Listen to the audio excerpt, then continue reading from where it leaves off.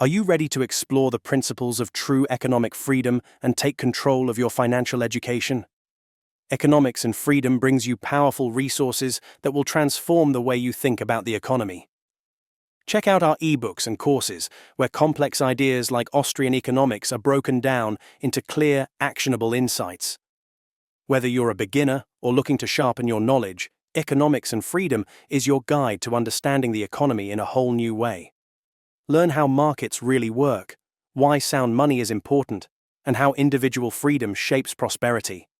It's not just theory, it's a practical approach to understanding the forces that impact your life every day. Join a growing community of people who value knowledge, freedom, and the power to think independently. Visit www.economics-freedom.com and start your journey today. Templeton was, by common repute, one of the most successful and best-known professional investors of the past 100 years, as well as an outstanding philanthropist. Knighted by the Queen of the United Kingdom in 1987 for his many years of charitable work. Forbes magazine dubbed him the Dean of Global Investing, in recognition of the trail he blazed in seeking to invest across the world when others were too afraid to do so. Louis Rukeyser, host of Wall Street Week, a popular network television program on which Templeton appeared many times, said that this quiet, deeply religious man was one of the genuine heroes of Wall Street. Prem Watsa, a Canadian fund manager, described Templeton more recently as a wonderful man and, for all practical purposes, perhaps the greatest investor of all time. The detailed research we publish in this book confirms that John Templeton was indeed one of the very few professionals who can rightly claim, hand on heart, to have consistently obtained the holy grail of stock market investment, above-average returns with below-average risk. In his case, this was a record that he sustained for the best part of half a century. His best-known mutual fund, the Templeton Growth Fund, never once in 38 years under his guidance failed to deliver a positive, real, inflation-adjusted return over any 60-month period. This is a record that only a handful of other professional investors can claim to have achieved over such a long period. 4 years after his death, Templeton's name and investment philosophy live on around the world through a wide range of funds that either carry the Templeton name or claim to use his methods. Many billions of investors' money is today managed on the basis of the simple but profound principles first laid down by a man who stands comparison with Warren Buffett, George Soros, Peter Lynch, and a handful of others as one of the all-time greats of the modern investment world. The reason for this enduring legacy is simple. His investment methods have stood the test of time. They work. And in this book, timed to coincide with the 100th anniversary of his birth, we set out to explain what those methods were, the truth about his track record as an investor — there are a number of surprising myths — and why and how his methods continue to be relevant today. Given how many words have been written already on the subject, it is legitimate to inquire whether the world needs a further book on the Templeton approach to investment. We asked ourselves the same question when we originally considered embarking on this project. Amazon, the online bookseller, lists no fewer than 50 books, for example, about Templeton's life, investment approach, and spiritual concerns. We came to the conclusion, however, that there is still room in the market for a single-volume, independent assessment of Templeton's investment methods and philosophy, written from a professional rather than a religious, philanthropic, or family perspective, and with the future, not the past, in mind. These are the main reasons why we believe that a single-volume study that seeks to encapsulate the essence of John Templeton's investment wisdom is both fresh and timely. Number 1. A fresh perspective. Some of the many books published about Templeton's life and methods in the past have verged, we think it is fair to say, on hagiography. Many seem to have been written to advance his philanthropic and religious interests rather than primarily to enlighten investors. Others are either out of print or sponsored works by close associates, published with the assistance of one of Sir John's charitable foundations. This one, in contrast, aspires to be an independent and objective contemporary assessment by two investment professionals with many years of direct experience in the investment business. The 10 years that one of the authors, Sandy Nairn, spent working directly for Sir John have given us additional first-hand insights into what his approach to investment means in practice. Number 2. Access to new material.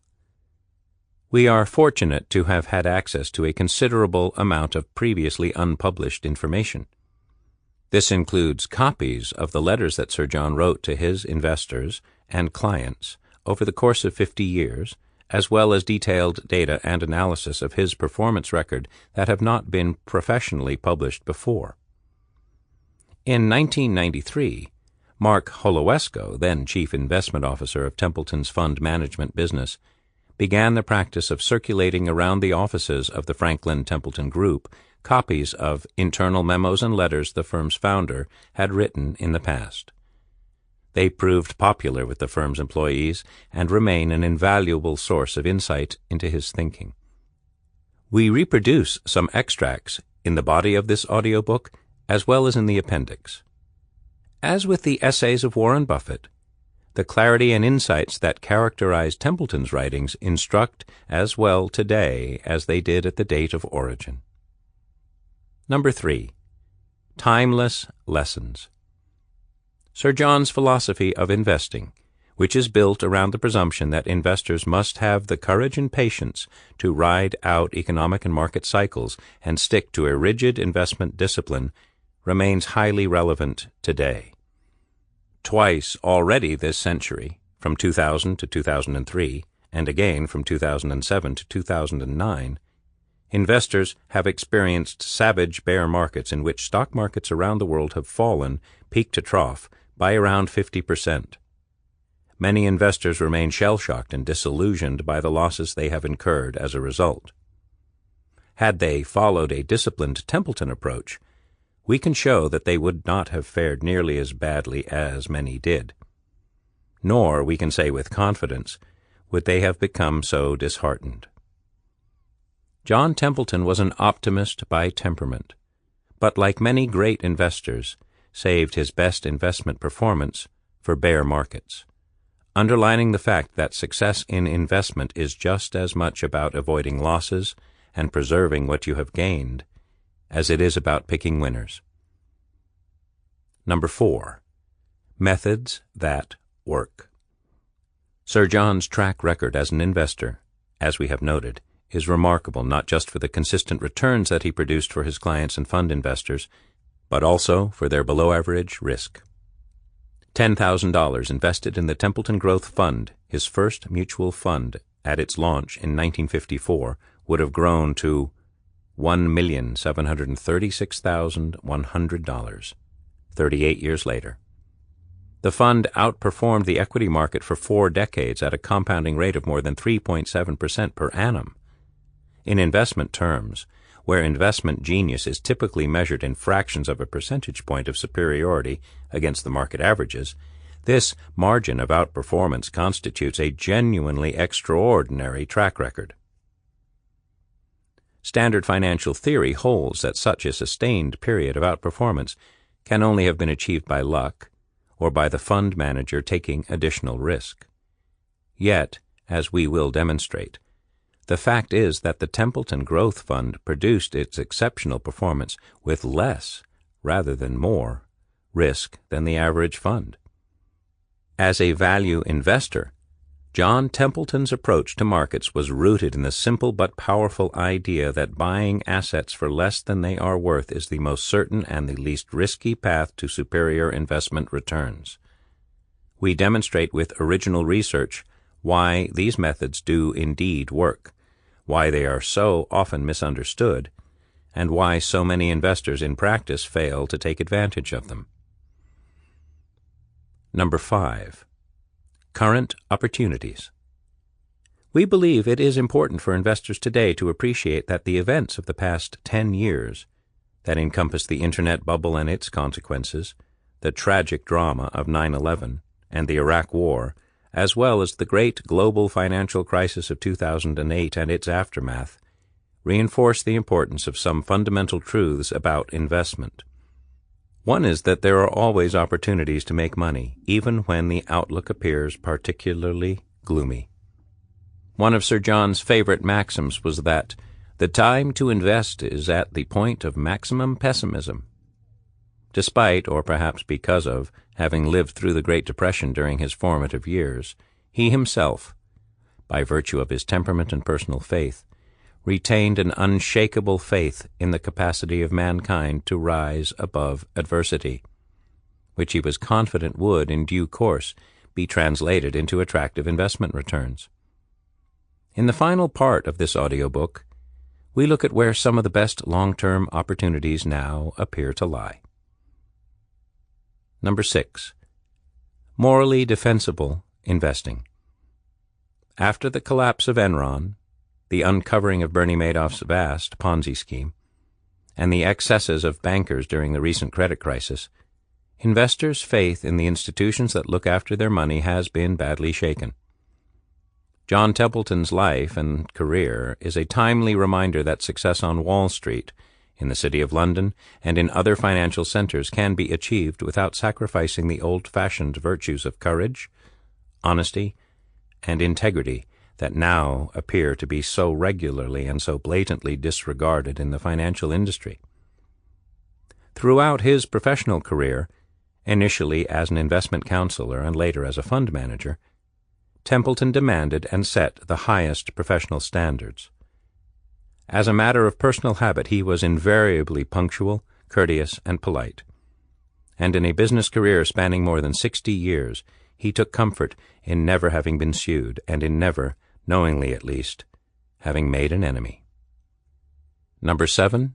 An inspirational life. It is important, finally, not to lose sight of the fact that John Templeton's life and career are evidence of the importance of personal commitment and endurance in the face of adversity. The young man from Winchester, Tennessee, had to overcome many obstacles and setbacks on the way to acquiring the exalted reputation and wealth of his later years. When he was an undergraduate, at the height of the Great Depression, his father told him that he could no longer afford to finance his university education. Templeton was forced to scratch around to find the means to pay his own way and complete his education. 23 years later, his first wife was tragically killed in a motor accident, leaving him for several years alone with 3 young children to bring up on his own. Although his greatest financial success came only after the age at which many people have retired, his story remains an inspiration to anyone who wants to believe that it is possible to become wealthy and lead a fulfilling life at the same time. The year 2012 marks the 100th anniversary of Sir John Templeton's birth. He was 42 years old when he launched the Templeton Growth Fund, his first mutual fund, and the vehicle that was eventually to make him both fabulously wealthy and internationally famous. When the fund was launched, he had already been an investment counselor for 16 years. One known to his clients as a shrewd and sensible advisor, but still relatively unknown to the wider investing public. Whereas today there are thousands of funds in which investors can choose to place their money, in 1954 the new fund was a genuine innovation, being one of the first of its kind to offer insular North American investors exposure to a diversified portfolio of non-U.S. stocks within a tax-efficient mutual fund structure. Having sold his original investment advisory business in the early 1960s, Sir John was directly responsible for the management of the Templeton Growth Fund from its launch until he and his partners sold the Templeton Fund Management business to Franklin Resources in 1992, by which time its assets under management had grown to $21.3 billion. In 1987, he handed over day-to-day responsibility for stock selection to his assistant, Mark Holowesko. but retained a watching brief over the portfolio. 20 years after he sold and retired from the business that he had created, the Templeton Growth Fund and its many offshoots remain among the world's largest equity funds. The family of emerging market funds that John Templeton set up in 1987, in another of his far-sighted business decisions, alone accounted for $40 billion of assets under management in 2011. The track record of the fund's management team, led by Dr. Mark Mobius, has demonstrated the efficacy of his mentor's methods. In the 10 years to November 2011, the original Templeton Emerging Markets Investment Trust has outperformed its Morningstar benchmark by 4.3% per annum. The net asset value of the EP Global Investment Trust, managed by one of the authors, has similarly outperformed the MSCI World Index by 3.3% per annum since its launch in December 2003. After his retirement from the fund management business, Sir John devoted most of his time for the rest of his life to his philanthropic and religious work. His primary focus in the later years of his life became his Christian faith and the affairs of the Templeton Foundation, whose endowments he continued to watch over with an eagle eye. Funded by his considerable personal fortune, the foundation gives away more than $50 million per annum in grants, gifts, and other forms of financial assistance. It continues to fund an annual prize to reward those who have pioneered scientific research into spiritual phenomena. The Templeton Press has published scores of books and articles that emphasize the importance of spiritual development. While his faith was a central part of his life, his religion plays only a tangential part in this book, which deliberately focuses solely on his investment career and beliefs. Right up until his death at the age of 95, Sir John continued to study investment trends and followed financial events around the world with an unswerving attention to detail. His eye for a bargain remained as keen as ever. During one of our conversations in the initial research for this book, we mentioned the fact that some privately owned businesses in the United Kingdom were then selling very cheaply, at 2 to 3 times earnings. "Gee," he replied, quick as a flash, "I would be interested in hearing more about those. Can you send me some details?" He was 91 at the time. At the same time, his sense of the many risks confronting the world remained acute. As early as 2003, for example, he was expressing his concern to us about the bubble that was developing in the property market on both sides of the Atlantic. This was fully 4 years before the subprime mortgage crisis was to send the housing market in the United States into a tailspin and the world financial system into its worst crisis for more than 70 years. This crisis was one that John Templeton publicly identified in advance. Just as 20 years earlier he had correctly and publicly forecast both the onset of the great stock market boom of the 1980s and 1990s and the investment potential of emerging markets. Such global awareness was one of the key factors behind his impressive track record as an investment advisor and fund manager, and the reason that his public pronouncements were so widely followed for so many years. The purpose of this book is to explain, as clearly as we can, the lessons and implications that we believe can be drawn from Sir John Templeton's life, experience, and investment wisdom. As such, it is not a biography, nor is it simply an analysis of what he said and did, although the book inevitably has elements of both. We would like to think of it more as a handbook for those who are interested in understanding and applying the philosophy of investment that John Templeton developed and practiced for so many years. Such an understanding is relevant to both private and professional investors, from whatever part of the globe they come. Because he spoke so much sense and had an uncanny ability to express himself in simple language, it has proved impossible not to quote liberally from his own writings and observations. The book is structured as follows. Chapter 1 reviews the story of John Templeton's life and career. This has been told many times, but we are able to add some new detail, correct 1 or 2 myths, and draw on original interviews with a number of those who worked closely with him. Chapter 2 provides fresh insight into the way that Templeton, in the first stage of his professional career, operated as an investment counselor, quoting liberally from previously unpublished letters to clients and memoranda to his colleagues. In Chapter 3, we look in detail at the track record of the Templeton Growth Fund and attempt to answer the question, just how good was he as a fund manager? We also analyze when and under which conditions his fund achieved its outperformance. Chapter 4 returns to the main themes of his investment philosophy and how he applied them. We look at the difficulties and challenges of applying his investment philosophy and process in practice, contrasting the way that he went about his decision-making with that adopted by most investors.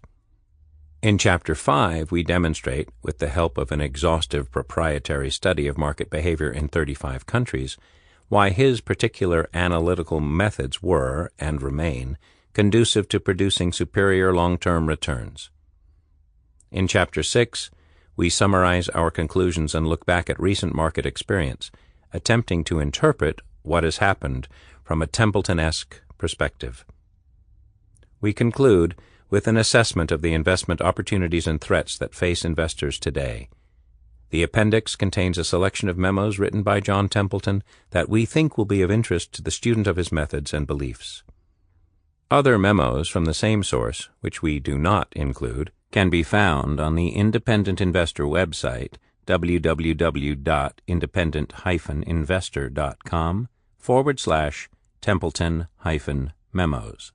The idea for this book was not his, and Sir John did not, sadly, live to review our manuscript. Although he gave the project his blessing and encouraged us to speak to his associates, this is not an officially authorized account of his life and methods. It may be worth emphasizing that we have neither sought nor received any financial support from either his family or his foundation. We are grateful, however, to the executors of his estate for permission to quote from his memoranda and letters, and to all those who agreed to speak to us about their experiences working with him. All matters of interpretation remain our responsibility.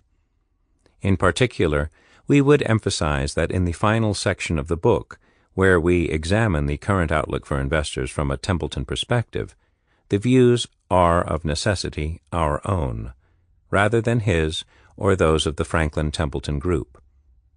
For stylistic reasons, we have found it easier to refer throughout the book to our subject either as John Templeton or simply Templeton, and only exceptionally as Sir John, the honorary knighthood bestowed on him in his 70s.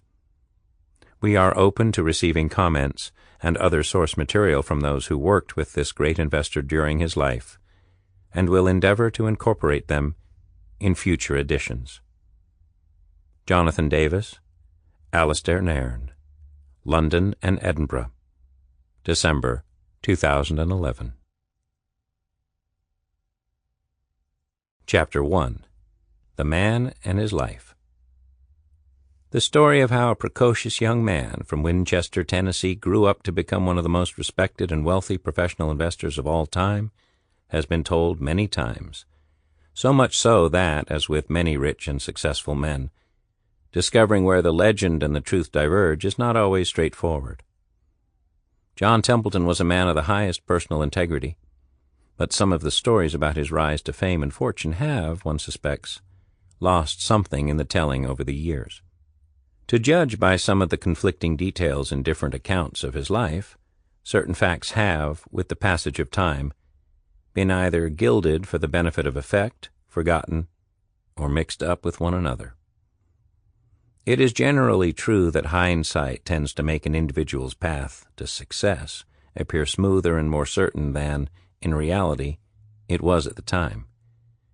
There is no doubt that John Templeton himself was fully aware of the importance of storytelling in building and sustaining an aura around his life and business success. Although shy by nature, he was an accomplished user of the media to advance his business career. A tireless publisher of books about his investment ideas and religious and philanthropic interests, and as a man, for all his genuine humility, not wholly immune to a certain amount of vanity. He had a sense of humor, but was not the kind of man to tell jokes. Yet there is no gainsaying the extent of his achievements or his remarkable record as a pioneer and exponent of the art of disciplined investment, an art he practiced and sustained over more than 3 generations. What is not in doubt is that, rather like Warren Buffett, another of the 20th century's greatest investors, John Templeton was brought up with an unshakable determination to succeed.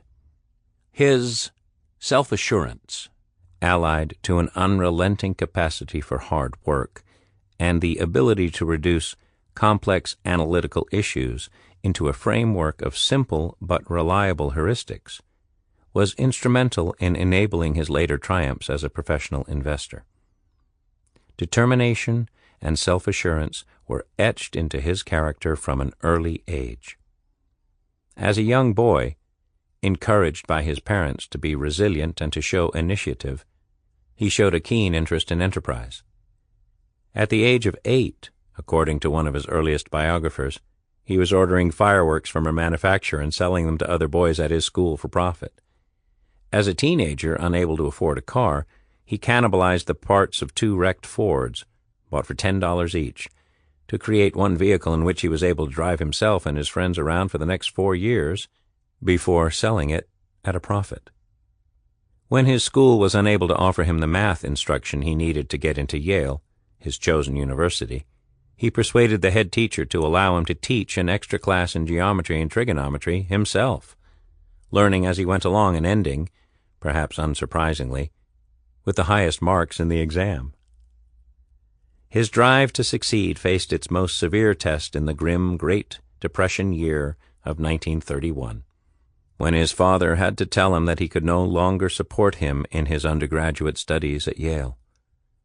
The 19-year-old Templeton, by then in the second year of an undergraduate degree course in economics, had suddenly to find other ways to finance his studies.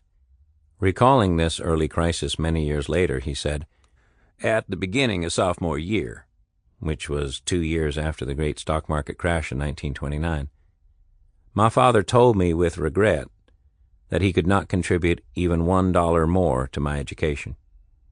At first this seemed to be a tragedy, but now looking back, it was the best thing that could have happened. It caused me to begin studying really hard to get top grades and thereby maintain 2 scholarships to help with the expenses." It also impressed on him that hard work and self-reliance were the keys to survival in life.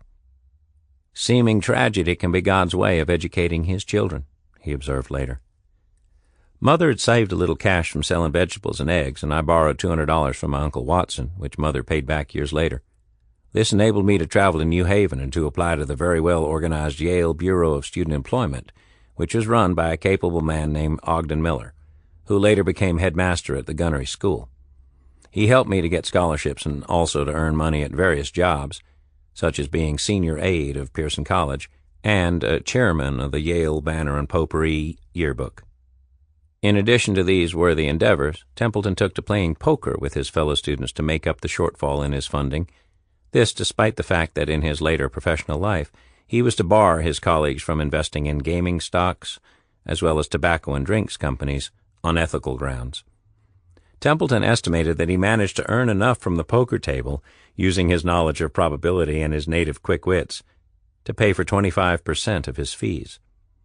His remaining financial needs were met by a combination of the loan from his uncle, scholarships, and jobs at the university.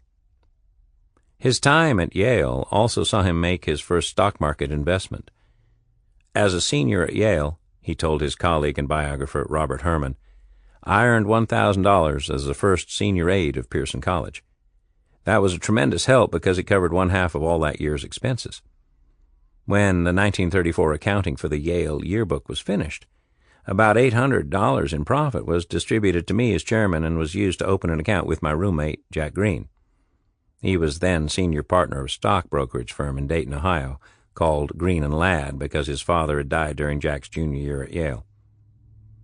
This account is now 42 years old, but the name of the firm has changed to Cowan & Company. My first purchase of any stock was the $700 preferred stock of Standard Gas and Electric Company, which was selling at 12% of par because of the Great Depression.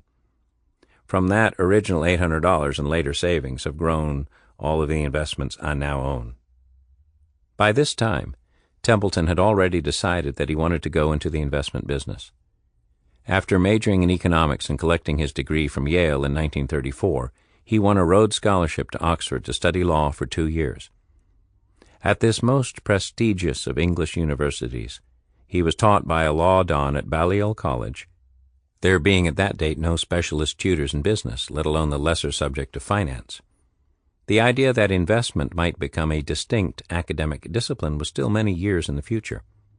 Benjamin Graham's seminal textbook, Security Analysis, written with David Dodd, had been published in 1934, but John Burr Williams's Theory of Investment Value, another landmark in the development of financial analysis, did not appear until 1938, having originally been written as a thesis at Harvard University. Although he had certainly read Graham's Security Analysis, which he later described as the best book ever written on investment, we do not know whether Templeton was familiar with the writings of John Maynard Keynes, whose most influential work, his General Theory of Employment, Interest, and Money, was published in England during the 23-year-old Rhodes Scholar's final year at Oxford. The General Theory contains some of the most famous passages ever written about the practice of investment, but if Templeton did read it, it seems that the world's most widely quoted economist failed to leave much of an impression. We have failed to find a single line of Keynes or any reference to him in any of the scores of memoranda, articles, or press interviews in the Templeton archives. Having finished his studies at Oxford and before returning to New York to start his career, Templeton decided to take 7 months to travel across Europe and Asia on a shoestring budget with a university friend, James Inksetter. During the course of this trip, he and his companion visited no fewer than 27 countries, observing the rise of Hitler at the Berlin Olympics and acquiring early experience of the world outside the United States. This experience was to stand him in good stead in his later career as an exponent of global investing, of which he was to become such a prominent pioneer. There were few countries with significant stock markets that he had not visited before he set up shop as an investment counselor, a discipline in which his knowledge and experience of other cultures and economies was evident from an early stage. The countries he visited for the first time included India, China, and Japan. In his own words, "I finished Yale in summer 1934, so I was in Oxford for 2 years after that. Oxford, I found, was so different from American universities. They gave me 6 weeks holiday at Easter and 6 weeks holiday at Christmas, and we Americans there took full advantage of that. I spent the second 6 weeks learning all I could about Germany, including listening to Hitler. I didn't meet him, but I did listen to him. It was a build-up to war, but it didn't really involve America until Hitler invaded France." Many years later, Templeton returned to Oxford to found Templeton College, the first college in the university to be devoted to full-time management education. Into the investment business. The first job that Templeton found on his return to the United States was as a trainee at Fenner & Bean, a stock brokerage that was later absorbed into Merrill Lynch. After only 3 months, he was offered a much better-paid job as treasurer at an industrial company, which sent him to Chicago, Dallas, and then back to New York.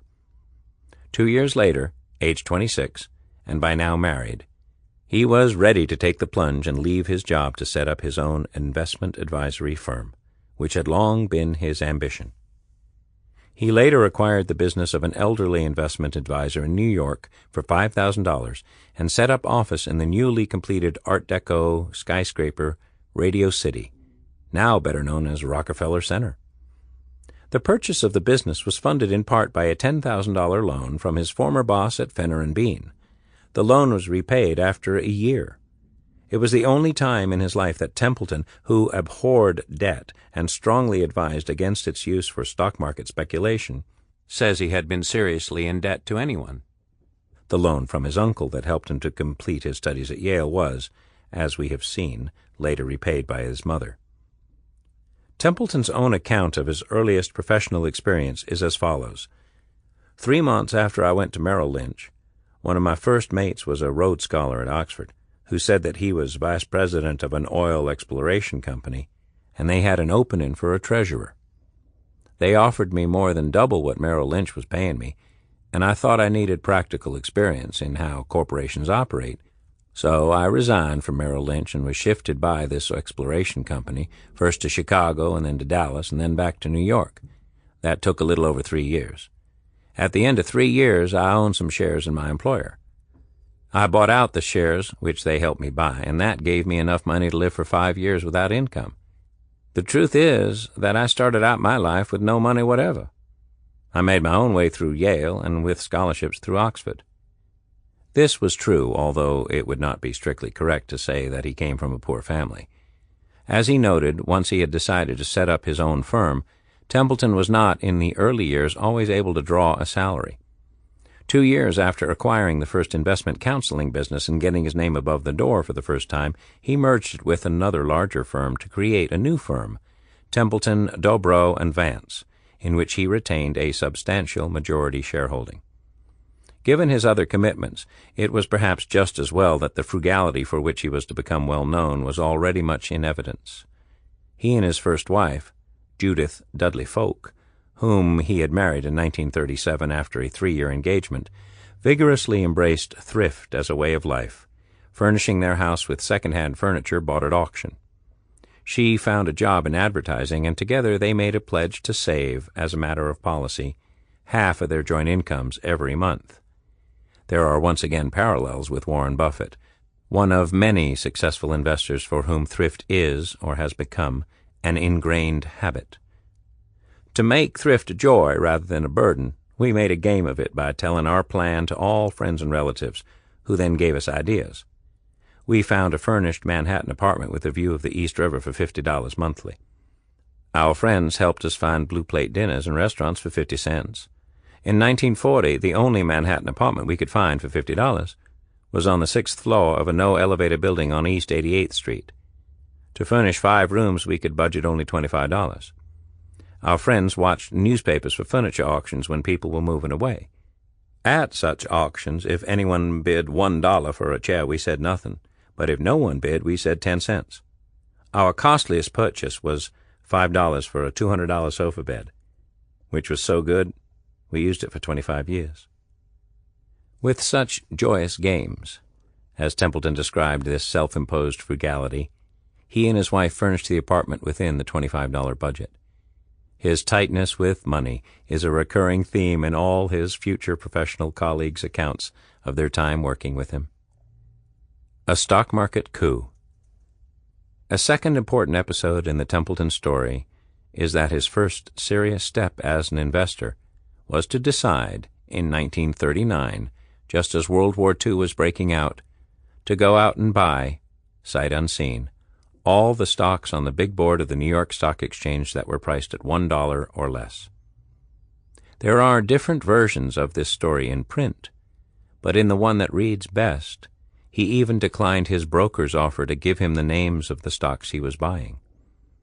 His argument was that the stock market was due for a recovery, and that even the most uncompetitive companies were likely to do well on the back of the stimulus provided by the inevitable increase in government spending that would be necessitated by the outbreak of war. So sure of his thesis was he that he did not even need to know the names of the stocks he was buying. Templeton himself recalled this extraordinary stock market foray many years later. The very day that happened, the German invasion of Poland, I said to myself that if there's ever a time when corporations that are struggling come back to life is during a war. Following the Great Depression, there were more than 100 stocks on the New York Stock Exchange that had gone down to less than $1 a share, so I called up Merrill Lynch and said, "Buy me $100 of everything below $1 a share." That proved to be very lucky. Within 4 years, I had 4 times my money. It is perhaps open to later generations to doubt whether this simple account of nerveless, youthful investment genius was quite the whole story. Throughout his life, Templeton was renowned for the thoroughness of his research, and indeed it was his study of previous episodes in financial history that had led him to conclude that low-priced stocks were likely to do better during the kind of wartime stock market recovery that he was expecting. It seems implausible, given the scale and audacity of the speculative investment that he was making, that he was not fully aware of the names of many, if not all, of the stocks he had instructed his broker to buy. Further, it is not wholly convincing that he made his decision entirely on the spur of the moment, the very day that Hitler invaded Poland, as his later telling of the story seems to imply.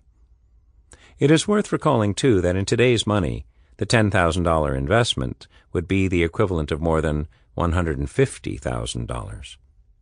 Such a sum was many times the average income of the average American citizen, and twice the amount Templeton himself was about to pay to establish a foothold in the investment counseling business. For a young man of 27, it was certainly an audacious move, not least because it was effectively funded with debt, in the form of the $10,000 loan he had earlier taken out from his former boss in stockbroking. No fewer than 37 of the 104 stocks that the brokers acquired on his behalf were already in bankruptcy. It is tempting to say that few investments could have been more speculative or less typical of the disciplined methods that Templeton was to advise others to pursue in his later career.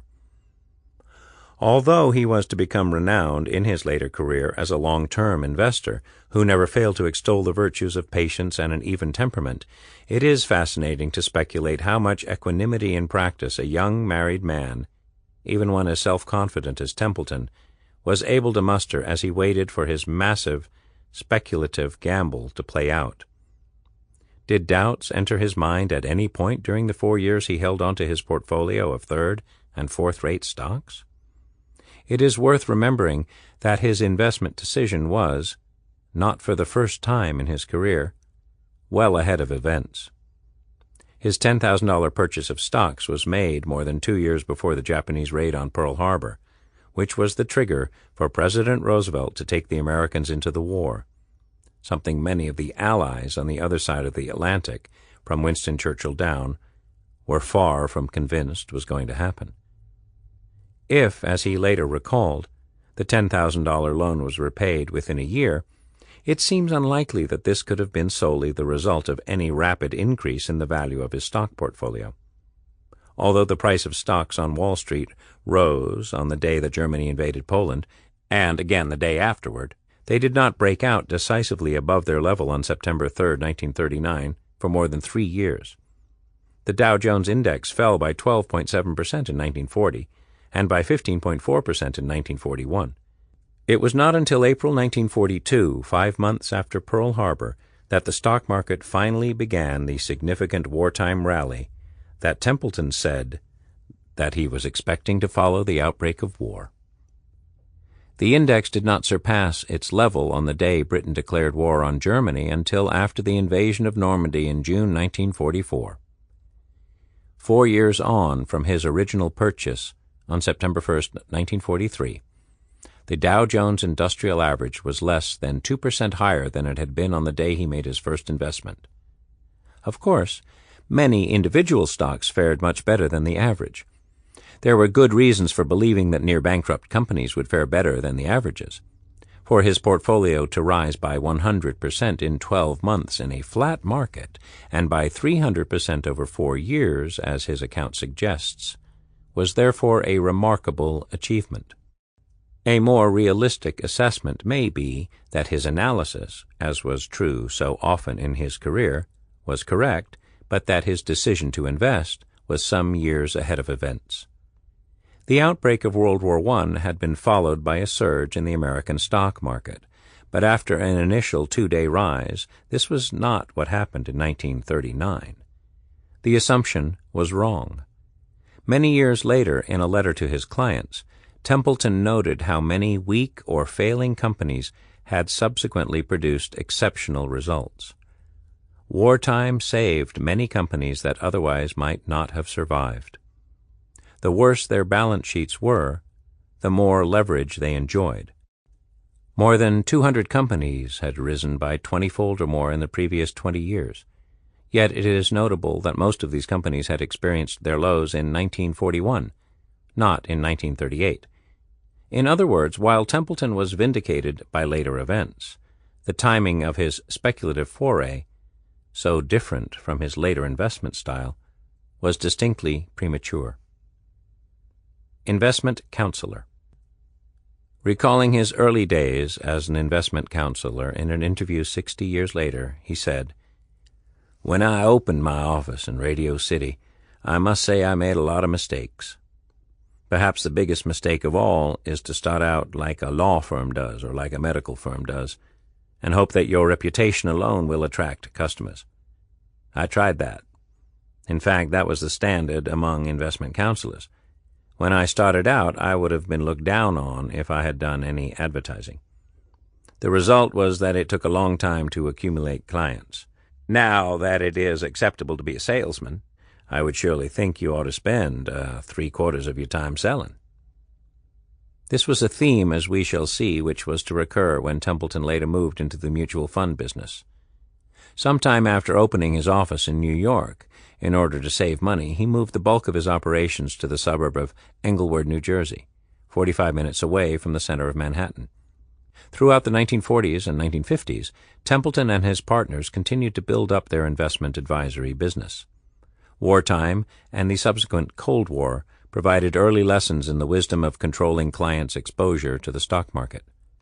Templeton was one of the first firms to attempt to regulate clients' exposure to the market on the basis of a quantitative assessment of the current level of the market, an approach that came to be known as the Yale or Vassar method, and which we describe in more detail in the next chapter. The key elements of this method were to reduce market exposure when it had become overvalued and increase it when it became undervalued against historical experience. Nothing sounds simpler or more logical. Buying low and selling high has been the street trader's watchword since markets began. It is, however, something that most investors find much harder to achieve in practice than it should be. Templeton's analysis was based on comparing the level of the market in a rigorous fashion with the earnings, cash flow, and yield characteristics of both the recent and more distant past. It proved to be a useful tool that, by his own account, was to help steer the firm's clients safely through the bear markets of the late 1940s and 1950s, while inevitably sacrificing some of the upside in the stock market's best years.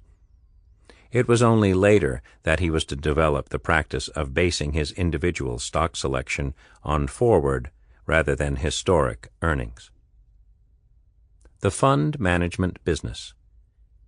In 1954, looking for new ways to expand the business more quickly, Templeton decided to launch a new mutual fund. This was the Templeton Growth Fund, domiciled in Canada.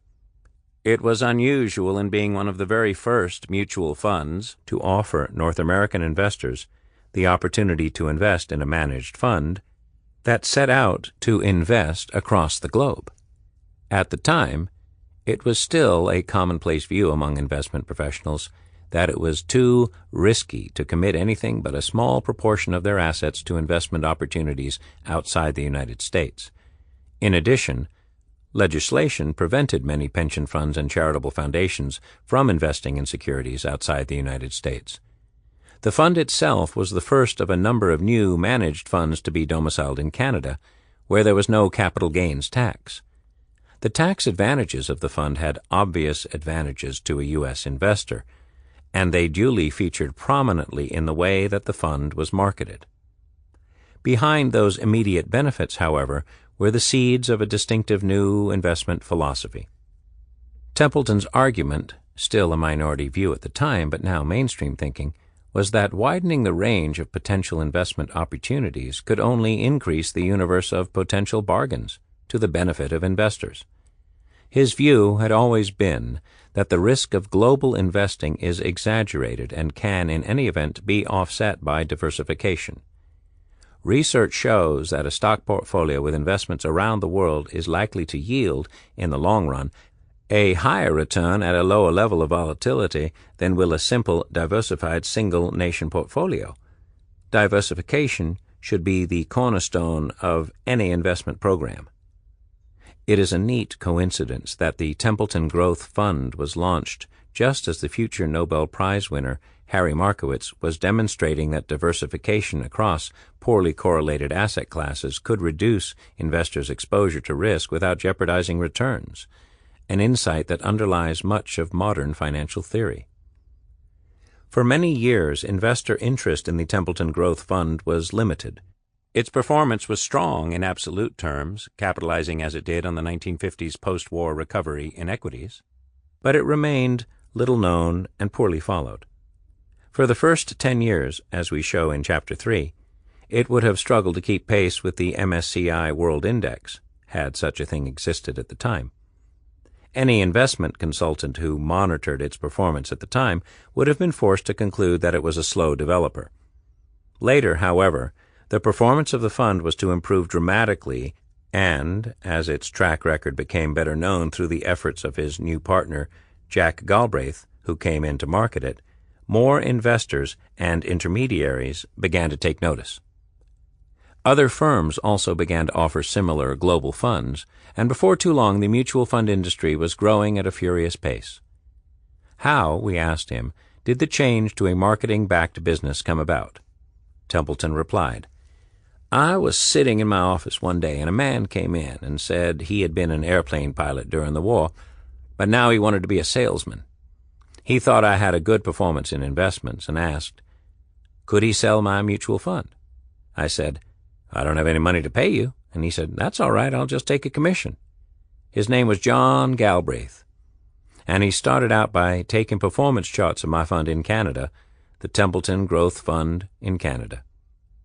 The charts showing Templeton Growth Fund's extraordinary track record of performance later came to be known inside his firm as the Mountain, in recognition of its succession of soaring peaks.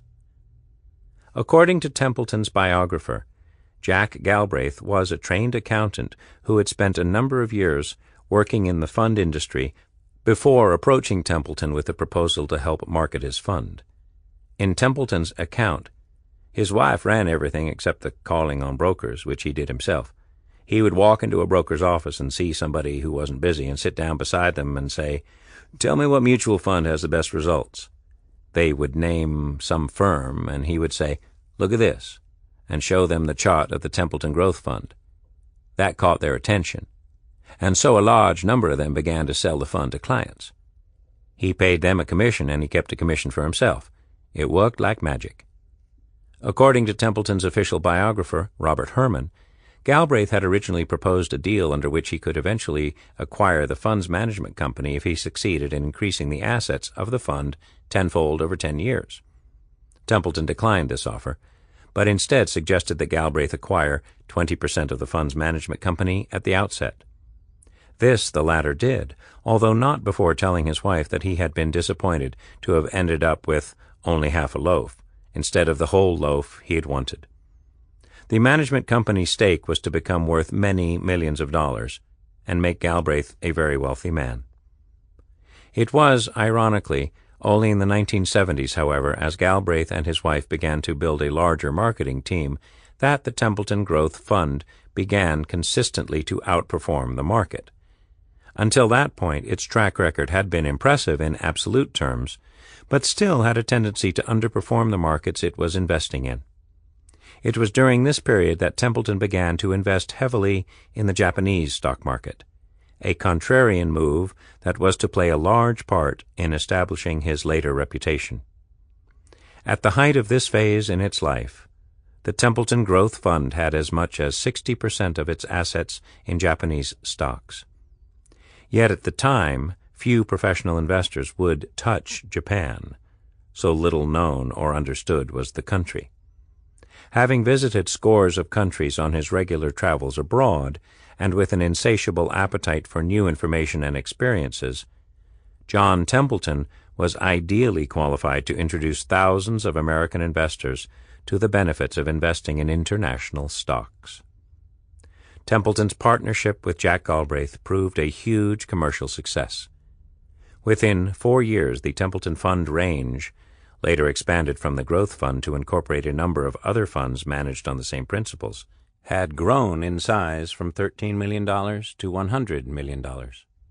By the 1980s, helped by the pro-business policies of the Reagan administration and the onset of the greatest bull market of the 20th century, the fund was measuring its assets in billions rather than millions of dollars. By the time the business was sold to Franklin Resources in 1992, the firm had assets of $21.3 billion, spread across a range of more than 70 funds, including a well-known emerging market fund managed by Dr. Mark Mobius, which had been launched in 1987. Templeton and his colleagues received several $100 million from the sale of the fund management and distribution companies they owned. Templeton personally, his son Jack, and his business partner Galbraith owned 70% of the voting stock in the business, according to press reports. It is worth emphasizing that not everything ran smoothly at all times. During the savage bear market in the early to mid-1970s, for example, the value of the Templeton Growth Fund fell sharply in 3 out of 5 years. The net asset value declined by 9.9% in 1973 and by a further 12.1% in 1974. The saving grace was that the fund's loss of value was less severe than the decline in the main market index, reflecting the defensive qualities of Templeton's rigorous value-oriented approach.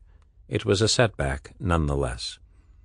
In 1974, the combined value of all the funds managed by Templeton amounted to no more than $13 million, a tiny fraction of the $90 billion empire that it was to become over the course of the next 30 years.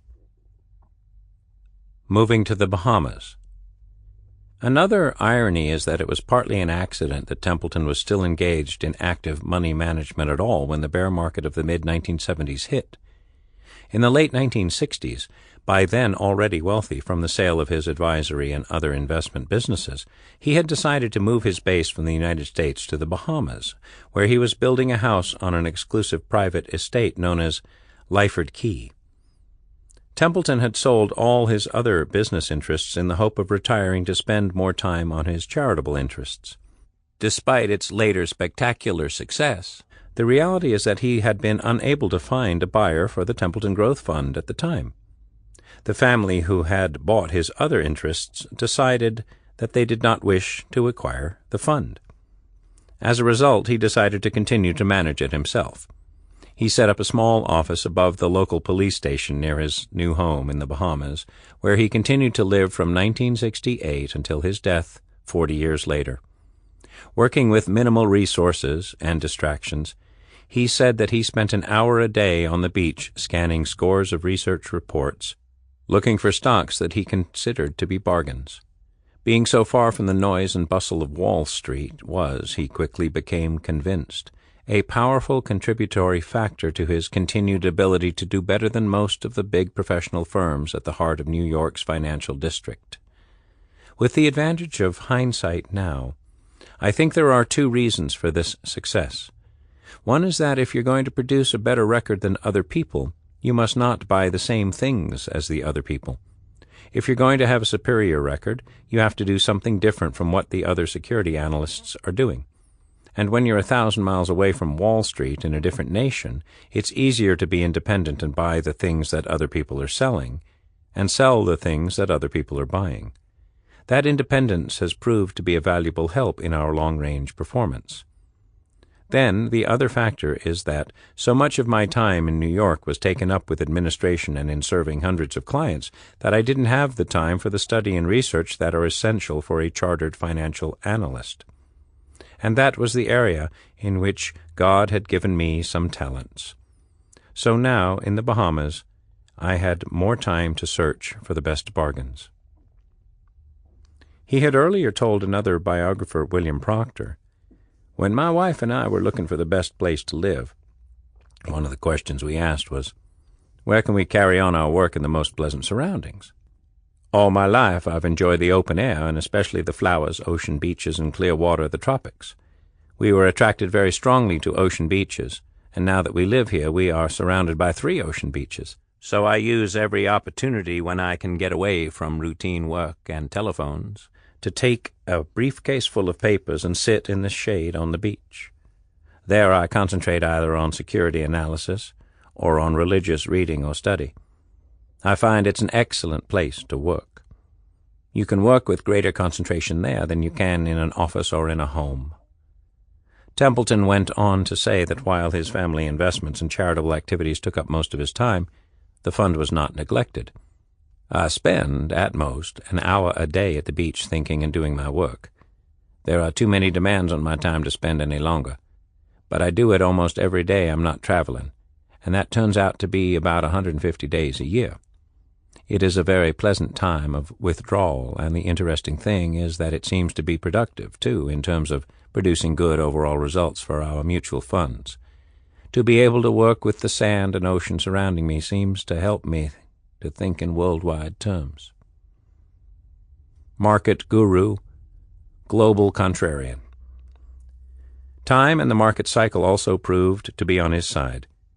Having correctly spotted the potential explosive growth of the Japanese stock market in the early 1970s, by the end of that decade Templeton had switched his main focus of attention back to the American stock market. As early as 1982 he was announcing to the world, and indeed anyone who cared to listen, that he expected the U.S. stock market to boom over the coming years. It was a theme that he was to return to time and again over the next 15 years. It was also vindicated by events, as stock markets around the world, led by the United States, embarked on what was to prove the longest and most sustained bull market of all time. In 1982, for example, he went on the TV program Wall Street Tonight to declare that there was a better than even chance that the Dow Jones Industrial Average, then trading below 850, could hit 3,000 within 10 years. In the event, the market hit 3,000 in 1991, confirming Templeton's status as a market guru. Although with hindsight this looks like an obvious call, at the time it is easy to forget that many pundits were writing off the American stock market after nearly a decade of indifferent or calamitous returns. In August 1982, the same year that Templeton made his prediction, Businessweek had famously produced a cover story that announced the death of equities.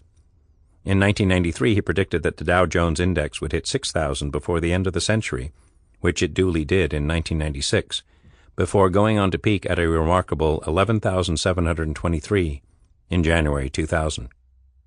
The 1970s was the start of a period that saw his reputation as a market guru rise by leaps and bounds, whereas before John Templeton had been a respected but largely unknown figure outside the narrow circle of Wall Street. Now, in his 70s, he was being hailed as one of the most famous investors of his generation. In all, he made 15 appearances on Louis Ruckeiser's widely followed TV show Wall Street Week, mostly to reiterate his message that the times were good and that this was an outstanding opportunity to invest in the United States stock market, as indeed it proved to be. Galbraith's marketing and PR efforts transformed the fund's visibility and helped to propel its fund manager into national prominence, exemplified by the first of several appearances on the front cover of Forbes magazine in 1978. By this time, too, Templeton had firmly established his reputation as a contrarian investor. Alongside his faith in the merits of global investing, he had long been convinced that the most reliable way of achieving the best returns was to concentrate on finding bargains wherever they could be found, regardless of prevailing fashion or sentiment. By definition, this meant buying things that most other investors did not want, and extending the search for bargains right across the world anywhere stocks were traded in size. "People are always asking me where the outlook is good, but that is the wrong question," he said on more than one occasion. "The right question is, where's the outlook most miserable?" The implication also was that it could take time for valuation anomalies to be put right. These insights remain at the heart of the Templeton investment philosophy. This philosophy can be summed up like this: buy stocks for less than they are worth, and hold them as long as it takes for the market to appreciate how undervalued they are. By definition also, this clearly implied that finding the best bargains could only be achieved by being prepared to go against conventional wisdom. In formulating his approach, Templeton acknowledged his debt to Ben Graham, the so-called father of security analysis, whose pioneering book, Security Analysis, written with David Dodd and first published in 1934, Templeton had read while an undergraduate. The book set down a series of analytical techniques for assessing the value of securities, all of which Templeton had subsequently used at different times as part of his own formidable analytical method. However, as will become clear, it is too simplistic to characterize his approach as pure value investing. A key part of Templeton's analytical technique is not just to look at companies' current earnings, balance sheet, and cash flow. What matters to an investor is how earnings and cash flow are likely to develop in the future, not where they are today. As Mark Mobius, one of Templeton's best-known disciples, puts it, you have to look at the future, not just at today. The technique that Templeton developed at his firm was to make sure that all the key variables of a potential share purchase should be projected several years into the future. He argued that a share that does not meet conventional value criteria, such as a high dividend yield or a low historic earnings multiple, could still be an attractive purchase if the key performance parameters were set to grow in the near future. By definition, therefore, a Templeton-influenced investor is interested in both growth and value. Or as Templeton himself put it in an interview once, looking for a good investment is nothing more than looking for a good bargain. Anything in theory could qualify. It was the combination of price and growth potential that was critical. Where he differed from classical deep value investors such as Ben Graham was in recognizing that historic valuation metrics were not sufficient to produce a bargain. His first and most famous fund was labeled the Templeton Growth Fund for a reason. How others see him. Mark Holowesko, his former assistant and chief investment officer, still occupies Templeton's office building in the Bahamas, but now runs his own fund management boutique. He gave us his personal reflections on the 15 years he spent working with John Templeton. This is how he recalled his early years. Sir John was a unique employer in many ways. For one thing, he paid me by the hour, even though I had a master's degree.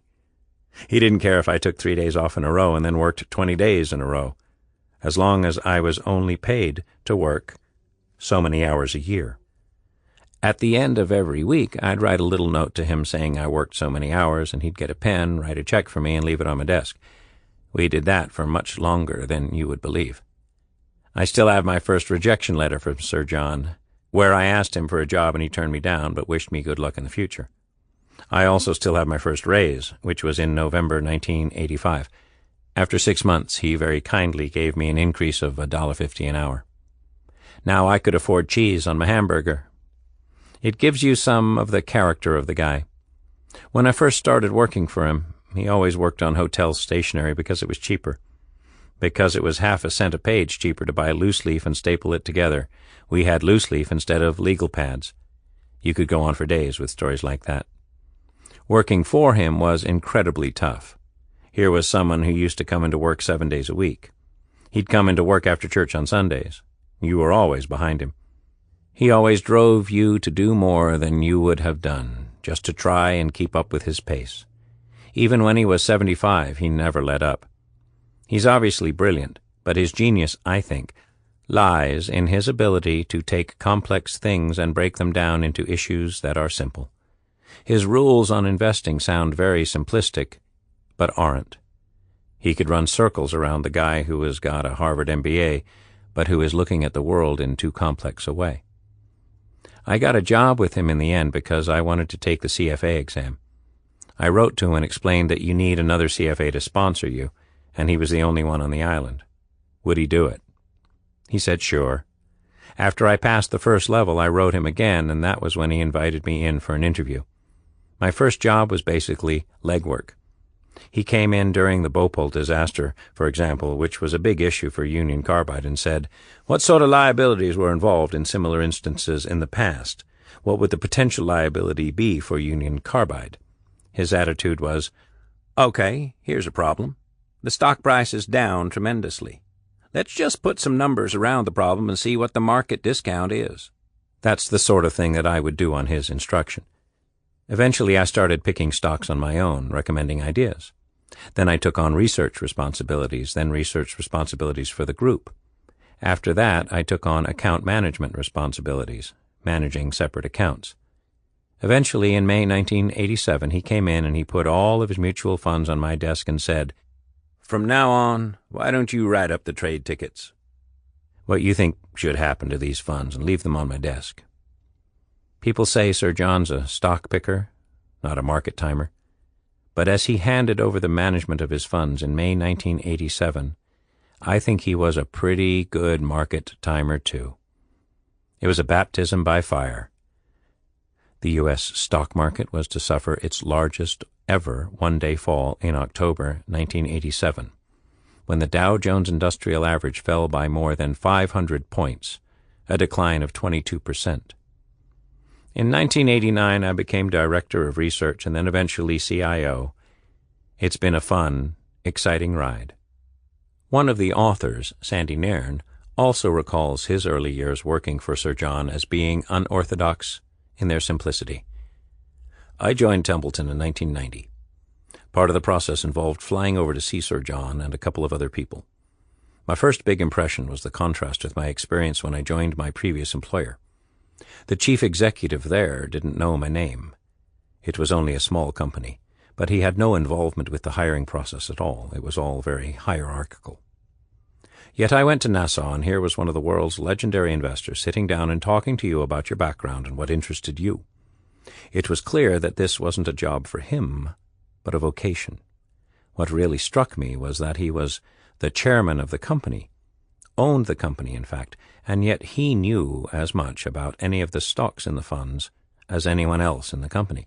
In fact, probably more. My second clear impression is that he didn't talk very much. Everyone else I have ever dealt with has talked. You just listened and occasionally responded. Sir John had an uncanny knack of letting you blather on indefinitely. He just soaked up information and put you at ease. He had delegated the management of the company to Tom Hansberger, largely, I think, because he wanted to remain directly involved with the investments. Again, this was the exact opposite of where I had come from. There, people couldn't get out of the investment business fast enough. They wanted to get themselves away from responsibility for making investment decisions. The attitude was very much, junior people do company analytical work. At worst, the guys at the top were portfolio managers. At best, they were strategists, or even completely divorced from it. But for Templeton, it was the complete opposite. As far as he was concerned, there was no higher form in life than being an analyst. The amazing thing is that he would have been 77 or 78 at this time. Everyone who went to see Sir John tried to figure out the secret of the Templeton approach. In fact, he'd tell you it all in the first 5 minutes, but you just didn't notice it. I know that my head was full of unconnected ideas at the time, like a tin full of broken biscuits. I knew about every investment technique in the world, but not about how to join them together. He just said to me, "Buy cheap stocks." There is a danger that you think this is too simplistic. Doesn't he know about this, that, and the other technique, you could ask? The trouble is that he absolutely did know these things. He absorbed them all, and yet he still came back to this simple approach.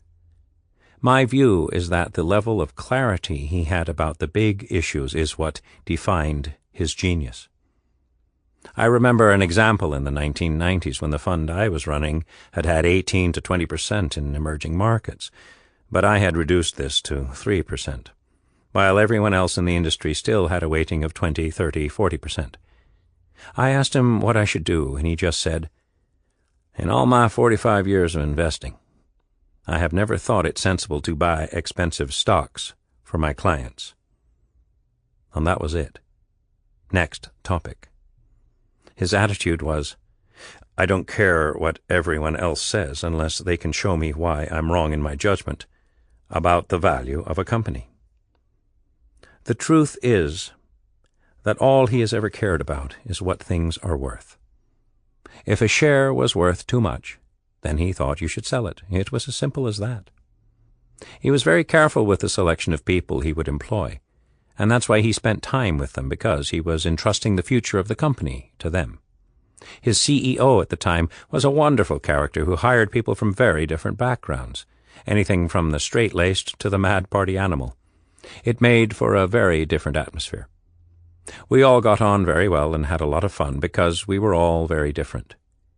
What he didn't do was pick only people from the top business schools where they are all dragooned into thinking in a particular way. I think he just loved diversity. Mark Mobius, who now runs the Templeton Franklin's group range of highly successful emerging markets funds, recalled his own first dealings with Templeton. It all started in 1985 and 1986 when I was working for a brokerage company.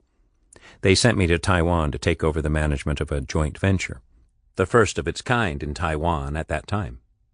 After about a year and a half, I get a call from Sir John and from Tom Hansberger, his business partner, asking me to be the manager of a new fund they were setting up, the Templeton Emerging Markets Fund. After some negotiating, I came on board and started running that fund, which was then about $100 million in size. By 1994, it had grown to be worth $14 billion. Today, it has grown to $40 billion. The foresight that Templeton had in taking on this fund with Merrill Lynch, who had originally started it, told me something about the man. He had been looking at emerging markets for quite some time. He was a bargain-hunting global investor who was willing to go into markets where others feared to tread. It was difficult to leave Taiwan, but I decided that this was a chance to leap into something more exciting. It certainly wasn't the money. I wasn't going to get paid any more than I was making, and I had a lot of perks in my job in Taiwan. I had a driver and all that stuff. But those types of things don't really impress me, and I was more excited by the prospect of what was coming. As it happened, things just went from good to better. In hindsight, it was the right decision because in Taiwan, at most I would have managed $1 billion. Under Templeton, I ended up with a lot more than if I had stayed where I was. It really has turned out very nicely. Fortunately, I bought into his way of investing right from the start. I can't really remember why, because I was interested in technical analysis for a long time, and I taught some of that at the Chinese University in Hong Kong. When they expounded the Templeton philosophy, however, I think it just made an awful lot of sense. His genius was that he could simplify things to make it easy for anyone, even someone as thick-headed as me, to understand.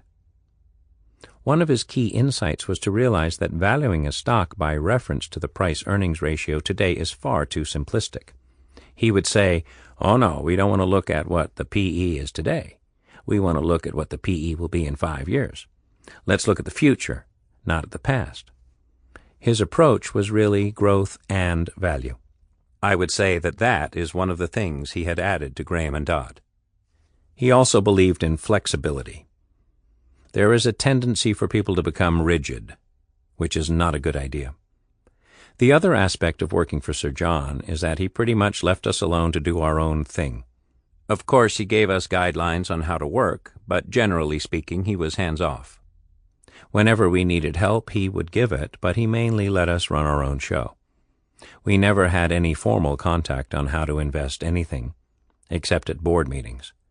That was a formal report of what we were doing. Other than that, the only real guidance was, keep on looking for those bargains. Templeton, the man.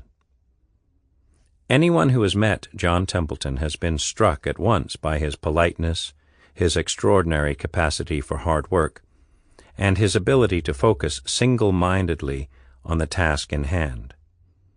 According to Haloesco, his assistant in the Bahamas for many years, Templeton was always fastidious about using his time to maximum effect. Gary Moore, a long-standing friend of Sir John, who advised him on ethical investment, recalls that a typical appointment would last from 8:02 to 8:13. Once the business was done, it was always on to the next task without a moment's break. Jack Galbraith, Templeton's business partner, recalled the same thing. By nature, he doesn't want to waste time, so you don't ever find yourself sitting around exchanging small talk. You always have a sense that he has more things to do than time to do it. Just as he respects his own time, Templeton extends that respect to the time of others. John Hunter, one of his Canadian stockbrokers, says that when he tells him that he will call at 9:15 Canadian time, the call will invariably come through at precisely that time, from wherever Templeton is traveling in the world. In fact, to ensure that he is prompt, he has always set his watch 10 minutes fast. Hard work, Punctuality and commitment are qualities that Templeton tried to impress on all those he met and worked with.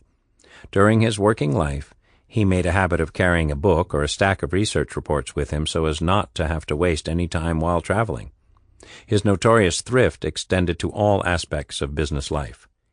When Holoesco started working for Templeton, to give just one of many possible examples, he was instructed to staple together bits of scrap paper so as to save on the cost of buying new stationery. When asked whether the founder was really as careful with money as his reputation suggested, Jim Wood, who led the marketing for the Templeton firm's institutional accounts business in the late 1980s and early 1990s, replied, laughing, "My guess is he died with his first nickel in his pocket." When a group of potential Chinese investors arrived in the Bahamas to meet him, he recalled, Templeton presented them all with a cheap alarm clock that cost about $5 apiece, which was somewhat embarrassing.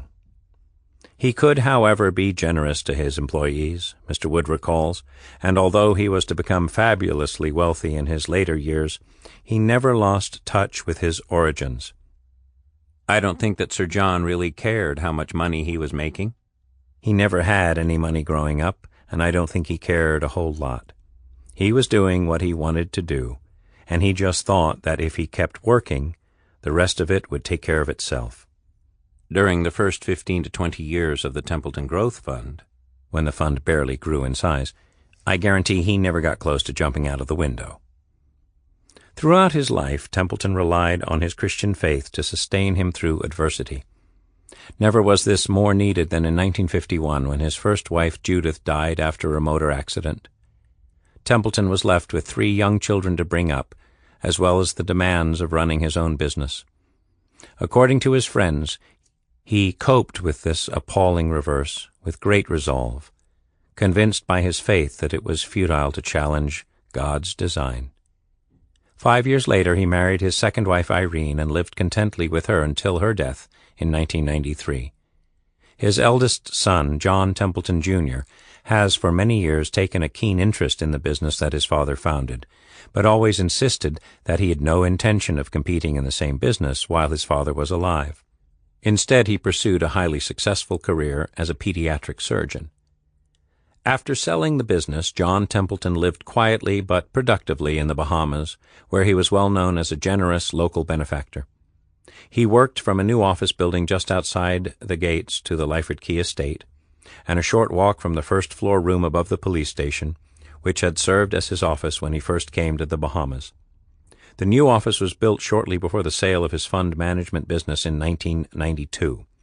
It is from this building, and with the help of his long-serving administrative staff, that he continued to administer his wide range of philanthropic and charitable activities until his death on July 8, 2008. The Templeton Foundation itself operates from West Conshohocken, Pennsylvania, while the fund management operation, now part of the Franklin Templeton Group, remains in Florida, where it had been set up in the 1980s to handle the administrative and marketing operations of the Templeton funds. With his love of work and serious purpose, John Templeton was, some felt, easier to admire and respect than to know well.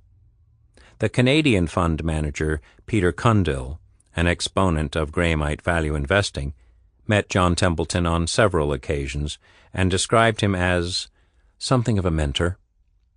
After a business meeting in Lyford Key, having been across to see the older man, he noted in his diary, "He is extraordinary in the breadth of his skills and interests, and yet he can be so dry and seemingly humorless, even egotistical and mean-minded.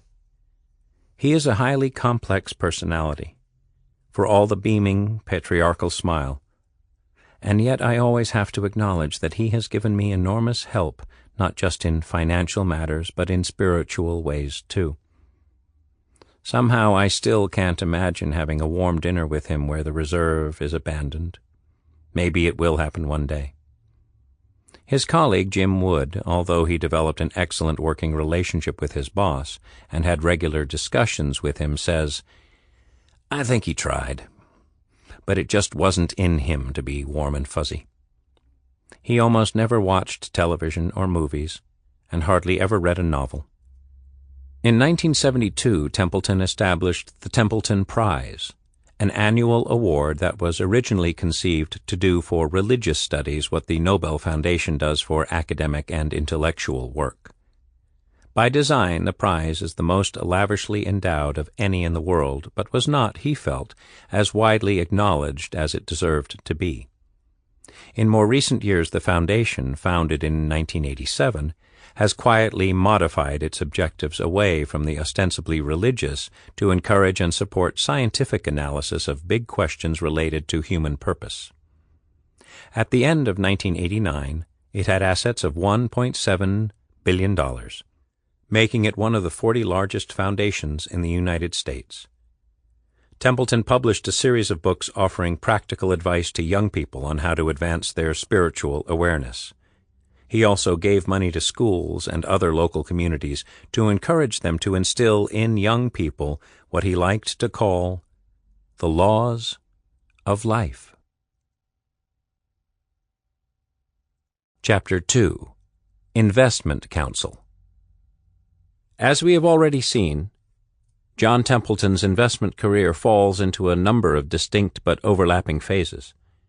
In this chapter, we concentrate on his early career as an investment counselor, which broadly spans the 2 decades between 1940 and 1960.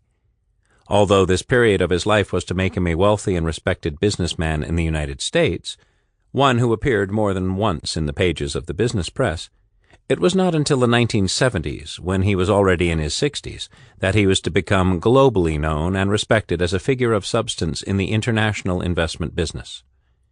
His early professional years, before he moved into the higher profile and more profitable business of fund management, are nevertheless full of interest.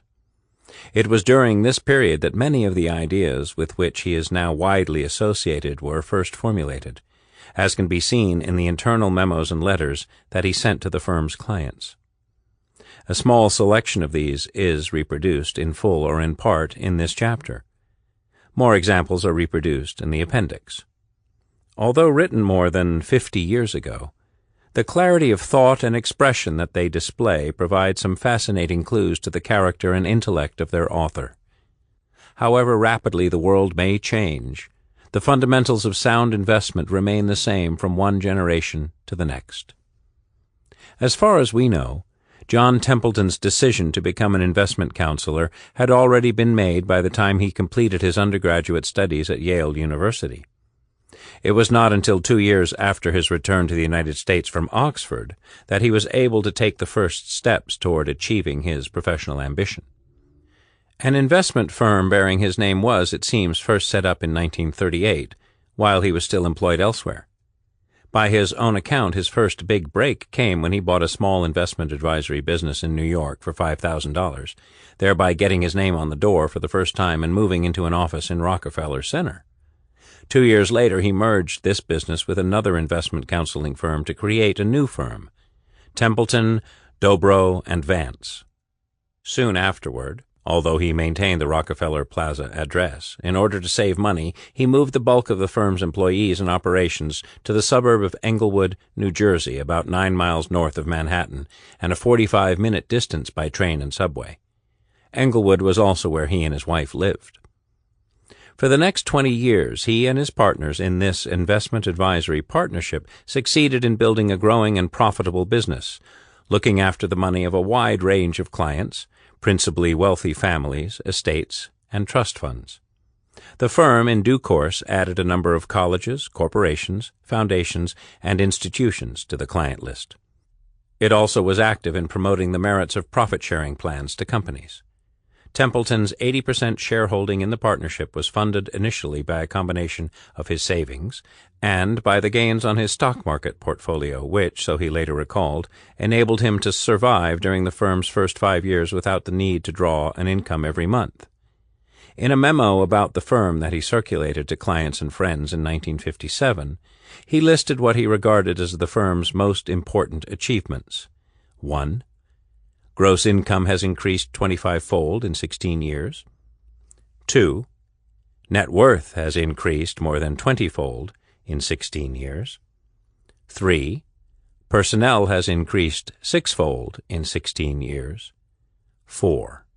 From its beginning in one city only, the organization now works throughout the United States and Canada, with offices in 5 cities. "We prefer to think of this organization," he went on, "more as a sort of family than as a corporation. The group of partners and clients is closely knit and can still be thought of as a family, although it has grown from nothing to become one of the 10 largest investment counsel companies in the nation. The company began 18 years ago for the purpose of providing assistance of unequaled quality for investors. The growth has been consistent and steady year after year. This growth was attributable, he claimed, to the fact that the firm had helped its clients to achieve both good results and peace of mind. The good results, in turn, were largely the result of 2 policies in which our work has been different from that of others, namely, 1, emphasis on the importance of practical long-term investment planning, and 2, security analysis, which is quantitative and systematic. As events turned out, Templeton had spotted an opportunity well ahead of many of his peers. In the same memo, he pointed out that the profession of investment counselor had been new and barely known to the wider public when he started out. Before the advent of investment counsel, most financial advice had been offered by brokers, investment banks, lawyers, and other professionals, none of whom were free of conflicts of interest, the besetting problem of the financial services industry, then as now. An investment counselor, by contrast, as he saw it, could provide a uniquely dispassionate form of help not previously available anywhere in the world, which Templeton summed up in these 6 words: confidential, unbiased, expert, continuous, conservative, and personalized. This fledgling new profession received an early boost in 1942, when the Internal Revenue Service in the United States agreed to allow the fees for investment counsel to be deductible against tax for the first time. By the 1950s, buoyed by the continued post-war expansion of the American economy, the new profession was growing sufficiently fast to justify forming its own trade association, in which Templeton took a leading role. It appointed an early exponent of public relations to help promote its advantages to potential clients. Templeton and his partners subsequently sold the business to an insurance company run by the Richardson family, enabling him to concentrate more fully on what by then had become to him the more interesting and more profitable business of fund management. By that stage, Templeton's firm was acting as an investment advisor to 5 different funds, in addition to its conventional clients, and his fund management subsidiary was briefly listed on the stock market. The Yale Method. We know in broad terms the method that Templeton and his colleagues employed to manage the money of their clients, but we do not have the records that enable us to analyze his performance as an investment counselor in great detail. An internal memo prepared by one of Templeton's colleagues, reproduced in the appendix, showed that the firm did attempt to measure and report to clients how much value its advice had added. Between 1947 and 1952, the memo suggests that, according to the firm's Progress Index, a representative client's portfolio was worth 25% more than it would have probably have been if it had not been under continuous supervision by Templeton and his colleagues. Templeton himself at one point refers to the success of his own personal portfolio and suggests that the impact of portfolio planning could be to double a client's funds over 20 years. In practice, it is not as easy to judge investment performance in an advisory business as it is for a fund, since so much in the former case depends on the individual circumstances and risk profile of the client. The performance of a fund, which of necessity and by design maintains a single portfolio for all its investors, is more transparent and therefore easier for an outsider to analyze. Judging by the steady growth of the business, however, there seems no reason to doubt that the results of the firm's disciplined investment strategy were satisfactory. In a magazine profile some years after the business was established, Templeton described the role of an investment counsel as follows: "Our role as investment counsel is not unlike that of a doctor or a lawyer, except that there are no midnight emergencies. Much as a law firm has its specialists in various phases of law, we have specialists in the different types of investments: electronics, steel, transport, petroleum, etc. And our clients regard us as they would their doctor or their lawyer, with confidence. We, in turn, respect their confidence and treat them and their investment needs in an individual manner, just as a doctor would treat the needs of those who come to him. The relationship between counselor and client is, and must be, highly personal, since each client's problems differ from those of all others. What we do know from the firm's surviving records is that John Templeton's advisory firm managed most clients' money on the basis of what he said had come to be known as the Yale method, so called after the university that had adopted the approach at the time. As Yale was Templeton's own alma mater, from which he had graduated in 1934 with a degree in economics, it is interesting to speculate how and when it came to adopt the principles he employed in managing money for his own firm's clients. Did he himself have a say in the new strategy being adopted by the university, as his letters to clients seem to imply? There is an intriguing suggestion that Yale was one of the few institutions to which John Templeton refused to give any money later in his life, so there may be more to this story than we have been able to establish. The Yale method described by Templeton should not be confused with the multi-asset strategy adopted more recently by the Yale Endowment Fund, an approach introduced by Yale's chief investment officer, David Swensen. It is probably worth recalling that at the time of his becoming a professional investor, the science of investment was still in its relative infancy. Benjamin Graham's seminal textbook, Security Analysis, for example, written with David Dodd, had only been published for the first time in 1934. Templeton read and appreciated Graham's work, describing it later as one of the greatest influences on his thinking. Another landmark text for security analysts, The Theory of Investment Value, by John Burr Williams, originally written as a thesis at Harvard University, was not published until 1938. By then, Templeton had already completed his education in England, with 2 years as a Rhodes Scholar at Oxford University. While in Oxford, although he had majored in economics at Yale, he was taught by a law don at his college, Balliol. Despite its eminence, the University of Oxford employed no specialist tutors in business, let alone finance or investment, at that time. The essential feature of Templeton's approach as an investment counselor was to adjust the amount of money that investors held in the 3 main asset classes, equities, bonds, and cash, in the light of the stock market's current strength or weakness. When the market was strong, or high compared to its normal trading levels, the proportion in stocks was reduced. When the market was down, and trading at a low level relative to its normal performance, the holdings of equities were increased. Any money that was not invested in equities was held instead in bonds or cash. This broad approach is one that is still followed by investment advisory firms today, although the basis for deciding how much to allocate to each of the main asset classes varies markedly from firm to firm and is rarely as systematic as Templeton's approach. In the 1940s, when Templeton first began to implement such an approach, however, it was still a relative novelty. The distinctive attribute of the Yale method, which came naturally to Templeton's orderly mind, was its use of statistical analysis to assess the level of the stock market. He employed a formulaic approach, rather than human judgment, in determining what proportion of clients' money should be held in equities. This figure was directly and explicitly related to the value of the Dow Jones Industrial Average, the most widely followed index of its day.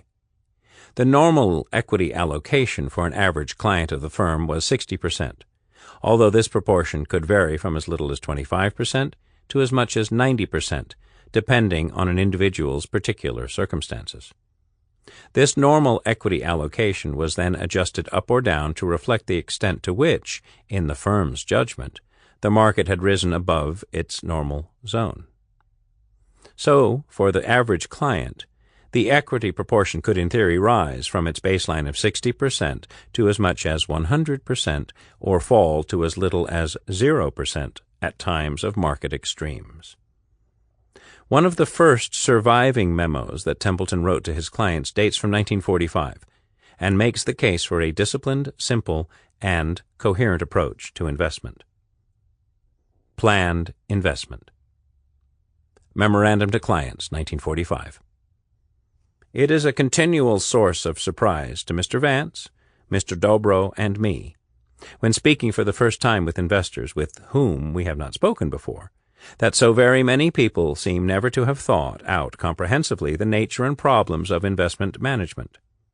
So many go along, year after year, in a haphazard manner, buying a stock now and then whenever some situation, which particularly strikes their fancy, is called to their attention. In a steady or rising market, the haphazard investor usually obtains profitable results and is lulled into a false sense of security. Then along comes a decline like those which culminated in 1921, 1932, 1938, and 1942, and the good record is more than wiped out because he had no plan for capturing and locking up the profits in the happy days.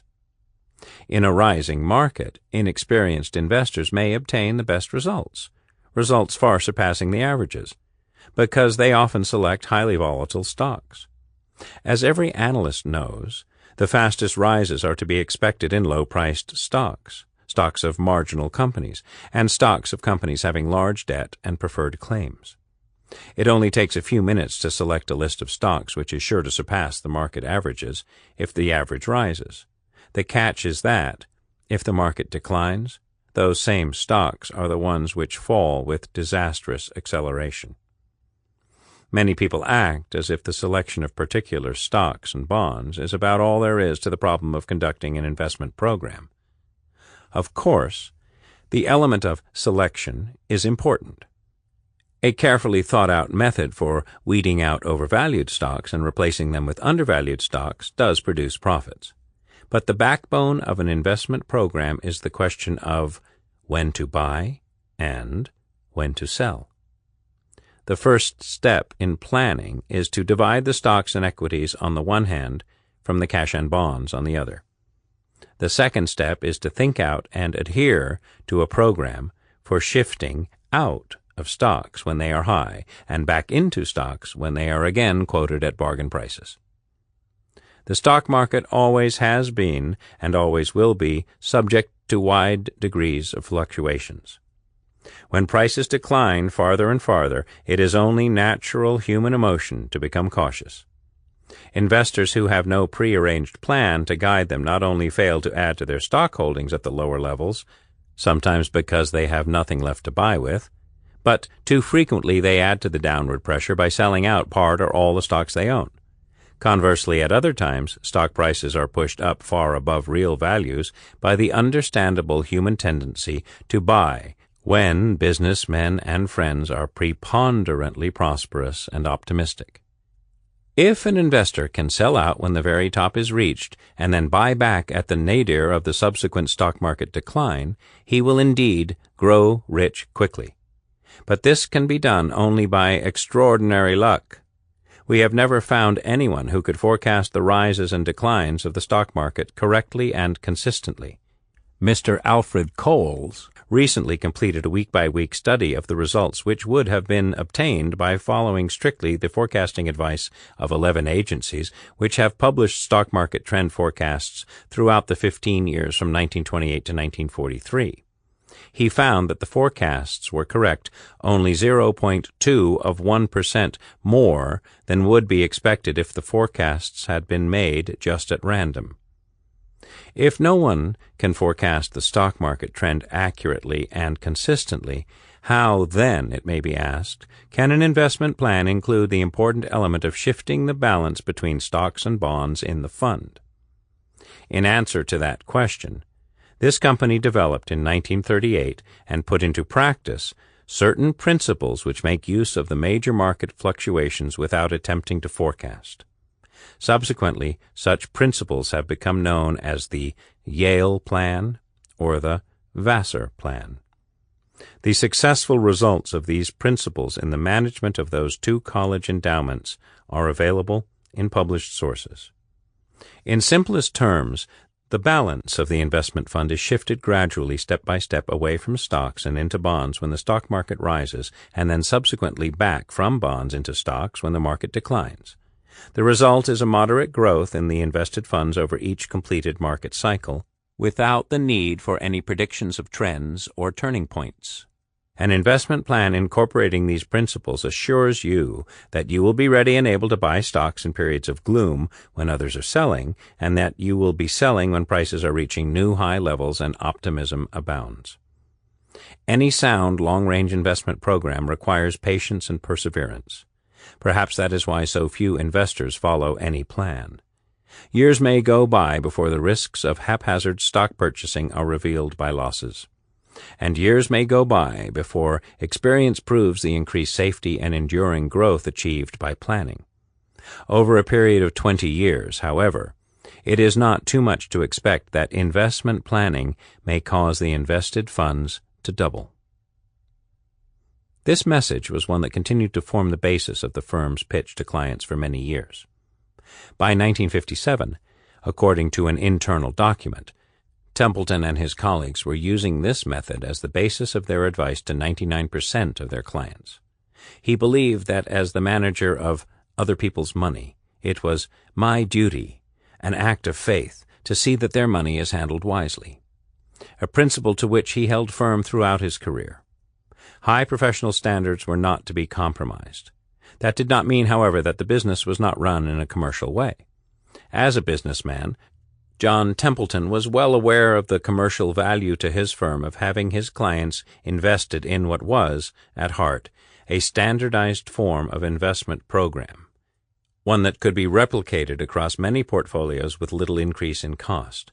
His biggest regret, as we have seen later, was that he did not spend more time on marketing the business. How, then, did the system work? This is how Templeton himself set out to explain the methodology in the mid-1950s. What is normal for stock prices? Confidential memorandum to clients, May 17, 1954. The economic theory developed by Templeton, Dobro, and Vance, Inc. for calculating the normal level of stock prices is simple. There are only 3 elements. 1. Stock prices would be normal if they bore the same relationship to current earnings as has been customary in the latest 20 years. 2. Stock prices would be normal if they bore the same relationship to the current cost of replacing the assets of the corporations as has been customary in the latest 20 years. 3. When, because of changes in tax laws or changes in the money supply, high-grade preferred stocks sell lower in relation to dividends than has been customary in the last 20 years, then it should be normal for common stocks to sell lower in relations to earnings, and vice versa. Although the theory is simple, the actual calculation involves many thousands of figures. We take care to define accurately each word used in the 3 principles above, and then the arithmetic is worked out on the basis of a large sample of representative stocks. The estimate of normal based on the 3 principles above is valid only when applied to a diversified list of industrial common stocks. Different principles are needed if we attempt to appraise the normal for any particular stock. In order that our calculations may be always up to date, normal for stock prices is recalculated each month.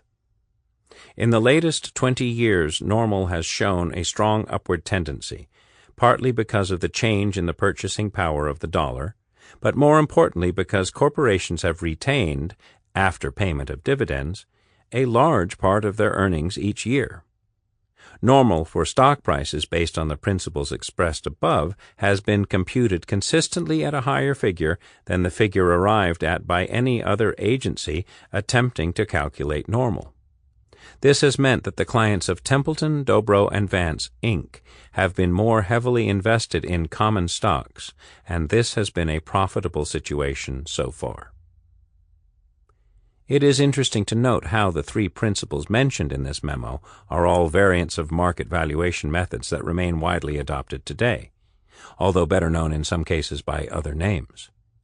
The relationship between the market's current price-earnings ratio and its long-run average is a calculation that has been popularized recently by Professor Robert Shiller as the cyclically adjusted price-earnings ratio. The relationship between market valuations and replacement cost of assets anticipates a formula now better known in professional circles as Tobin's Q, named after the Nobel Prize-winning economist James Tobin, who popularized the idea in an important academic paper in the 1950s. The relationship between the yield on fixed interest securities and the yield on equities is a widely used analytical tool, one formulation of which is the basis of the so-called Federal Reserve model, so-called because of its use in research published by the U.S. Central Bank in the 1990s. One of Templeton's colleagues at Templeton, Dobro & Vance, Brevoort Stout, added some further explanatory detail of the practical issues involved in running such a program for clients by inserting a table at the end of his memo illustrating how simply a client's stock market exposure would be adjusted for different levels of the stock market as represented by the Dow Jones Industrial Average. It was not until the 1970s that the S&P 500 index, rather than the Dow Jones index, was to become the most widely used index in measuring the performance of the market. Program Balancing Explained. Memorandum to Clients, October 1, 1953. Those of our clients who follow a long-range investment program, and the great majority do, may find it helpful if we review and explain several of the practical considerations which arise when the level of stock prices moves from one zone to another. To clarify this discussion, a typical 60% program, based on normal as computed late in September 1953, is attached.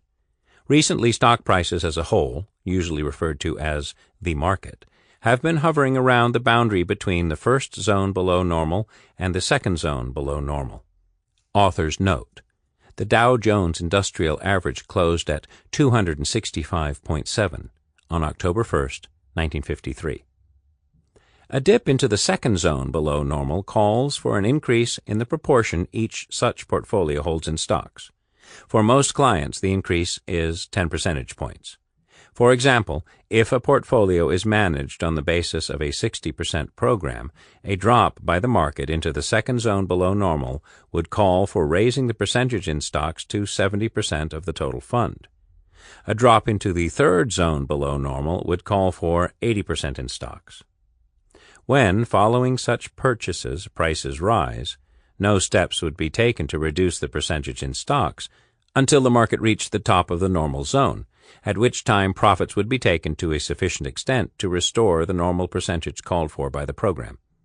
Using the foregoing example of a 60% program, no action would be taken to reduce the proportion in stocks until the market rose above normal, at which time sales would be made to restore the proportions to 60% in stocks and 40% in reserve.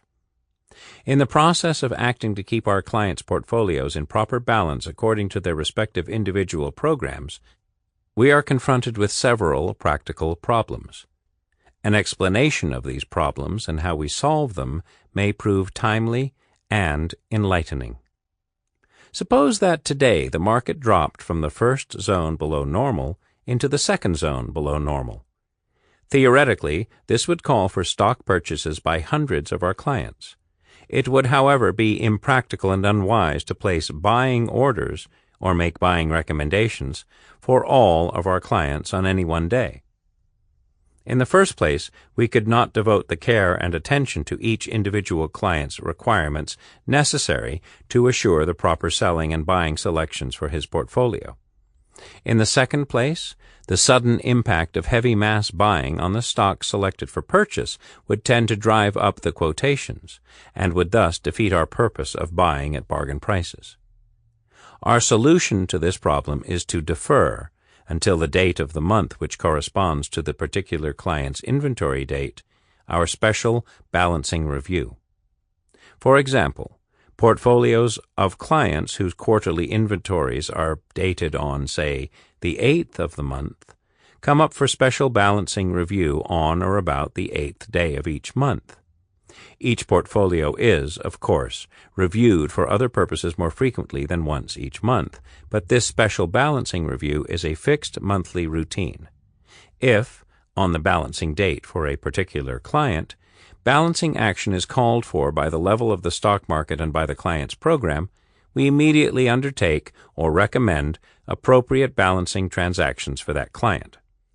This procedure spreads balancing transactions for our clientele over the course of 30 days, or more if the market remains only briefly in the zone which requires positive action, permitting careful attention to each client's needs and avoiding sudden excessive market pressures. It is unlikely that any resulting delay in buying, pending the balancing review date, would prove disadvantageous. Only in the event that the market drops into a buying zone, recovers from it before the balancing review date, and continues to rise to above normal levels without again returning to or below the buying zone, would the delay cause a client to lose out on profiting fully from such a market price swing. An additional problem is the proper action in a case such as this. On the client's balancing review date, the market is in a buying zone. We recommend specific purchases. By the time we receive the client's approval, the market is no longer in the buying zone. What then? Unless the intervening rise in the market has been extreme, we go ahead with the actual buying once it has been recommended, except that we may have to substitute a different stock for one which has scored too great an individual rise. Our reasoning is that the exact zone limits are useful tools for program planning purposes, but should not be so strictly adhered to as to cause undue hesitation or vacillation in actual practice. It might be pointed out that we recompute the level of the normal zone each month. Any resulting change in the normal zone causes similar changes in the boundaries between the zones above and below normal. As in the case of the above-mentioned possibility of intervening changes in the level of the stock market, any such intervening changes in our computational normal are not allowed to prevent prompt and logical action. To summarize, in the case of those portfolios for which we are authorized to act on our own discretion, we reach our balancing decision on the basis of the relation of the market to the program on balancing date and, if action is required, we place orders at once. For those clients to whom we offer recommendations, we recommend on the basis of the relation of the market to the program on balancing date and execute when approval has been received, regardless of intervening market movements, unless such movements have been extreme. Those few clients who, on receipt of our recommendations, carry out their own executions, should follow a similar procedure. From this and other memoranda prepared by the firm, it is possible to deduce more precisely how the allocation to equities varied with the level of the Dow Jones Industrial Average and its relationship to its normal range, as calculated by Templeton and his colleagues. If and when the stock market was trading more than 60% above its normal level, the proportion in stocks should be reduced to 0. When stocks were trading more than 30% below normal, the allocation to stocks for the average client could theoretically rise to as much as 100%. The first point to note here are that the allocation to equities which Templeton and his colleagues were recommending, both the 60% starting point for the average client and the potential maximum allocation, was higher than many of his peers would have been comfortable with at the time. As Templeton himself acknowledged in the memo cited earlier, this was one of the reasons why his clients enjoyed higher returns than those who retained other advisors. At the same time, the method was, evidently, a contrarian strategy: buy when others are selling, and sell when others are buying. This same approach was to become the hallmark of his later career as a fund manager and remained an essential feature of his investment approach throughout his life. Nobody with any experience of managing client money, however, should underestimate the difficulty of persuading clients to increase their holdings of stocks when markets have been falling or selling down their holdings when it has been rising. In fact, most of the strands that were later to be formulated as John Templeton's investment approach in his later years are already clearly evident in his writings during his years as an investment counsel. A number of themes, which recur throughout the firm's communications with its clients, anticipate the ideas with which he was later to be closely associated as a prominent and public figure in the investment business. The bedrock of his philosophy of investment, it is clear, was already formed before he was 30 and was not to alter in any material way subsequently. Experience only served to reinforce the strength of these convictions. At different times, John Templeton would offer clients the firm's analysis of where the stock market stood in relation to the normal values it calculated on a monthly basis. One of the first occasions we can find was a memo written in March 1947 entitled "The Future Range of Stock Prices." In this he explained at some length, based on analyzing three familiar factors: corporate earnings, bond yields, and the replacement cost of assets, why, in the firm's view, the stock market was currently trading some 50%.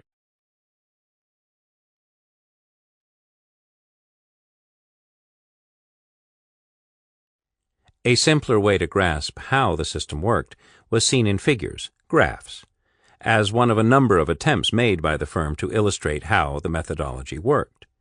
For instance, the shaded area in the middle of two upwardly sloping trend lines showed the firm's estimates of what would be a normal trading range for the stock market based on their calculations of historical experience. This was then compared with the actual behavior of the market, represented in this case by the Standard & Poor's Index of Industrial Stock Prices rather than the Dow Jones Index. Although the firm did not start advising clients until World War II, the calculations are shown back to the early 1920s. This had the happy effect of showing that the methodology would have reduced client holdings of stocks in the run-up to the 1929 crash, when the normal zone was well below the actual market level, and again in the late 1930s. The graph shows the firm advising clients to build their equity exposure during most of the war years and again in the late 1940s and early 1950s, but reducing it in 1946 to 1947 and again in the mid-1950s. A second chart sent some years earlier to the firm's clients, but less easy to interpret, is even more explicit about how the firm's methodology would have positioned their clients' equity allocation in the years 1922 to 1953. A key part of that chart showed the equity allocation of a notional average client fund being cut from 60% in 1922 to 0% in early 1928. Then increasing all the way back up to 100% by the end of 1931. It is important to emphasize that the purpose of the Yale method was to take subjective analysis out of the process. Templeton and his colleagues always emphasized that short-term movements were unpredictable. The primary purpose of estimating the normal zone was to provide an indicator of risk, not to attempt to predict what future returns might be. The analysis did, however, enable Templeton to describe, in his 1947 memo, a possible range of future levels for the Dow Jones Industrial Average. Over the subsequent 10 years, he suggested, it was likely that the Dow, then standing at 173, would trade in a range between 176 and 256 roughly 50% of the time, below 173 around 25% of the time, and above 256 25% of the time. With the full benefit of hindsight, we can see that, in fact, he underestimated the strength of the post-war bull market that was about to unfold. Ironically, perhaps, vindication of his view that it is impossible to forecast market levels reliably in advance. In the 10 years that followed his memo, the Dow Jones traded below 173 just 2% of the time, in the 176 to 256 range 39% of the time, and in the highest range, above 256, 59% of the time. The risk, as it turned out, was all on the upside. In general, the method seems to have served its purpose in reducing clients' exposure to volatility. As we now know, the period of 1945 to 1960 was one of continued economic growth and prosperity, punctuated by intermittent military concerns and one war, in Korea, 1950 to 1951. There was unusually only one severe recession in 1957, for which clients of Templeton, Dobro, and Vance were well prepared, having been urged to start reducing their holdings of equities as early as the spring of 1955. True to its normal form, the stock market itself turned down in mid-1956, some months before the onset of the recession. Note also, however, how in almost every case the stock market was higher 12 and 36 months after Templeton's comments were published. A useful reminder that in normal times investors neglect equities at their peril. There is no better way of capturing the way that the firm's methods worked than by comparing side by side, as Templeton himself did in 1955, his comments on where the stock market stood in 1950 and his observations on the same subject 5 years later. Clear thinking, augmented by numerically quantified statistics, was what he had promised his clients, and that in general, as the evidence of the Templeton letter, as his notes to clients were called, makes clear, was what they received. It was simply a function of historical experience that his historical studies, relating as they did to experience in the first half of the century, led him to underestimate the length of the 1949 to 1956 bull market.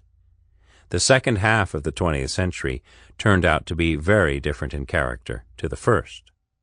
For the modern investor, it is interesting to note, too, how Templeton succeeded in picking up on some longer-term themes that were to become of greater importance to investors as the century progressed.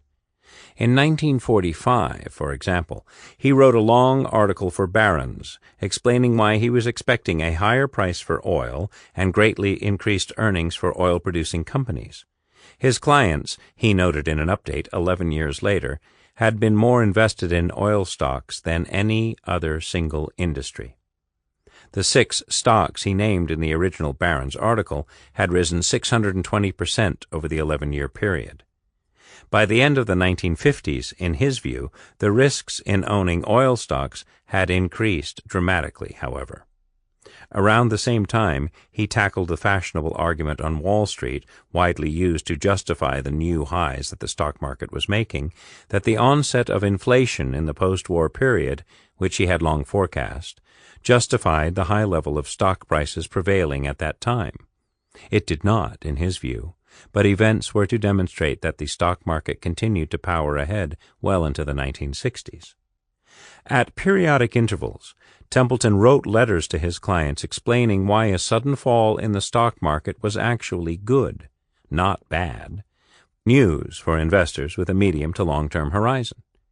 The idea that stocks can be more, not less, attractive when the market falls is one of the counterintuitive insights that inexperienced investors sometimes find difficult to take on board.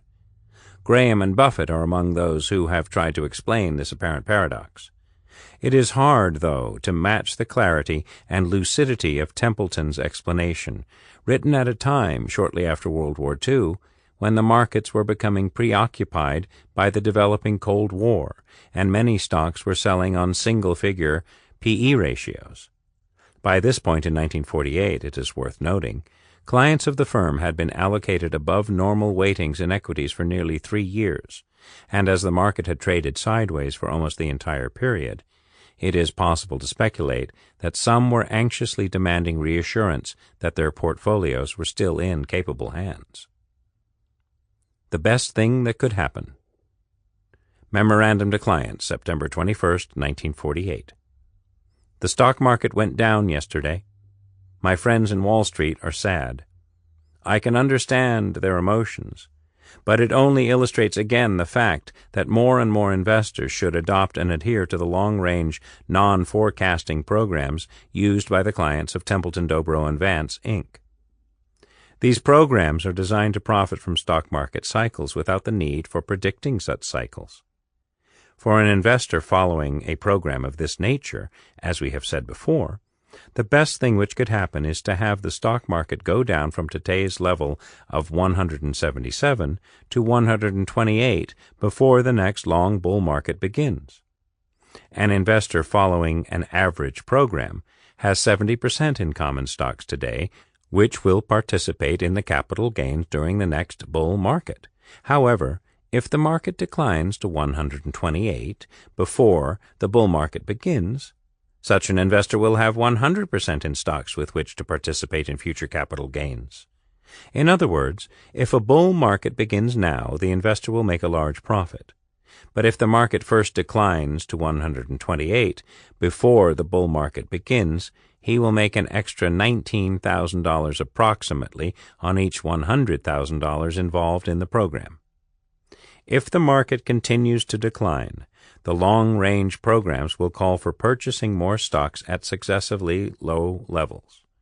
Of course, if there were any way to know for sure that the stock market would decline to 128, we would wait until then to make any purchases.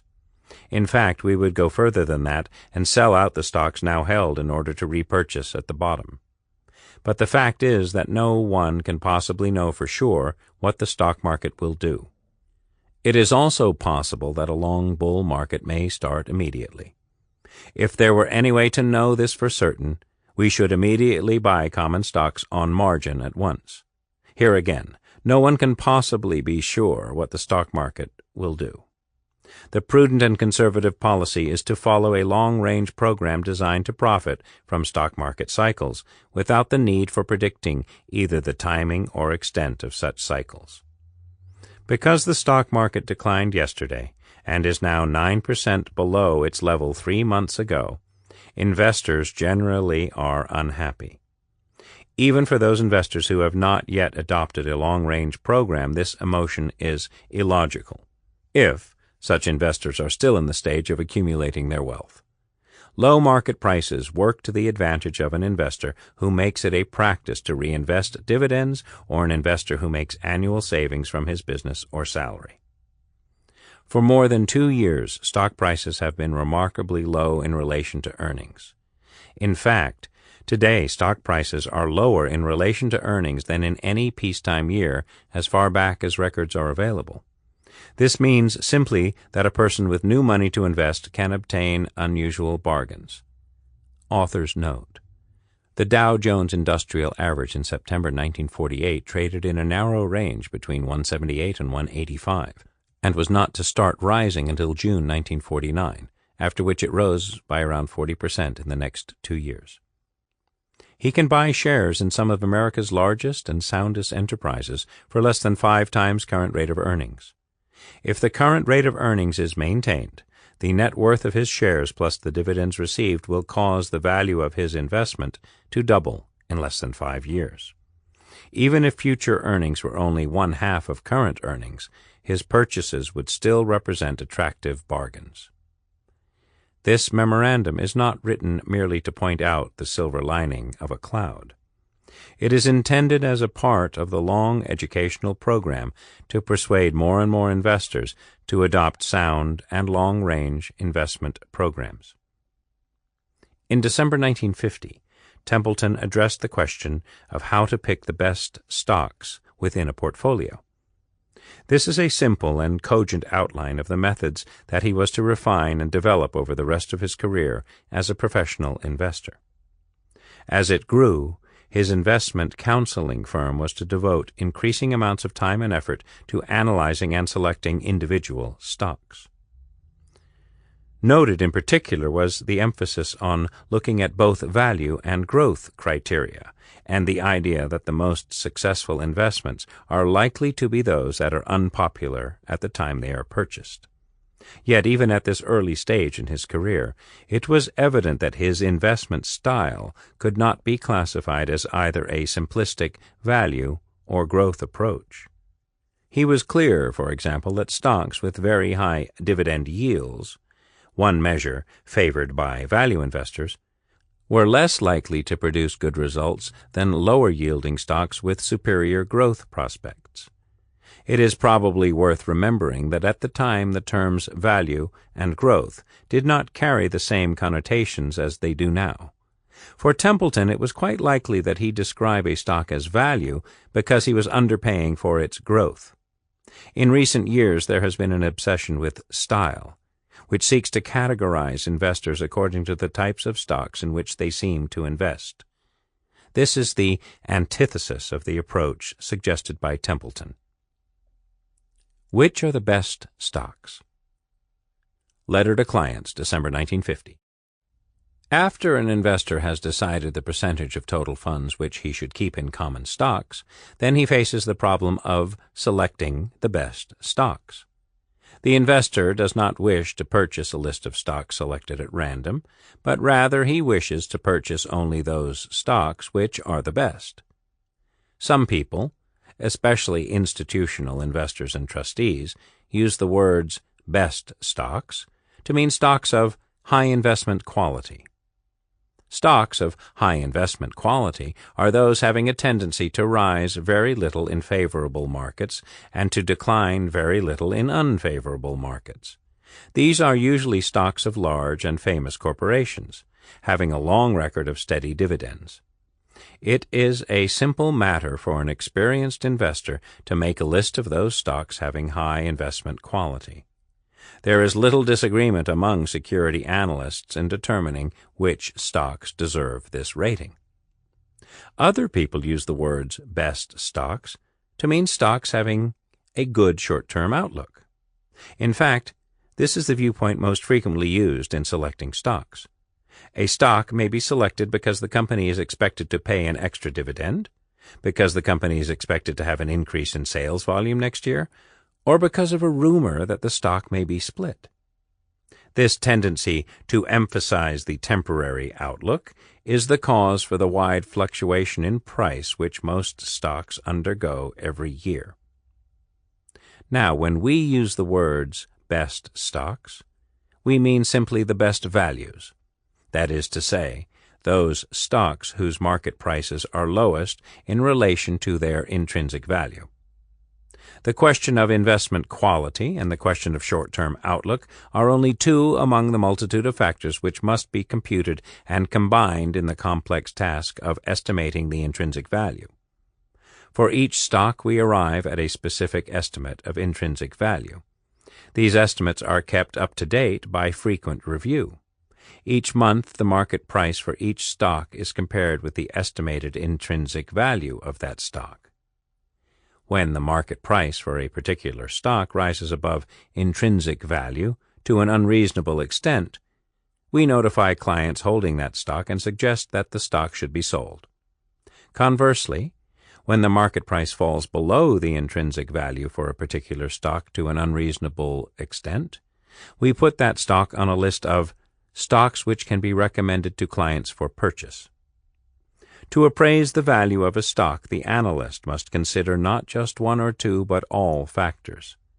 Some of these factors are management ability, growth trend, government control, assets per share, average past market prices for the shares, dividends, current earnings, average earnings in previous years, estimates of future earnings, and so forth.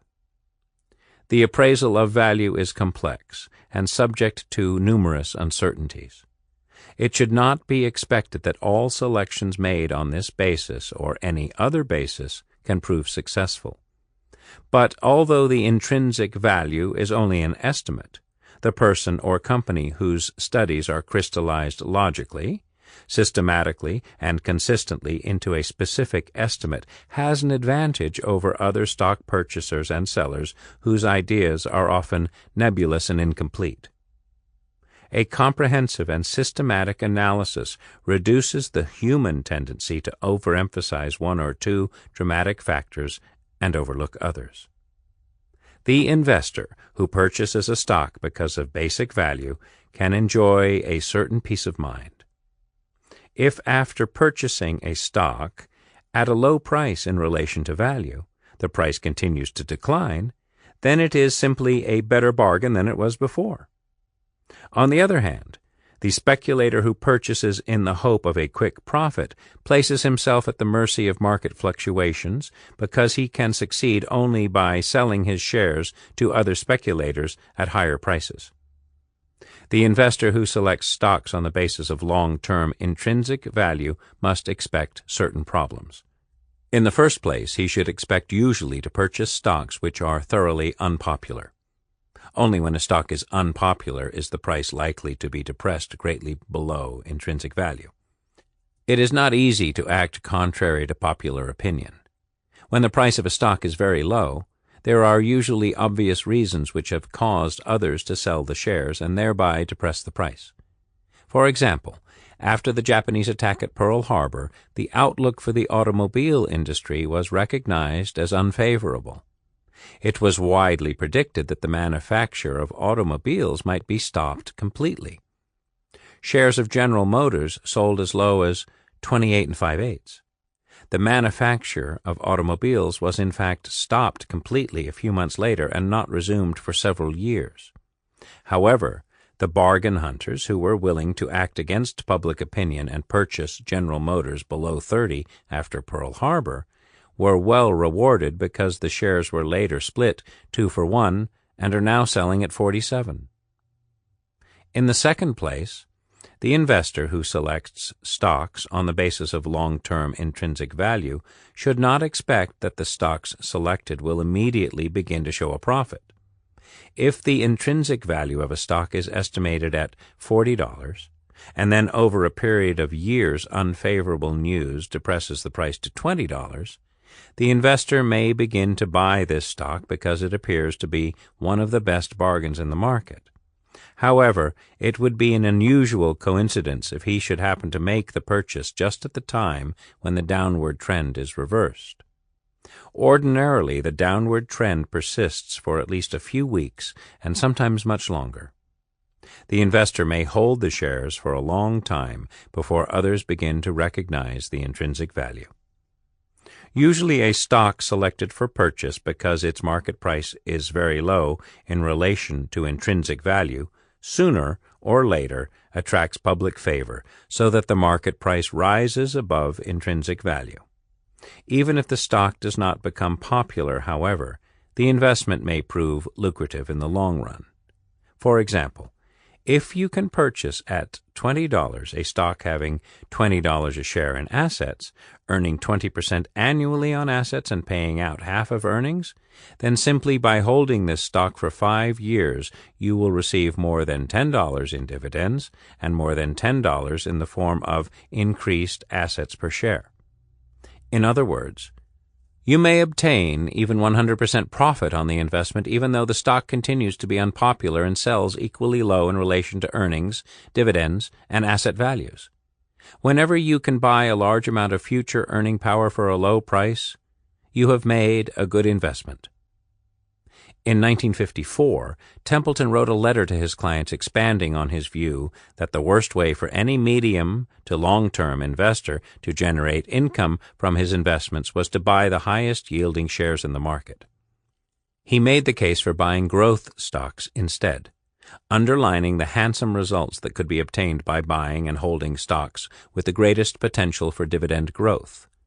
This is further evidence of how, although he is known as a value investor, Templeton's methods were more subtle and less easily classified than that description implies. The notion of intrinsic value comes straight out of Ben Graham's security analysis. Yet John Templeton was never a simple follower of the deep value, backward-looking methods made famous by Ben Graham. From an early point in his career, he was looking for the stocks that were going to produce the greatest total return over a period of years. Implicit in this approach was the need for investors to be patient and wait for the returns to come through. How to increase your income from investments. Memorandum to Clients, February 15, 1954.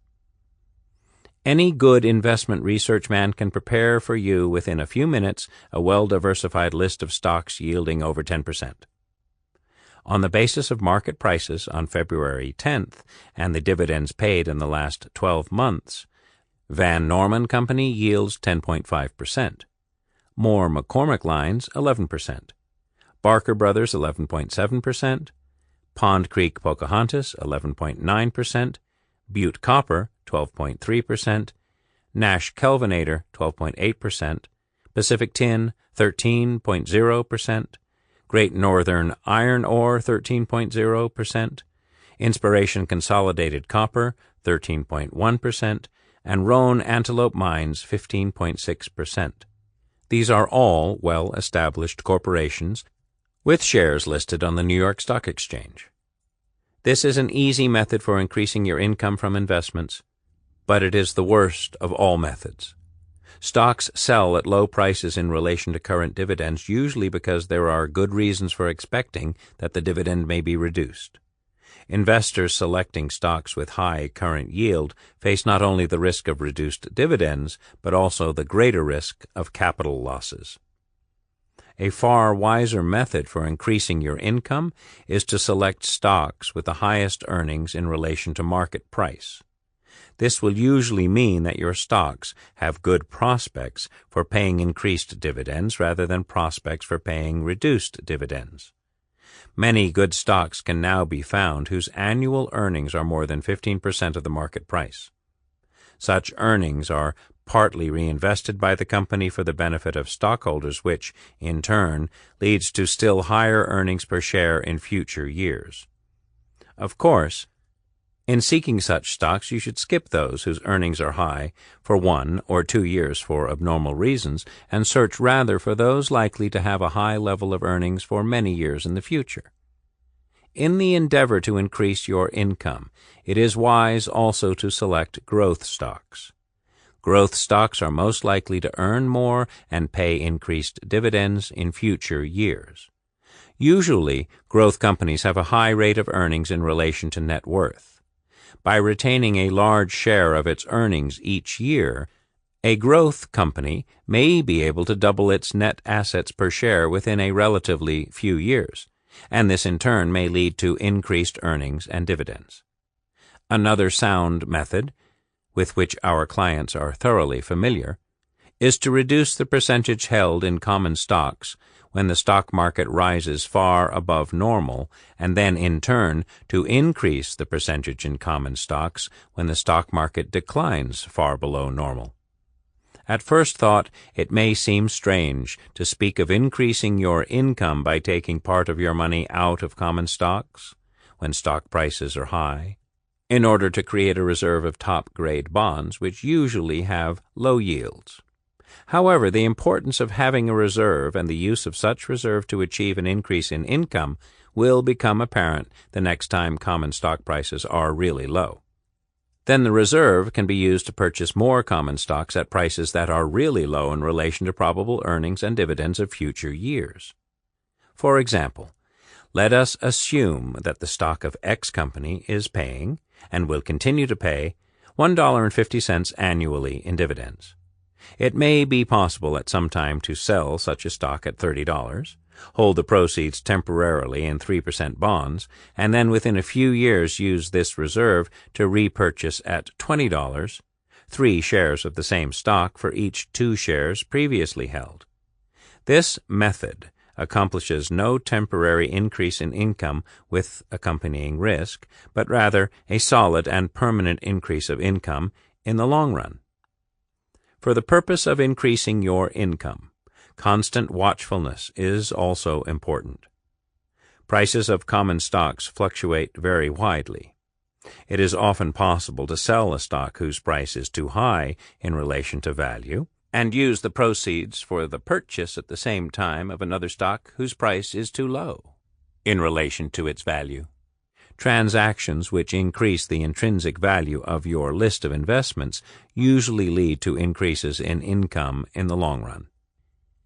The Templeton, Dobro & Vance Model Fund, which started September 30th, 1943, can serve as an example of the increased income resulting from the methods mentioned briefly in the 4 preceding paragraphs. This fund started with a capital of exactly $100,000.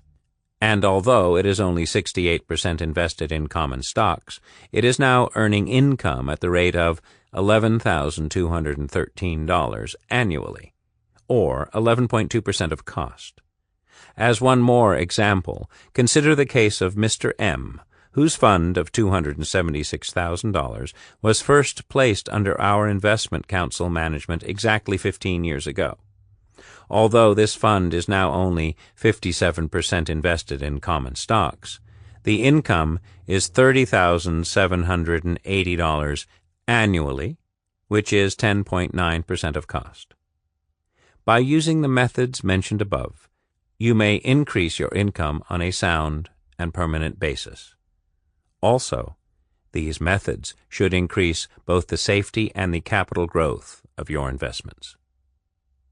As noted earlier, it should never be forgotten that John Templeton was not just a successful investor, but a shrewd businessman who, it is clear, was always alert to ways of maximizing the value of his investment counseling business. The following memo that he wrote to his colleagues contains some important advice on the subject of how to keep clients happy. To modern eyes, the word indoctrination may carry connotations that were almost certainly not intended at the time. Securing customer loyalty would, we suspect, be a less pejorative phrase to describe the firm's sensible business objective of retaining the goodwill and custom of its clients. Memo to Liddell, Scott, Hefner, Palmer, Warner, Andrews. Dated December 1953. Allen has suggested that it might be helpful to all of us if I would try to put down on paper the thoughts which I have developed in the last 12 years on the subject of how to keep a client happy. Actually, my knowledge on this subject is inadequate, and I think that many of you have more aptitude than I. It is a difficult subject because it seems to me that the influences on the psychological attitudes, decisions, and beliefs of human beings are 90% subconscious and only 10% logical. However, any personal service firm must devote much effort and thought toward continual indoctrination and selling of the clients, and therefore I will set down below a sort of checklist which may be especially helpful in the work of indoctrinating new clients and others. 1. Most important of all, the investor wants to feel that his list of stocks is the best which could possibly be selected. If he is thoroughly convinced on this score, price fluctuations will appear to be opportunities rather than causes for concern. The best means is to have a long personal talk with a client about each of his stocks at least twice a year. If you explain in great detail why each stock is good and what methods we use in selecting stocks, a client will be happy with his list and will probably be impressed with your wide knowledge. Clients like to know that each of their stocks is subject to continuous restudy and follow-up. 2. The investor will be comfortable if he knows that he is following a sensible program. In each interview, and often by letter, it is often wise to describe the program he is following. He wants to feel that his program has been carefully prepared with regard to his own particular needs, and that improvements are made frequently. He should understand the reasons why his program is likely to prove not only safer, but also more profitable in the long run than any other possible program. Clients usually like to know how many institutions use this non-forecasting method. Some counselors make a special point of the various ways in which they have diversified the client's holdings. 3. The investor wants to feel that his affairs are managed by a group of wise and prudent men. No one of us would want to say this about ourselves. However, each of us should seek opportunities to describe to the client the background and wisdom and success of each other man in the organization. Some counselors make a specially strong point of the fact that other sources of advice may be biased, whereas investment counsel works in the client's interest only. 4. It is human to be subconsciously influenced by appearances. Those banks which inhabit marble palaces usually attract the most customers. This means not only appearances of officers, but also size of organization, age, clothing, automobiles, stationery, telephone handling, booklets, and many other things. The feeling of optimism and prosperity is contagious. The counselor whose manner and words reflect uncertainty or disappointment will quickly give the same feeling to the client, and the counselor whose manner and words reflect confidence and prosperity will quickly give the feeling of confidence to the client. 5. The majority of clients are interested in safety of income and growth of income more than anything else. We should make this a major point in talks with clients and in letters. For example, we should show a client not only the income percentage based on current market prices, but also the percentage based on capital originally listed with us. 6. Clients are also interested in capital gains, some more and some less. Trust companies and most large investment counsel ignore this subject completely, but in my opinion we should not overlook an opportunity to point out a good capital gains record. From experience, it appears that the client is most influenced if his record is compared with that of some other investor or firm of high reputation. There is a wide variety of methods for comparing capital changes, some of which were listed in the memo I wrote a couple of years ago concerning the results letters. 7. Each of us should keep in mind the strong psychological effect of repetition. Pointing out a good record once does not have nearly the effect of pointing out the same record 4 or 5 times. Contacts with clients week after week which report mostly items of important news about their stocks have a cumulative subconscious favorable effect, whereas a series of letters or contacts which mention problems have the opposite effect. Because of repetition, the question of having investment counsel costs paid by the custodian has utmost importance. Trust company costs are seldom mentioned by beneficiaries because they never see the bills or make out the checks. However, although no client minds paying the first bill, he does build up a subconscious sensitivity by having to make out a check every 3 months for an amount which is usually one of his largest expenses. 8.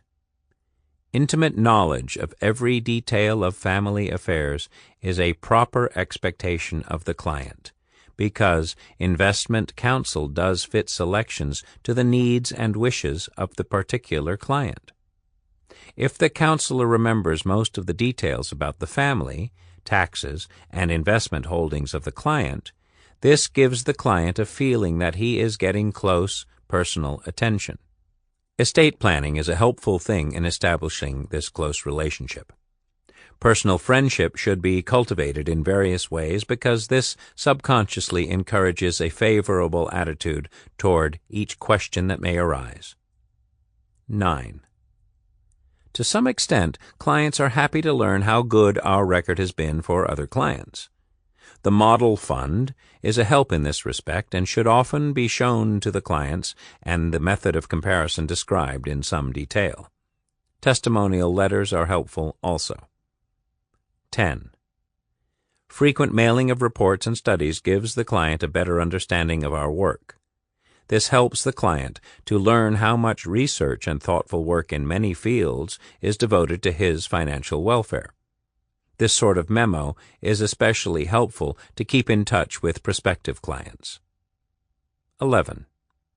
We should explain much more often than we do just how much more the client owns in terms of earning power per dollar invested and real value per dollar invested than he had when he came with us.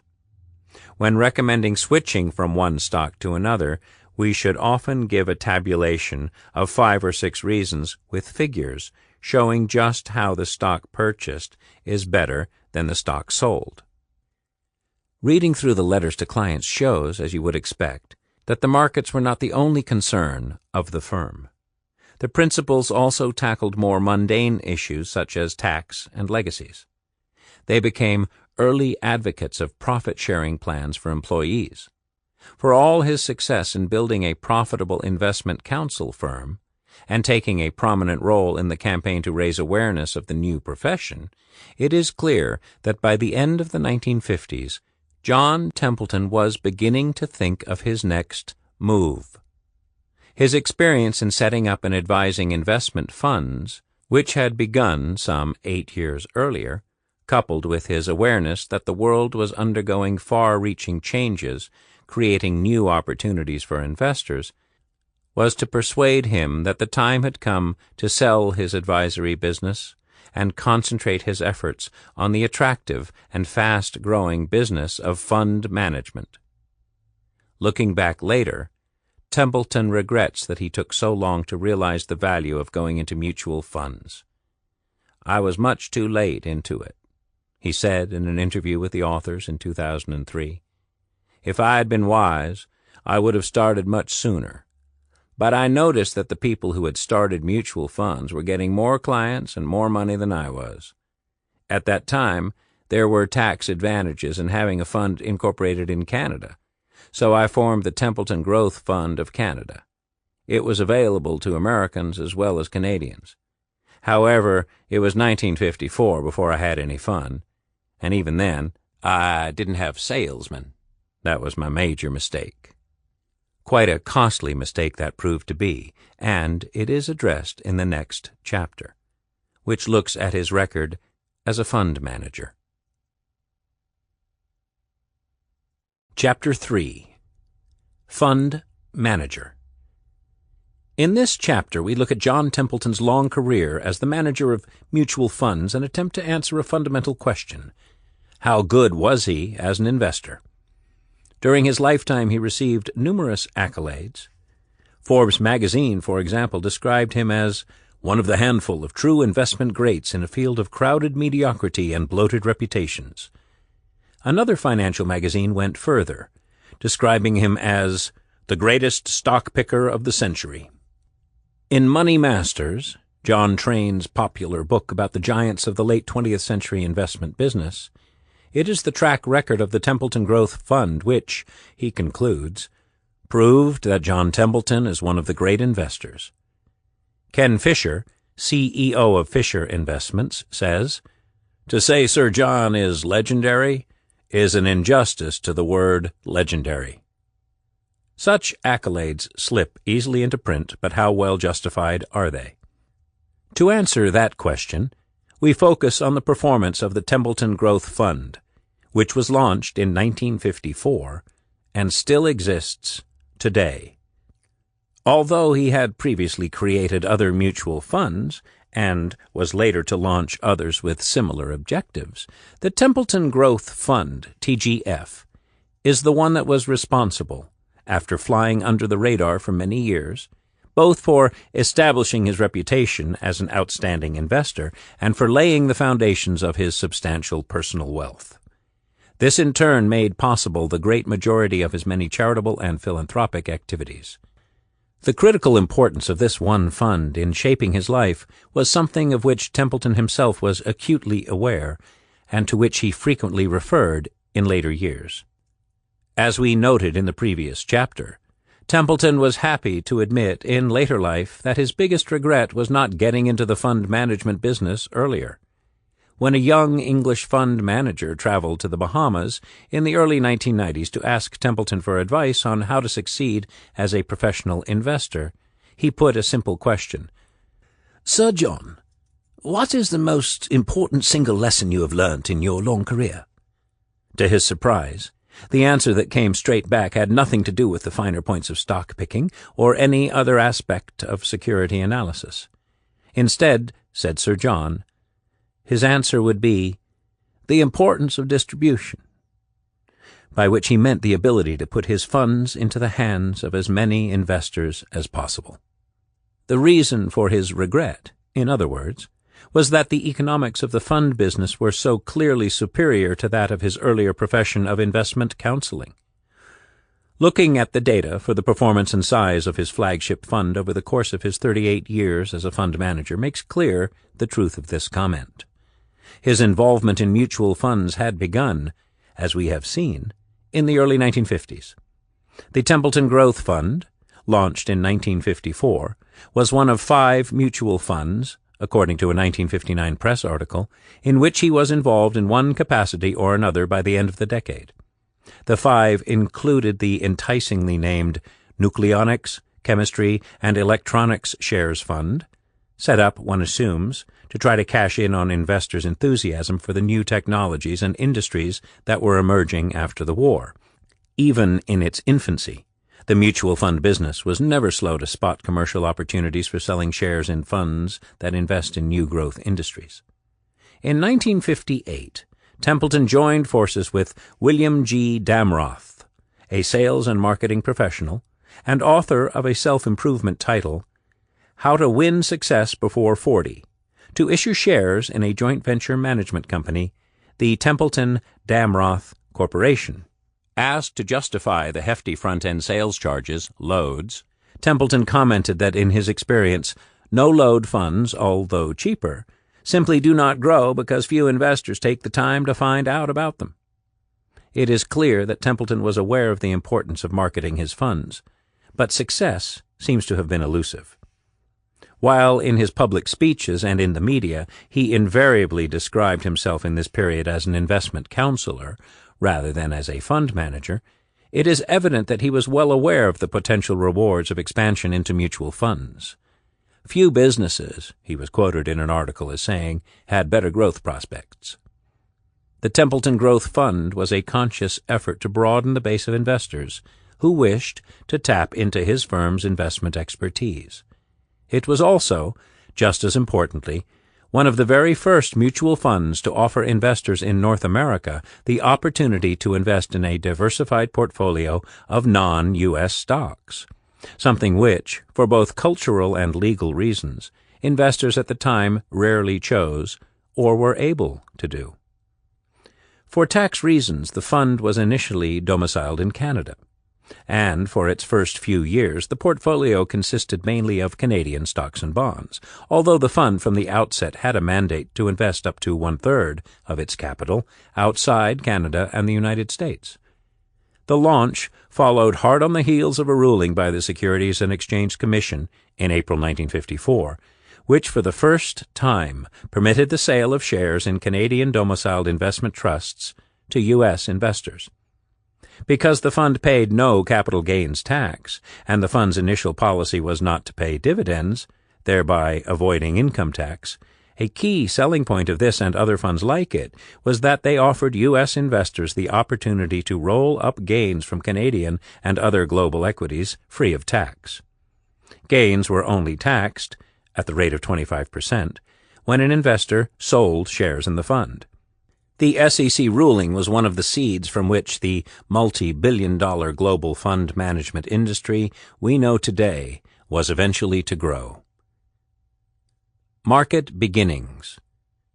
Templeton continued to manage the Templeton Growth Fund for 38 years after its launch. An extract from the first annual report of the fund is reproduced in the appendix. Templeton, Dobro, and Vance appears as the fund's investment advisor and Templeton himself as president and a member of the 12-man board. The first annual report notes how, by April 30th, 1955, 2 months after the closing of the public offer of shares, the number of shareholders had increased from 493 to 1,060, and the number of shares outstanding from 302,000 to 340,000. It was a relatively modest beginning. The gross underwriting fee paid to White Weld, as underwriter of the public offer, amounted to 5% of the $6.6 million raised.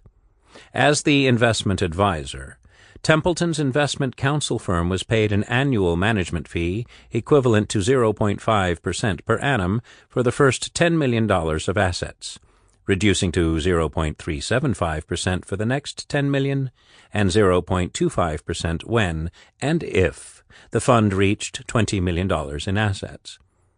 At the balance sheet date of April 30th, 1955, the fund's net asset value had risen modestly from $20 per share to $20.89 in U.S. dollars. Just over 60% of the fund was invested in equities, 18% in preferred stock, and around 20% in fixed interest securities, including Canadian and UK government bonds.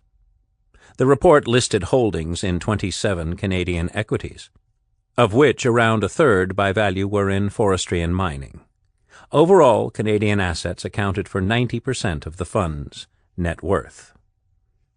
Subsequent annual reports track the steady, continued appreciation in the value of the fund. while simultaneously underlying the slow, indeed snail-like, not to mention periodically negative, rate of growth in the amount of money in the fund, the issue that was to cause Templeton so much future regret. In 1957, for reasons that remain unclear, but presumably in an effort to increase sales, the fund was briefly renamed and reconstructed as the Axe Templeton Growth Fund of Canada, with shares now being marketed on a continuous basis through a network of investment dealers organized by a Canadian advisory firm, E.W. Axe and Company, which also joined Templeton, Dobro and Vance as joint investment advisors.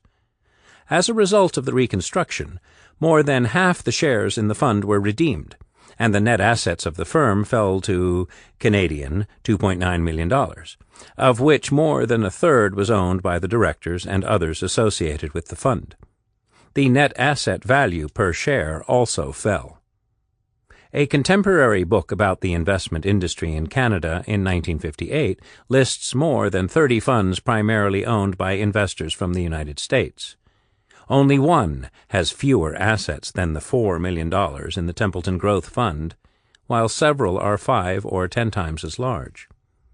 It was not until the early 1960s, around the time that Templeton sold his investment counseling firm, that the arrangement with E.W. Axe was unwound, and Templeton resumed his role as the sole investment advisor of the fund, this time through a new management company, Templeton Management Limited. The 1965 annual report of the Templeton Growth Fund notes that the net asset value of the fund, now $15.14 Canadian per share, was more than 3 times the initial issue price, adjusted for subsequent share issues and redemptions. Yet the net assets of the fund were still only $4.7 million Canadian, barely 70% of the amount initially raised more than 10 years before. To make things worse, shares in the fund were no longer being offered directly to U.S. citizens, following a recent decision by the U.S. Treasury to tax purchases of foreign securities by U.S. citizens. A new Canadian withholding tax on the fund's non-dividend income was also creating some difficulties, requiring the fund to make up the difference to shareholders and then create a reserve, which had the effect of reducing the net asset value. Despite its healthy investment gains, in other words, the first decade of the fund's life left a good deal to be desired in commercial terms.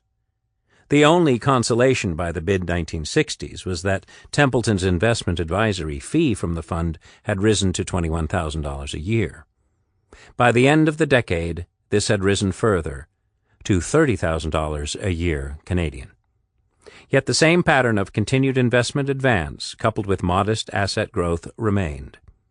By the time of the 1969 annual report, net assets had risen to $6.8 million Canadian, despite the fact, as Templeton pointed out again in his cursory statement to shareholders, that the value of shares in the fund were now 5 times what they had been at launch 15 years before.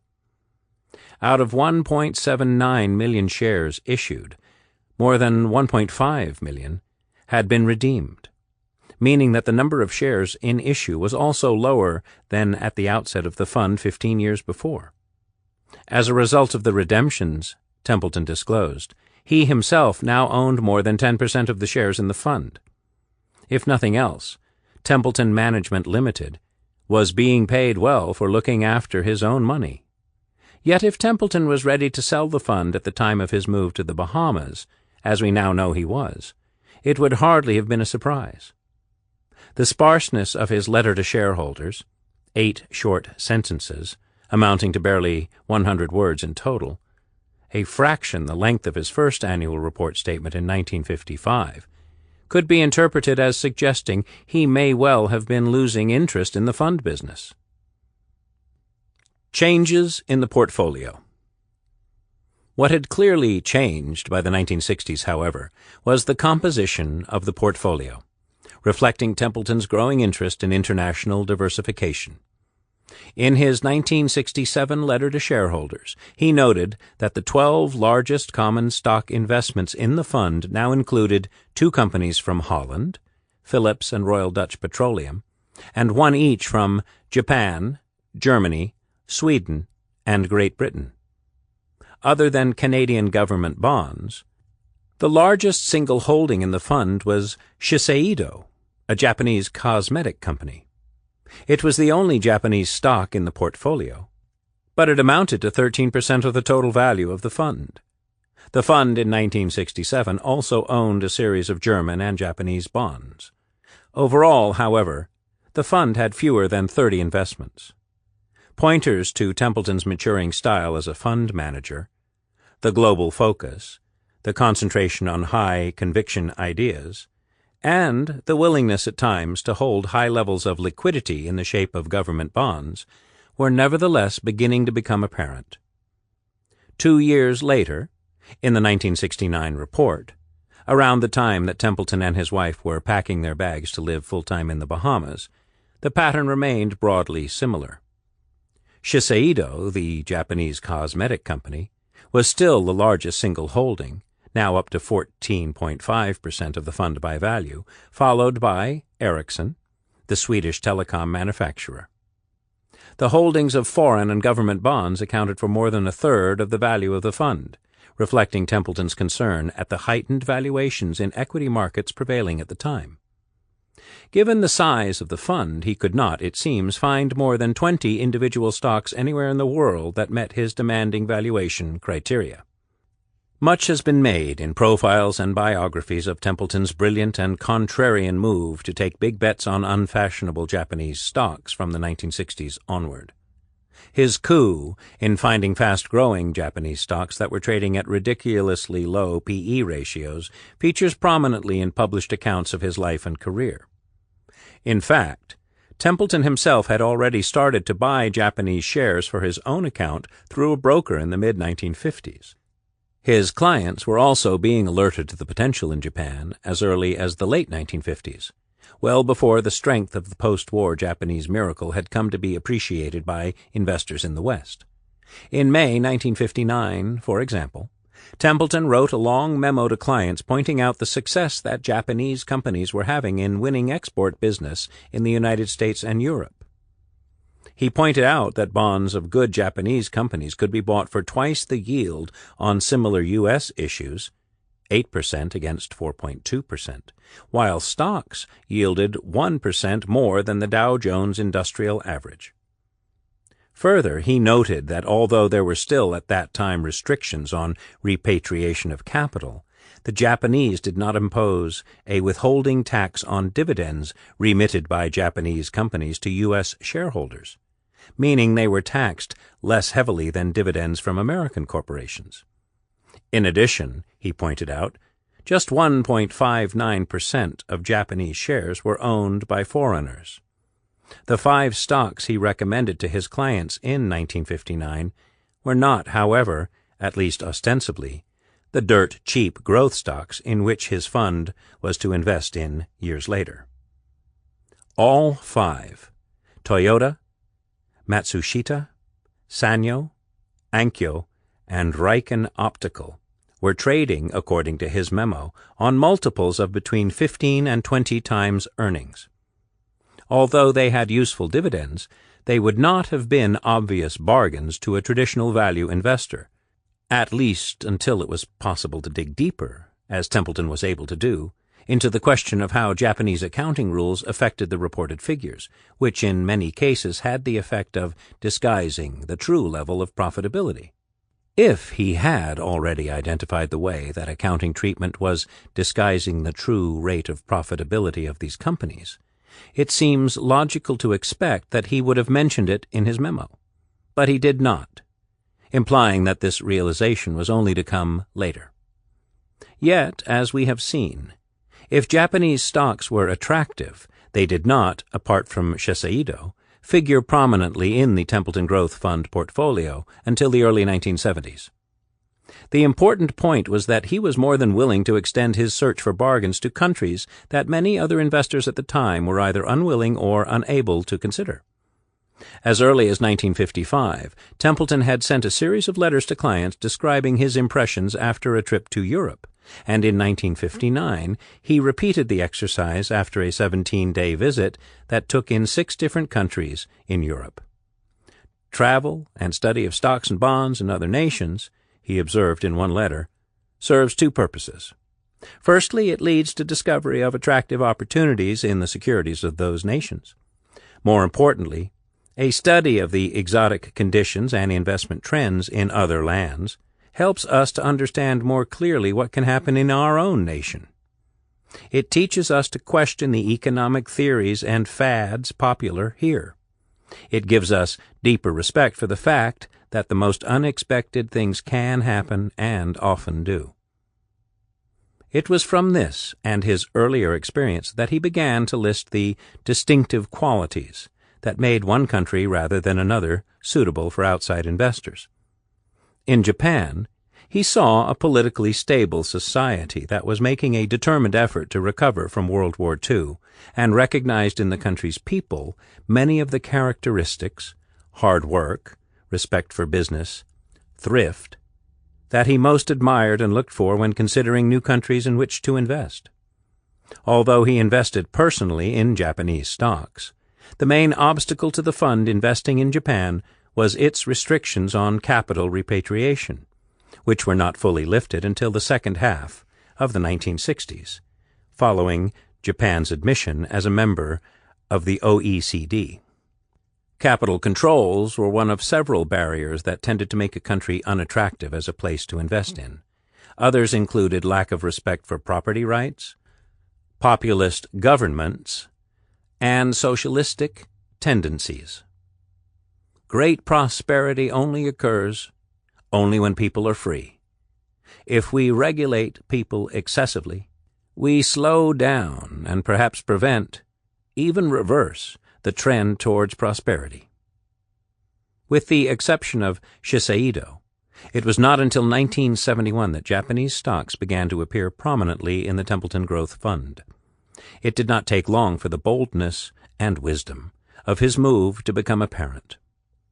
At its peak in 1974, no less than 62% of the fund by value was invested in Japanese shares.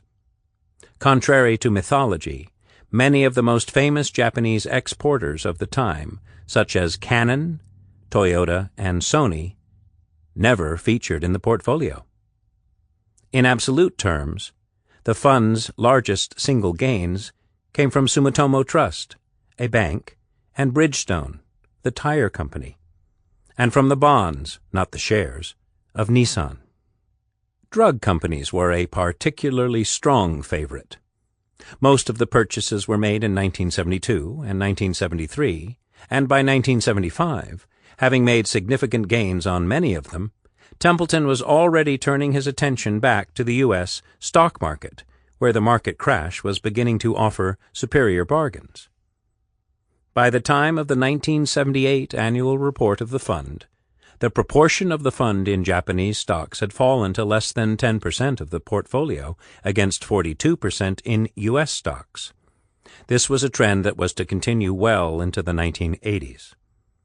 Several different factors, it is clear, were in Templeton's mind at the time of his initial Japanese purchases.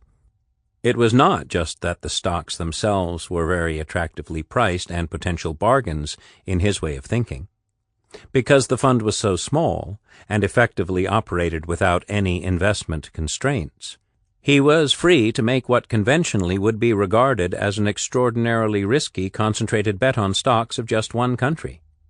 Just as important, however, was the fact that by the late 1960s, the stock markets in the United States and the United Kingdom were becoming excessively overvalued in the face of what, it was soon to become clear, was the worst economic crisis the West had faced since World War II.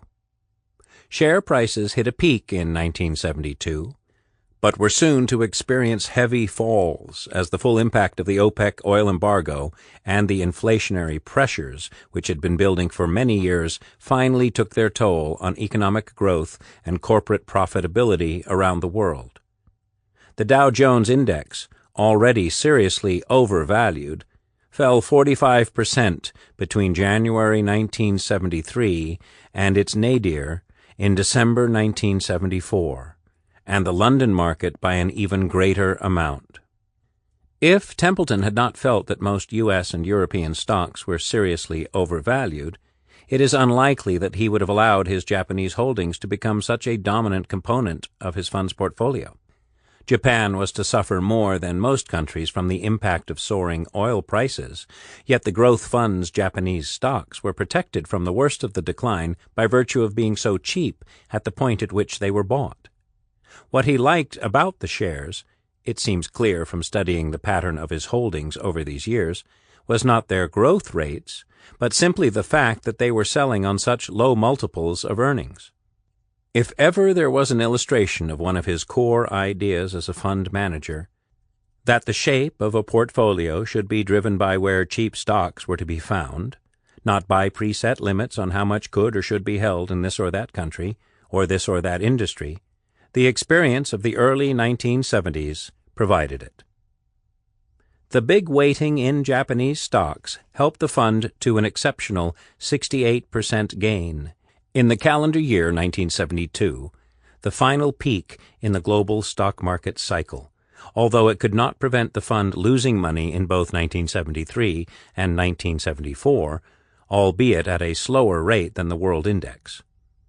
Over the 3 years 1972 to 1974, thanks mainly to the Japanese equities and bond holdings, the Templeton Fund outperformed the market by more than 60%, and crucially left investors still sitting on longer-term gains during a period when the average investor holding the world market index was facing significant losses. When the Japanese stocks owned by the fund returned to more normal multiples, Templeton sold them, only to see them rise even further as Japanese shares were re-rated to much higher multiples. This turned out to be a move from which the growth fund, ironically, largely failed to profit. By the end of the 1970s, the Japanese stock market, on conventional analysis, was already selling at 3 times the price-earnings ratio of the U.S. stock market. The Glory Years. The early 1970s, although one of the darkest periods in recent economic history, proved in hindsight to be the period in which the fortunes of Templeton and his fund finally took off. This success was driven by 2 new factors. One was the fact that his performance as fund manager improved dramatically after his move to the Bahamas. Templeton discovered that working alone, hundreds of miles from the daily dramas of Wall Street, produced an extraordinary improvement in his ability to pick stocks. The 2 decades that followed his move, even with only 1 or 2 hours a day in which to conduct research, gave full flower to his genius as a stock picker. They were the making, quite deservedly, of his reputation as one of the greatest investors of the century. The move into Japanese stocks was the first of many such moves that revealed both the rigor and the boldness of his methods. The second new factor was the one that was to turn the improved performance of this tiny and still largely unknown fund into a formidable cash generation machine and the bedrock of a global fund management business. As described in Chapter 1, the turning point came in 1974 when a former accountant and airline pilot named Jack Galbraith agreed to take on the task of marketing the fund full-time. It was only now that the fund as a business began to grow rapidly, as the effect of Galbraith's simple but effective sales and marketing efforts began to bear fruit. In 1974, 20 years after raising $7 million at its launch, the fund still had just $13 million in assets. Adjusted for inflation, the fund had barely grown at all in over 2 decades. It still had fewer shares in issue than when it started. This was not because the fund had failed to deliver good performance. On the contrary, the capital value of the fund had grown 9-fold in the first 20 years of its existence, a compound rate of return of around 12% per annum. The modest size of the fund at this point was a testament both to the trough into which the stock market had slumped in the mid-1970s and the fund's almost total lack of marketing presence. It remained so small that it barely figured on investors' radar. The figures show that the fund suffered regular redemptions throughout its first 2 decades. Although the fund was producing good returns, it is clear that many investors failed to appreciate what a potential gold mine they were sitting on. Under Galbraith's energetic leadership, the subsequent growth in the fund was striking, underlining the scale of the opportunity that had been lost for so many years before. His approach was simplicity itself, a heavy focus on the extraordinary track record of the fund, combined with the payment of hefty upfront sales commissions, typically as much as 7%, and an active PR campaign, including the first of what were to become regular appearances by Templeton on the popular TV program Wall Street Week. Within 4 years, the assets in the fund had grown more than 7-fold to reach $100 million. By 1980, net assets had reached $420 million Canadian, or more than 40 times the size of the fund 10 years earlier.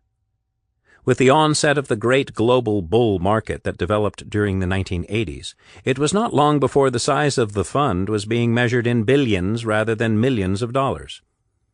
By 1986, the fund had reached $2.4 billion Canadian, at which point Galbraith recommended that the fund should be split in two, to allow for the launch of a sister fund, this one registered in the United States rather than Canada. Following the split, 42% of the assets remained in the Canadian entity, with the balance accruing to the U.S. counterpart, which continued to invest in exactly the same way. A change in the U.S. tax regulations, this time the introduction of a foreign tax credit on overseas investment, was an important trigger for this move. The evidence of Galbraith's market efforts were to be seen in many ways as the fund grew. The annual reports became both more comprehensive and more boldly illustrated. Each one now invariably appeared with a graphic representation of the mountain, showing how far and how fast an original investment in the Templeton Growth Fund would have grown since launch in 1954. The fund continued to levy exceptional upfront sales loads, equivalent to as much as 7.75% of the amount initially invested. So strong was the track record that these hefty upfront charges proved no obstacle to further sales growth. Of necessity, as the cash flowed in, the number of investments held in the fund grew accordingly. By the time the 1985 annual report was issued, the fund had more than 115 individual securities, spread across 4 continents and 21 different industrial categories. The largest single holding in 1985, American Stores Incorporated, nevertheless still accounted for 7% of the common stock portfolio, a sign that despite its rapid growth, Templeton was still prepared to place sizable individual bets on companies that met his valuation criteria.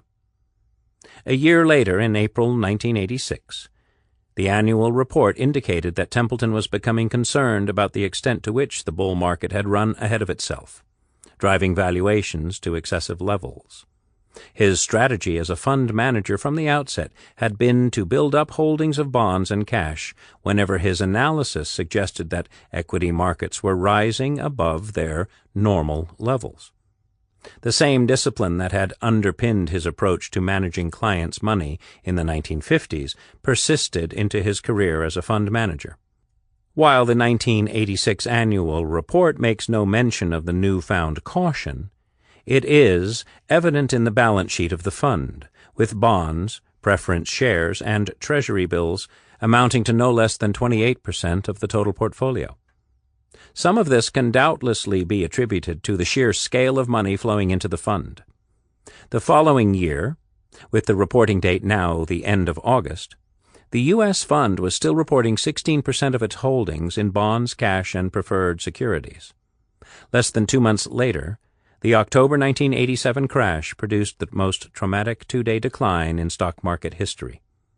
Having lagged the market index for several months, Templeton's caution and refusal to overpay in the frothy market that had developed in 1987 once again propelled his fund back into the ranks of top performers. On this occasion, however, his superior performance was not to endure for long. While it remained an extremely profitable home for fund investors' money, the second half of the 1980s proved to be the worst period of relative performance the fund was to endure in its 50-year history. The reason was simple. These years marked the tail end of the great Japanese stock market bubble, which by the end of the decade was to take the market capitalization of the Tokyo stock market to 40% of the world index, the benchmark against which global equity funds were generally measured. Templeton's refusal to pay the absurdly high prices for Japanese stocks that this implied meant that his relative performance was bound to suffer as the Japanese market climbed ever steadily higher. From 1987 onward, the Templeton Fund had no holdings at all in Japan. It was only after 1989, when the Japanese market finally peaked, that the wisdom of Templeton's refusal to breach his principles became apparent. He was right that the market had become overvalued, but from the perspective of anyone tracking short-term performance, his decision to abandon the Japanese market was way too early. In that sense, Templeton's involvement with the Japanese stock market turned out not to be his finest hour, but ironically one of his worst moves.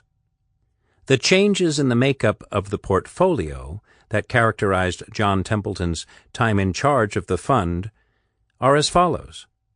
From 100% in 1959, the equity component fell to as little as 63% in 1969, as he became increasingly nervous about the level of market valuations. These were the so-called go-go years for the stock market in the late 1960s, when a new breed of gunslinger fund managers burst on the scene, and investors went wild for any company associated with electronics and other new technologies, driving up stock market valuations to unprecedented levels, an uncanny foretaste of the much bigger technology stock bubble which was to follow 30 years later. Comparing this to the equivalent weightings in the MSCI World Index, we can now see how regularly and by how much Templeton's holdings deviated from those of the world market. The relative briefness of Templeton's foray into Japan is very evident. The disparity between fund and index is an inevitable characteristic of the value-driven investment approach Templeton chose to adopt. By the time this became apparent, Templeton's time in personal charge of the fund was coming to an end. With more of the stock-picking already having been delegated to Templeton's assistant, Mark Holowesko, in 1992, Templeton Galbraith Hansberger, as the firm had become, was sold to Franklin Resources, another fund management company, for $440 million. The assets of the fund by now were more than 1,500 times what they had been 18 years before. The effect of Galbraith's marketing efforts had a dramatic impact on the profitability of the Templeton Growth Fund. In 1972, after 18 years in operation, the fund was earning Templeton and his partners the useful but hardly princely sum of $40,000 a year, equivalent to approximately $210,000 in today's money, adjusting for inflation. By the time the business was sold to Franklin Resources, the annual management fee from the U.S. portion of the fund alone was more than $17.8 million. This was 85 times more fee income than the fee produced 20 years before, according to the annual report. And the fee income was still growing strongly. In addition to the management fee charged by the Templeton Management Company, the fund was also paying out more than $3 million a year in sales commission to the Templeton Distribution Company. Although he continued to take an active role in overseeing the investment performance of his various family and charitable foundations, and his views on investment continued to be widely sought, 1992 therefore marks the point at which John Templeton, by now approaching 80 years of age, retired from full-time professional investing. While his investment experience spanned the best part of 8 decades, his professional career as a fund manager and investment counselor can be said to have lasted for 54 years. He continued to make large and mostly successful strategic investment decisions from 1992 until his death, and his views remain keenly sought by the media, but these were mainly on his own account, or for the benefit of his charitable activities, not for the benefit of others in a professional capacity. Performance of the Templeton Growth Fund. There is no shortage of performance data for the Templeton Growth Fund, which, unlike John Templeton's investment counseling firm, remains in existence today. We have continuous daily performance data for this fund from 1954 to the present. The 38 years between 1954 and 1992, during which John Templeton was either directly managing or overseeing the performance of the fund, provide the concrete evidence on which we can judge his success as a professional investor. For many good reasons, care is needed when analyzing fund performance. The fund business has always relied heavily on marketing and sales incentives to win business, and performance claims, naturally presented in the best possible light, are one of the key selling points. For the unwary, interpreting fund performance figures is a hazardous business. What investors think they are buying quite often turns out to be not either what they thought they were getting or what they had been promised. The evidence from an analysis of the performance of the Templeton Growth Fund is clear and compelling, however. Our analysis of the TGF's performance covers the period from 1954, when the fund was launched, to 1992, when the business was sold. In the last 5 years of this period, day-to-day management of the portfolio was in the hands of Mark Holowesko, a qualified investment analyst who had become John Templeton's assistant in the Bahamas 7 years before. From 1987 onward, Holowesko carried out most of the specific stock research and suggested trades for Templeton to approve. He worked in an office down the hall from Templeton's own office in Lyford Key in the Bahamas and talked to him every day, other than those when the latter was traveling. Templeton himself retained overall responsibility for the fund. It was he who set the strategy and was responsible for many of the ideas that were reflected in the portfolio. The most important findings to come out of our analysis of the performance of the Templeton Growth Fund are discussed here. Long-term outperformance. The average 12-month return of the fund in the period 1954 to 1992, measured on a total return basis, was 16.0% per annum. This was 3.7% per annum more than the return offered by the world stock market over the same period. While Templeton was running the fund, in other words, it produced a 12-month return that, on average, was approximately one-third as good again as that recorded by the equivalent global stock market index. Few other professional investors have achieved such a consistent, long-term track record of outperformance over a period of so many years. While a margin of 3.7% per annum may at first sight seem a relatively modest level of outperformance, in fund management terms it is anything but. Only a handful of professional fund managers can boast such a record over 10 years, let alone sustain it over nearly 4 decades, as Templeton was able to do. A margin of 1% per annum is typically enough to earn a fund manager a star rating, and 2% per annum, if consistently maintained without the assistance of leverage, is the stuff of which great reputations and great fortunes can be made. So rarely is it achieved in practice. Every year, for example, Standard & Poor's calculates the number of professional fund managers in the United States who have managed to outperform their relevant benchmark on a 1, 3, 5, and 10-year basis. Only a small handful have consistently outperformed the market over a 10-year period, and hardly any have produced a positive real return in every single 60-month period. For many years, as Professor Burton Malkiel noted in early editions of his classic book on the stock market, A Random Walk Down Wall Street, the Templeton Growth Fund was one of the few funds in the entire mutual fund industry that could claim such a long-running record of sustained success. Wealthy, long-term investors.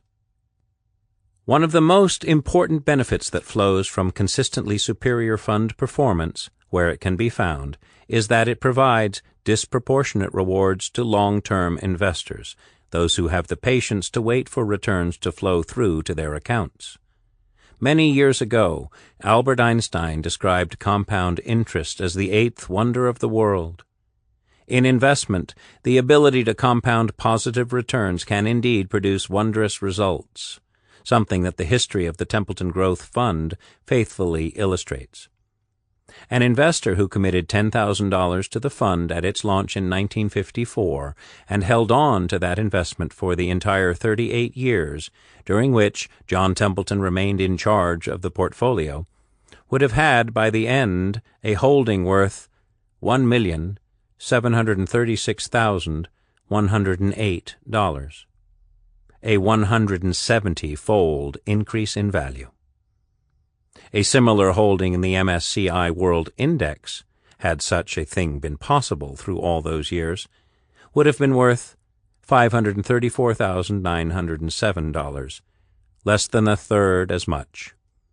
An initial investment in the fund would have compounded at the rate of 14.6% per annum over the 38-year period, compared to 11.1% per annum for the MSCI World Index proxy that we use in our analysis. For every dollar invested at the outset, therefore, the Templeton Growth Fund generated a final sum at the date of its founder's retirement that was 3¼ times greater than that offered by the markets in which it was investing. It is true that figures presented in such an impressive fashion can be misleading. As we have seen, by far the majority of the money in the Templeton Growth Fund was invested in the last 20 years of John Templeton's tenure as the fund manager, and so would not have enjoyed the benefits of such a long period of compounding. This is a regular feature of fund industry experience. A fund that puts together a strong track record in its early years is then heavily marketed but is unable to repeat the performance for the new wave of money that flows into the fund. Nevertheless, the returns from compounding remain significant over shorter periods as well. Investors in the Templeton Growth Fund on average doubled their money every 5 years in nominal terms. One reason is that, contrary to normal fund management experience, the margin by which the fund outperformed the market as a whole increased rather than fell once the fund began to grow in the 1970s. From its inception until the end of the 1960s, while the fund grew 9-fold, as we have previously noted, according to our figures, it did little more than keep pace with the world stock market over that period. We use a proxy for the MSCI World Index, as no global market index existed at that time, reflecting the lack of cross-border portfolio investment during this period and the fact that just 2 stock markets, the United States and the United Kingdom, dominated the world in terms of market capitalization. Between 1969 and 1992, the years when John Templeton lived and worked in the Bahamas rather than on Wall Street, the margin by which the fund outperformed the world index increased dramatically, averaging an even more remarkable 6.0% per annum. Thanks to compounding, this generated further substantial capital gains for the fund's investors. The compounding of returns is one of the strongest reasons for considering a disciplined, long-term investment strategy of the kind John Templeton first pioneered and then practiced himself. Consistent, real returns. Another notable and possibly unique feature of the Templeton Growth Fund's performance under John Templeton is the 100% consistency with which it achieved positive 5-year returns, not just before but also after allowing for inflation. From year to year, the fund inevitably experienced significant volatility. Like all investors, John Templeton had good years and bad years. The fund achieved its best 12-month return in the year to November 1972, gaining 80.7%. and suffered its worst 12-month decline in October 1974, declining 25.0%. Measured in calendar years, The fund produced a negative return in 10 out of the 38 years during which John Templeton was in charge.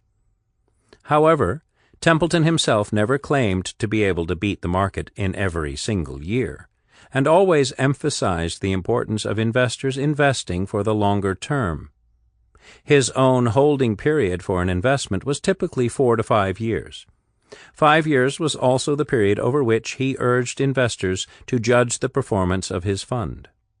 The performance of the fund in real terms over 5-year periods perhaps demonstrates more clearly than any other figure why Templeton was to achieve such renown as a professional investor. There was not a single 60-month period in the 38 years during which the Templeton Growth Fund failed to produce a positive return, not just in nominal terms, but also after taking account of inflation. The worst 5-year real return of the fund was 8.6%, or 1.7% per annum, in the 60 months up to and including July 1982. By contrast, over the same 38-year period, the MSCI World Index failed to produce a real 5-year return on several occasions. And in its worst 5-year period, the 5 years to September 1974, lost a third of its value, 33.8%, in real terms. Even T-bills, or short-term treasuries, which are widely regarded as the safest form of U.S. government bond, produced negative returns in some 60-month periods at this time. Yet any investor who bought the Templeton Growth Fund and had the patience to hold onto it for 5 years would have been certain of seeing his or her money grow in value even after allowing for the effects of inflation. Not that this always satisfied those investors or the media. A good deal of focus on fund performance, then as now, was much more short-term. On more than one occasion, despite his growing reputation, Templeton was criticized for the poor relative performance of his fund. In the 5-year period from 1971 to 1975 inclusive, for example, he underperformed the market in 3 out of 5 years. He did the same again in the mid-1980s. Investors who had money in the fund at these points might have begun to wonder whether he had lost his magic touch. Forbes magazine, which had earlier highlighted Templeton's success in glowing terms and was one of his most fervent supporters, at one point published a cover article questioning whether the great John Templeton had lost his way. "Has the king fallen off the mountain?" it asked. Hindsight tells us, however, that this was exactly the moment to have put money back into the fund, as the fund subsequently produced one of its best periods of performance. Evidence of the old saying that, in investment, just as in sport, form may be temporary, but class is permanent. Less, not more, risk. Most of the time in investment, higher returns imply higher risk. This was emphatically not the case with the Templeton Growth Fund. Not only did the fund consistently produce higher returns than the MSCI World Index, it did so with less rather than more risk than the stock market as a whole, as standard finance theory would suggest should have been the case. Explaining why this was so shows up some of the dangers in applying simplistic statistical tests to fund performance data. The standard way in which fund analysts compare the risk of competing funds is by comparing the volatility, or standard deviation from the mean, of their monthly returns. On this measure, taken in isolation, there is little difference between the performance of the Templeton Growth Fund and the MSCI World Index. Over the period 1954 to 1992, the standard deviation of the fund's monthly returns was in fact slightly higher, at 2.94%, than that of the World Index, 2.70%. The same was true with its 12-month returns. On this narrow measure, therefore, while the fund clearly produced more return per unit of risk, it could not be described as being less risky. The problem, however, as finance theorists themselves now concede, is that volatility is far from a perfect measure of the risk that faces investors. citing a standard deviation figure gives an indication of how variable the returns from a fund have been, but it cannot distinguish whether the divergence of those returns from the average has been mainly positive or mainly negative. In statistical terms, we can say that it relies on the assumption that a fund's returns follow a normal bell curve distribution, with an equal number of observations on either side of the average. While that is roughly, though not precisely, true of the world stock market index, it is certainly not an accurate description of how the Templeton Growth Fund performed.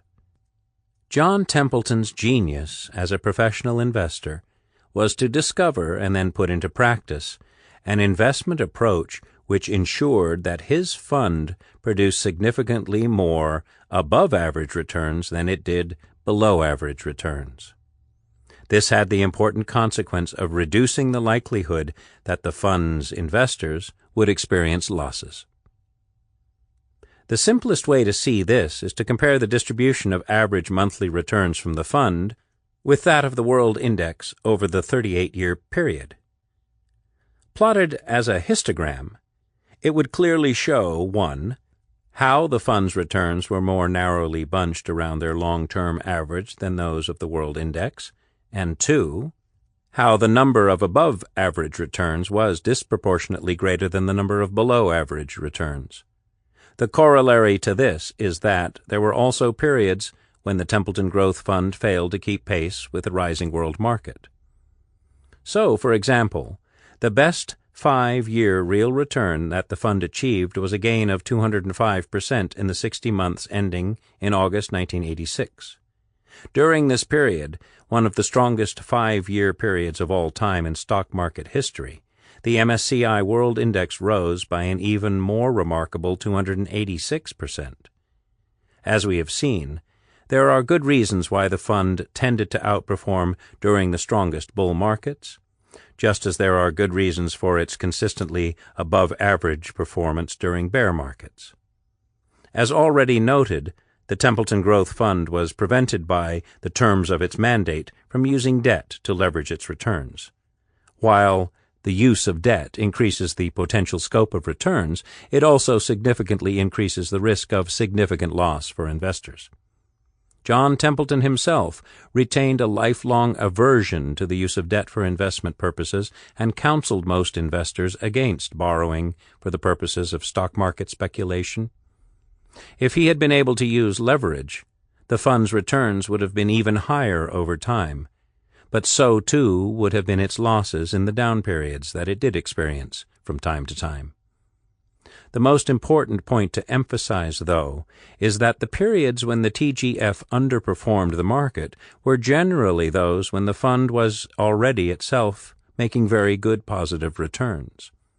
The periods when it outperformed the market were typically those when the market was suffering much greater losses. It was this bias against absolute losses, the fact that the fund never lost money over any 60-month period, which is the truly distinguishing feature of John Templeton's record as a fund manager. This track record can be traced directly to the valuation and stock selection discipline on which Templeton insisted at all times.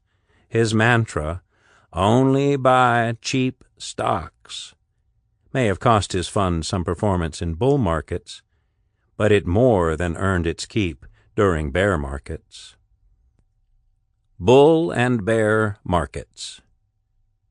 As most investors know, the stock market moves through distinct phases when share prices are generally either rising, a bull market, or falling, a bear market. When looking at the main bull and bear markets that occurred during the period in which John Templeton was responsible for managing the fund, and comparing the movement of the world stock market index with that of the performance of the Templeton Growth Fund, some interesting conclusions quickly become apparent. Almost all the Templeton Growth Fund's outperformance, our analysis shows, came during bear markets. When stock markets started what proved to be a substantial decline, the fund either fell less sharply or continued to produce positive returns. On average during bear markets, the fund lost money, but on a much less dramatic scale than the market as a whole. minus 12% against minus 21%. This is an important and significant difference. A fund that has fallen by 20% has to recover by 25% to regain its former level. One that has lost 12% needs to recover by 14% to do the same. Bear markets, in other words, unless anticipated, can be serious destroyers of wealth. At all other times, however, while the fund still outperformed the market over 5-year periods, the difference was slight.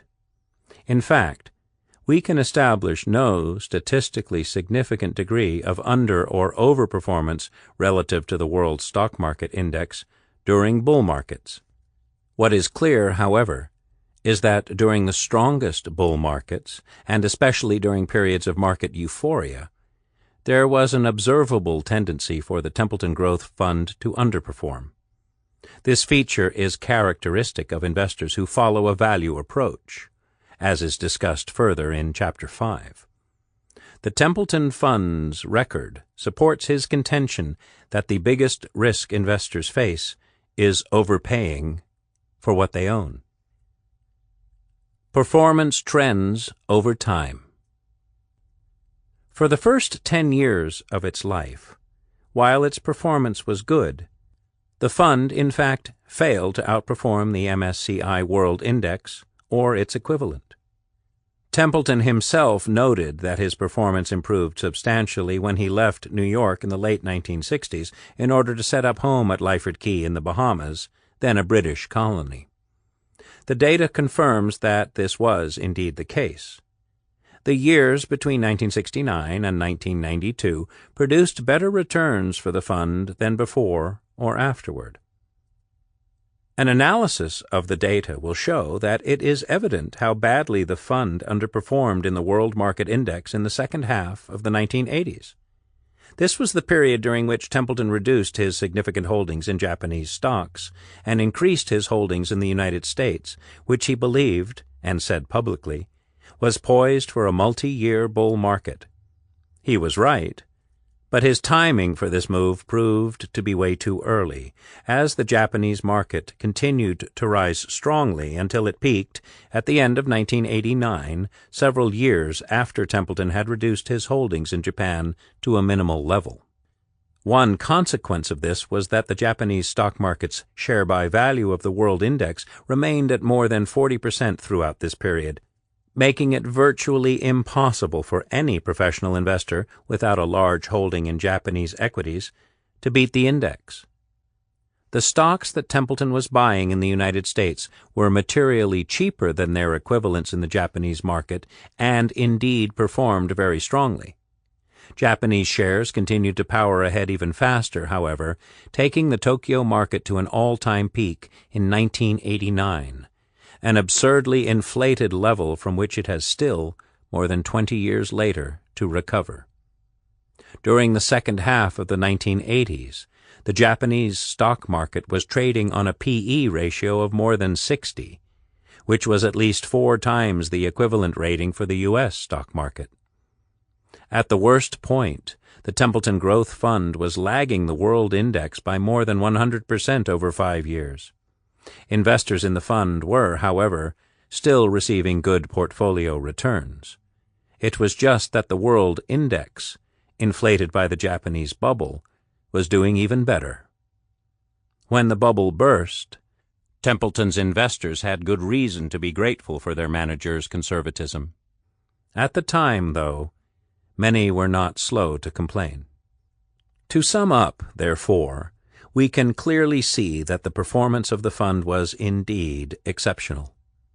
The risk of losing money in either nominal or real terms for any investor prepared to hold the fund for 5 years was, in practice, non-existent.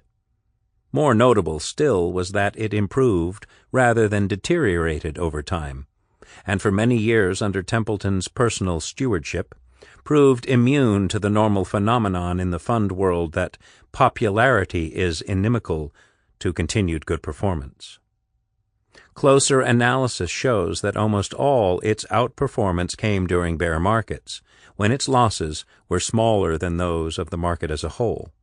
This in turn reflected the fact that Templeton's understanding of what constitutes risk in investment was deeper and more profound than that encapsulated in the analytical tools widely adopted in modern investment practice. Chapter 4. Philosophy in Action.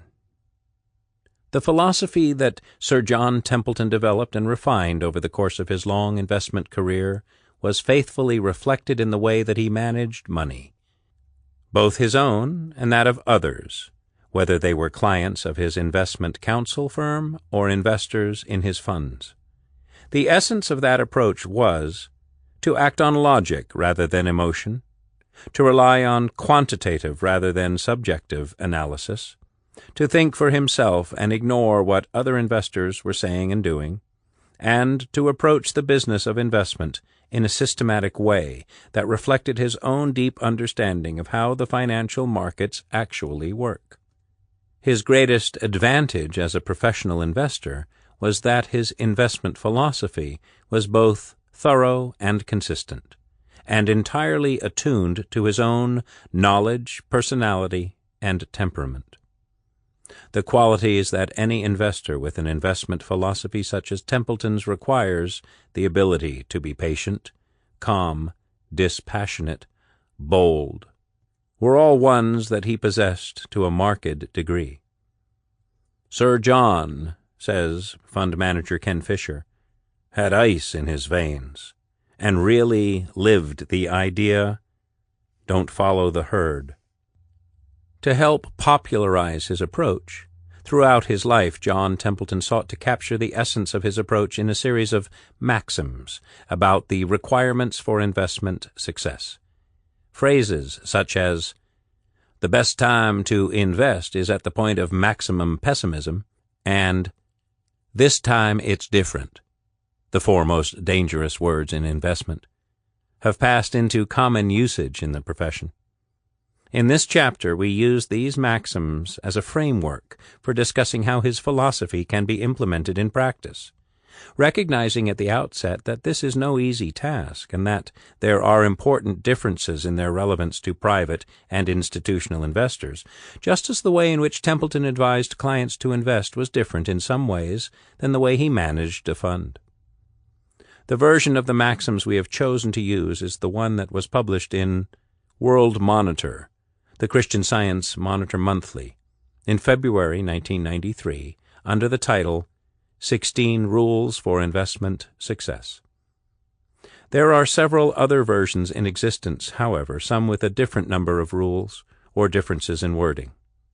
The version referred to here can be usefully compared to the version published in the first full-length biography of John Templeton. These maxims are reproduced in the appendix. Between them, these two lists capture all the most important elements of his investment philosophy. For the sake of convenience, we refer to the first list as his rules and the second as his maxims. An important paradox. It is worth emphasizing at the outset, however, that there is an interesting and rarely appreciated paradox in the way that John Templeton approached the business of investment. The paradox is that while the process he adopted was austere in its rigor and firmly quantitative in its application, his philosophy was rooted less in dry analytical analysis of what works in financial markets than in his understanding of human psychology and behavior. The latter, he believed, was the primary factor that underpins the behavior of security prices and created the bargains for which he spent his life looking. His insights into the human condition were not just central to his moral and religious beliefs, but helped to explain why he was always so extraordinarily confident that his methods were the right ones and would, if properly applied, result in superior, lower-risk investment performance. Sir John's religious and ethical beliefs cannot therefore be seen in isolation from his career as an investor. The reality is that he did not have two sets of fundamental principles, one for life and one for investment. One set of principles underpinned everything that he did. In an important speech entitled The Religious Foundation of Liberty and Enterprise, which he gave at Buena Vista in 1993, shortly after he had sold his fund management business, he outlined what those principles were. Although the focus of this book is primarily on his investment philosophy, the speech is an important source for those seeking to understand the roots of his market philosophy. The speech lists what he described as the main virtues and vices to which humankind is prone. From these he derived a number of timeless practical issues that are relevant to any investor in any period. The vice of envy, for example, which he defined as joy at the suffering or misfortune of others, is often reflected in society by penal tax rates and the expropriation of private property. One of the rules by which Templeton lived was to avoid investing in countries where governments either imposed high tax rates or failed to respect private property rights. The latter can be reflected in outright expropriation, or in less obvious ways, such as failure to enforce copyright protection and intellectual property rights. Similarly, because of greed, another widespread vice, the modern form of capitalism, Templeton noted, is often too hedonistic and unethical, and too far removed from traditional virtues. This economic vice is a source of many crimes, public and private. It can also turn up in bad personal habits, like accumulating too much debt, or going on buying sprees to improve self-image. After a decade that saw the collapse through fraud of Enron and Global Crossing, and a full-blown banking crisis induced by banking behavior that was shamefully driven by financial self-interest, the relevance of this observation need hardly be doubted. The abuse of stock options, introduced originally in an effort to align the interests of shareholders and management, but which have since been gradually transformed into a mechanism by which senior managements could enrich themselves at shareholders' expense with minimal risk, is another prime modern example. After listing examples of pride and intolerance, Templeton also focused on the flaws in moral relativism, the notion that there are no absolute rights and wrongs, only degrees of wrongdoing. In his view, economic utilitarianism, a doctrine to which many elected politicians are vulnerable, is a version of moral relativism because it pretends that profit and loss can substitute for right and wrong. This view was behind Templeton's unwillingness to invest in certain industries on moral grounds, including tobacco, alcohol, gambling, and pornography. When questioned about this policy in public, he tended to be circumspect, saying only that while he respected differences of opinion, he would follow what his conscience dictated. He did not ban his employees from smoking, but there was no doubt that he believed it was wrong of investors to encourage such human activity through buying the shares of companies that catered to those needs. Turning to what he called the economic virtues, one that stands out is his call for greater integrity in both business and governments, an idea he summarized as, pay your debts, don't cheat your neighbor, don't use false weights and measures, keep your financial commitments. Long before the current global sovereign debt crisis, he was urging the virtue of integrity on elected governments. We have gotten used to the governments that run high deficits.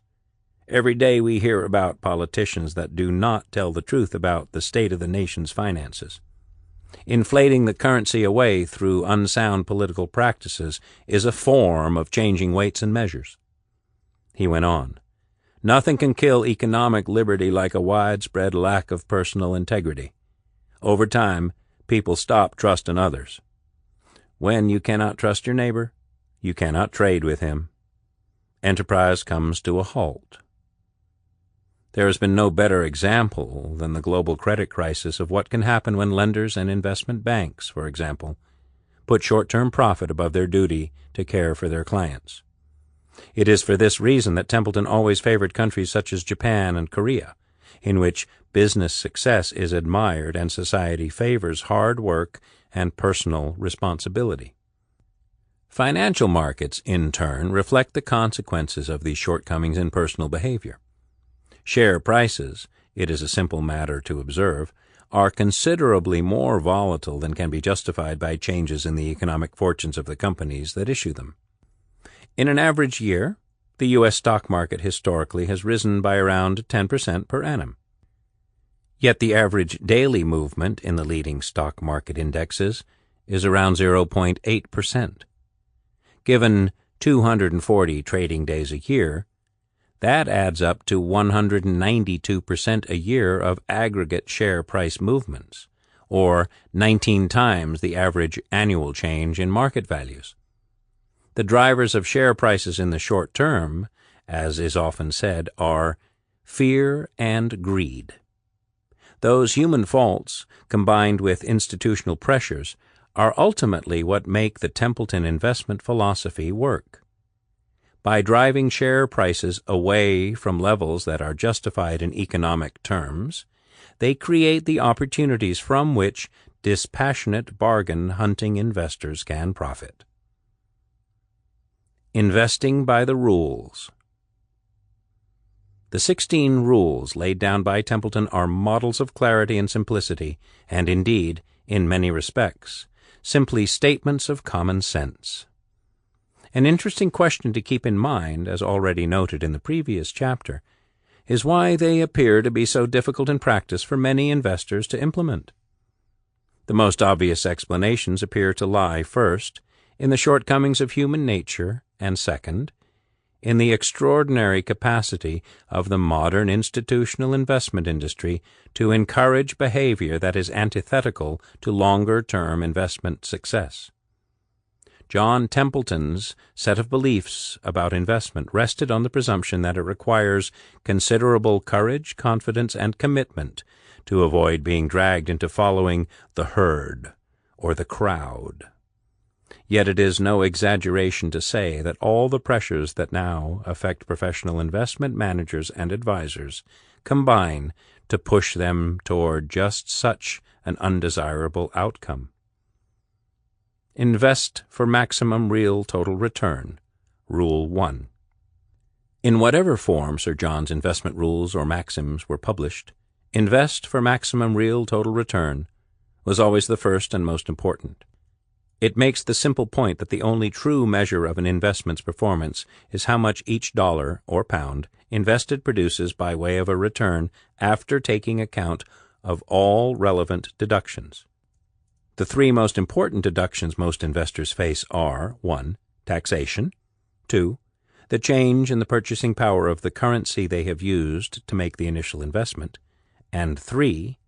The cost of implementing an investment strategy, such as trading costs, professional fees, or, in the case of managed funds, annual management charges.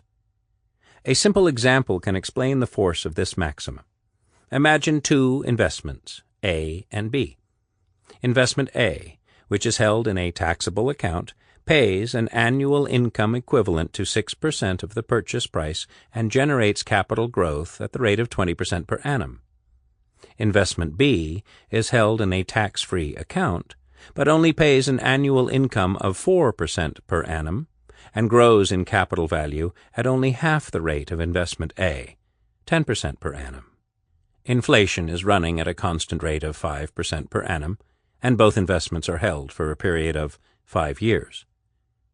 It is clear that investment B is, in fact, a better proposition than A, even though the headline rates of return from the latter are higher. Because of inflation, the other point to note is that the real purchasing power value of both investments is notably less than the headline figures at the end of the 5-year period. After 5 years, inflation of 5% per annum has the effect of reducing the value of money by more than a third. The emphasis on total return is important. Total return comprises the returns from a rising share price together with the dividends paid to the investor. Contrary to what many investors appear to think, given their fixation with short-term share price movements, historically the dividend flow has been the most important factor in generating long-term returns. A company pays increasing dividends in the long run only if it can increase its profits. The value of a business is defined by the future profit stream, part of which is returned in the form of dividends and part of which is retained to finance future growth. The real after-tax total return that an investor receives, therefore, depends simply on how much he or she must pay to participate in the future stream of profits, whatever they may turn out to be, and in whatever combination of dividend and capital appreciation they happen to materialize. Pay a low price relative to valuation, and the results are likely to be above average. Pay too much, and the total return will tend to be poor.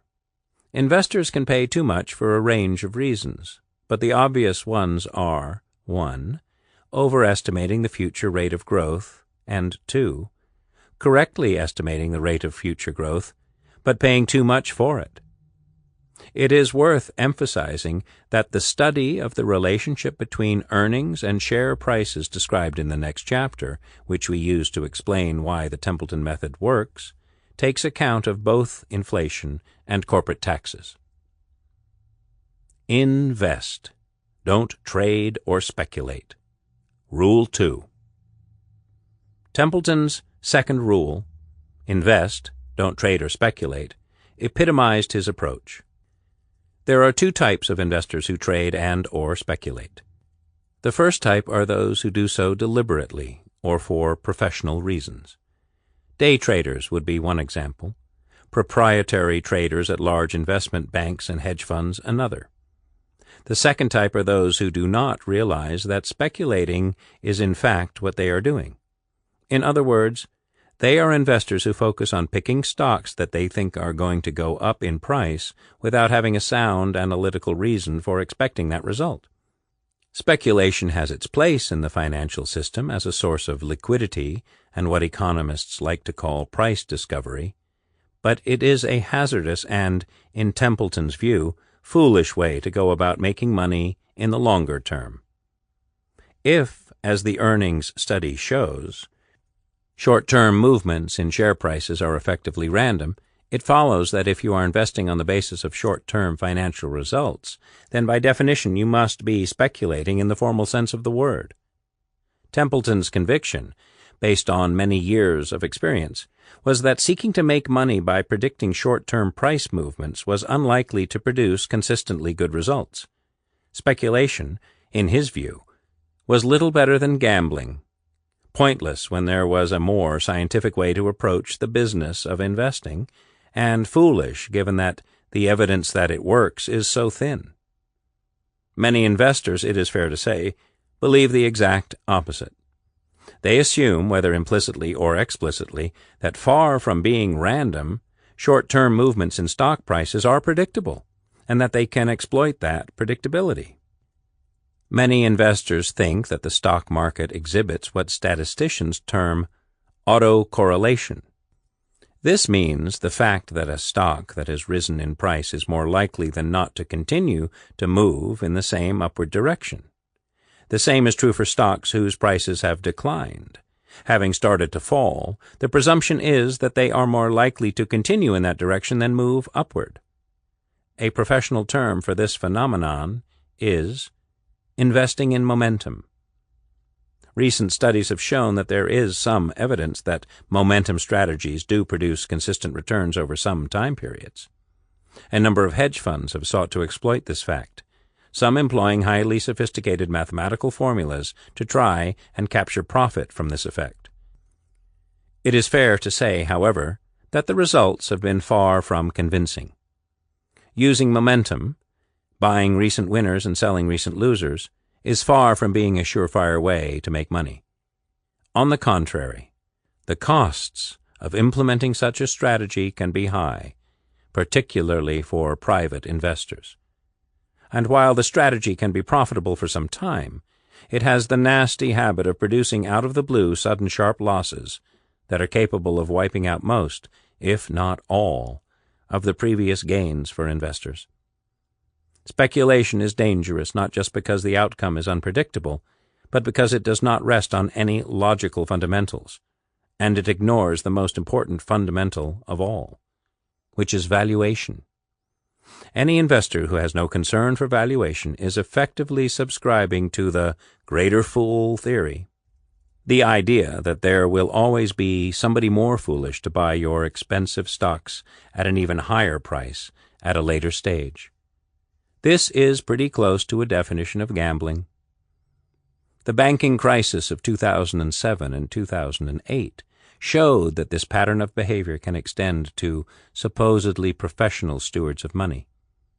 Banks and insurance companies such as AIG fell over themselves to insure enormous amounts of risk in return for very small premiums, while booking those premiums as profits. When the credit bubble burst, it wiped out all the accumulated profits on the transactions and created huge losses on top of that as well.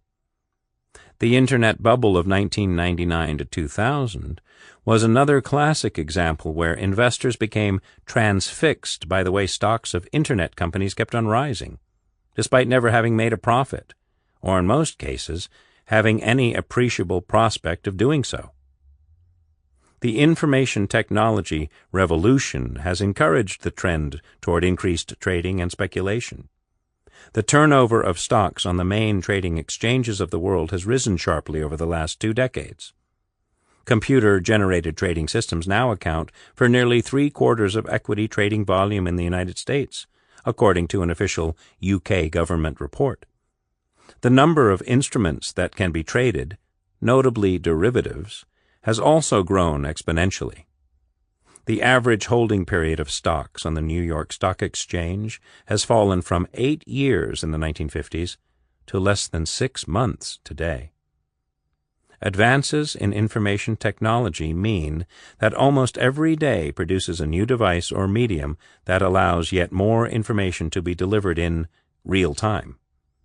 The financial world, it seems, has set a course that militates against the kind of patient, long-term investment that John Templeton advocated and practiced. Remain flexible. Rule 3. Over the years, John Templeton was given many flattering titles by the media. One of these was Dean of Value Investing.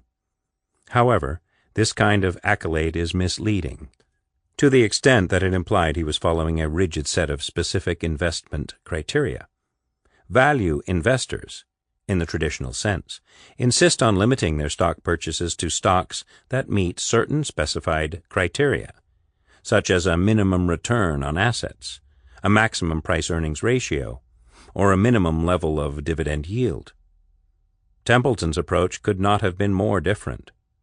Within a sensible logical framework, he was willing to consider any method that might help to identify what he preferred to call bargains. In his analysis of individual stocks, he recognized that there were various combinations of value and growth that could produce a company that was cheap on a 5-year forward earnings view. It could be a slow-growing, dividend-paying company whose shares were simply too low, or it could be a fast-growing company whose shares did not yet fully reflect that rate of future growth. Never adopt permanently any type of asset or any selection method was one of his maxims. Market conditions also change, and investors need to stay flexible, open-minded, and skeptical. This did not simply apply to equities. For him, all asset classes were potential investments. What mattered was whether they were cheap by reference to their intrinsic value. He was never solely wedded to investing in one asset class only. The same flexibility applied to the methods he employed for identifying and evaluating individual companies. Any restriction or bias, in his view, was liable to reduce an investor's potential returns. A good example of this flexibility came in the spring of 2000 when Templeton, one of the greatest stock pickers of all time, advised readers of a financial magazine to switch their focus from equities to treasuries, U.S. government bonds. For his own account and that of his foundations, He personally invested more than $100 million in a leveraged bet on long-dated zero-coupon U.S. Treasury stock, funded by cheap borrowing in yen. He reinforced this position by taking a very large short position on technology stocks, which had become massively overvalued during the Internet bubble. Both positions produced handsome rewards. Shorting the technology stocks made a profit of $90 million, and the treasuries produced a gain of more than 80% over the subsequent 3 years. Anyone who came into contact with Sir John would immediately realize his openness to new ideas. Many professional investors react angrily to the suggestion that there is a better investment method than the one they have chosen to be their own. Sir John, in our direct experience, was the exact opposite. For him, investment was a never-ending search for more and better ways of investing. He was willing to consider any potential method of identifying investment opportunities, however harebrained they might seem at first sight. A former colleague of one of the authors recalls walking into Sir John's office to find him looking up at the sky, using a comb to guide his line of sight. The colleague knew at once that this had to be another one of what the office openly nicknamed Sir John's crazy ideas. Sure enough, lying on his desk was an open book about sunspots and their impact on stock markets. Most professional investors would be incredulous that sunspots could be taken seriously as a guide to the behavior of stock markets, yet Templeton was doing just that. He was genuinely interested in whether a relationship between the incidence of sunspots and stock market movements could be shown to exist. If there was, that did not mean that he thought that there was necessarily a causal relationship between the two. It might be that the incidence of sunspots reflected some more subtle, indirect effect, for example through their impact on the weather in crop-producing areas. That, in turn, could be an important piece of information when considering the price of agricultural equipment manufacturers. The point is that he was willing to explore the subject without dismissing it out of hand. He was always asking his colleagues to search for explanations for apparently bizarre phenomena. For his colleagues, such intellectual humility and openness to new ideas was striking, given how experienced and successful he had become as an investor. He also had a voracious appetite for new ways of identifying potentially cheap stocks. Colleagues lost count of the number of new stock screening ideas that he dreamed up or encouraged. For example, he had a view that pharmaceutical companies spent too much on research and development. One screen his funds followed as a result was based on adding back half of their R&D expense to see what difference that might make to their valuation. Similarly, while a 5-year forecasting period was the one he instructed his analysts to use, for reasons, as we have seen, which turned out to be very sound, he was also interested in making even longer-term forecasts, and using that as the basis for picking a small number of additional stocks that failed to qualify under the standard analysis. These stocks he termed Q stocks. To qualify, a company had to be able to show earnings quadrupling over a 10-year period, which is equivalent to growing at a compound rate of 15% per annum. Such openness to new ideas is often regarded as anathema in professional investment firms, where process has a tendency to take over from principles in investment analysis. Rules, hurdle rates, and checklists tend to proliferate. The larger the investment company, the more restrictive and rule-bound the process tends to become. Templeton's investment philosophy was that value was based on the ultimate earnings power of a company and manifested itself in the long-term after-tax profits a company could generate. Any number of analytical techniques can help in this search. Dogged adherence to just one technique, or one set of ratios, is unlikely to produce the best investment results. Yet this is the direction in which process tends to drive most professional investment firms. If investment analysis were easy, we would not need to rely on emotional human beings. Instead, we could simply build models to make decisions and then be ruled by a predetermined investment process. A number of so-called quant firms have been set up to do just that in recent years. They employ sophisticated computerized algorithms to make trading decisions. The difficulty is that the world does not repeat itself exactly, and hence such trading strategies are vulnerable to sudden, unexpected blow-ups when the world ceases to behave in the way that it did. The collapse of long-term capital management in 1998 provides a notable example. The firm counted 2 Nobel Prize winners in economics and several stars from Wall Street among its employees. Its investment strategy was designed to exploit small pricing anomalies identified by sophisticated computer models. Yet the historical relationships from which those anomalies derived collapsed overnight during a market panic triggered by the threat of an unforeseen event, a debt crisis in Russia. The problems that afflicted many quant funds in 2007, when the banking crisis started to unfold, provide another example. Buy low. Rule 4. This is the exact opposite of momentum investing. Momentum investing invites investors to buy high and sell higher. Buy the most popular stocks that everyone else is buying and stay for the ride. In contrast, Sir John's most famous saying was that the best time to buy is at the point of maximum pessimism. This does not mean simply to buy anything where the share price is falling. What he was saying was that security prices are discounting mechanisms, and if you can ascertain the value, then you should buy when the share price is out of line. By definition, this was most likely to happen when sentiment was unduly negative, and that would therefore prove to be the point at which the best results could be obtained. To illustrate this point, Templeton often liked to compare the investment industry with other professions. His reasoning went like this. If 10 civil engineers tell you to build a bridge a particular way, then that is how you should build the bridge. If 10 doctors provide the same diagnosis, then you should follow their recommended treatment. However, if 10 investment advisors tell you that a particular stock is cheap, then the last thing you should do is invest in it.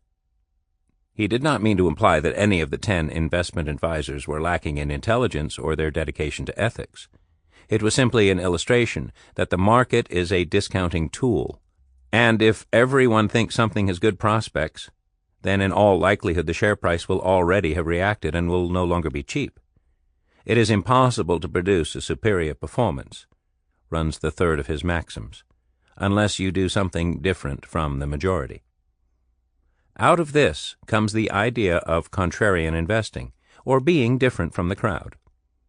In our experience, the concept of contrarian investing, as John Templeton understood it, is frequently misunderstood. For some, it is taken as implying that investment should be conducted by figuring out what everyone else is doing and then doing the opposite. All sorts of tools, from sentiment surveys to monitoring investment flows, are available for those who are looking for information of this sort. Such indicators have their place. The main difficulty with adopting this approach is that it pays no attention to valuations. There are many occasions when the consensus will be right, not wrong. It is only when sentiment is adverse and valuations are low that being contrarian will pay off as handsomely as Templeton suggests. The more logical process, in Templeton's view, is to start with valuation and then move to portfolio construction. To the extent that the cheapest stocks are out of favor, then the portfolio this produces will look very different from whatever is in vogue with investment markets. It can therefore be safely described as contrarian. The key point, however, is that this is the outcome of a process driven by valuations rather than contrarianism being itself the process. Since the search is for the companies with the greatest difference between their long-term value and their current share price, it is logical to expect portfolios to have a contrarian look and feel. However, the buy low rule does not mean buying shares just because they are low. Many shares fall for good reasons. Search for quality among bargain stocks. Rule 5. Central to John Templeton's investment philosophy was that when investing in companies, the sustainability of earnings was of critical importance. Since you were buying a long-term stream of earnings, the solvency and sustainability of those earnings are essential prerequisites. For example, it was unwise, in his view, to invest in businesses where the balance sheet was so weak that it was open to question whether the company would survive. Given the choice, his reasoning went, a quality stock should always outrank lesser companies as a potential investment. As we have already noted, this was advice that he himself had deliberately ignored at an early stage of his career, with his speculative but ultimately successful foray into the stock market at the outbreak of World War II. What makes a quality company? Some of the characteristics he looked for were a strong management team with a proven track record, evidence of technological leadership, an industry with continued growth potential, a respected and valuable brand, and low-cost production. In essence, he was looking for companies that enjoyed a sustainable competitive advantage within a supportive environment. While an investor is unlikely to find all these characteristics in one company, there should be at least a number of identifiable sources of competitive superiority, just as you look for 3 or 4 stars in a restaurant. The problem with buying quality stocks is that their quality characteristics tend to be obvious to all investors. As such, their superior qualities are already likely to be reflected in their share price. It follows that the most likely time investors have an opportunity to buy quality stocks at bargain prices is when the whole stock market has become infected by fear and share prices are falling in an indiscriminate manner. For most of the rest of the time, when deciding whether to buy a quality stock, the investor is faced with deciding whether the price at which it is available is sufficiently attractive to justify paying for the quality on offer. It is a trade-off between risk and reward. Quality stocks generally carry much less risk in terms of their future profit profile, and hence their valuations are not subject to so much uncertainty. So long as the valuation is reasonable, they are then the preferred investment. Stocks where there is greater doubt over future earnings are higher risk and would count as bargains only if the potential reward is commensurate with the risk being taken and can be included in a diversified portfolio. Quality stocks are not without risk to shareholders, even if they have a predictable profits stream. Pay too much for them, and investors are still at risk of losing money. Buy value, not market trends. Rule 6. Another key component in Templeton's investment approach is that a stock market is simply the aggregation of the underlying companies. It is not an entity in its own right. Furthermore, he argued, the market and the economy do not always march in lockstep. Bear markets do not always coincide with recessions. His conclusion, therefore, is buy individual stocks, not the market trend or economic outlook. Any investor with more than a few years' experience will have learned the wisdom of this observation. The well-known saying that bull markets have to climb a wall of worry is just one example of how share prices often seem to be moving in the opposite direction to that which the news seems to justify. Witness also the often bitter complaints from company executives that their share price is failing to reflect their most recent results. Templeton from an early stage was also dismissive of economists' ability to make useful forecasts, something that he used to justify his non-forecasting method of asset allocation for clients of his firm. In all these cases, the underlying explanation is the same. When you invest in a company, you are buying a potential long-term stream of earnings. Few, if any, companies, though, have earnings that grow in a straight line. Revenues, margins, and profits vary with the economic cycle irrespective of their underlying or long-term rate of growth. Simply extrapolating recent results may, as a consequence, often make a company look incorrectly expensive or cheap. A recent discussion with the company Applied Materials provides a good example of this phenomenon. Applied Materials is a company that would satisfy almost all of John Templeton's quality criteria. It supplies manufacturing equipment for producers of advanced semiconductors, flat panel displays, and solar photovoltaic products. It has a rock-solid balance sheet, strong management, technological leadership, and a product portfolio in industry segments that are experiencing steady growth. But its earnings are also cyclical because its customers delay or defer orders when semiconductor demand falls. The company's profit margins fall when demand falls, and rise when demand recovers. But given the rapid nature of change in the IT business, these delays tend to be short-lived. As a result, over very short periods, for example 9 months, since orders are already in production, it is relatively easy to predict future earnings. Given the company's competitive advantages, the same goes for the long term. However, for periods between 9 months and 5 years, earnings are virtually impossible to predict, given the volatility of orders arising from customers' delayed or deferred decisions. Simply extrapolating recent results is therefore almost certain to produce the wrong result. For the modern investor, the difficulty of identifying long-term value in stocks is compounded by the widespread availability of information that appears relevant, but in practice distracts from the main objective. Surprisingly little of the information that proliferates across Bloomberg screens and Internet sites relates to whether a stock is cheap or not. Wonderful products, increasing market share, telegenic and charismatic CEOs, new and exciting markets, all these are interesting pieces of information, but most of them are tangential to the central issue of whether a stock qualifies as a bargain.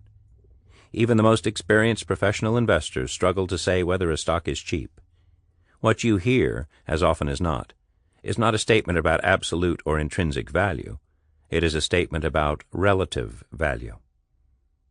Think for a moment about the following commonly heard statements. The company is going to come in ahead of earnings expectations, and therefore it is cheap. The company trades at a meaningful discount to others in its sector, and therefore it is cheap. The company is trading at a discount to historic valuations, and therefore it is cheap. If you value the other divisions of this company like their competitors, then you get this division for free, and therefore it is cheap. The company has major growth opportunities in the most exciting growth areas in the world, and therefore it is cheap. The company has the best, most visionary CEO in the business, the man who almost single-handedly built the industry, and therefore it is cheap. The company has the leading brands in all its sectors, and therefore it is cheap. The company was the first into this technology and has clear intellectual leadership, and therefore it is cheap. Every one of these statements contains a comment that may or may not be true, followed by the same non sequitur. The simplest explanation for the myopia of investors lies in the complex matrix of intelligence and emotion that shapes human behavior. Detachment is difficult, and the power of conventional wisdom makes it difficult to deviate from it for any sustained length of time. John Maynard Keynes famously said of professional investment, "Worldly wisdom teaches that it is better for reputations to fail conventionally than succeed unconventionally." In addition, there is the phenomenon known as business risk to consider. For many professional investors, fear of being fired is a dominant concern in determining how they behave. Experience shows that investment managers are more likely to be fired if they deviate significantly from what other professional investors are doing. In the interests of self-preservation, the path of least resistance is to continue behaving like the majority of other investors. It is the source of such common refrains as these. "It does not matter if I am right. By the time it comes true, I will have no clients." Or, "My competitors own all these stocks, and if I do not, I will be left behind. I have, however, taken a prudent position of being underweight." and one of our personal favorites. These stocks may look expensive, but they always trade at these valuations. In essence, they are all saying the same thing. It is, although I know these stocks are expensive and hence will ultimately lose money, it suits me to do something that will hurt clients because, in the short run, it will be better for me. It is certainly the case that the pressure on underperforming fund managers can be intense. However, fund managers are very well paid and enjoy a career that is virtually free of physical danger. It is human nature not to take heed of Templeton's view that investing other people's money is a sacred trust. A professional investor who believes that a stock is expensive should not own that stock, period. All other justifications are self-serving. This does not mean that investors who follow Templeton's investment principles will not end up owning stocks that turn out to be expensive, rather than bargains. As we have seen, Templeton himself thought that anyone who gets 6 out of 10 investment decisions right was well on the way to beating the market.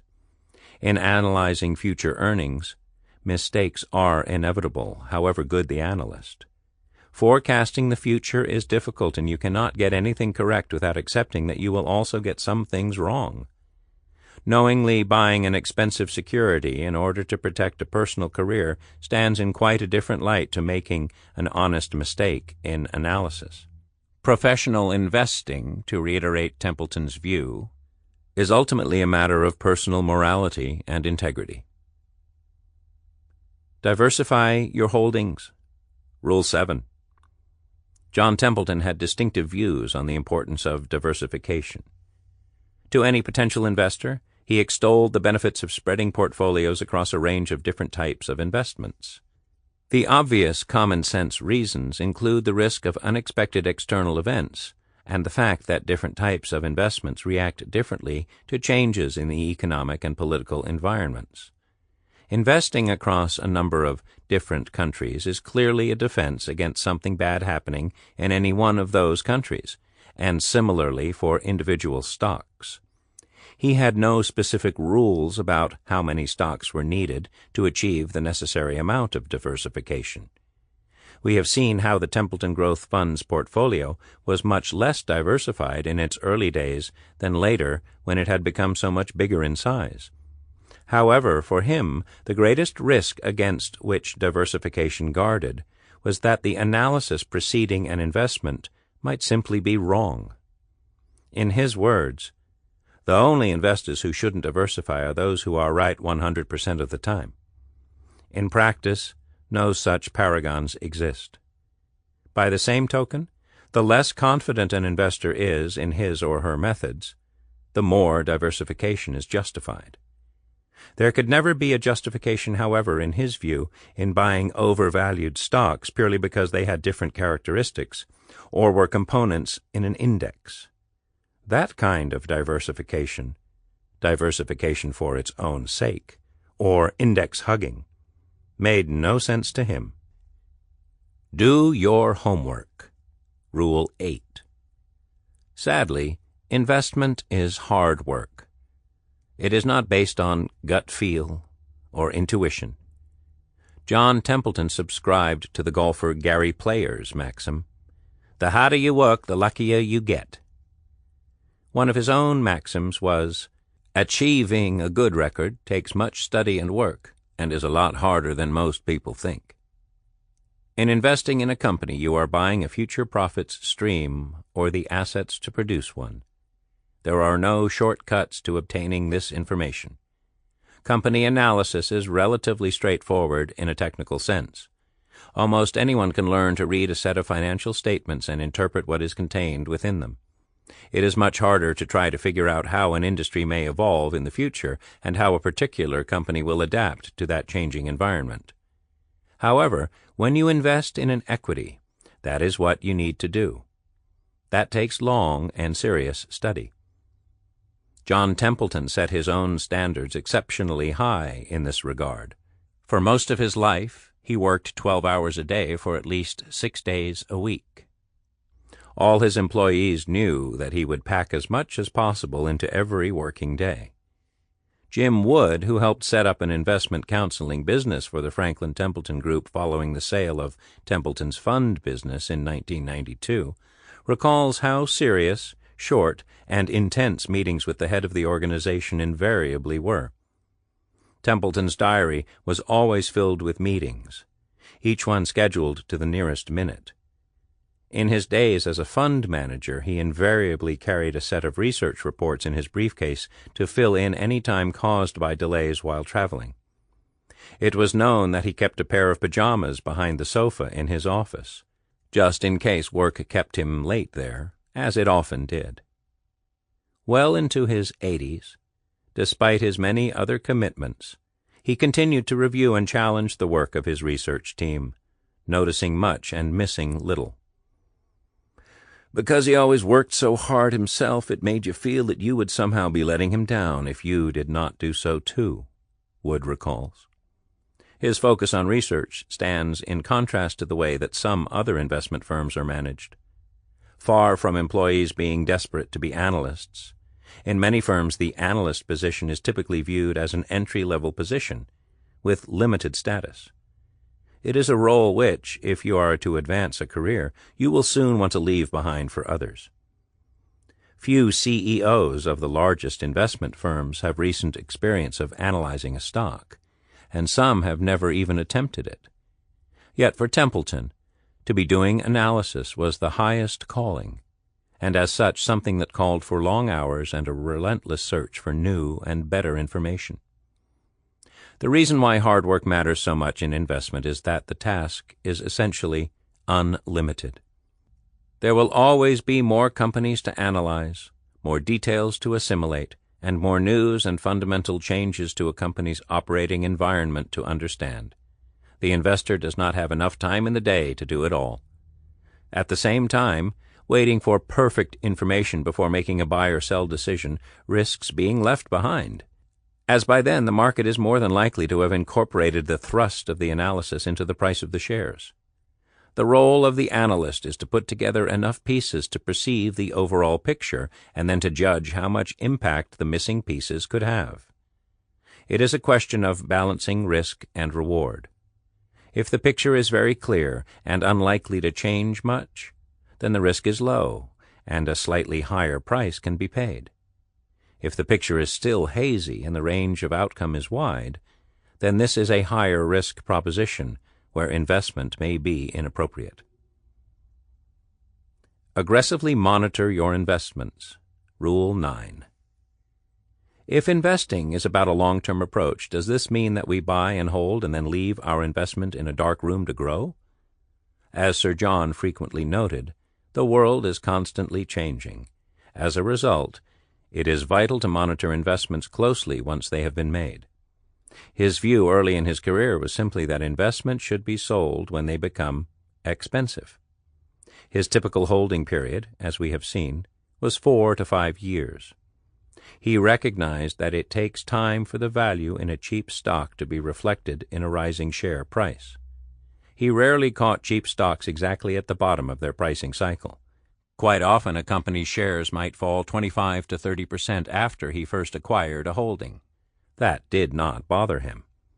If his analysis was right, the performance would follow eventually. If the analysis turned out to be wrong, however, the stock should be sold.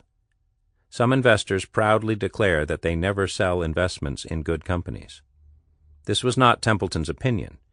Just as any company could become cheap, so any company could become expensive and therefore cease to be a sensible investment. Later in his career, Templeton evolved a rule that a stock should typically be sold if another stock could be found that was at least 50% cheaper on fundamental grounds. The important thing was to keep the portfolio under regular review and be prepared to take decisive action when market conditions created new opportunities. The same discipline needed to be applied to selling as to buying. The reason was, he liked to say, when sentiment changes. It changes very suddenly, and if you are not invested, you will miss out on a large proportion of the returns.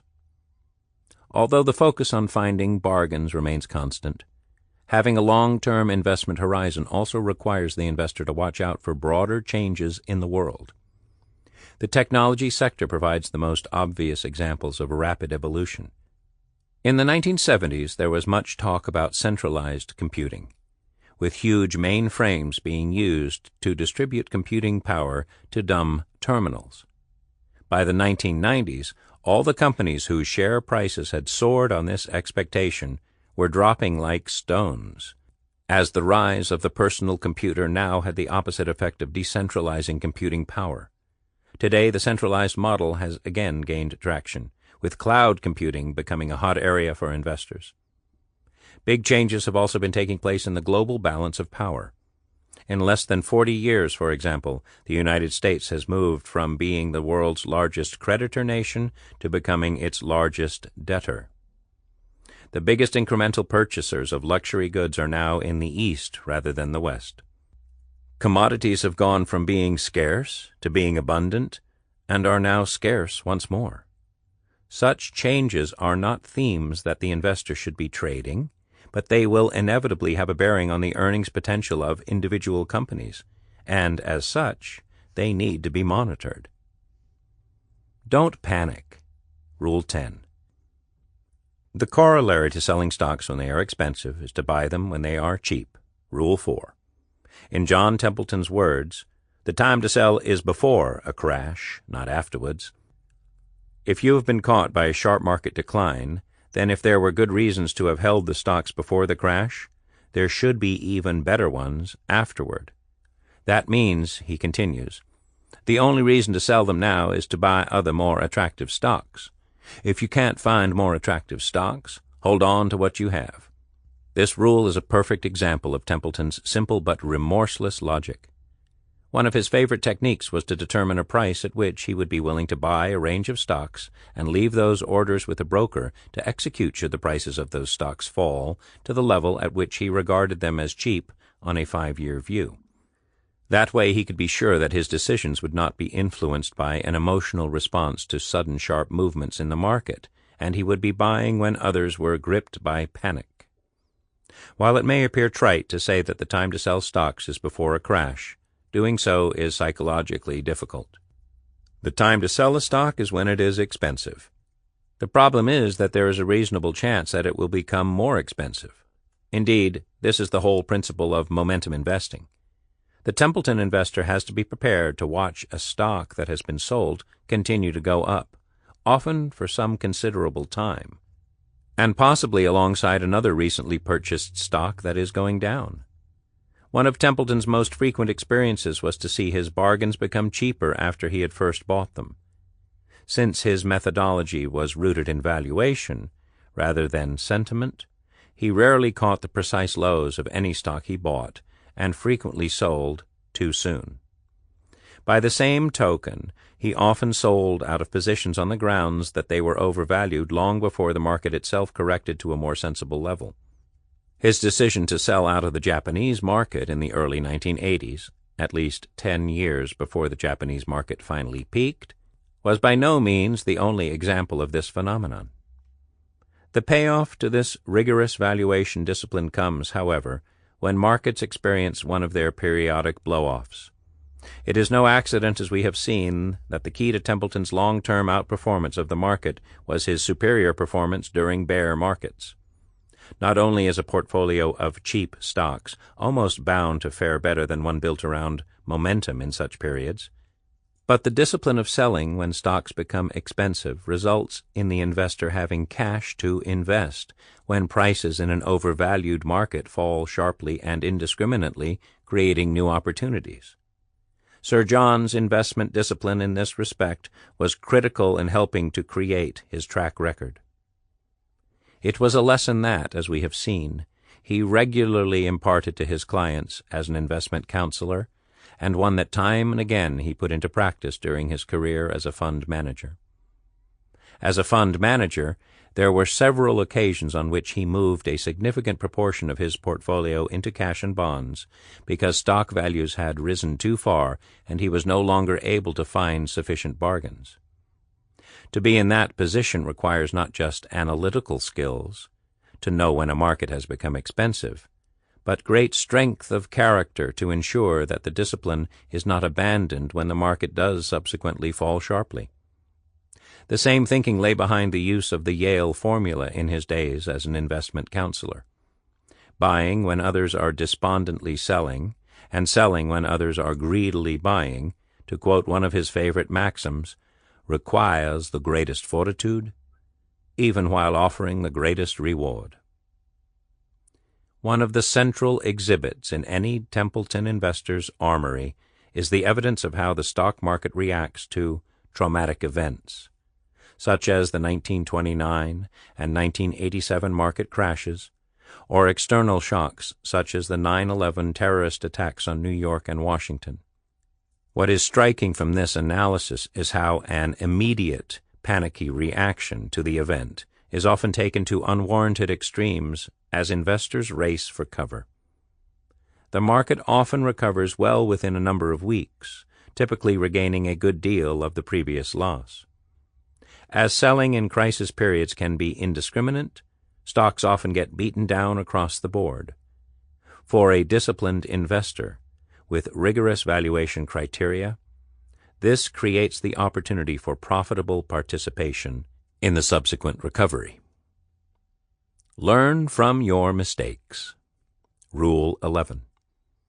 Investment analysis is an evolutionary process because the world itself is constantly evolving, and it takes time to gain the necessary experience and historical perspective to learn how to assess absolute value in stocks and how the corporate environment is likely to impact the future earnings potential of companies. Anyone who worked for Templeton was aware of his constant search for new insights into the way the world was evolving.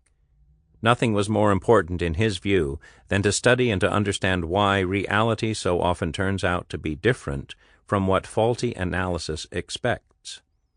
Hindsight is a wonderful teacher, but in many investment organizations the need to learn lessons is frequently lost in a hunt for scapegoats to blame when things go wrong. This was not Templeton's way. He was his own taskmaster.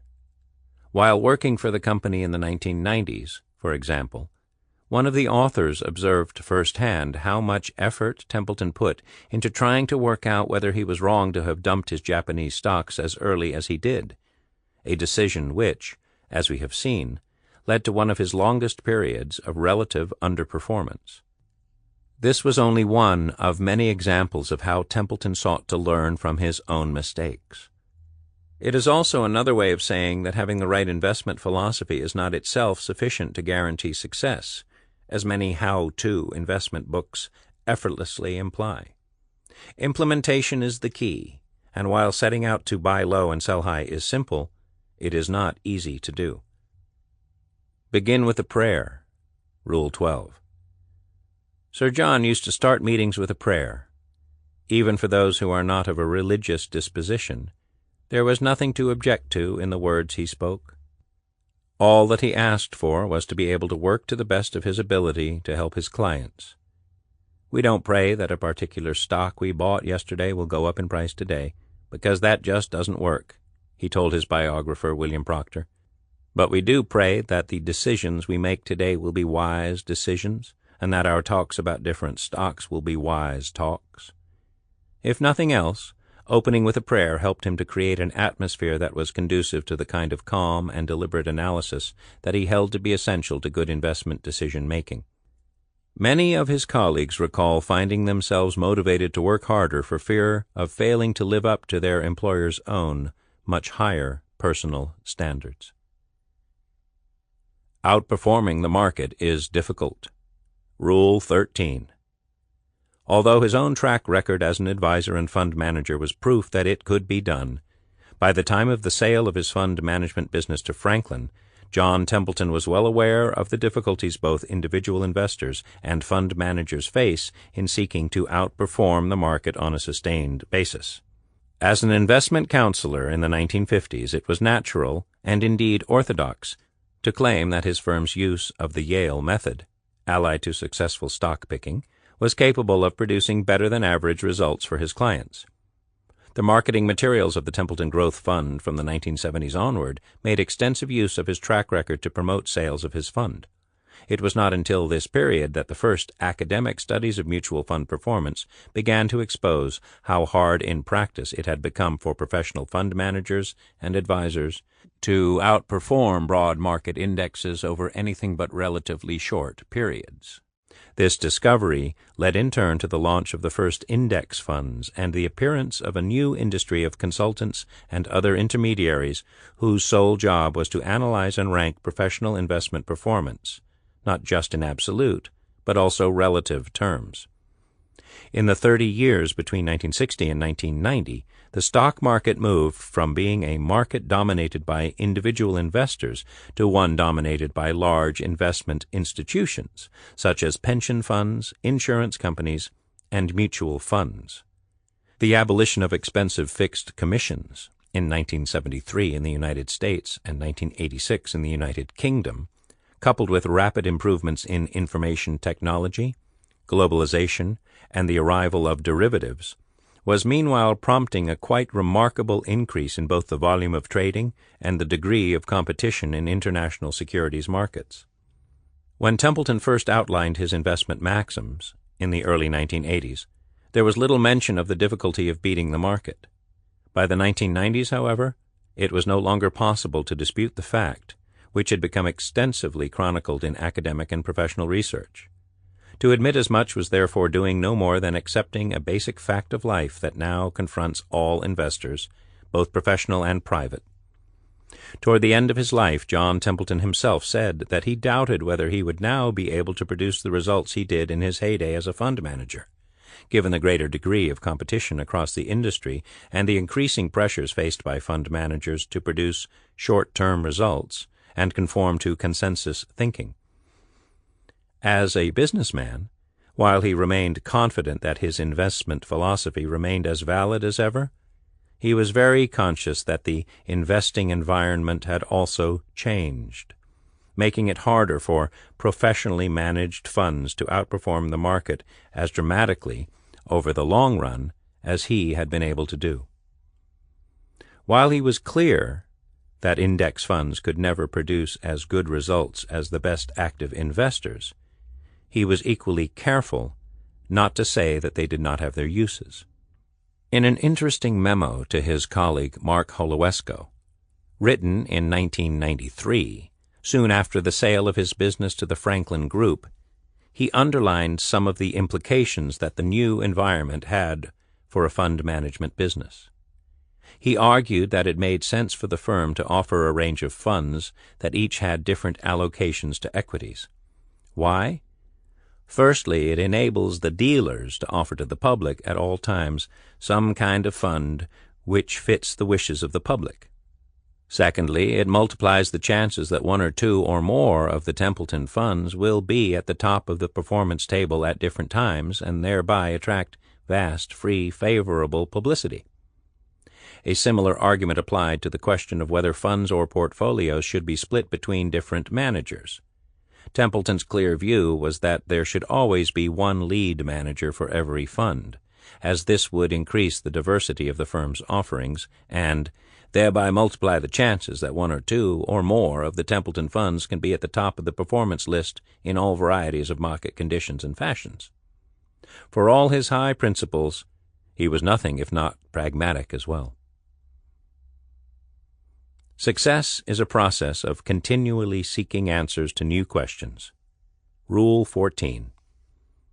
There is not much to add to Sir John's comments on this. An investor who has all the answers doesn't even understand all the questions.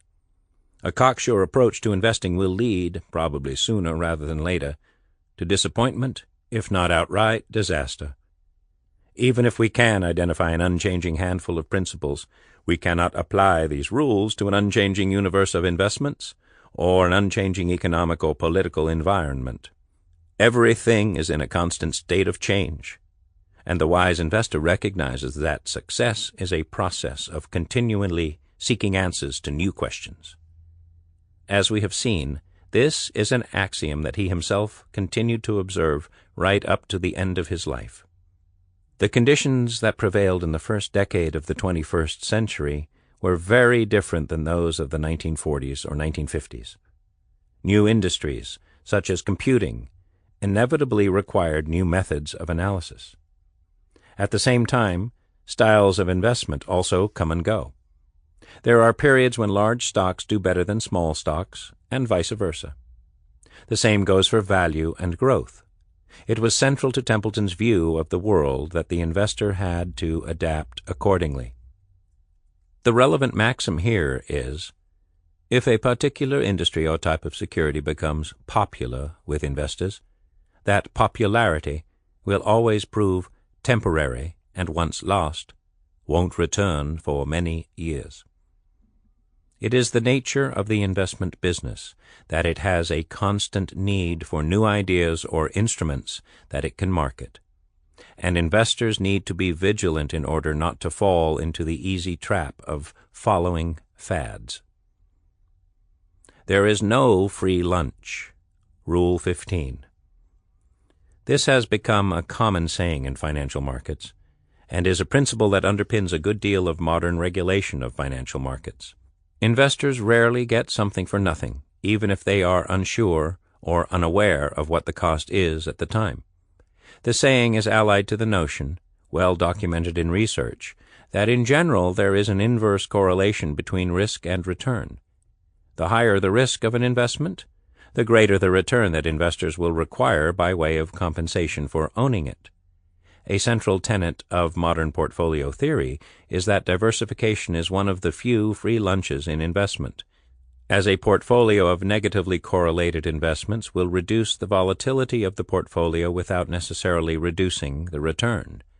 Templeton's comment on this was laconic.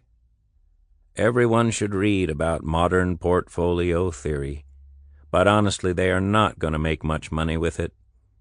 I've never seen anybody that came up with a really superior long-term record using only modern portfolio management. His point here was not that diversification was wrong, but that the notion that building portfolios on the basis of unreliable and irrelevant statistical inputs, such as historical volatility, was doomed to failure. He was always at pains to impress on his colleagues the need to avoid allowing their implicit or explicit biases to influence how they invested. In his view, there were no shortcuts. Proximity to a company, analyst recommendations, tips from friends, use of its products, all these are terrible reasons to buy a share. Investments should only be made, in his view, after extensive due diligence. Be positive. Rule 16. Virtually every speech ever made by John Templeton focused on the positives of life, and he wrote a series of books encouraging others to share this philosophy in the way they organized their lives. His speeches would document the great advances in literacy, modern medicine, living standards, and mortality rates that had been achieved in his lifetime. He had great faith in the ability of mankind to triumph over adversity, but worried about how many people seemed prone to negativity. When a friend of his launched a new newspaper to counter the media's obsession with bad news, it lasted less than 3 months, an outcome that he regarded as a sad reflection on human priorities. This carried over directly into his approach to investment. He had huge faith in the power of human ingenuity if protected by the law of property rights. He believed economic progress had been accelerating since the Industrial Revolution, and that it was a paradox of the human psyche that we could simultaneously remain gloomy about prospects while simultaneously enjoying the benefits and fruits of that progress. Any investor who reads the rules or the maxims that John Templeton laid down is bound to be struck by their simplicity. They are not difficult to understand. He himself referred to investment as being, for the most part, common sense. In the first chapter, we noted how his colleagues invariably allude to the way that he was able to make complex issues seem so straightforward. The fact that so many of his maxims remain relevant despite first being coined more than half a century ago is a testament to the power and timelessness of his insights. Yet there is no evidence that we can see that they are any more widely observed today than they were in his time. The increasingly short-term focus of modern professional investment stands in diametric opposition to the principles and approach that John Templeton both preached and practiced. Modern portfolio theory has failed, on the whole, just as he predicted, to produce consistently superior results. The explosion of information made possible by the Internet and instant global communications has empowered, but not yet enriched, private investors. The opportunities to profit from a Templeton approach to the markets are therefore just as great today as they were in the past, but the task of putting them into practice is no easier. This video is brought to you by economics-freedom.com. Dive into the world of Austrian economics, libertarian principles, and the pursuit of financial independence. At Economics and Freedom, our mission is to educate, inspire, and equip you with the tools to understand the complexities of the modern economy, make informed decisions, and to advocate for a freer society. Explore our growing library of expertly written books, including The Principles of Austrian Economics, where you'll discover the power of free markets, sound money, and purposeful behavior. Libertarianism, which advocates for individual liberties, self-ownership, and free choice. Then learn how these principles tie into the economy through real-world examples and stock market analysis. Join our growing community as we expose the dangers of central banks, government spending, and bureaucratic control. Learn how sound money, free markets, and individual liberty are the only paths to true prosperity. If you're content with the status quo, this isn't for you, but if you're ready to take control of your future and reject the chains of economic ignorance, economics-freedom.com is your weapon.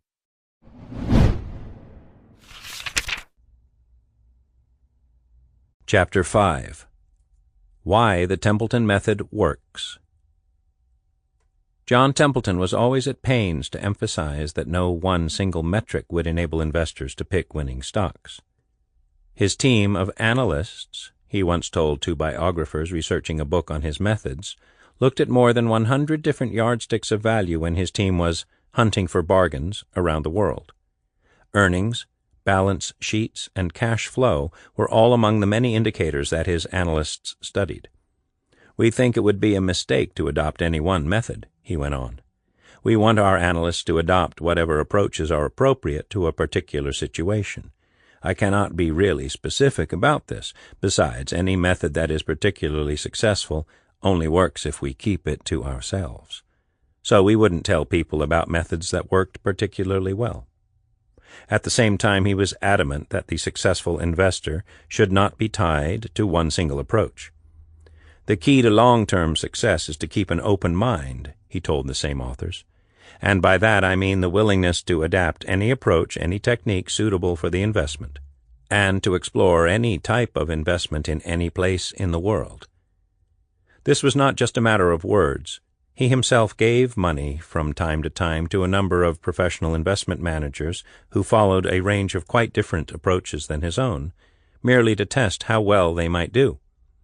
To take just one example, in the 1990s he gave £10 million of his own money in 2 tranches to Jayesh Manek, an Asian pharmacist in England who had won a stock-picking competition in a national newspaper. The money enabled the latter to start a fund, which continues today.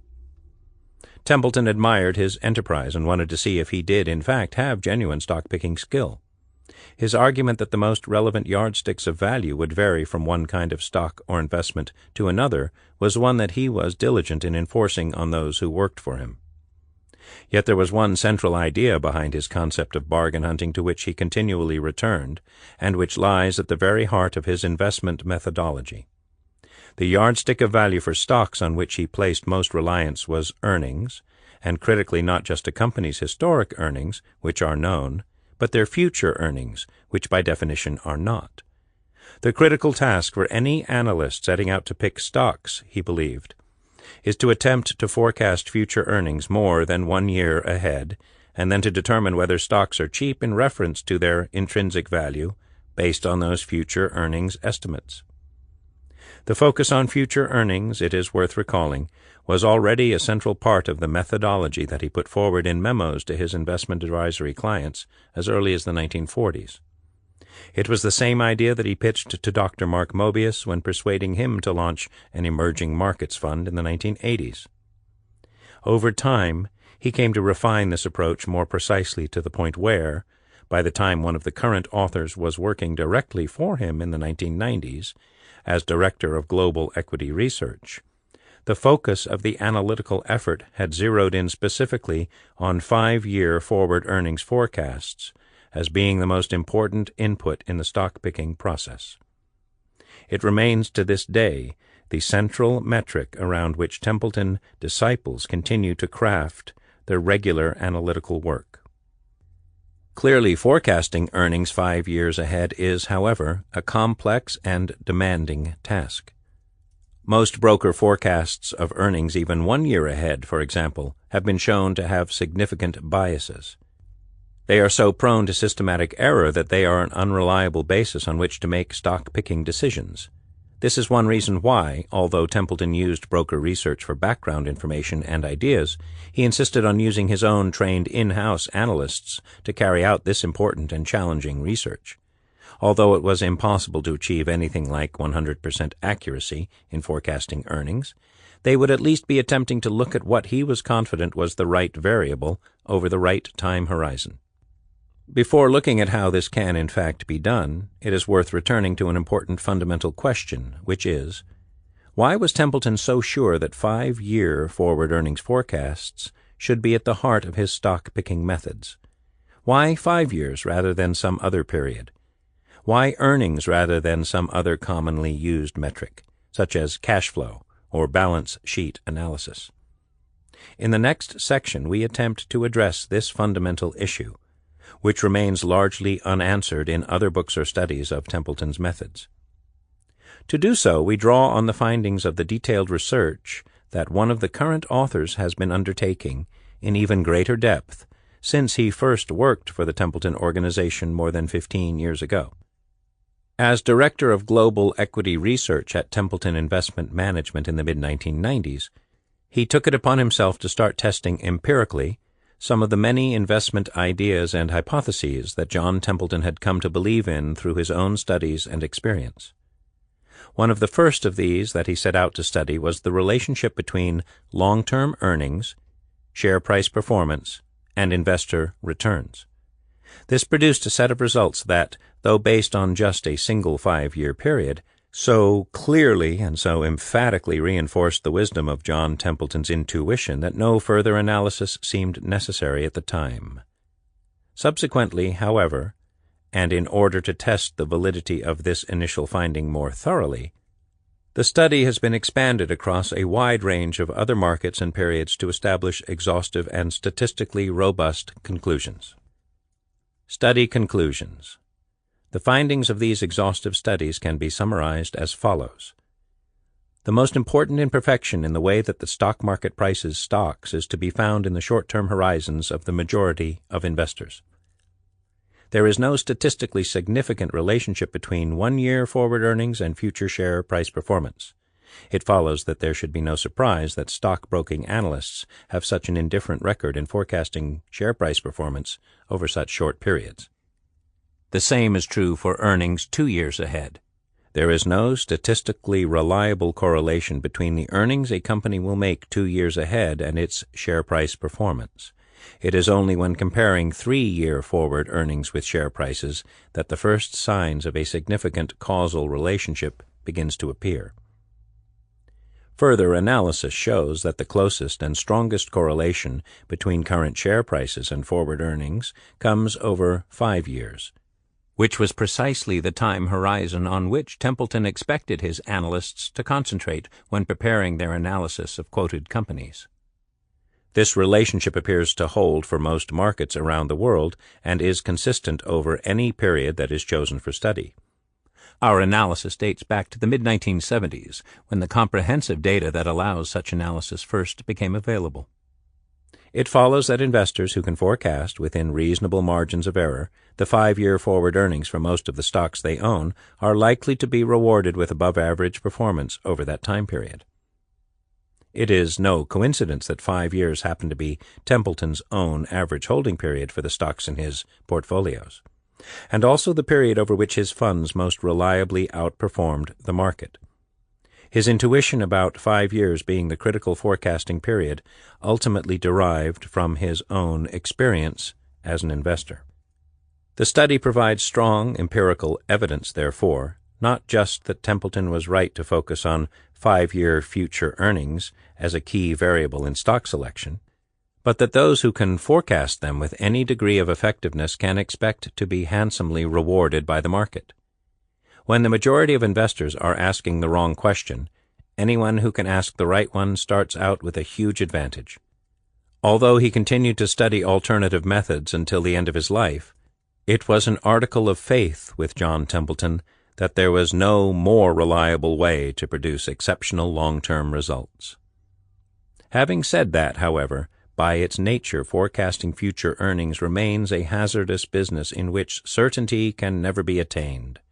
So, while the 5-year earnings forecast remains the most reliable method of obtaining above-average results, it alone does not guarantee success. It has to be implemented well.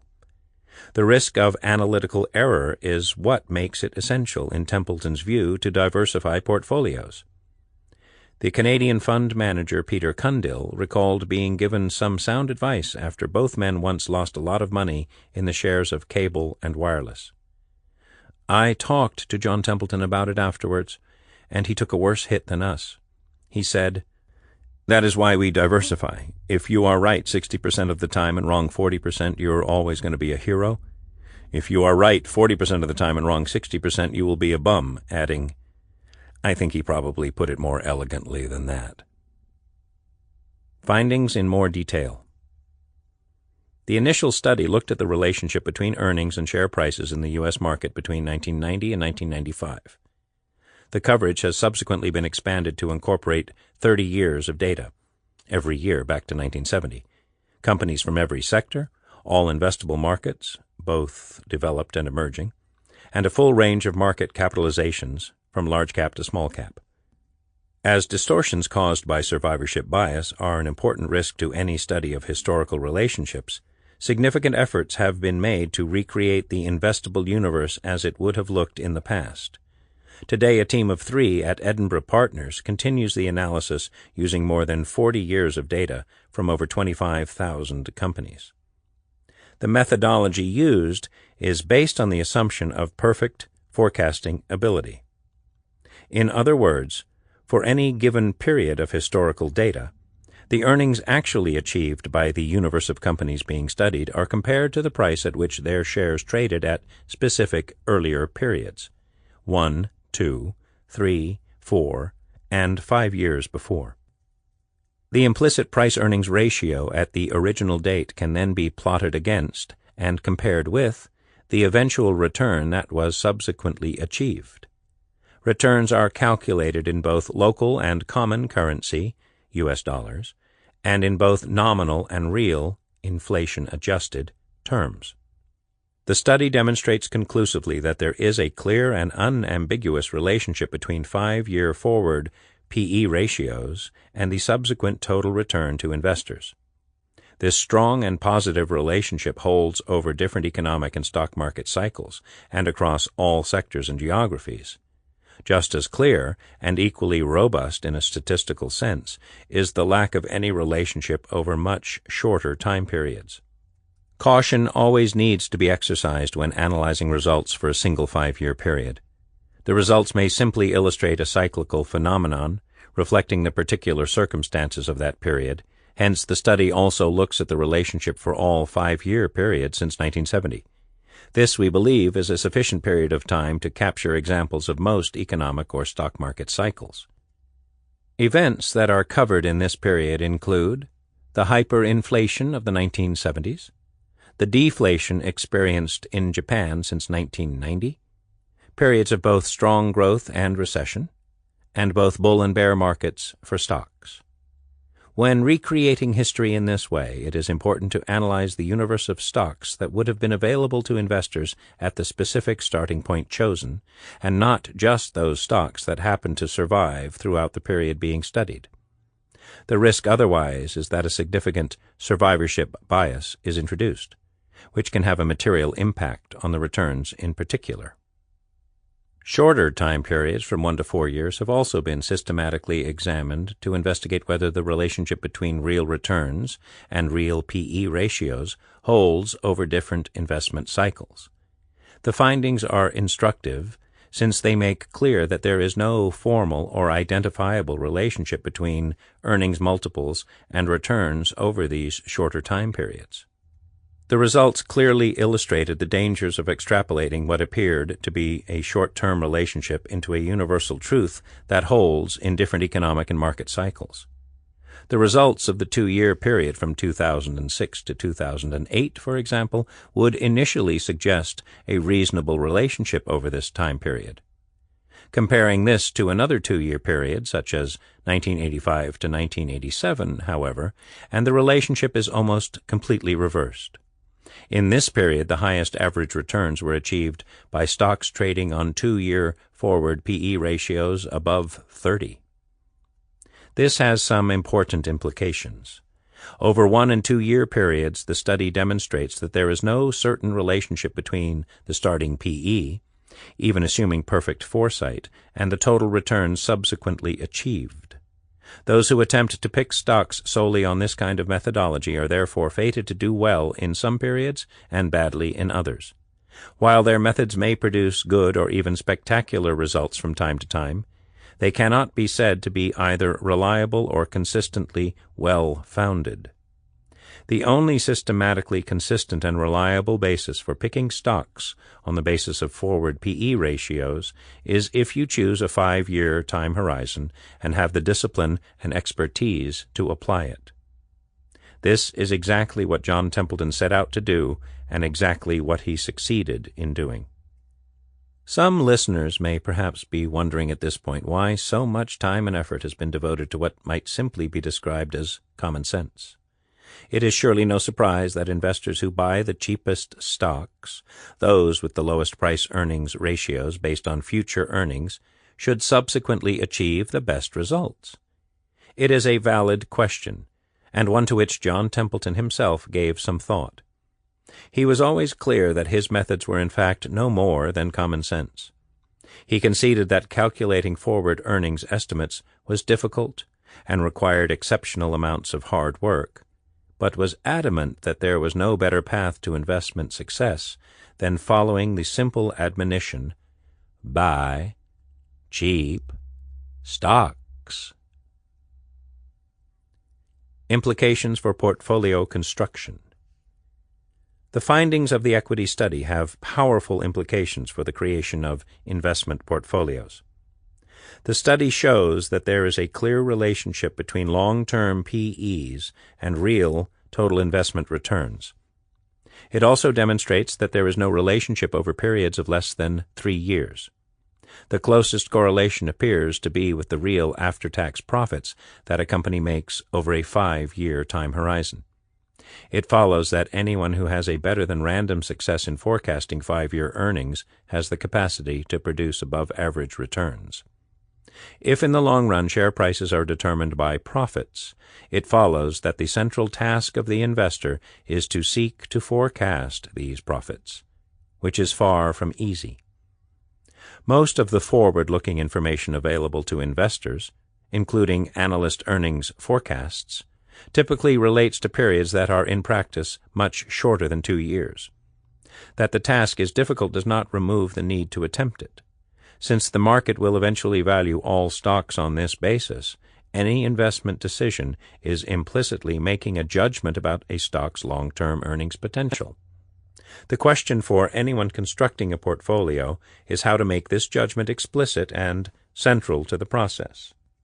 Of course, if anyone had 100% accuracy in forecasting, there would be no need for a portfolio at all, since perfect knowledge would remove all the risk from the process. It would suffice to pick the best single future performer.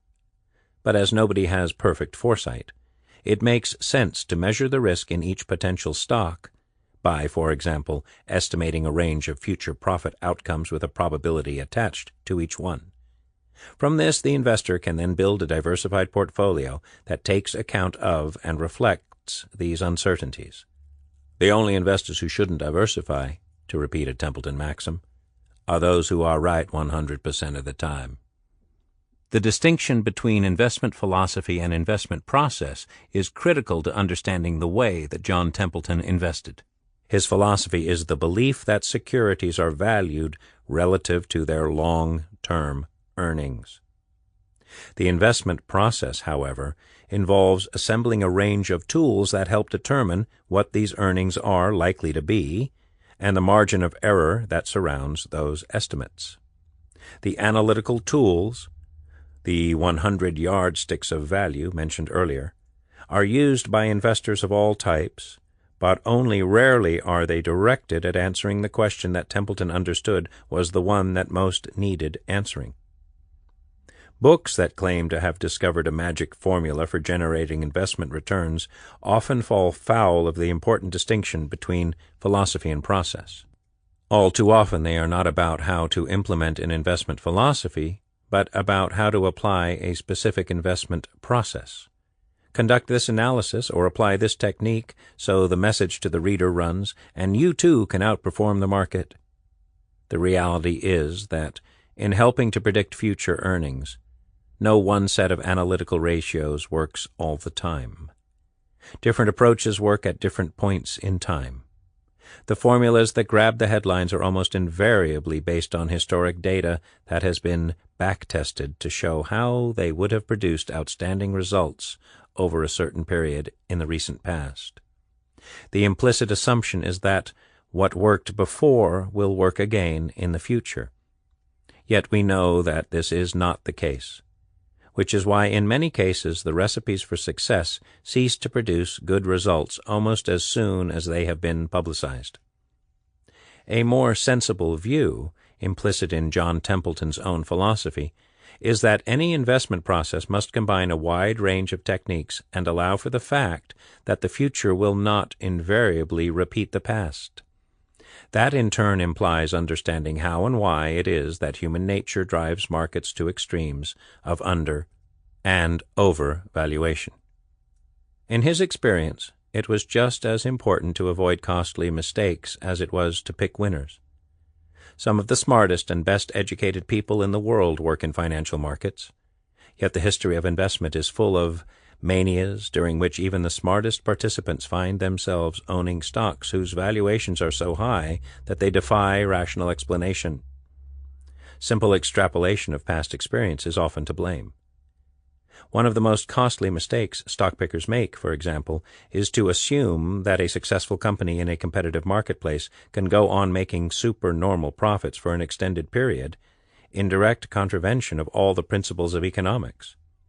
For example, a pharmaceutical company with strong profits and cash flow trading on a historic P/E of 10 times earnings, with growth for the next 5 years, superficially looks cheap.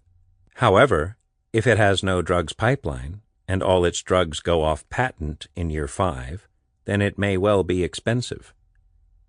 Equally, if an auto manufacturer has never managed to sustain an operating profit margin over 10% in the past 40 years, is it really likely that it will do so in the future in an industry that continues to be characterized by overcapacity? A robust investment process will highlight how the margins being forecast sit in the context of historic ones, leading to a debate about whether there is any justification for this having changed.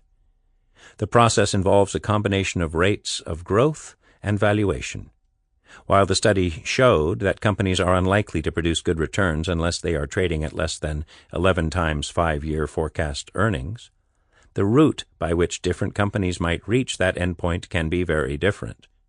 A company that is in the early stages of growth and trades on an initial P/E of 50 times next year's earnings clearly looks expensive. But if it is in fact about to experience 10 years of strong future double-digit growth, it is not impossible that it is cheap, although the assumptions behind expecting such an outcome clearly need to be rigorously tested. Similarly, a company that is trading on 6 times next year's earnings may still be expensive if its earnings are set to fall thereafter. A robust investment process should make it difficult to make stupid assumptions. Linear extrapolation is a natural way for human beings to observe the world. That's what graphs and charts do. For most of the time, linear extrapolation represents the best forecast with the lowest error. The problem arises when the cycle changes. When that happens, extrapolation is not just wrong, but very wrong. Investors who rely on it will find themselves either greatly over-optimistic or greatly pessimistic. This, as John Templeton saw, was what created opportunities and underpinned his maxim that the time to buy was during times of maximum pessimism. When from time to time economists float the idea that the business cycle has been abolished, it is also the result of linear extrapolation trumping historical experience.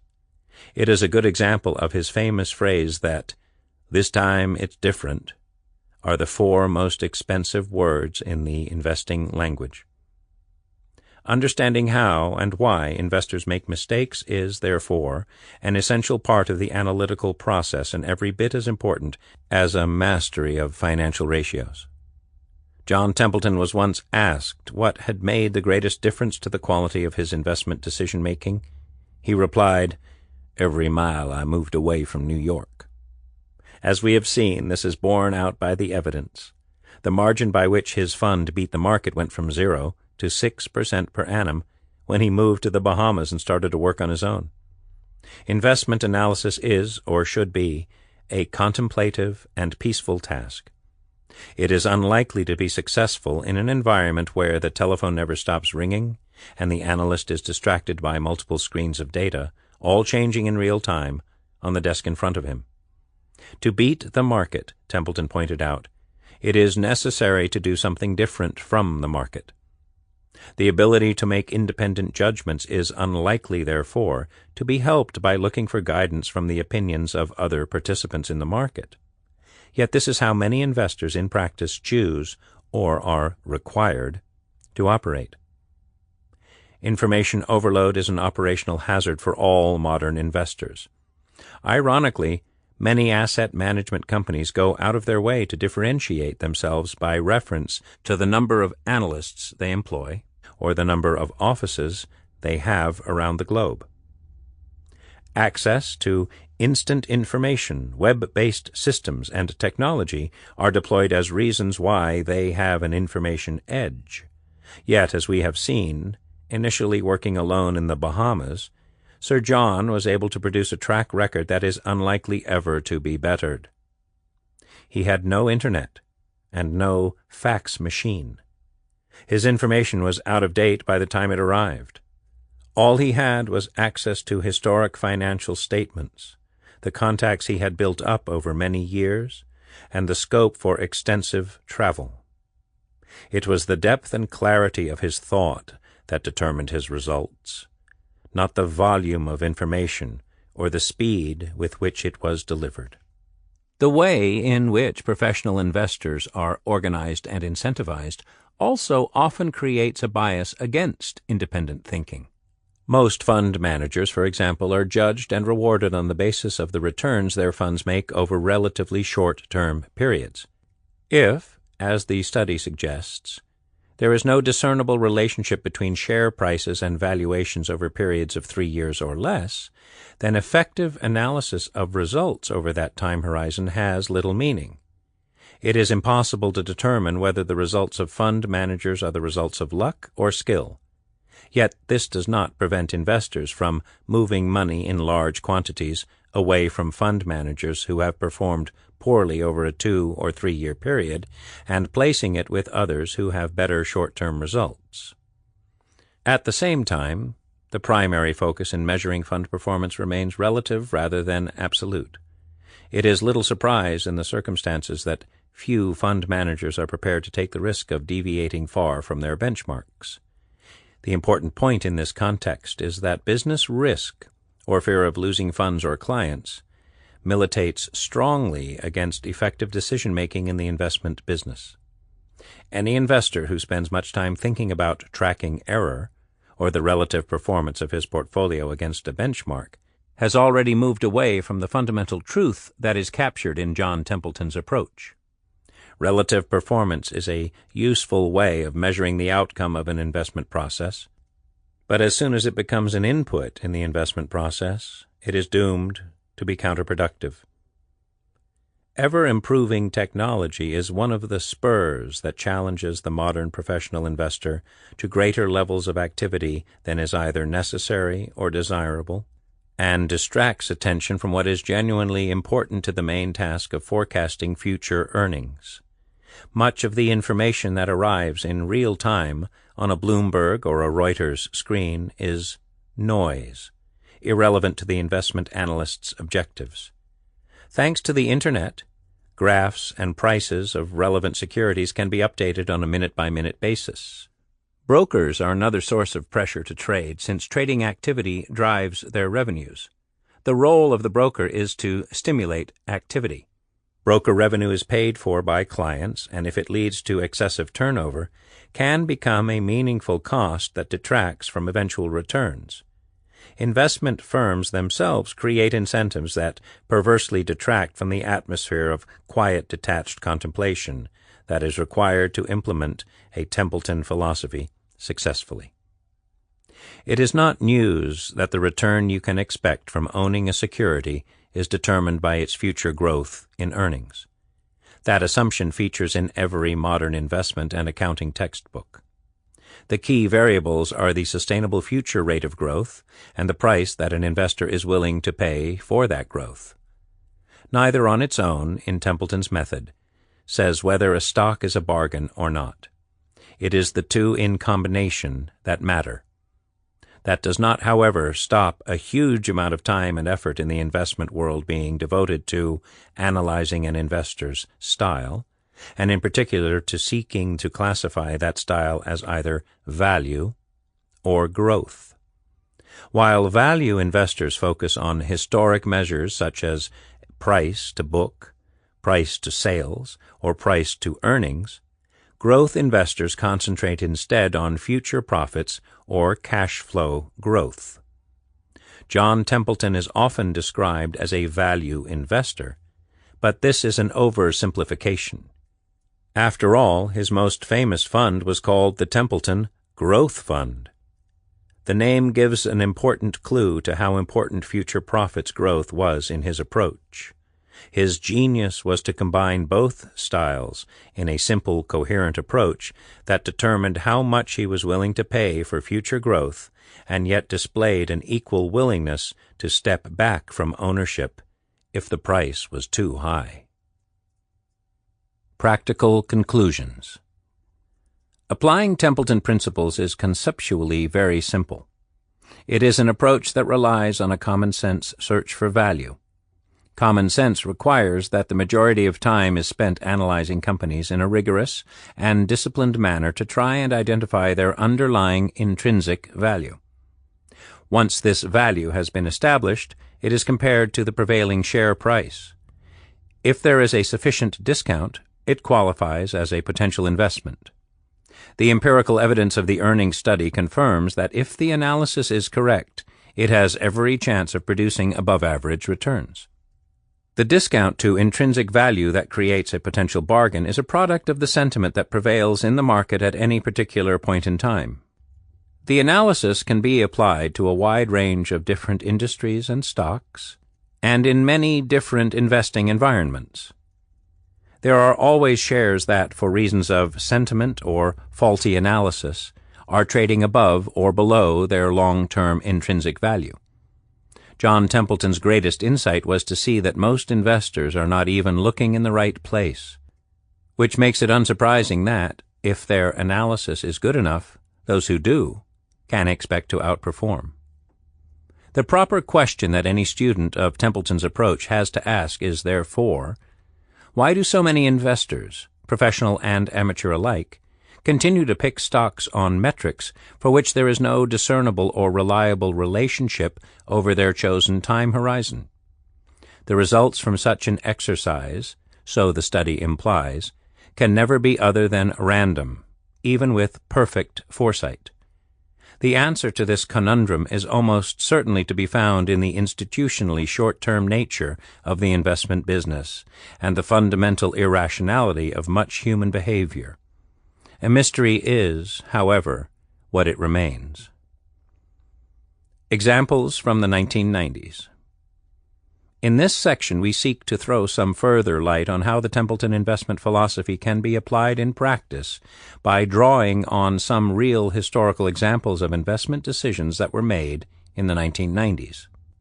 This was a period when one of the authors of this audiobook was working directly for the Franklin Templeton Group as Director of Global Equity Research, with the responsibility of applying the principles established by Sir John Templeton to the management of an institutional global equity portfolio.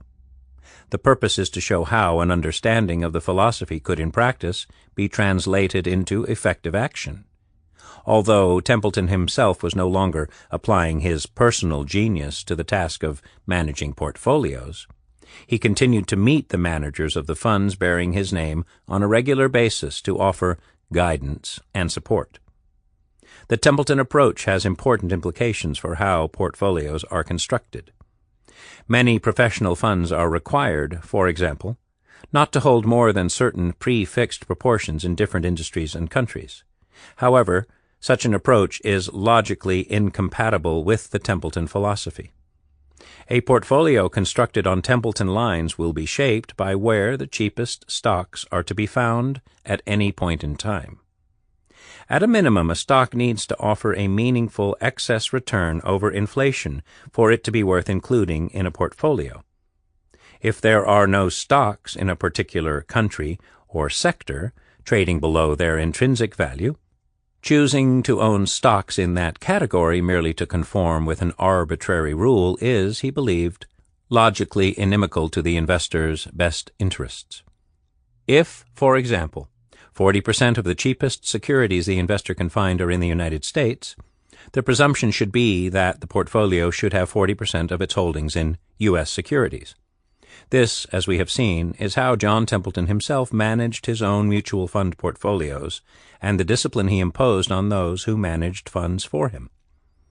In practice, this meant avoiding, wherever possible, big decisions. The art of managing a global equity fund, in his view, was based on making a large number of individual decisions and letting them shape the portfolio, rather than following any predetermined global or macro judgments. Allied to this was his belief that the worst mistakes in investment arise when investors feel constrained to own something for reasons other than fundamental value. A disciplined approach that focuses on a series of small decisions about individual companies has a number of practical advantages. It makes it easier for fund managers to act decisively. Having to obtain consensus for a major shift in asset allocation is far harder than adding a single new stock to a portfolio. By the end of the 1980s, no asset allocation or investment strategy committee operating under conventional asset allocation rules would have dared to advocate avoiding Japanese equities entirely, as Templeton did.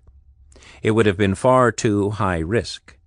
Yet, by sticking to analyzing individual companies with a strict valuation discipline, this is precisely the freedom that an investor operating on Templeton principles enjoys.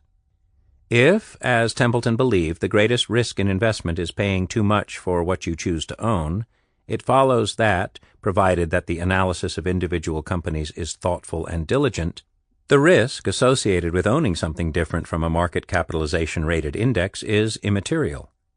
The real risk in the Templeton approach is that the fundamental analysis used to pick individual stocks turns out to be wrong. The value of diversification comes not from owning a wide range of different types of security, but rather from the risk that the investor is wrong about the intrinsic value of what he has chosen to own. As we have seen, even such a great investor was never precisely right. The focus on individual company analysis makes the task of asset allocation much more straightforward. If a professional investor can find enough cheap stocks to buy, then, as a general rule, it is right to be as fully invested in them as general portfolio considerations allow. If, though, as does happen periodically, the investor can no longer find sufficient cheap stocks to fill a portfolio, it makes sense to reduce the weighting in equities and hold cash instead, just as Templeton himself advised his clients to do at points in the 1940s and 1950s.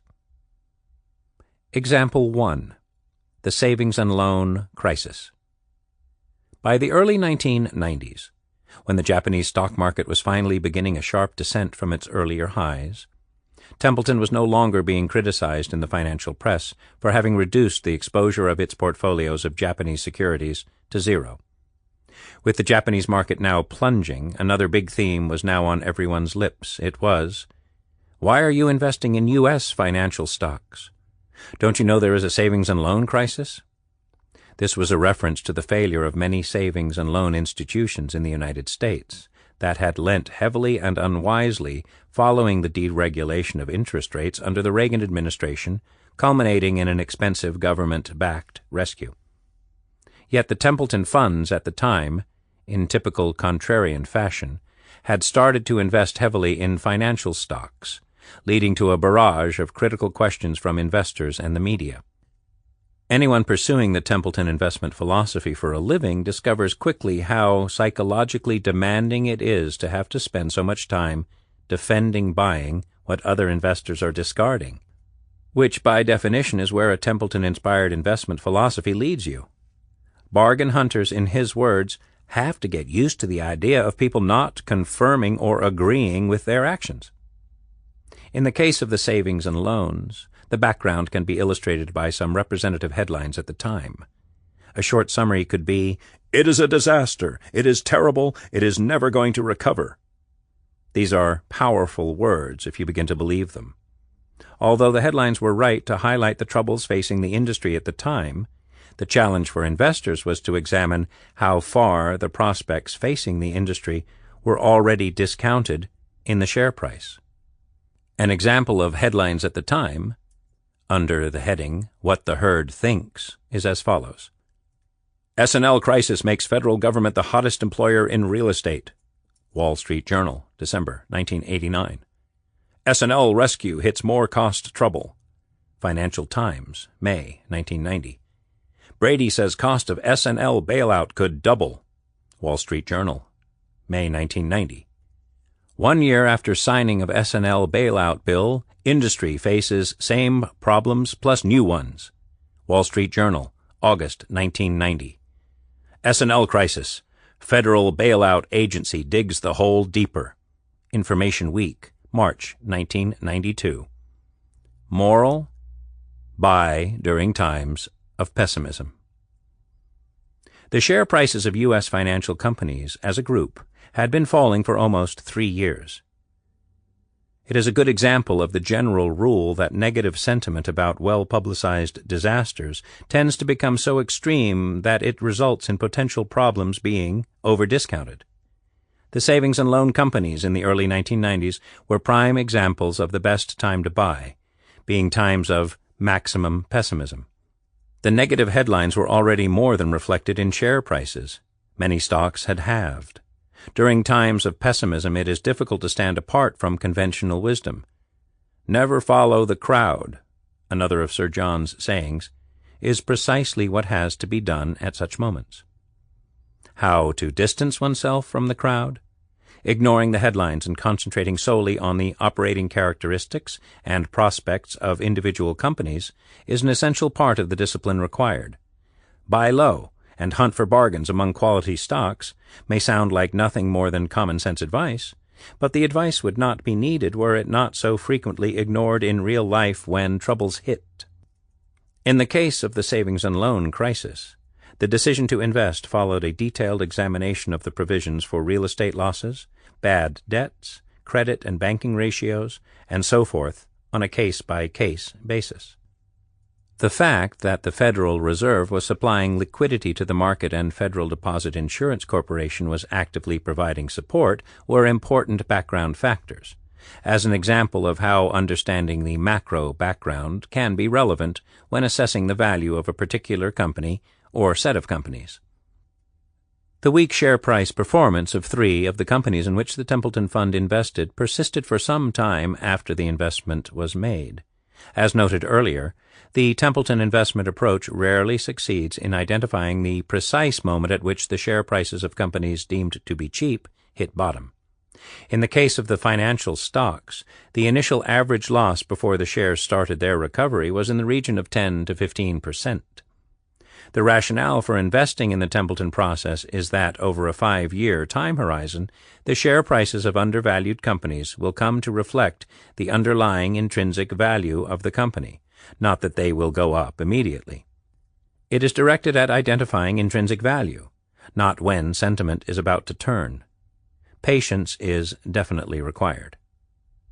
The exposure of the fund to U.S. financial stocks can be compared to the performance of the financial sector relative to the MSCI World Index. The proportion of the fund invested in U.S. financials rose during the period of negative sentiment and was later reduced before the shares of these U.S. financial stocks had reached their peak. This is the other side of the coin of being unable to judge how far negative sentiment will push share prices down.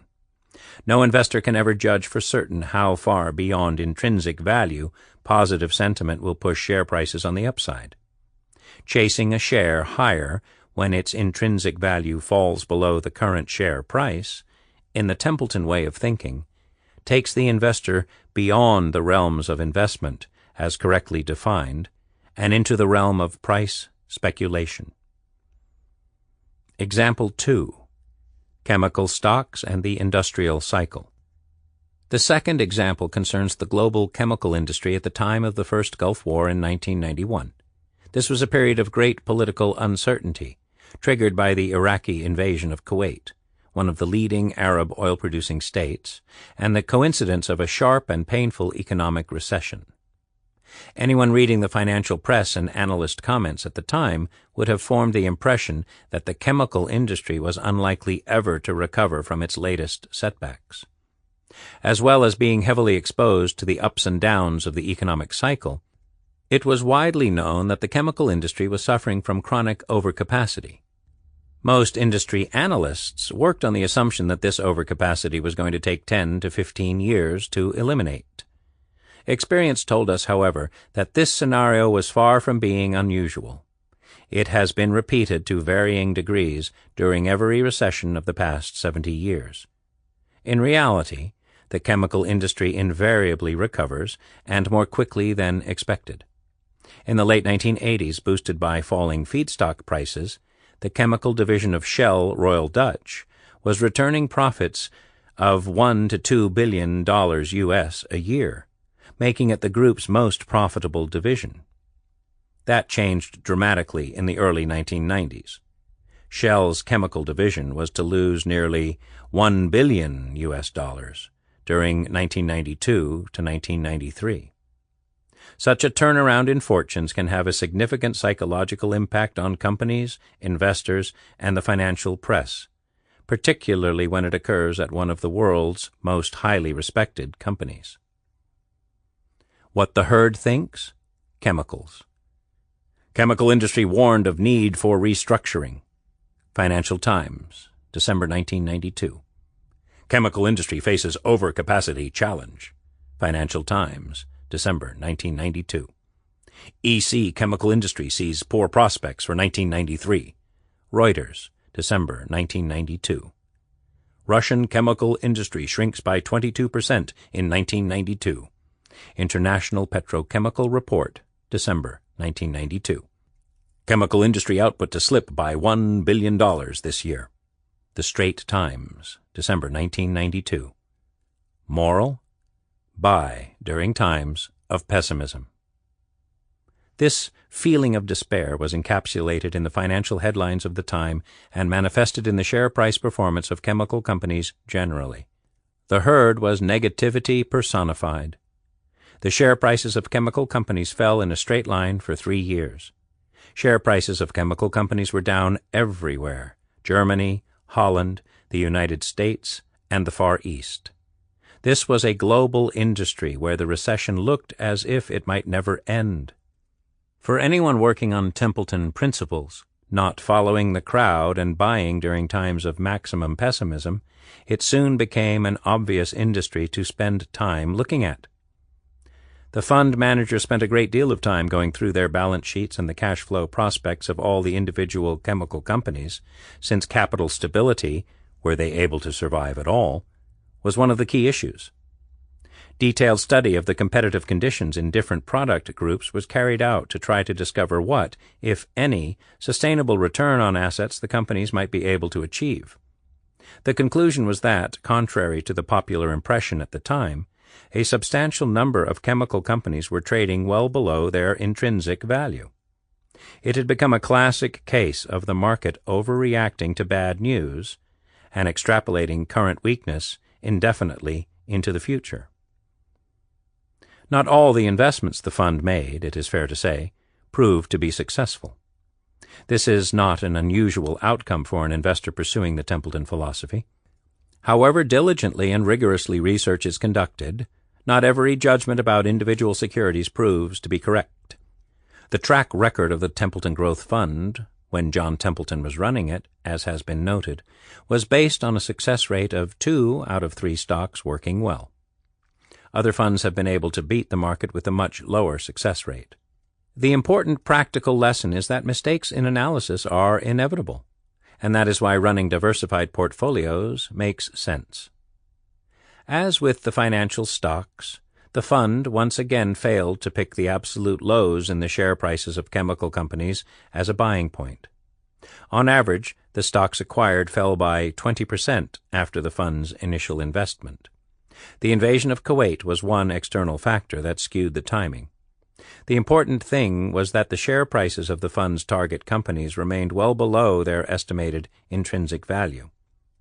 In Templeton's experience, it was better to be too early in buying cheap stocks than trying to catch them after their share prices had started to rise, when the greater risk was that the opportunity would be missed entirely.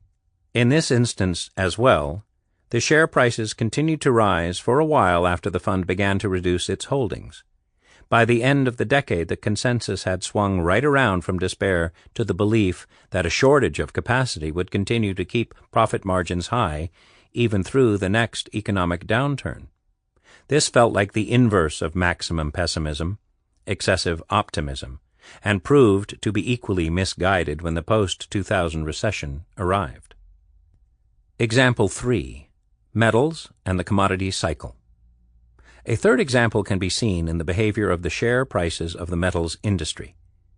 In the early 1980s, the prices of most metals had started to fall in both real and nominal terms. Despite sporadic rallies, an investor would have been hard pushed to avoid substantial losses from these stocks through the 1980s. By the early 1990s, the London Metals Exchange was reporting record levels of stocks and widespread dumping of product as the former Soviet Union pushed its unwanted stocks of aluminum, for example, into Europe and the United States. At a macroeconomic level, there appeared to be no prospect of prices recovering, something that was widely reflected in the press at the time and in share prices. What the herd thinks. Metals. Precious metal prices fall and volatile trading as new data shows weak inflationary pressures. Wall Street Journal, October 1993. Base metals prices are clouded by glut of overproduction in the East and West. Wall Street Journal, October 1993. Losses at Asarco after metal prices fall. Financial Times, October 1993. U.S. copper futures fall as available stocks of the metal reach a 15-year high in London. Wall Street Journal, October 1993. Base metal price decline pushes Cominco into red. Financial Times, October 1993. Moral: buy during times of pessimism. It might be thought that analyzing companies in an industry with globally priced, homogeneous products, such as metals and oil, would be particularly difficult for a bottom-up investor who primarily focuses on individual company analysis. Actually, experience suggests that this is not the case. Clearly, in industries such as these, it is necessary to form a view about the future path of product prices. Unfortunately, attempts to produce price forecasts with econometric models have proved singularly unsuccessful whenever they have been attempted. This approach has never been part of the Templeton investment method. The better, alternative approach, and the one adopted by John Templeton himself, is to aggregate a range of bottom-up information about all the companies in an industry. From that can be derived the range of price outcomes that would be necessary for the companies to make a satisfactory return on capital over a period of years. For the major metals companies of the world, it is relatively simple to calculate what return on assets is needed to ensure their long-term survival. The analytical task is then to determine the commodity price at which the industry as a whole is able to replace its assets. This is the minimum price that will allow a mining company, for example, to finance the capital expenditure required to maintain and replace its existing mines, or for an aluminum company to maintain and renew its smelters. Unless those price levels could be obtained at some point in the future, it follows that the industry would simply go into decline. The way that competitive capitalist industries work, that in turn would eventually lead to capacity shortages and a consequent revival, after a number of years, in the industry's fortunes. What became apparent in the early 1990s was that the prices prevailing in the market were well below any realistic assessment of the price that would be required to make it sensible for companies to replace their assets. If the analysis was right, it meant that at some point in the future the price of metals would simply have to rise in order to rebalance global supply and demand. The analysis could, of course, have been wrong. For example, if it underestimated the potential for technology advancement or a new source of demand. But assuming that it was correct, applying this implied metal price as a base case to each company in the sector made it possible to move beyond valuations based on current metal prices to estimate their long-term earnings potential. This was the investment case for buying metals stocks at that point in the cycle. The performance of 3 of the stocks in which the fund invested in 1993 was mixed. In the case of the Australian company Comalco and the Swedish company Trelleborg, the share prices appreciated sharply soon after the purchases.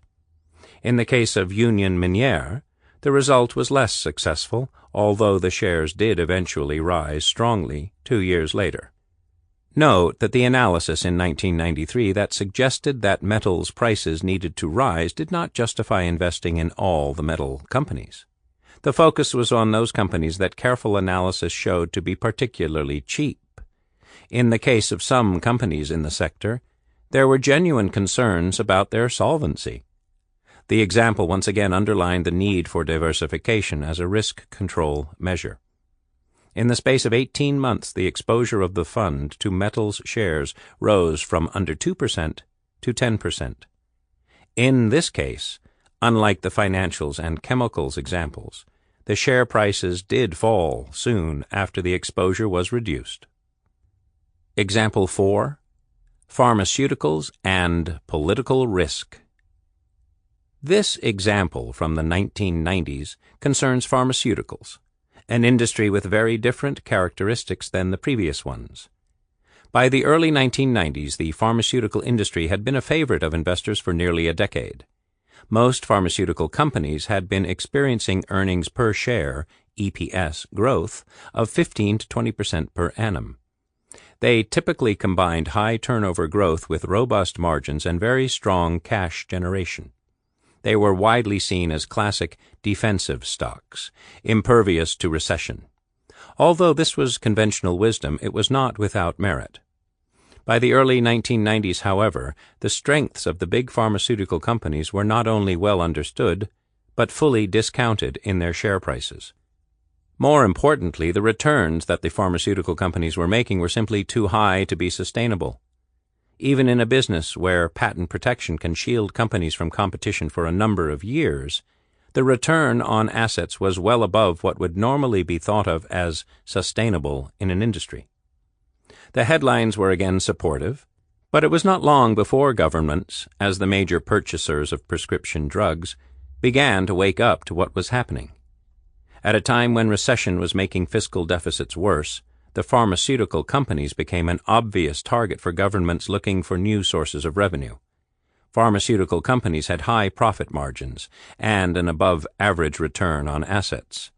The industry was not popular with the general public. The U.S. government, announcing the so-called Clinton reforms, was the highest-profile country to threaten a raid on drug company profits. But the same phenomenon was also witnessed in Europe, Japan, and the rest of Southeast Asia. In the face of this attack, share prices reacted in the way you would expect. The wonderful security traditionally associated with pharmaceutical companies dissipated. From being universally positive, securities analysts became almost universally negative instead. For a while, the process became self-fulfilling.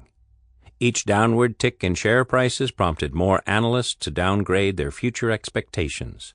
By the end of the process, hardly any analyst in the world was positive on any pharmaceutical stock. In each case, a neutral or negative view was justified by reference to the lack of a drug pipeline, expiring patent protection, or both. Yet while for any individual company it was possible to believe that R&D might not produce any future winners, it was implausible to believe that all pharmaceutical companies as a group would fail to do so at the same time. Much more plausible was the view that stockbroking analysts had become too pessimistic after a period of poor share price performance. What the herd thinks. Pharmaceuticals. Generic drug stocks plunge amid fears of Clinton's war on healthcare costs. Wall Street Journal, February 1993. Embattled drug industry makes offer to Clinton. Wall Street Journal, May 1993. Reforms hit European drugs industry. Financial Times, June 1993. Another job reduction set in drug industry. Wall Street Journal, October 1993. Drug industry darkens view of Clinton health plan. Wall Street Journal, October 1993. Litany of disasters for the international drugs industry. Financial Times, March 1994. Moral: buy during times of pessimism. In these circumstances, avoiding what the crowd was doing and waiting until share prices had fully reflected all the bad news again proved fruitful. The fund's analysis kept throwing up what seemed to be demonstrably undervalued securities. The managers did not know that Pharmacia, the Swedish company, was going to merge with Upjohn and Ciba-Geigy with Sandoz, nor did they predict that the Wellcome Trust was going to be taken over by Glaxo. What the analysis did show was that Wellcome, for example, had a strong balance sheet with net cash and earnings growth in excess of 8% for the foreseeable future. It had positive cash flow and a sustainable dividend in excess of 5%. Why would you not wish to invest in such a company? Only negative sentiment prevented it from happening. It was a perfect example of how the short-term focus of most investors can drive security prices well away from their justified level, which is the assumption that underpins the Templeton philosophy of investment. In practice, after the initial scare, drug company stocks rose steadily for around 5 years. The fund's exposure to drug companies rose from under 1% to 7% over 18 months, before being gradually reduced. Again, it is evident that on the basis of perfect hindsight, the fund sold down its holdings too early.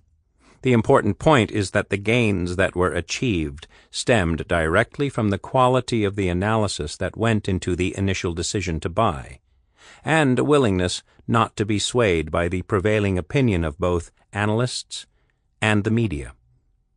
The genius of John Templeton was to see that asking the right questions and having faith in the quality of your own analysis should, in the right hands, be sufficient to produce above-average results. Chapter 6. Past, Present, and Future.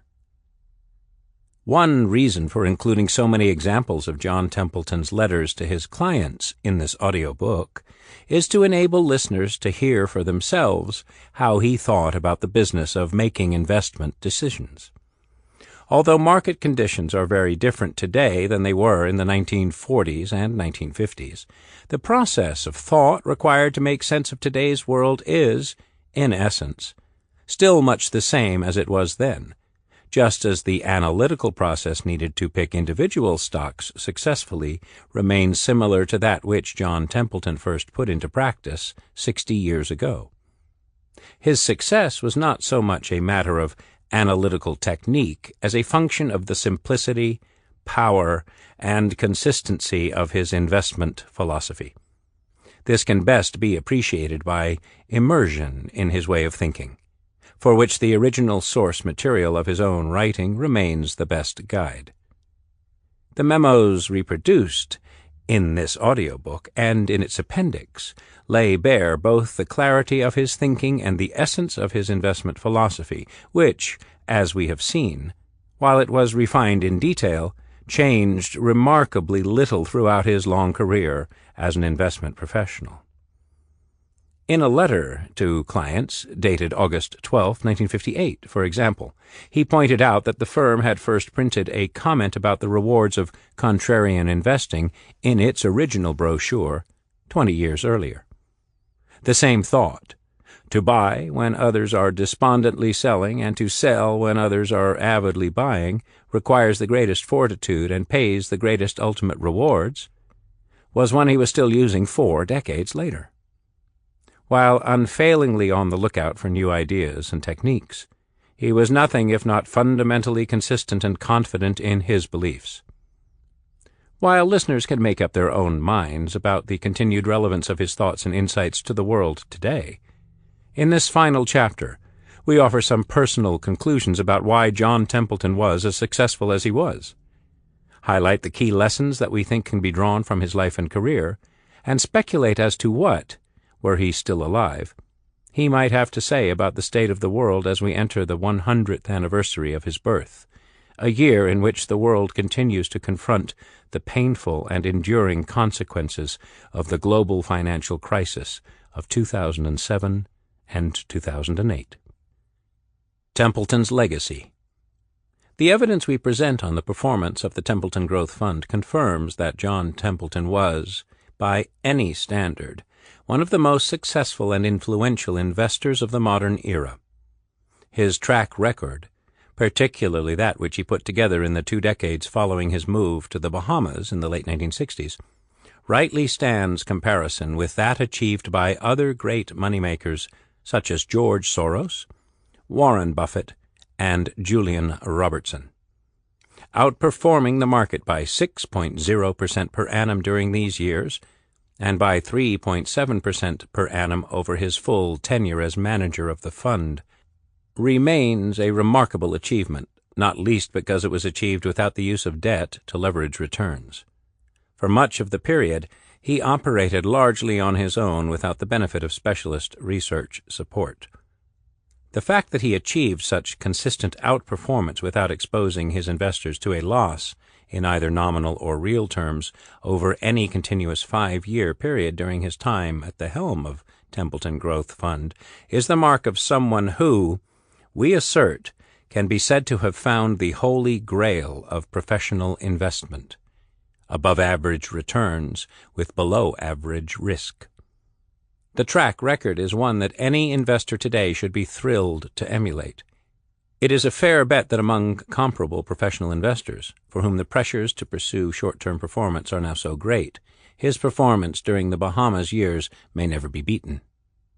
In later life, Templeton often said himself that he would find it difficult to reproduce his track record now because of the pressures fund managers face to conform to the market's expectations. Private investors, paradoxically, have a much better chance of doing so, since the necessary information sources are much more readily available than they were in the past, and they are, in theory at least, potentially immune to the conformist demands of Wall Street and the City of London. There was nothing elaborate or complicated about his investment approach. Nothing could be simpler in principle than buying cheap stocks and holding them until their intrinsic value has been appreciated by the market. The formula is as old as the business of investment itself. The skill comes not so much in absorbing the philosophy, but in having the nerve and ice-cool temperament to execute the policy successfully over a long period of time. If it were easy, many more investors would have done as well as he did. In practice, only a handful of professionals can plausibly claim to have done so with anything like the same consistency, while the majority of private investors, we know from several studies, struggle to beat the market over any but the shortest periods. Many important components contributed to Templeton's success in an endeavor where so many others have failed. One critical one was his insistence that the stock picker's task is to look forward to the future sustainable earnings potential of a company and not simply back at its historic ratios. While it is standard practice today to look at projected earnings, few investors take the analysis as far out as 5 years, which was Templeton's preferred time frame. Picking stocks that are trading on low PEs relative to their 5-year forward earnings is, as we have demonstrated in Chapter 5, a method that is destined to produce superior results if it can be implemented effectively. To get the best results reliably, to put this another way, it is imperative that the investor ask the right questions. While Templeton remained curious and open-minded to the end of his life about the merits of alternative investment approaches, he never lost his faith in what he believed were the right questions to ask. Indeed, it was his confidence that his methods were sound that enabled him to act so decisively against the prevailing opinions of the day. Many investors, in his view, are doomed to failure precisely because they are pursuing answers to the wrong questions. Relying on historic ratios, or 1-year forward price-earnings forecasts, for example, is a method that he regarded as being incapable of producing sustainably good results. Bowing to the prevailing market opinion of the day was an easier but lazy option. This can be traced back to his view that the most important imperfection in market behavior is the short-termism of most market participants. This in turn is ultimately the result of the temperamental, institutional, and emotional biases to which all human beings, whether they work alone or in organizations, are susceptible. It is naive to believe that calculating a 5-year forward PE ratio, let alone a 10-year forward PE ratio, which Templeton wanted for his so-called Q stocks, is an easy task. Even the best and the brightest analysts are likely to make mistakes in attempting it, since there are so many uncertainties involved. Creating a working environment that contributes to the avoidance of mistakes is therefore central to any investment firm's process. The task requires a mixture of different analytical skills, some technical and some intuitive, some bottom-up, some top-down. In Templeton's view, the analytical task is central to effective stock picking. It cannot be readily or effectively delegated. Nor, however, can it be avoided. John Templeton cannot easily or usefully be labeled as either a value or growth investor. Such labels create artificial distinctions that he regarded as largely irrelevant to success or failure as a stock picker. As a fund manager, he would happily buy both value and growth stocks.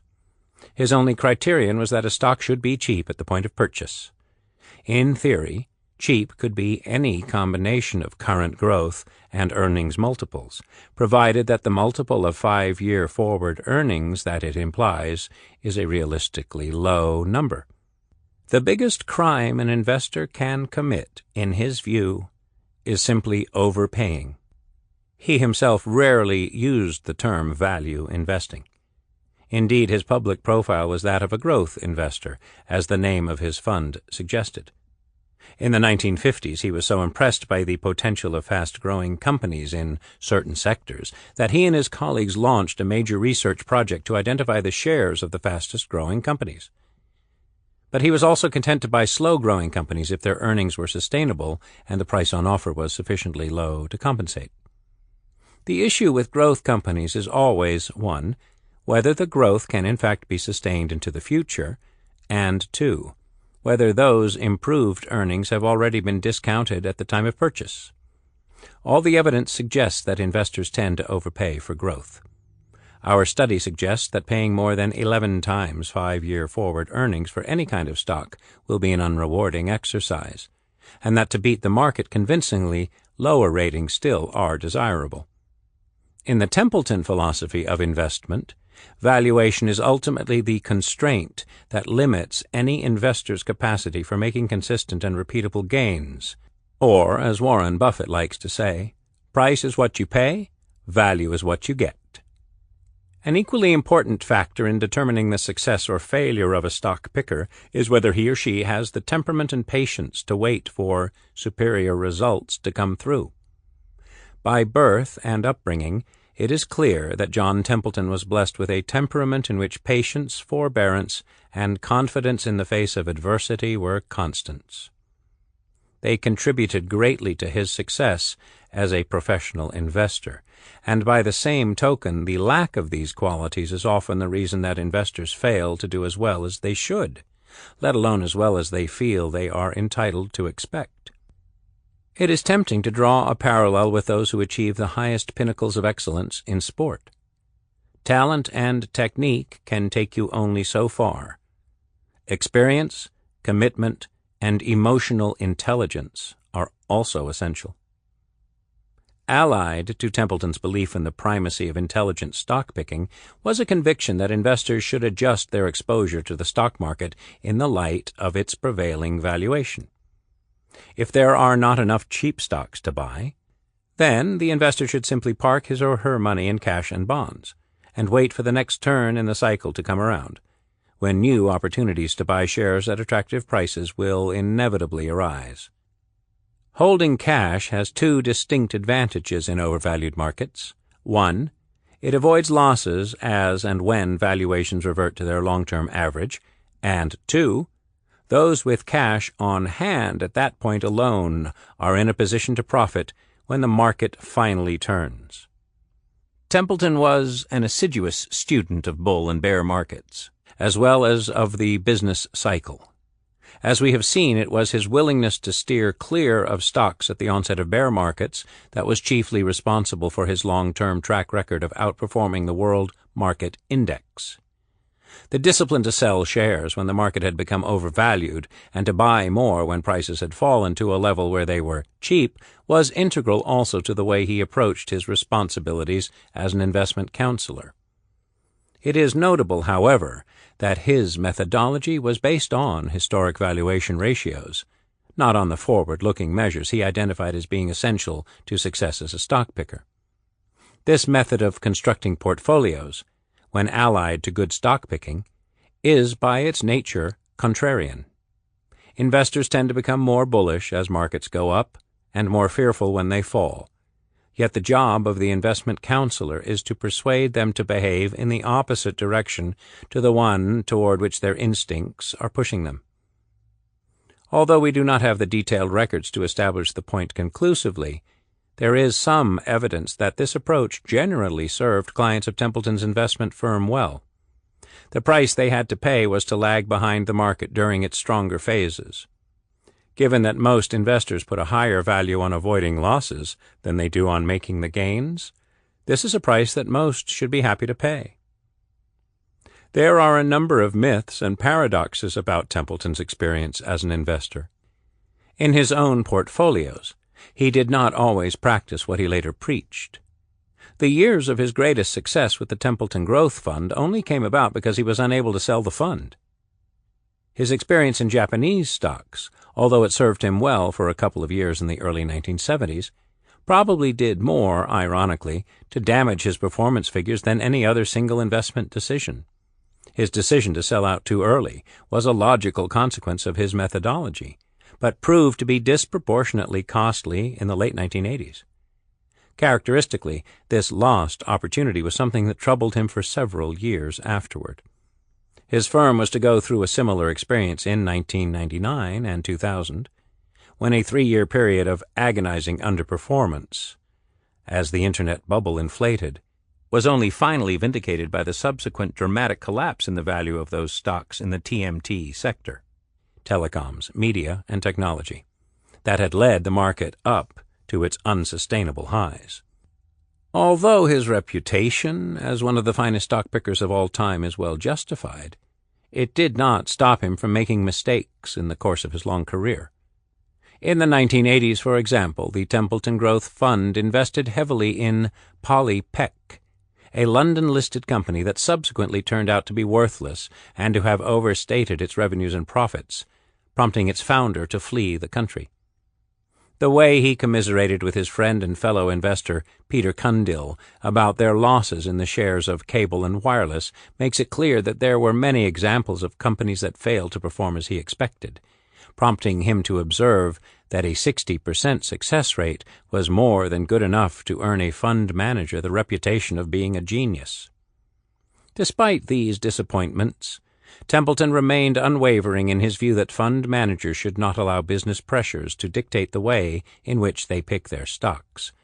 This conviction was sorely tested during the Japanese and Internet bubbles. When one of the authors asked him for advice after cutting his holdings in emerging markets to zero, a substantial bet against the world market benchmark and what competitors were doing, Templeton replied simply, "I have never thought it sensible to buy expensive stocks for my clients." That was the end of the matter as far as he was concerned.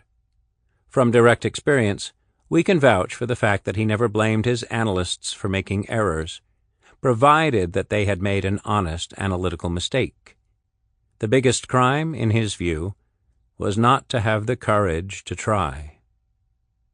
While rightly proud of his reputation as a man who, to his knowledge, never made an enemy in the course of a long career, and who regarded looking after other people's money as a sacred trust, John Templeton was not one to allow the commercial value of his gifts as an investor to go to waste.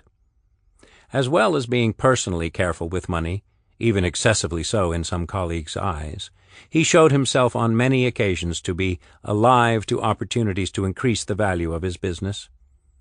Witness, for example, his advice to colleagues on the need to indoctrinate clients of their investment counseling firm about the value of the service they were receiving, or his advice to Mark Holowesko on the need for a fund management firm to launch multiple funds so that at any point in time there would always be one that was showing a strong performance.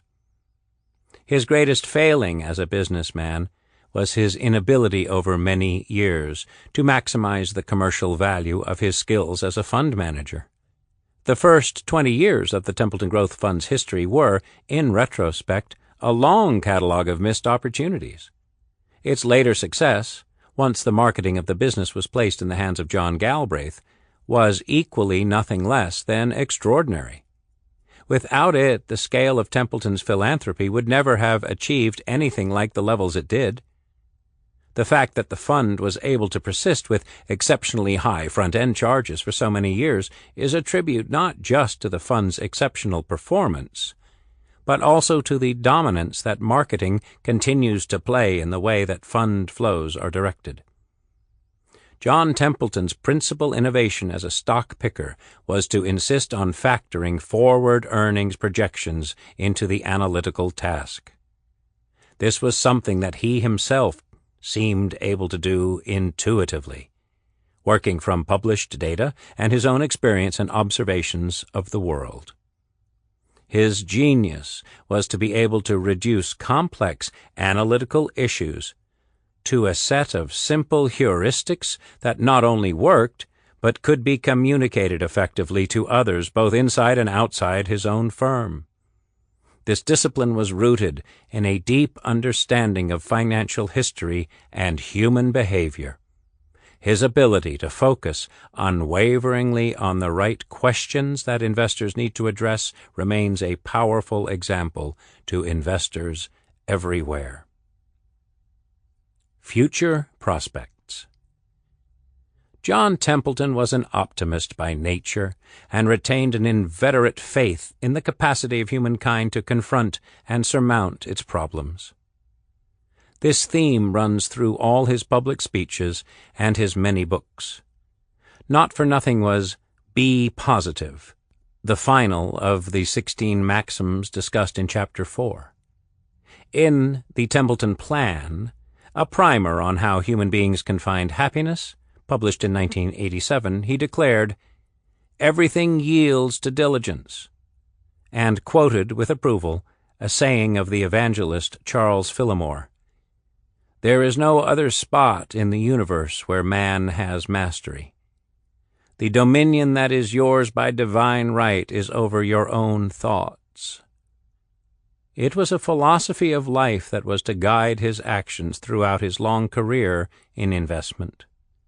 People who pursue the positive, he once noted, get results, whereas those who are cursing the evil usually don't get far.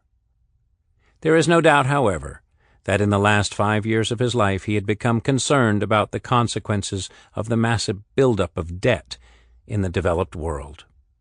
In an unfinished memo drafted in June 2005, entitled simply Financial Chaos, he laid out some of his worries.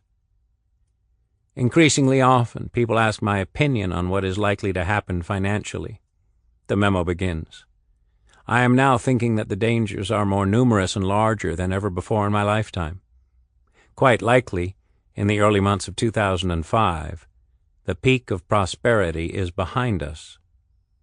After this bleak opening, he went on, "In the past century, protection could be obtained by keeping your net worth in cash or government bonds.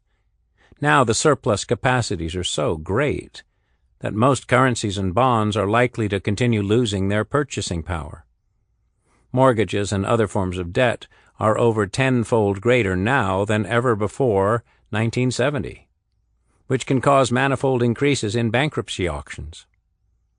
Turning to the outlook for the corporate and personal sector, he wrote, "Surplus capacity, which leads to intense competition, has already shown devastating effects on companies who operate airlines and is now beginning to show in companies in ocean shipping and other activities. Also, the present surpluses of cash and liquid assets have pushed yields on bonds and mortgages almost to zero when adjusted for higher cost of living. Clearly, major corrections are likely in the next few years." Further on, he adds, "Increasing freedom of competition is likely to cause most established institutions to disappear within the next 50 years, especially in nations where there are limits on free competition. Accelerating competition is likely to cause profit margins to continue to decrease and even become negative in various industries. Over 10-fold more persons hopelessly indebted leads to multiplying bankruptcies not only for them, but for many businesses that extend credit without collateral. Voters are likely to enact rescue subsidies which transfer the debts to governments, such as Fannie Mae and Freddie Mac." He also foresaw a continuation of growing inequality. With almost 100 independent nations on Earth and rapid advancements in communication, the top 1% of people are likely to progress more rapidly than the others. Such top 1% may consist of those who are multimillionaires, and also those who are innovators, and also those with top intellectual abilities. Comparisons show that prosperity flows towards those nations having the most freedom of competition. Despite these concerns, which he was also expressing in private, the conclusion of this memo, arguably the most downbeat he had ever written, was both familiar and reassuring.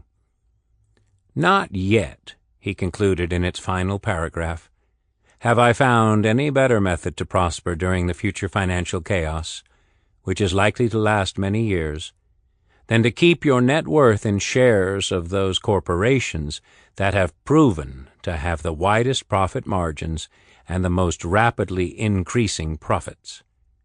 Earning power is likely to continue to be valuable, especially if diversified among many nations." Since his death, many of these fears have been borne out by events. Much of the private sector debt that precipitated the global financial crisis has been, in effect, transferred to or taken over by governments. Inflation has started to rise, stimulated in part by governments' efforts to stave off a more severe economic downturn through the use of unprecedented amounts of monetary stimulus. This, in turn, has led to an intensifying sovereign debt crisis in the United States and Europe, and further declines in the purchasing power of cash and government bonds, the traditional safe havens mentioned by Templeton in his memo.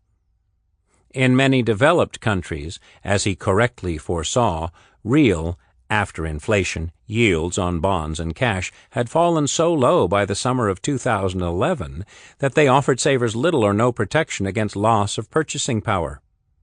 The real yields on U.S. Treasuries, for all but the longest-dated issues, have in fact become negative for the first time in many years. This is in stark contrast to the situation at the start of this century, when, with equities clearly overvalued, the potential for bonds to deliver superior returns was evident to the smartest investors. John Templeton made a good deal of money for his own accounts in 2000 by a twin-track strategy of shorting shares in Internet stocks and making a leveraged bet on long-dated U.S. government bonds, which he expected to rise sharply in price as interest rates continued to fall. That profitable trade is no longer available.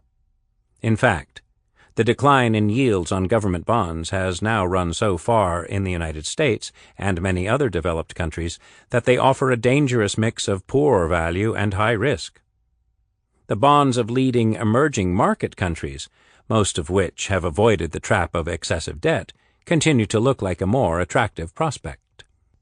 Many countries around the world are meanwhile engaged in an intensifying currency war, aiming to devalue more quickly than their competitors.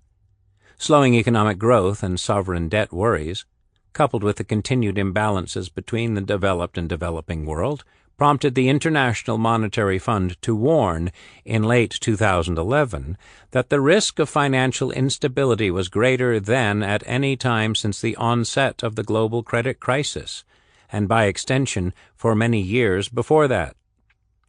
Inequality, the gap between the rich and the poor, has also risen significantly since the turn of the 21st century, to reach levels last seen in the 1930s. In contrast, however, the corporate sector remains in aggregate in rude financial health, with profit margins and balance sheets that are very strong by historical standards. Autumn 2011 Perspective. How, then, do we think that John Templeton would present his take on events were he still alive today? What are the prospects for investors at the autumn of 2011, when this book was being completed? Is his investment philosophy still valued in these present conditions? These are the topics to which we turn in the final section of this book. The autumn of 2011 has been characterized by violent swings in stock markets. The financial press has gorged on doom-laden predictions about future growth prospects, political instability, and the risk of potential default on sovereign bonds of many European nations. The United States is still the most powerful military power in the world, but its sluggish economy, combined with political gridlock in Congress, has seen the country lose its AAA credit rating. In August 2011, the federal government suffered the embarrassment of nearly running out of money after a bipartisan stalemate delayed an extension of its borrowing capacity. The fear of a self-reinforcing cycle of financial collapse has been stalking markets and producing ever-increasing column inches on how economic Armageddon might unfold. Before rushing to the conclusion that this outcome is inevitable, it is worth examining the wider and longer context, which we believe is by no means as dark as it might at first appear. Consider first the concerns about the lack of long-term savings in the West and the inability of both corporate and state pension schemes to fund the future retirement of the working population. How did this happen? Many companies failed to top up their in-house schemes when times were good, and many governments simply ignored the problem, hoping it would somehow go away.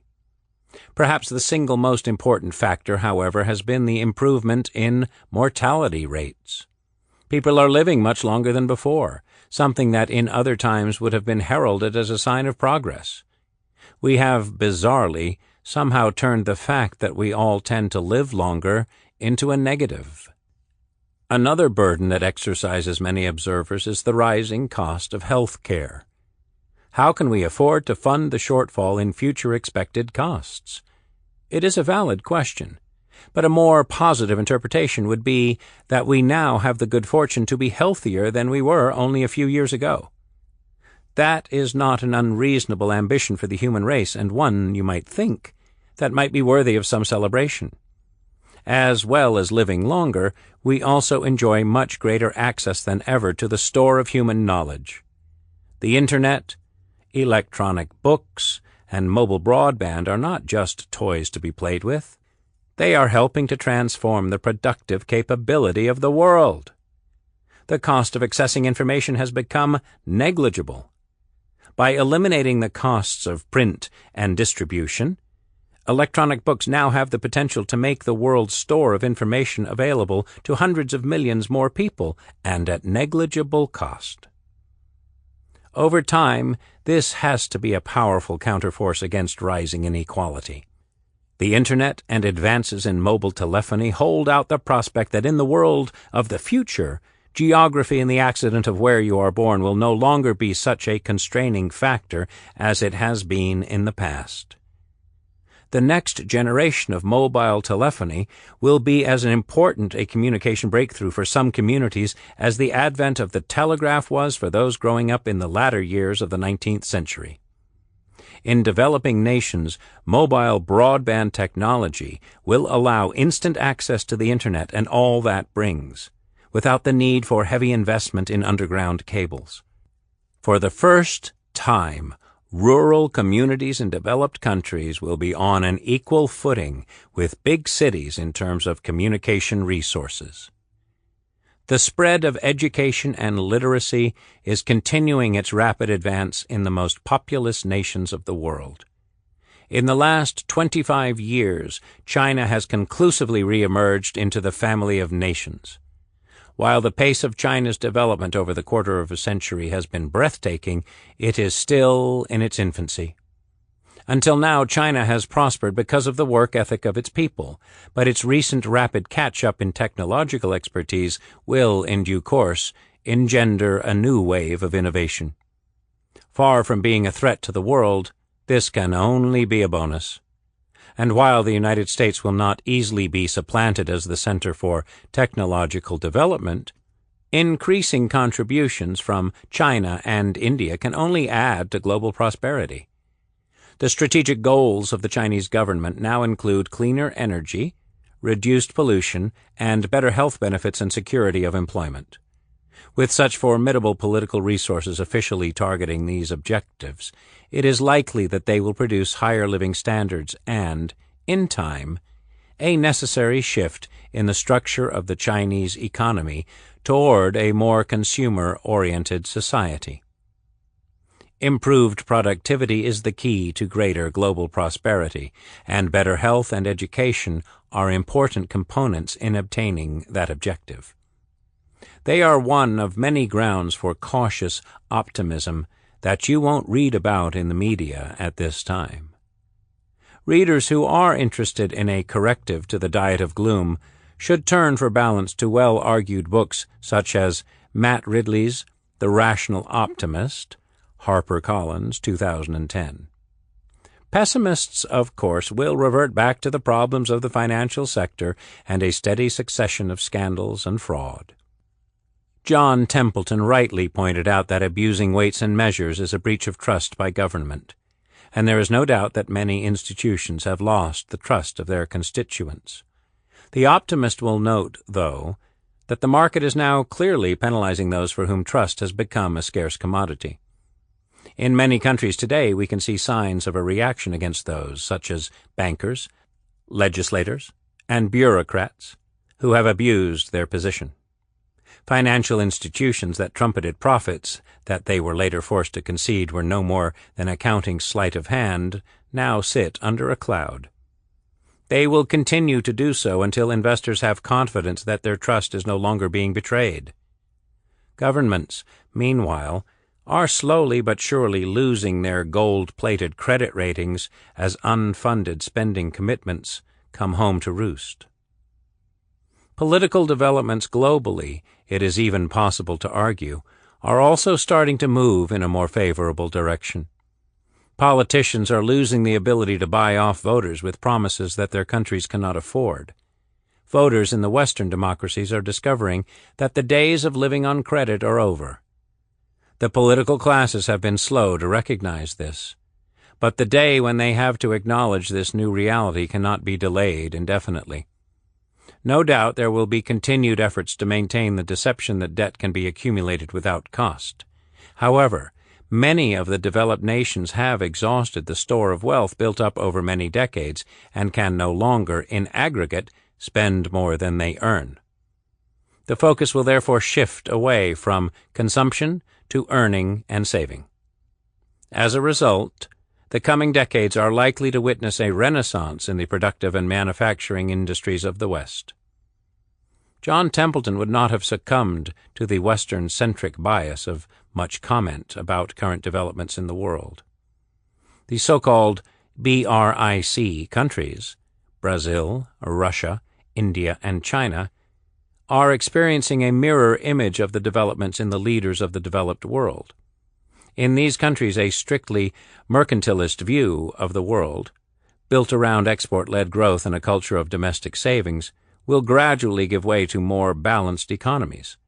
Just as the West has exhausted its store of wealth and is only now beginning to realize that it can no longer consume more than it earns, so the East is waking up to the fact that it is richer than it realized. The capital that the BRIC countries are accumulating will have to be recycled, just as happened after the Industrial Revolution. Chinese and Indian multinationals will emerge to rival the industrial giants in the United States and Europe. The release of pent-up demand in these nations and the innovation that will accompany their emergence can only assist the growth of the productive potential of the world economy. The year 2011 was marked by political conflict in North Africa and the Middle East. If anyone 10 years ago had dared to predict the popular movements that have swept away dictators in Libya, Tunisia, and Egypt, they would have been regarded as dangerous optimists. It is characteristic of today's sober frame of mind that now that this has happened, instead of rejoicing, many people in the West are too busy worrying about the potentially negative consequences. It is evident that the way forward for these countries is uncertain, but seeing democracy advance rather than retreat was always for John Templeton a positive rather than a negative development. There are many dangers facing the world and big challenges facing policymakers and investors, but there is nothing inherently new in that. It was ever thus. The founder of the Templeton Growth Fund lived under the permanent shadow of a nuclear war for nearly 40 years. Yet this did not prevent him believing in the capacity of the human race to grow and prosper. The lesson to be drawn from his life and career is that investors should not lose sight of the resilience of the global economy and mankind's capacity for progress. Implications for investors. As is always the case in hard times, the question to be answered by investors is how much negativity is already being discounted in the price of shares, bonds, and other financial instruments. Combining a positive frame of mind with the perspective of overall valuations, we would argue that, at the time of this book's writing, there are more reasons to be optimistic than at first appear. For committed long-term investors, stock markets are no longer discounting unrealistic growth expectations. In fact, it is probable that they will be the best-performing asset class for the foreseeable future. In an environment where we can expect global growth after inflation to run at the rate of 2 to 3% per annum, it is not unreasonable to expect that 10 years from now the S&P 500 index could reach 2,200. That would represent an approximate doubling from the current level, which is 1,131 at the time of this book's writing. Yet at that level, it would still not be standing on a cyclically adjusted valuation that is high by historical standards. We have added similar target figures for 3 other markets: the United Kingdom, Germany, and Japan. Needless to say, These are intended to be the central estimate in a likely range of outcomes, not precise predictions. John Templeton was never foolish enough to say that his statements about future market levels were cast in stone, and we do not wish to make that mistake either. We do, however, think that these are landmarks that are capable of being reached in the next 10 years. How did we arrive at these figures? We did so by applying the methodology that John Templeton developed. We have combined a plausible further valuation range for the market with conservative growth and inflation estimates, and then translated them into targets that are consistent with these numbers, as well as with historical experience. One thing that leaps out in our data analysis is how exceptional a period for investors the 1990s were when set against historical experience. That decade witnessed both the culmination of the greatest bull market in equities in recorded history and a strong performance by bonds as interest rates and inflation expectations fell around the world. The rating applied to the stock market soared in response to abundant liquidity and the reemergence of China and other emerging markets as a force in the global economy. This golden period for stocks could not be sustained indefinitely, and since the turn of the century the trend has gone into reverse. The de-rating of equities accounts for a substantial proportion of the poor returns that this asset class has witnessed in recent years. Company earnings have not fallen significantly over the past decade. It is the multiple that investors have been prepared to pay for those earnings that has come down so dramatically. Clearly, that process may not yet have run its full course. However, we are now at a point in the global cycle where the valuation of many developed markets has fallen far enough to mean it is now close to the long-term average, based on the cyclically adjusted price-to-earnings ratio. The same is true for the UK, Japanese, and German stock markets. While the data series for these countries do not cover as long a period as that for the United States, the long-term average is consistent with longer-run U.S. experience. The other markets did not reach quite such high valuations in the 1990s, but the trend since then has been broadly similar. They, too, are no longer so obviously overvalued as they once were. In fact, on some counts, they look more attractive than the U.S. market. The important implication of this is that it is likely that equity market returns will be driven as much in the future by earnings growth as by further changes in valuation.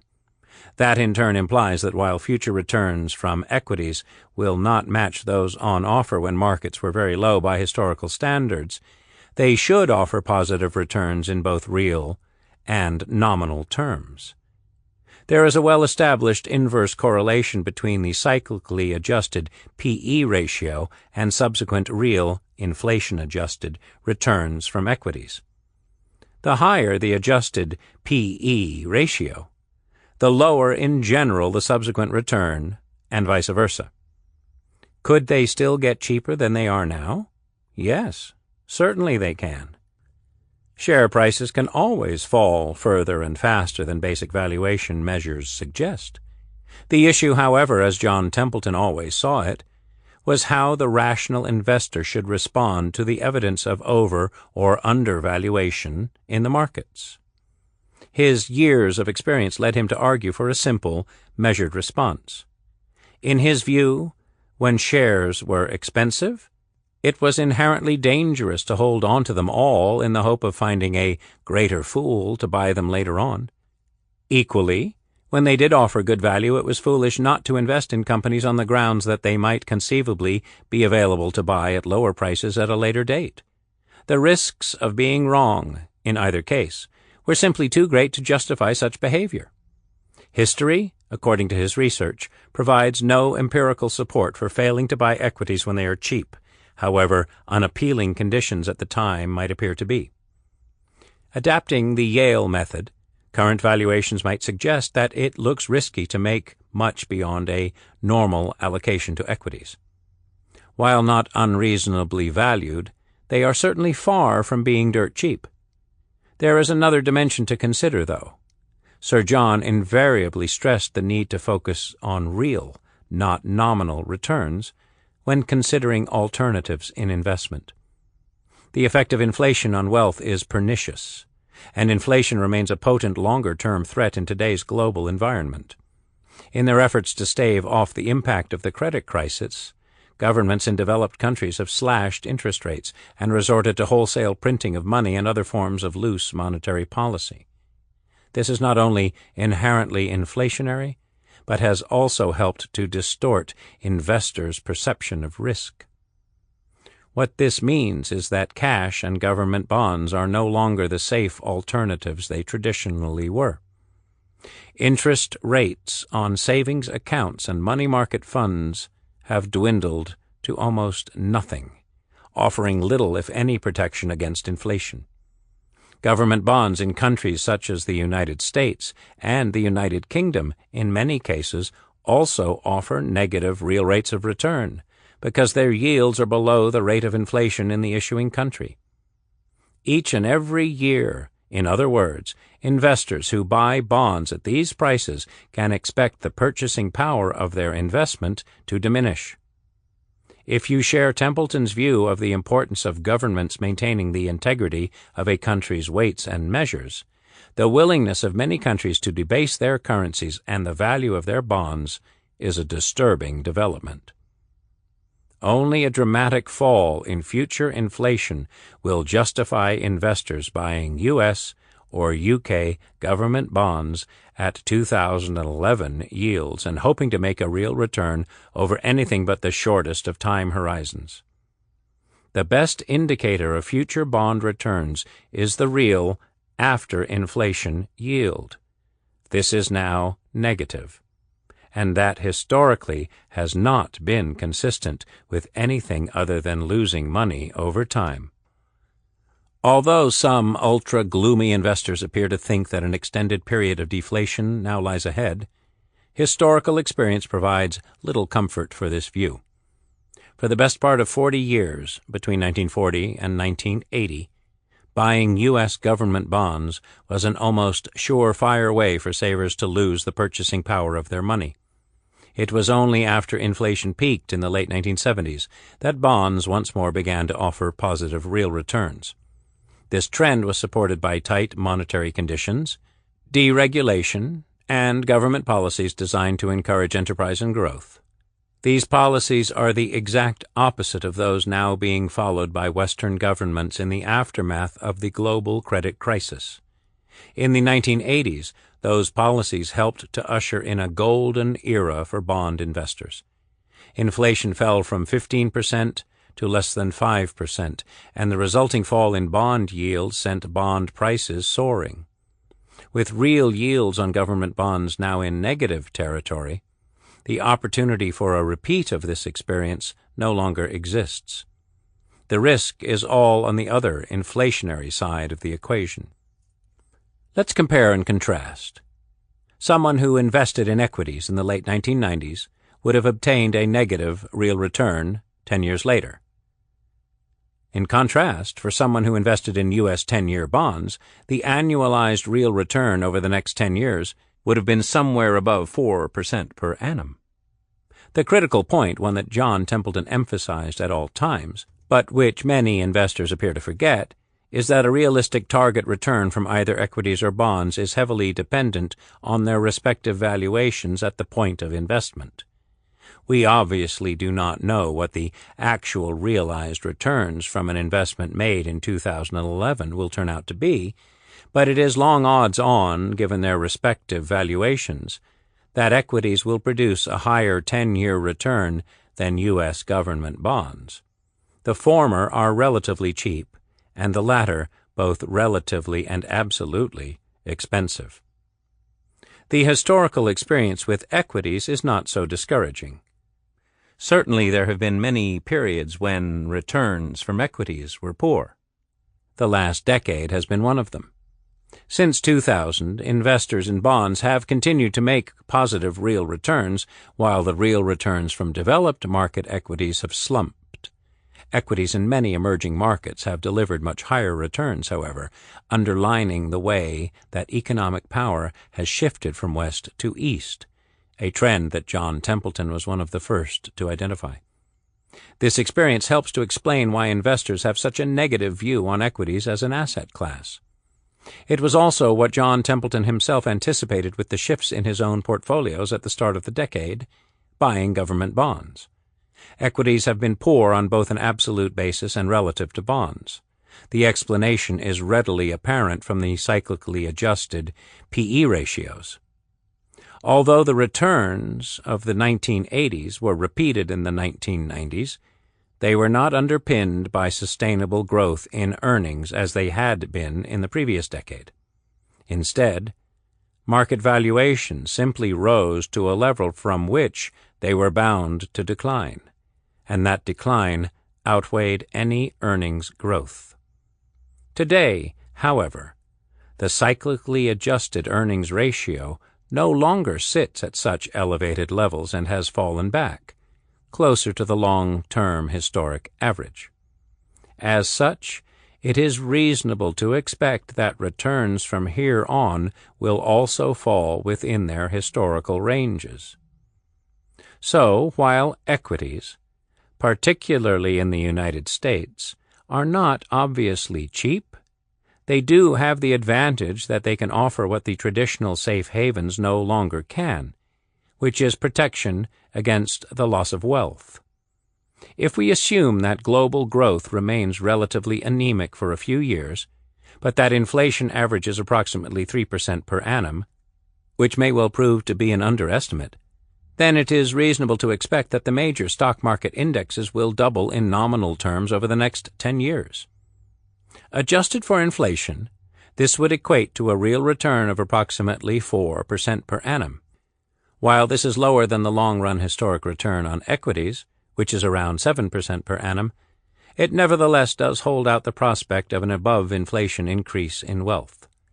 On almost any scenario, barring only a rerun of the Great Depression, the 10-year return from equities is likely, therefore, to be well above the return available on U.S. government bonds. The average real loss from owning bonds over 10-year periods between 1940 and 1980 was well over 10%, and in some periods 2 or 3 times that level. Investors eventually caught on to the fact that they needed to earn a positive real interest rate as a reward for holding government securities. Those investors today who feel safe with government bonds will in due course come to realize that this feeling is misplaced. Much greater safety over the next 10 years is likely to be found in equities, given today's relative valuations. The key, as the subject of this book repeatedly pointed out, is to remember that investment in equities is an investment in the future growth of the world, and that as long as one does not pay too much for them, one can expect to be rewarded over time. We have no doubt that equities would be John Templeton's preferred asset class in today's environment, as indeed he suggested at the end of his memo on financial chaos that we quoted earlier. Progressively buying when stocks become cheap and progressively selling when they become expensive is what John Templeton did. It worked for him, and it can work for those who have outlived him. Despite the gloom that settled on investors in the course of 2011, the outlook for equity returns, while hardly the greatest bargain they have ever been, has improved. The economic Armageddon being predicted by some is not the most likely outcome. More likely is that policymakers in Europe and the United States will, to paraphrase Winston Churchill's view, arrive at the right answer, but only after exhausting all the alternatives first. The fact that investor confidence is so low at the time of this book's writing is an additional source of comfort. If he were with us today, we believe that John Templeton would point out that the gloom in financial markets now offers grounds for optimism. As he repeatedly said, the best time to invest is always at the time of maximum pessimism, and we appear to be closing in on that point in this market cycle. Appendix: John Templeton's Advice to Investors.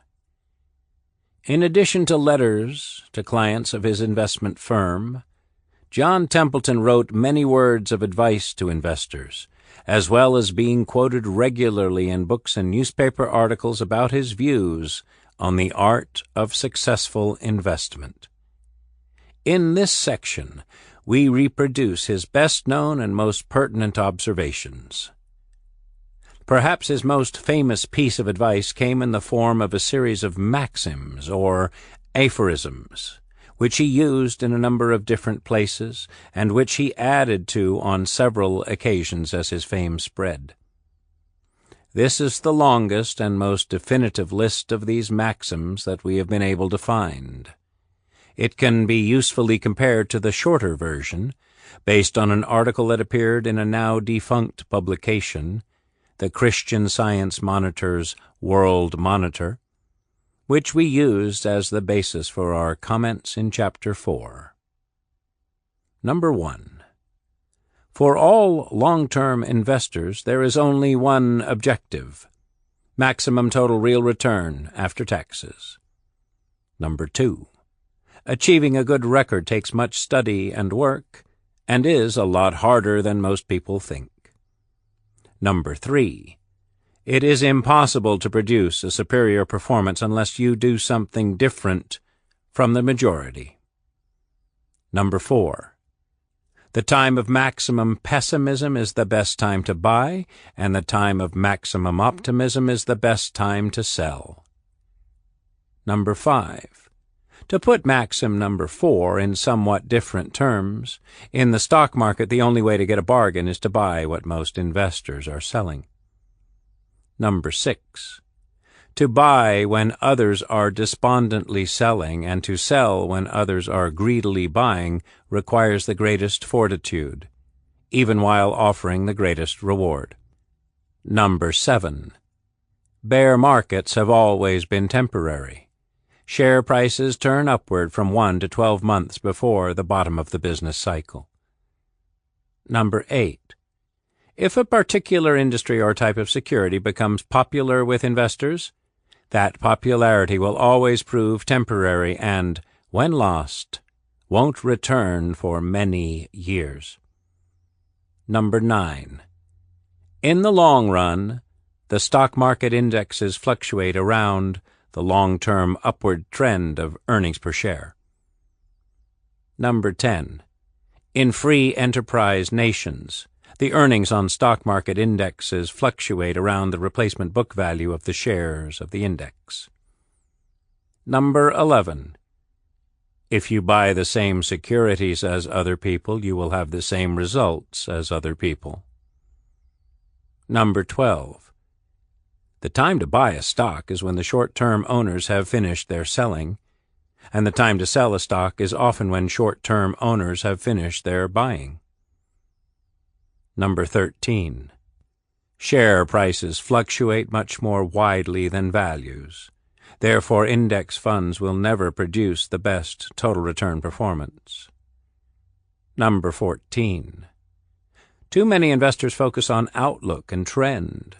Therefore, more profit is made by focusing on value. Number 15. If you search worldwide, you will find more bargains and better bargains than by studying only one nation. Also, you gain the safety of diversification. Number 16. The fluctuation of share prices is roughly proportional to the square root of the price. Number 17. The time to sell an asset is when you have found a much better bargain to replace it. Number 18.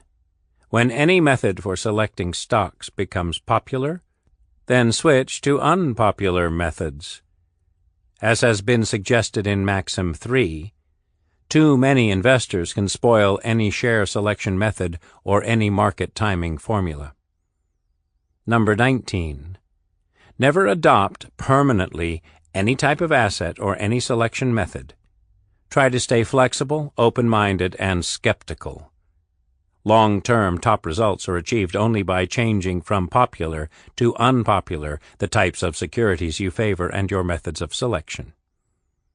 Number 20. The skill factor in selection is largest for the common stock part of your investments. Number 21. The best performance is produced by a person, not a committee. Number 22. If you begin with prayer, you can think more clearly and make fewer stupid mistakes. Source: William Proctor, The Templeton Prizes, pages 118 to 120. Reproduced with permission. Templeton's letters to his clients. The archive of letters that Sir John Templeton sent to clients of his investment counsel firm Templeton, Dobro, and Vance between 1940 and 1962 provides a rich source of material for students of investment. A number of these have been reproduced in full in Chapter 2. Here we reproduce a further small sample from the archive, grouped into a number of sections. They contain some fascinating insights into how his thinking about investment developed in the aftermath of World War II. This was a period during which the American economy grew strongly against a background of continued international tension. The post-war period was punctuated by periodic crises, most notably the Berlin airlift crisis of 1948, the Korean War in 1951, Suez and the Hungarian Uprising in 1956, and the Cuban Missile Crisis of 1962. In the world of investment, two features of note that emerged toward the end of the period were, 1. The first signs of inflation as an endemic feature of economic life in developing countries, and 2. The reversal of the traditional relationship between the valuations accorded by investors to equities and bonds. Historically, equities had always yielded more than bonds, but since 1957 that relationship has reversed, creating the so-called reverse yield gap. Until the 1960s, individuals remained the most important source of investment demand in the stock market. It was not until the late 1960s that mutual funds began to grow rapidly, eventually becoming the medium of choice by which private investors participated directly in the investment markets. The 3 decades since the 1980s have also seen a dramatic increase in institutional investment, with a corresponding decline in the amount of stocks and shares held directly by investors rather than through funds. Stock markets. What follows are some examples of the letters that John Templeton sent to clients of his investment counseling firm discussing the level of the stock market and its implications for their portfolios. The message in each of them runs on broadly similar lines. This is where the market is trading. This is how that compares to the normal level, as calculated by the firm, with reference to historic earnings and replacement cost of assets, and this is what it means for the client. They invariably mention the advantage that comes from having cash in reserve to take advantage of those occasions when the market does fall below its normal level, and the benefits of reducing the equity exposure when the market has risen above that level. This contrarian approach was the essence of the Yale method. The efficacy of the method depended a good deal, of course, on the skill and accuracy with which Templeton and his colleagues were able to calculate the value of normal. February 9th, 1948. Ratio of stock yields to bond yields. In selecting a stock for purchase, the dividend rate receives more attention than any other one fact, especially among non-professional investors. The high cost of living has caused more and more people to seek stocks that pay high dividend rates. Therefore, it is interesting to know that more than 100 listed stocks are now available, paying better than 10% return. Table 1 lists 112 stocks, each of which paid dividends in 1947, as great as 10% of the January 7, 1948 market price of the shares. All of these stocks are listed on the New York Stock Exchange or the New York curb.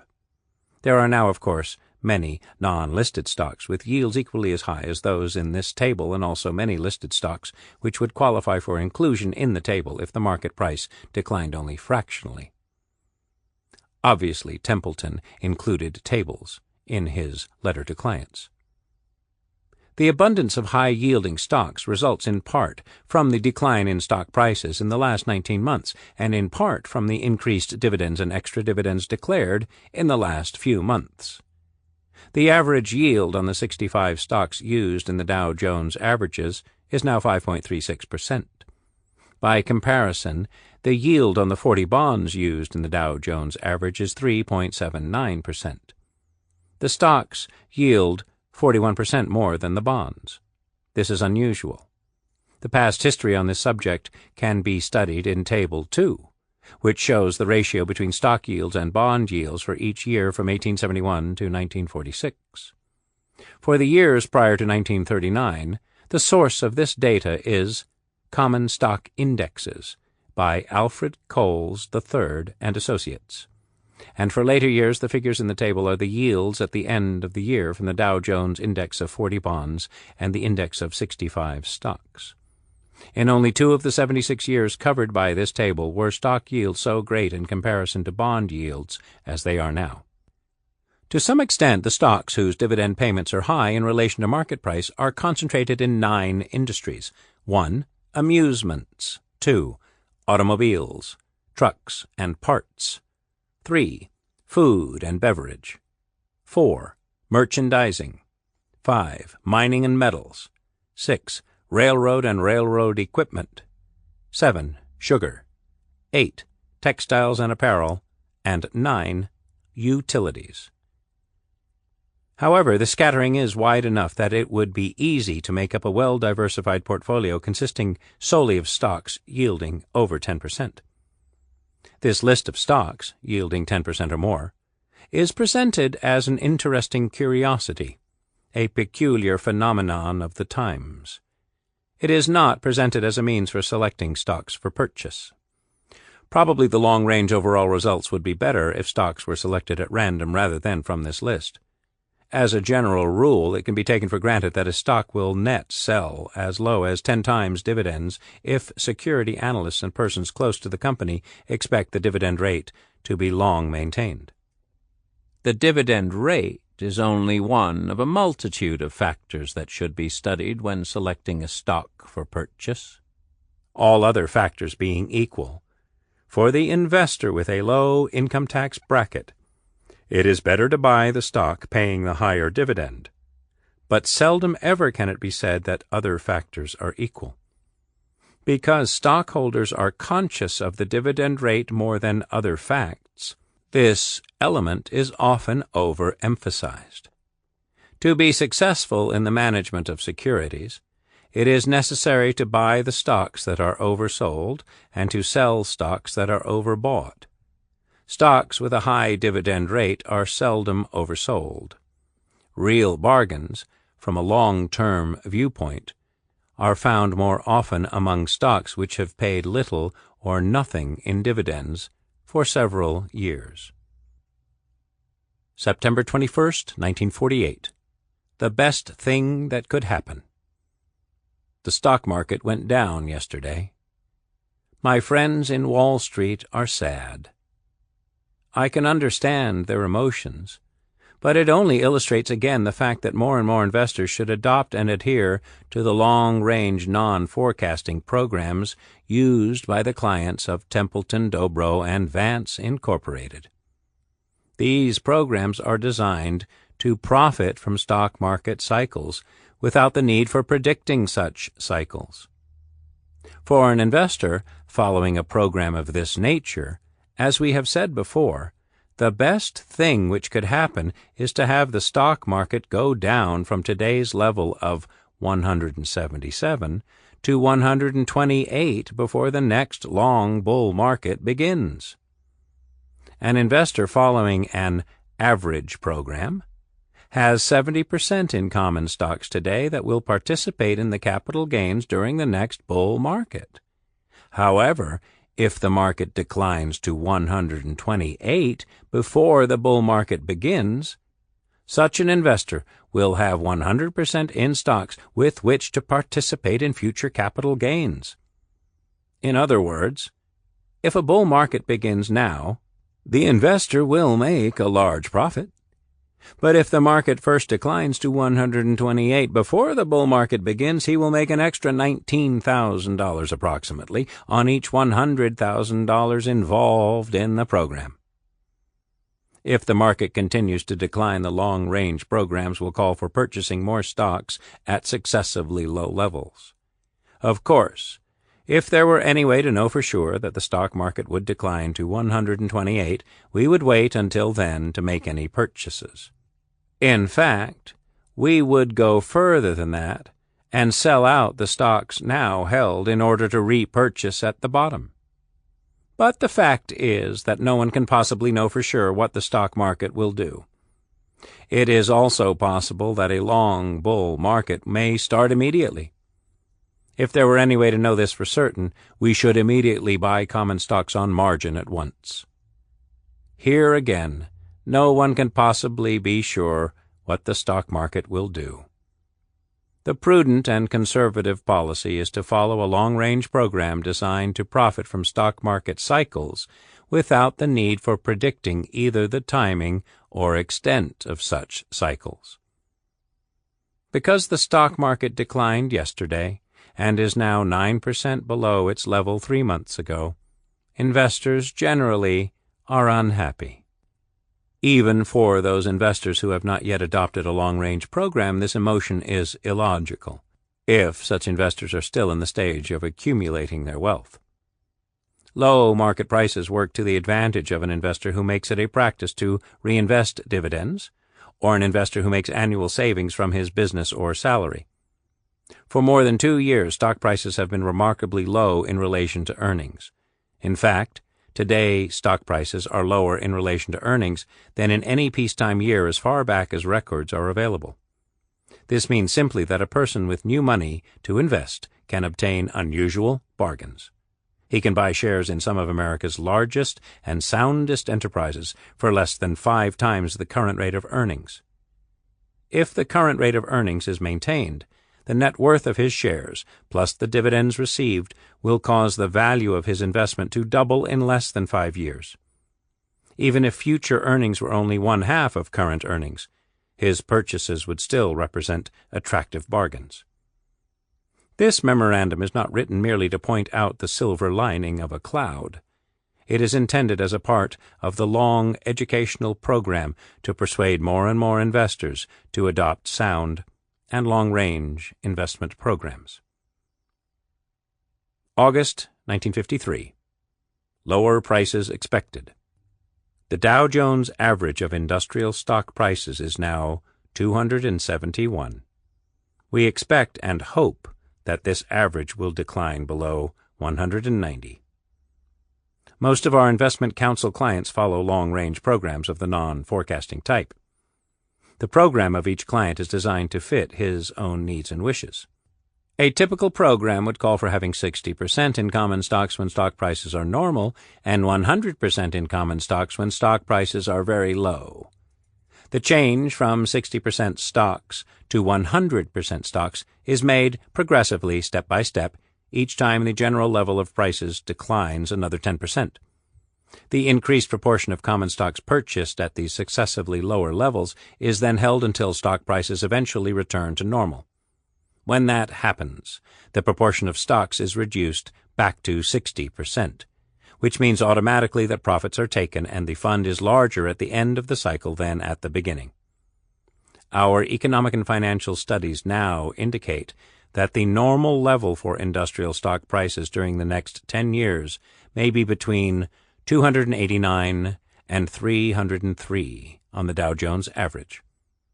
When prices decline 10% below normal, which means about 260, the typical program mentioned above calls for increasing common stocks to 70%.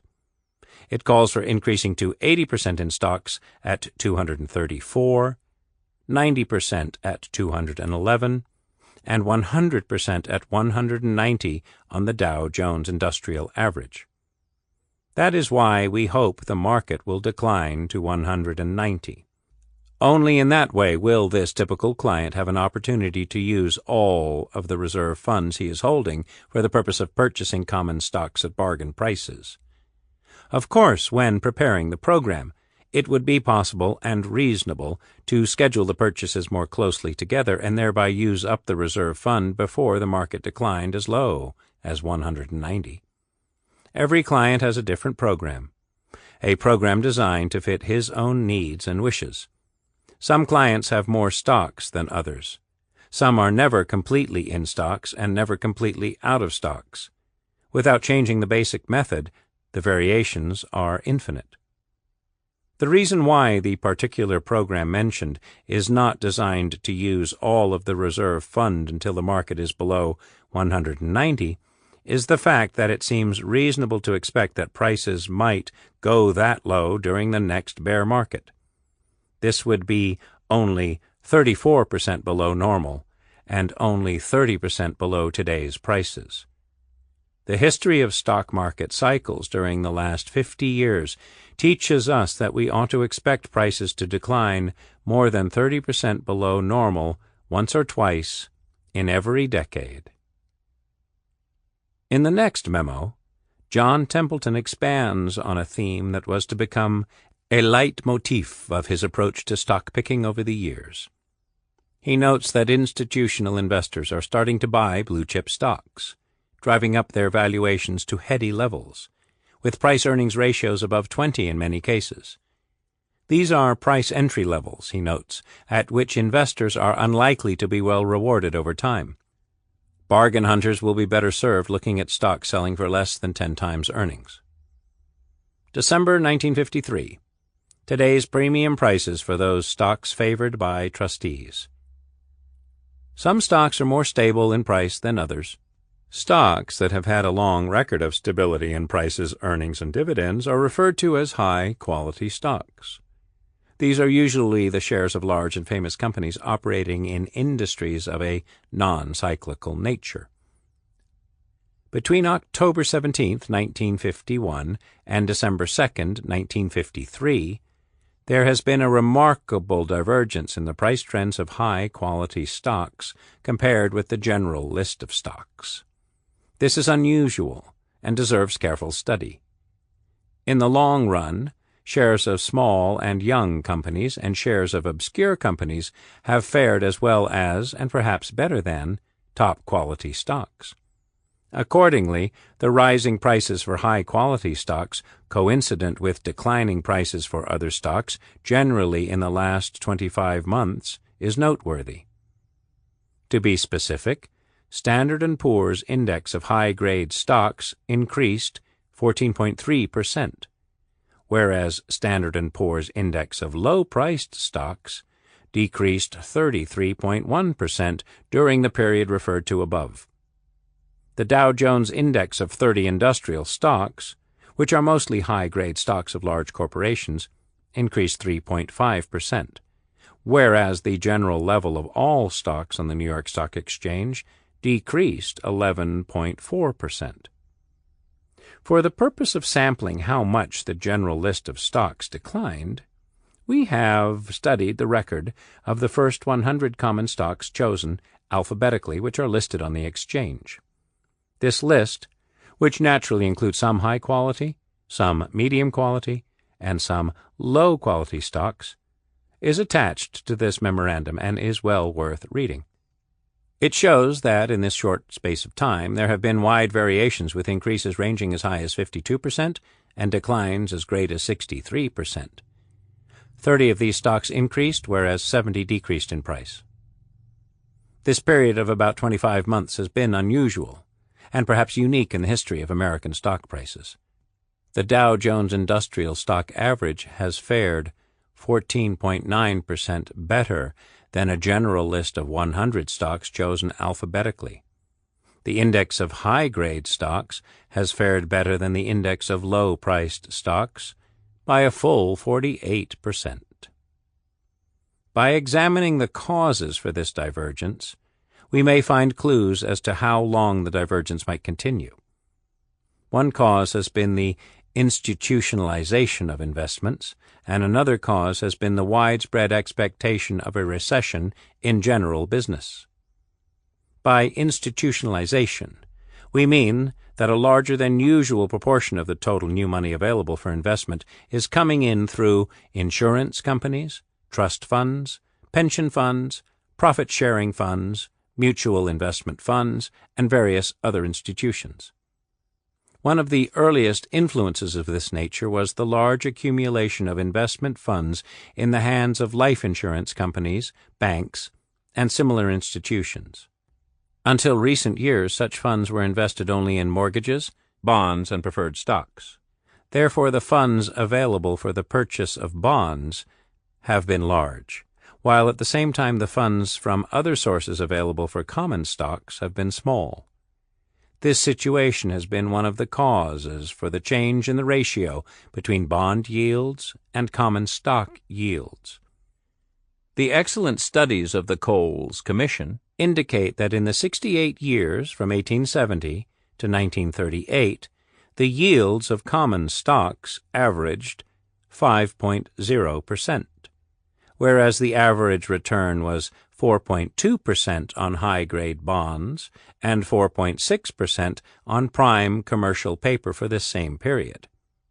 Now, high-grade bonds yield 3.1% and common stocks 6.0%. The ratio of stock yields to bond yields has increased from 119% for the 68 years ending with 1938 to 193% at present. In fact, during these latest 15 years, common stock yields have been very frequently more than twice as high as the yields on high-grade bonds. In recent years, an ever-increasing amount of institutional money has become available for the purchase of common stocks. Life insurance companies have been granted permission to invest part of their assets in common stocks. More recently, the same permission has been granted to savings banks. At long last, the laws of New York have been changed to permit trust funds, where the trust agreement is silent on the subject of investment media, to be invested partly in common stocks, and many other states have followed suit. Mutual investment funds, sometimes called investment trusts, have been investing in common stocks for more than 30 years, but the quantity of money coming in through this source is now vastly greater. Colleges and other public endowment funds are shifting gradually into a higher proportion of common stocks. Perhaps the greatest influence is the rapid rise of pension funds and profit-sharing funds in the last 2 years. Over $1 billion a year is now flowing into these funds, and the rate is increasing. Only a part of such funds is used to buy common stocks, but still, the total for this purpose is great. The men who manage these institutional funds are naturally cautious. When selecting common stocks, practically all of the funds flow into a small list of high-grade stocks of large and famous corporations. This has been the outstanding influence on stock prices recently. Because the supply of this kind of stocks is limited, the prices have been bid up at the very time when the prices of medium-grade and risky stocks have shown a declining trend. The divergence in trends for the different classes of stocks has been augmented, especially during the last 2 years, by the fear of a general business recession. The opinion has been widespread among investment analysts that a mild depression would begin soon, and some have thought that it would be more than mild. Therefore, these security analysts and many of the larger investors whom they influence have been shifting funds into the shares of companies whose earnings are expected to be stable and out of the shares of companies whose earnings might suffer temporarily during a general business recession. To a considerable extent, a recession has already been discounted in the stock market. Shares of many small companies and companies operating in cyclical industries are now selling at prices which are low not only in relation to prosperity earnings, but also in relation to the average earnings which may be expected during the next full business cycle. The fear of a business depression has endured for a long while, but by its nature, this influence can be regarded as temporary.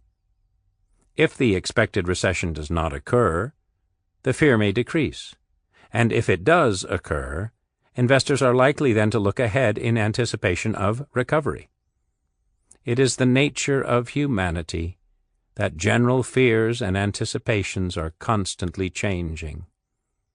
On the other hand, there is no end in sight for the trend toward greater institutionalization of investments. Not only will the investments already made through institutions remain, but also there is likely to be a great increase, especially in the field of profit-sharing funds and pension funds. It has always been normal for stocks with a long record of stable earnings to sell higher in relation to earnings than is the case with the general run-of-the-mill stocks. The relation between price and earnings is called the price-earnings ratio, and this is one of the most important elements in the study of stocks. The price-earnings ratio for high-grade stocks is normally higher than the price-earnings ratio for low-grade stocks. Because of these factors, this spread is greater now than formerly. Because the trend toward institutionalization will continue, the spread may continue to be unusually wide by past standards. The question of whether the spread will remain wide is important for investors, but even more important is the question of whether the spread will grow still wider. A high-grade stock, like Union Carbide, is now selling for a little more than 20 times average earnings for the last 5 years, whereas a medium-grade stock like U.S. Plywood is now selling for less than 7 times average earnings for those years. Some low-grade stocks are selling for only 3 times earnings. Will this disparity increase? In some ways, a divergence like this tends to be self-correcting. Naturally, there is some limit to how great the disparity can get.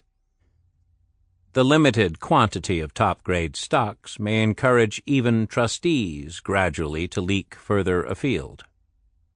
Furthermore, those who do not have the position of trustees, when they see the great disparity now existing, may begin to sell their top-grade stocks to the trustees and use the proceeds for buying better bargains and better yields among medium-grade stocks. It is enlightening to notice that the disparity showed up first in the difference between bond yields and stock yields. After a while, this led to a general trend for institutions and trustees to include a few high-grade common stocks in their investment funds rather than only bonds. It is natural and proper for men acting as fiduciaries to be cautious, and so far they have been willing to purchase only top-grade common stocks. However, there may well develop a gradual trend toward seeking much greater values and greater yields than can be found among most top-grade stocks. Another situation that deserves close study is the fact that certain stocks, previously regarded as medium-grade, may gradually come to be regarded as top-grade. For example, in the 10 years from 1935 to 1944, Minnesota mining was regarded as medium-grade, and the price-earnings ratio averaged only 11. Now this stock is regarded by many as top-grade, and its price is over 23 times the highest earnings ever reported. To use Wall Street slang, there are a good many red chips now that may become blue chips within a few years. Of course, under certain circumstances, the prices of low-grade stocks increase much faster than the prices of high-grade stocks, sometimes many times as fast. For example, Norfolk and Western, which was regarded as a top-grade stock in 1941, sold as low as 44 7/8 in that year, and is now available at 40 7/8, whereas the price of St. Louis Southwestern, a low-grade stock, increased from 1.5 at that time to 222 at present. The price of Missouri Pacific Preferred, another low-grade stock, increased from 1/8 to 40 3/8. Conditions which lead to the popularity of low-grade stocks will occur again sometime, but this does not appear probable in the next few years. Finally, it is worth noting that a really long-term investor will fare better if he selects stocks with low price-earnings ratios, if all other factors are equal. For example, a stock purchased now for 20 times average future earnings will accumulate during the next 10 years $500 for the benefit of the other, either in the form of dividends or increased net worth, for each $1,000 invested. Whereas a stock purchased now at 7 times future average earnings will accumulate in the next 10 years $1,429 for the benefit of the owner. If you pay 20 times earnings for the shares of a company with a steady earning power, you may actually be taking more risk than if you pay only 7 times earnings for the shares of a company whose earning power is subject to fluctuations. To get the maximum combination of safety, income, and capital growth, investors should seek to buy stocks at low prices in relation to normal earning power. It is normal for high-grade stocks to sell for higher prices in relation to earnings than medium-grade stocks. The disparity has increased remarkably in the last 25 months. The unusually wide disparity may continue because most new money is flowing into stocks by way of institutions. For several reasons, the disparity is self-limiting. Investors should favor good-quality stocks, but those investors who are not trustees should be willing to pay only a fair and not an excessive premium for good-quality stocks. Best results in the long run are likely to come from searching out stocks of improving quality and stocks that are real bargains. The next memo can perhaps stand as the definitive illustration of the approach which John Templeton was taking to analyzing the level of the stock market during his years as an investment counsel.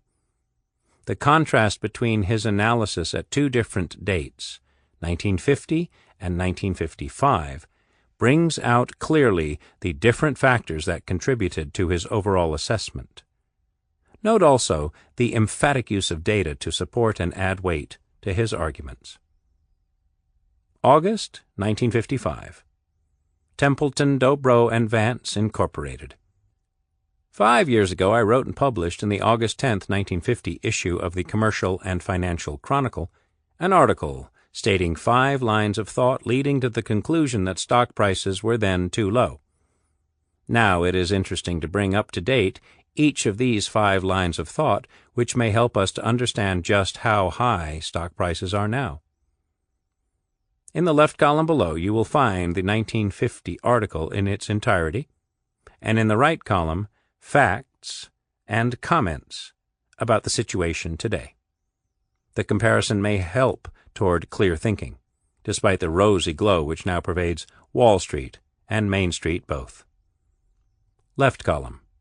How high is the stock market? 1950. The stock market is now dominated by the international situation.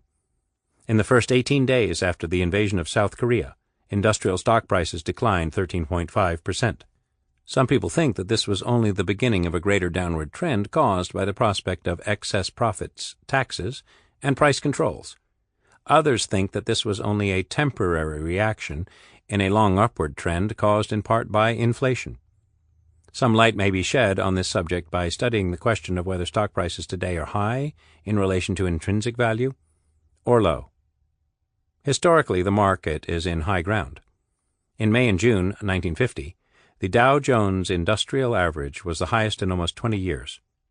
Even now, the DJIA is about 208, whereas the average level of the last 30 years was only 143. On the other hand, the prices of secondary stocks are much lower. Standard & Poor's index of low-priced stocks reached a peak of 315 in the first week of February 1946, and this index is now only 151. In relation to earnings, stock prices are low. A record of earnings for 79 years is shown in Table 1. From this table, it is easy to compute that the average earnings for the last 30 years were $7.48. but current earnings are $19.90. In other words, earnings are 166% higher than the average of the last 30 years. Therefore, it is not surprising to find that industrial stock prices are 45% higher than the average of the last 30 years. In fact, if stocks should sell now as high in relation to current earnings as has been normal for the last 30 years, then the DJIA would be 388. Next, let us consider the subject of dividends. The average yield from dividends on industrial stocks has been 4.90% for the last 30 years, but the average yield today is 6.69%. At current dividend rates, stocks would yield 4.90%, the average of the last 30 years, if the DJIA were 283. Of course, there is a general opinion today that current earnings and dividends are abnormal. In fact, there are some people in Washington who say that current earnings of corporations are excessive. This is not a fair statement. It would be just as reasonable to say that current wage rates are excessive. Average earnings of factory workers have risen from a minimum $15.96 weekly 18 years ago to the current rate of $57.50 weekly, which is an increase of 260%. The increase in earnings of corporations has been roughly the same as the increase in gross national product of the United States. Before 1941, gross national product had never exceeded $107 billion, but the current rate is $263 billion. Gross national product is 117% higher than the average of the last 30 years, and a decline of only 18% would bring corporation profits down to the same percentage of gross national product as has been normal for the last 30 years. Changes in gross national product are roughly proportional to the change in the sales volume of corporations. Accordingly, it appears that profits of corporations are only a little larger in relation to sales volume than has been normal for the last 30 years. It appears unlikely that gross national product will be any smaller 5 or 10 years from now than it is today, and accordingly, there probably will be no decline in the total sales volume of corporations. It is not possible to have a decrease in gross national product unless there is a decrease in employment or a decrease in the output per man-hour or a decrease in the price level. Actually, it appears probable that all three of these factors will increase rather than decrease. Output per man-hour will increase with increasing use of machinery. Total employment will probably increase because of the growth of population. The expense of military preparation points toward an increase in the price level. Since the invasion of South Korea, investors have been worried about a possible reduction in corporation earnings caused by price controls and excess profits taxes. It appears that these factors will cause some reduction. But also, it is interesting to notice that during the years when excess profits taxes applied, from 1940 through 1945, the average annual earnings of corporations were 5% greater than the average annual earnings of the 4 years 1936 through 1939, which were taken as the base period. Also, investors have been fearful concerning increased government controls and the trend towards socialization. These two are serious problems, but it is interesting to notice that stock prices in European countries are considerably higher than they were 12 years ago, even though these nations have traveled much further than the United States on the road to socialization. The change in the level of stock prices can be compared with the change in the volume of liquid assets held by individuals. Unfortunately, statistics on the amount of liquid assets are not available for the earlier years. But 11 years ago, in 1939, the liquid assets of individuals were only $50 billion, whereas today they are $177 billion, an increase of 254%. By comparison, the increase of 48% in stock prices from 1939 up to today appears small. Another way to approach the question, How High is the Stock Market, is to study the value of the assets in back of these stocks. Corporations pay out in dividends only a part of the earnings, and the other part which is retained adds to the assets per share and increases the normal future earning power. This has caused the average net worth per share stated on the books of corporations to increase 76% in the last 15 years. The present book value per share is 46% higher than the average of the last 24 years. Furthermore, because of the inflation which has occurred in the cost of buildings and machinery, the assets could not be replaced for the figures shown on the corporation's books. Based on earnings retained in excess of dividends and modified to allow for changes in the purchasing power of the dollar, the Templeton, Dobro, and Vance Index of Replacement Costs for the last 28 years was 161.6, whereas the current replacement cost is 282.3, a difference of 75%. Since replacement costs are 75% higher, it is not surprising that stock prices should be 45% higher, as stated above. Industrial stock prices were first publicly quoted in 1871, and since that time there has been a long-term upward trend in stock prices. In the 10 years before the First World War, 1905 to 1914 inclusive, they averaged 85.3, an increase of 84%. Since the Second World War cost the United States about 5 times as much as the First World War, it could be logically argued that it should have caused an increase in the range of fluctuation of more than 84%. However, in the 10 years before World War II, the average level of the market was 131 in terms of the DJIA, and it is only 59% higher now. Although the stock market is in high ground historically, the figures quoted above indicate that current stock prices are still below normal in relation to A. Earnings, B. Dividends, C. National income, D. Liquid savings of individuals, and E. The relatively permanent changes which have been caused in stock prices in the United States and also in other nations by previous great wars. Right column. How high is the stock market?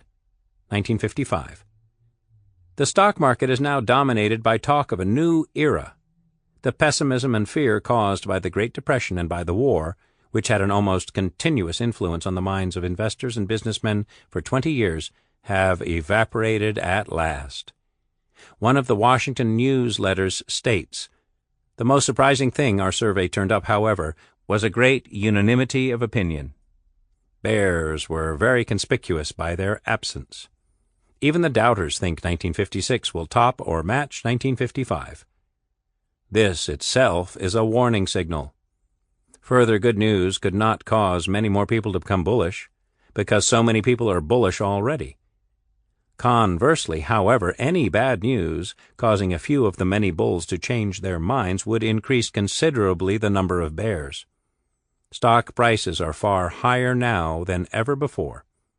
The Dow Jones Industrial Average is about 460, whereas the average level of the last 30 years was only 174.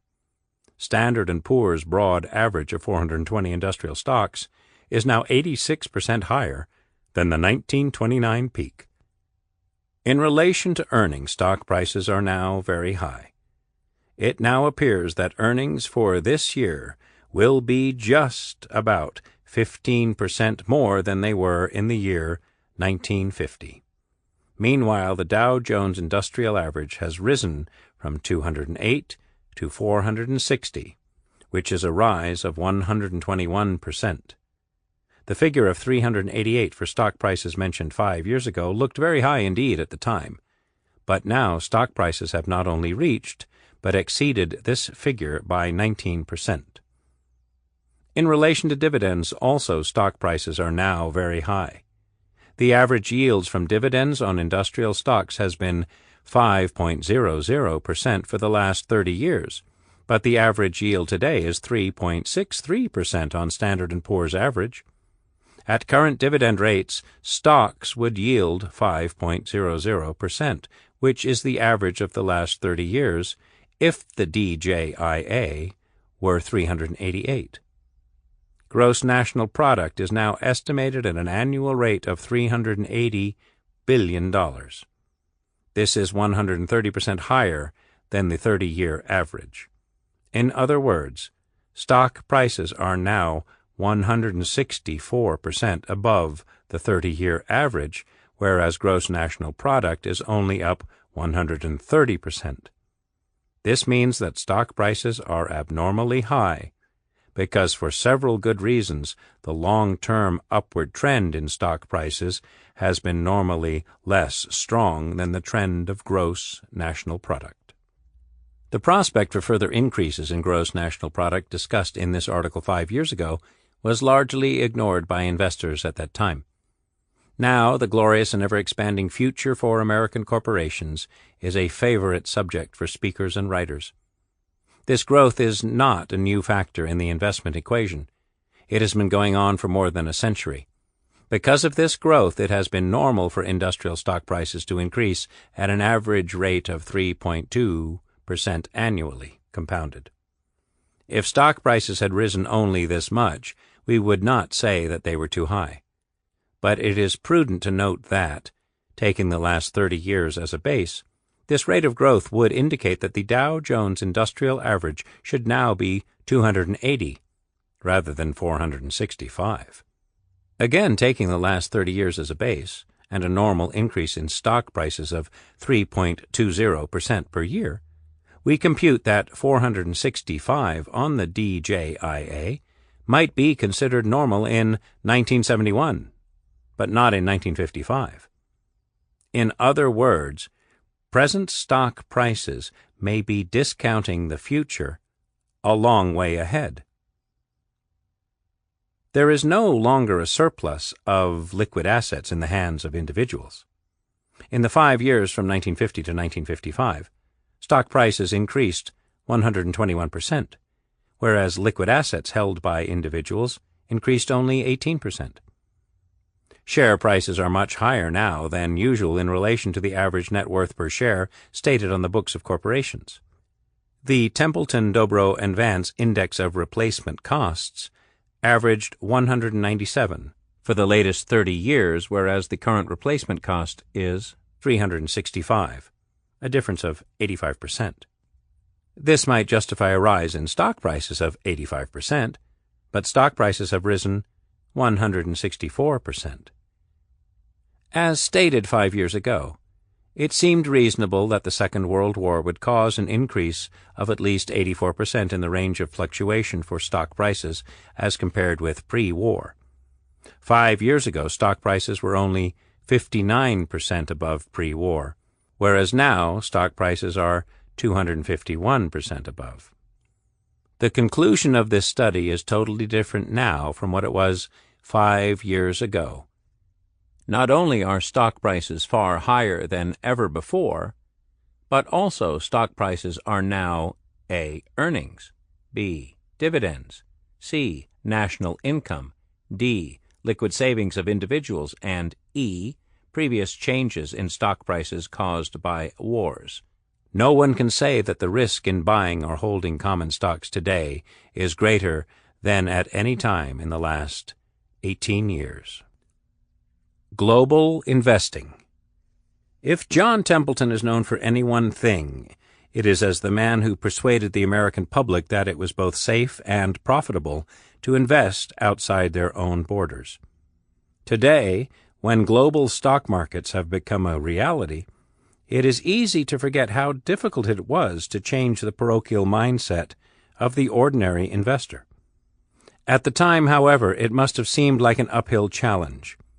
In 1954, Templeton set up the Templeton Growth Fund, which was to become one of the first diversified global stock investment funds of any note. For tax reasons, the new fund was domiciled in Canada, but could be bought by investors in the United States. A number of other companies launched Canadian-based funds at the same time in an attempt to take advantage of a recent favorable tax ruling in the United States. The same year, he sent a note to his clients explaining why Canadian stocks were attractive at current prices. Perhaps he also calculated that if investors were not prepared to invest just across the border in North America, it was unlikely that they would be willing to do so anywhere else. This is the first recorded example we can find of Sir John recommending overseas stocks to his clients. The quantity of good Canadian stocks. Several investment trusts are now being formed by Americans who wish to invest in Canada. These trusts plan to pay no dividends, and therefore the American owners will have no income tax on the accumulation of dividend income and capital gains. Knowledge of the advantages of such investments is reaching more men of wealth, and the demand for shares of these new trusts is increasing. In fact, this appears to be the beginning of a new trend that may continue to develop for several years. The question has been raised concerning the effect of this trend on the prices of Canadian stocks. The purpose of this memorandum is to provide some information on that subject. If all of the Canadian trusts now being discussed are eventually formed, it appears that something in the neighborhood of $100 million will become available for investment in Canadian stocks. Of course, this is a large sum of money, but it may have little effect on prices at present because the quantity of good stocks available in Canada is so great. For example, Aluminum Limited alone now has over $500 million worth of common stocks outstanding. Imperial Oil shares have a quoted market of almost $1 billion. International Nickel has over $600 million of stock outstanding, not including the preferred. There are many others. A list is attached to this memorandum that shows 25 stocks of Canadian companies, each of which has a market value of over $100 million. The amount of cash that may become available through these new investment trusts, in the neighborhood of $100 million, is less than 0.5% of the gross national product of Canada, which was over $22 billion last year. Also, it is interesting to compare this new form of investment with the other forms of investment by Americans and other foreigners in Canada in previous years. For example, we estimate that in the year 1953, the inflow of long-term direct investment was about $385 million, and new foreign portfolio investment was about $322 million. Canada needs this new investment. Canada's current trade transactions with the United States last year established a deficit of $984 million. This deficit was offset in part by the investments of Americans in Canada, as mentioned above. It is normal for young growing nations to have a continual large inflow of capital for investment. It is interesting to notice that the inflow of investments has not caused Canadian stocks to sell too high in relation to American stocks. Attached to this memorandum is a chart, not shown, that shows an index of Canadian industrial stock prices compared with American stock prices for the latest 5 years. This shows actually that in relation to American stock prices, Canadian prices are now lower than usual. In young and growing nations, it is customary for corporations to distribute in dividends only a small share of the earnings. However, the attached tabulation shows, not shown, that the 25 Canadian stocks listed now have an average dividend yield of 4.15%, which compares with a yield of 4.81% now on the Dow Jones Industrial Index of American stock prices. Mr. Murray Shields, talking before the American Management Association last month, made the following interesting comment about Canada. There is reason for confidence that the quarter century from 1952 to 1977 will bring an expansion in Canadian population from 14 to roughly 28 million and an increase in production from $1,595 to $3,000 per capita, which would lift the total production of goods and services from $23 billion to $83 billion in 1952 Canadian dollars. Of course, in 1977 dollars, this estimate would be even greater. Canada encourages investors, and political conditions will probably continue to be favorable in Canada. For the 8th consecutive year, Canada has had a surplus in the national budget. This has helped Canada to reduce its national debt from 113% of gross national product in 1946 to 46% of gross national product on March 31st, 1954. In the mid-1950s, Sir John Templeton made a long trip to Europe, during which he visited 10 countries. He reported back on his impressions to his clients.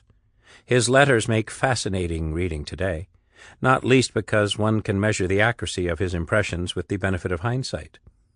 They provide a powerful insight into the way he thought about the global investment scene. Note in particular his ability to marry specific examples to general observations, and the clarity of the thinking and expression. Knowledge about what was happening in Europe would have been low. More examples can be found in the Templeton Memos page of the Independent Investor website. At the time these letters were written, the European Union was still a gleam in the eye of a small group of politicians and bureaucrats. They dreamed of unifying Europe, partly in the belief that this would be economically advantageous, but primarily as a means of preventing a further outbreak of war. 2 world wars had devastated the continent of Europe, leaving many cities in a state of complete ruin. Every country faced the challenge of economic and political regeneration.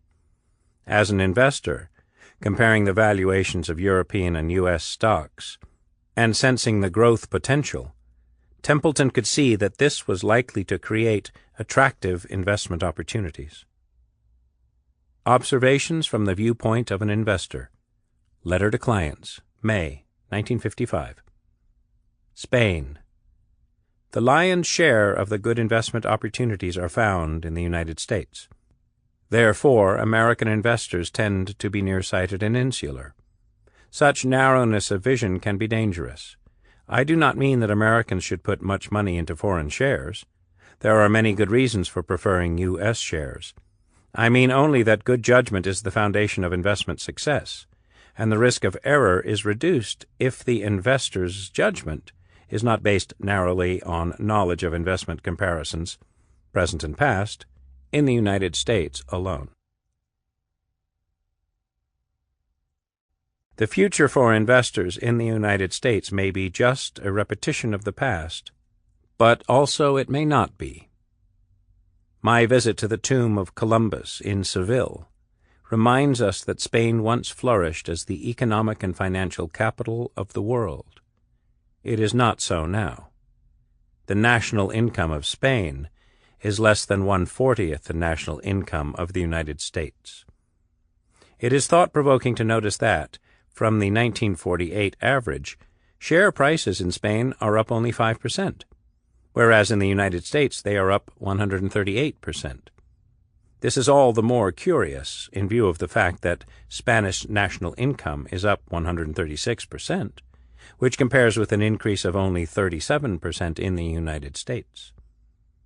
Because a terrible drought in 1953 ruined the wheat crop and olive crop, and because a severe freeze in 1954 greatly reduced citrus production, which is Spain's chief source of foreign exchange, the nation has been subject to strong inflationary pressure. The inflation led to a nationwide increase in salaries and wages during the 1953-1954 winter, ranging from 30% to as high as 45% in some sectors, if social benefits for workers are included. The common people of Spain are poor but gay. The church is very strong, and political conditions appear stable. Stock trading is active, especially through the facilities of the large banks. Shares of 78 established corporations are traded on the exchange in Madrid. There are also stock exchanges in Bilbao and Barcelona. Some of the favorites with investors are as follows: Banco Hispano Americano, branch banking, yield 2.15%. Hidroelectrica Iberia, electricity, yield 4.15%. Sevillana Electricidad, electricity, yield 5.13%. Ebro, azucarera y alcoholes, sugar, yield 3.61%. Tabacalera, tobacco, yield 4.01%. Españolo de Petróleos, oil, yield 2.17%. Altos Hornos de Vizcaya, steel, yield 4.25%. Telefónica, telephone, yield 3.02%. The yield on these stocks is less than the average U.S. stock yield. However, government bonds in Spain yield about 3.90 versus 2.80% in the United States. This is the first of several brief and private summaries I plan to write after talks with bankers, investors, and corporation executives in various countries in Europe. Observations from the viewpoint of an investor. Letter to clients, June 1955. Italy. Italy is still poor. The national income averages only moderately over $300 a year per capita, whereas in Switzerland it is $1,000 and in the United States about $1,900. The average wage is approximately $2 a day, but the employer must pay about 30% more to the government for pensions and other workers' benefits. Even so, the present per capita income is the highest in the history of Italy. It is estimated that the standard of living is one-third better than pre-war. The rate for foreign exchange has remained steady for 6 years at 625 lira for $1. Taking 1948 as a base, industrial production has increased 76%. The cost of living is up only 21%. Most interesting of all, the average price of common shares is up 158%, which is greater than the rise of share prices in the United States. In most European countries, information about corporations is both scarce and unreliable. The quantity of information available to investors in Europe is only a very small fraction of that available in America on U.S. stocks. This lack is especially obvious in Italy. Even the chief of the stock market department of a large bank often knows only the dividends and not the earnings of even the most popular stocks. One of the reasons for lack of information is widespread tax evasion. Most corporations understate both earnings and assets to avoid taxes. Most citizens omit dividends when reporting their income, and practically all omit capital gains. This is not regarded as dishonest as it would be in America. The rare citizen who reports all his income is regarded simply as a fool. The government has tried in recent years to change this attitude toward taxes, and further steps are under consideration. However, so little progress has been made that many tax collectors still use the informal rule of three. This means that the collector assumes that the taxpayer has greatly understated his income and therefore multiplies the stated income by 3 to estimate the actual income. This attitude does not result from high tax rates on income. In fact, tax rates are low by U.S. standards. A man with an annual income of $15,000 would pay only about 10% income tax. The maximum income tax rate of 50% is not reached until the income is over 1,000 times the per capita average income. Corporations are subject to a variety of taxes, but for the largest corporations it usually works out that they pay about 50% of their reported income. The interest on government bonds is tax-exempt for all taxpayers. The pattern of investment yields in Italy is especially thought-provoking for an American.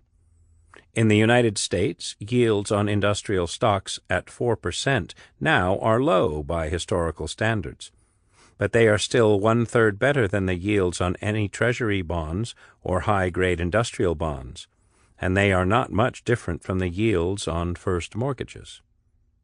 Industrial shares in Italy now yield even less than in the United States, but by contrast, The rest of the yield pattern is about like this.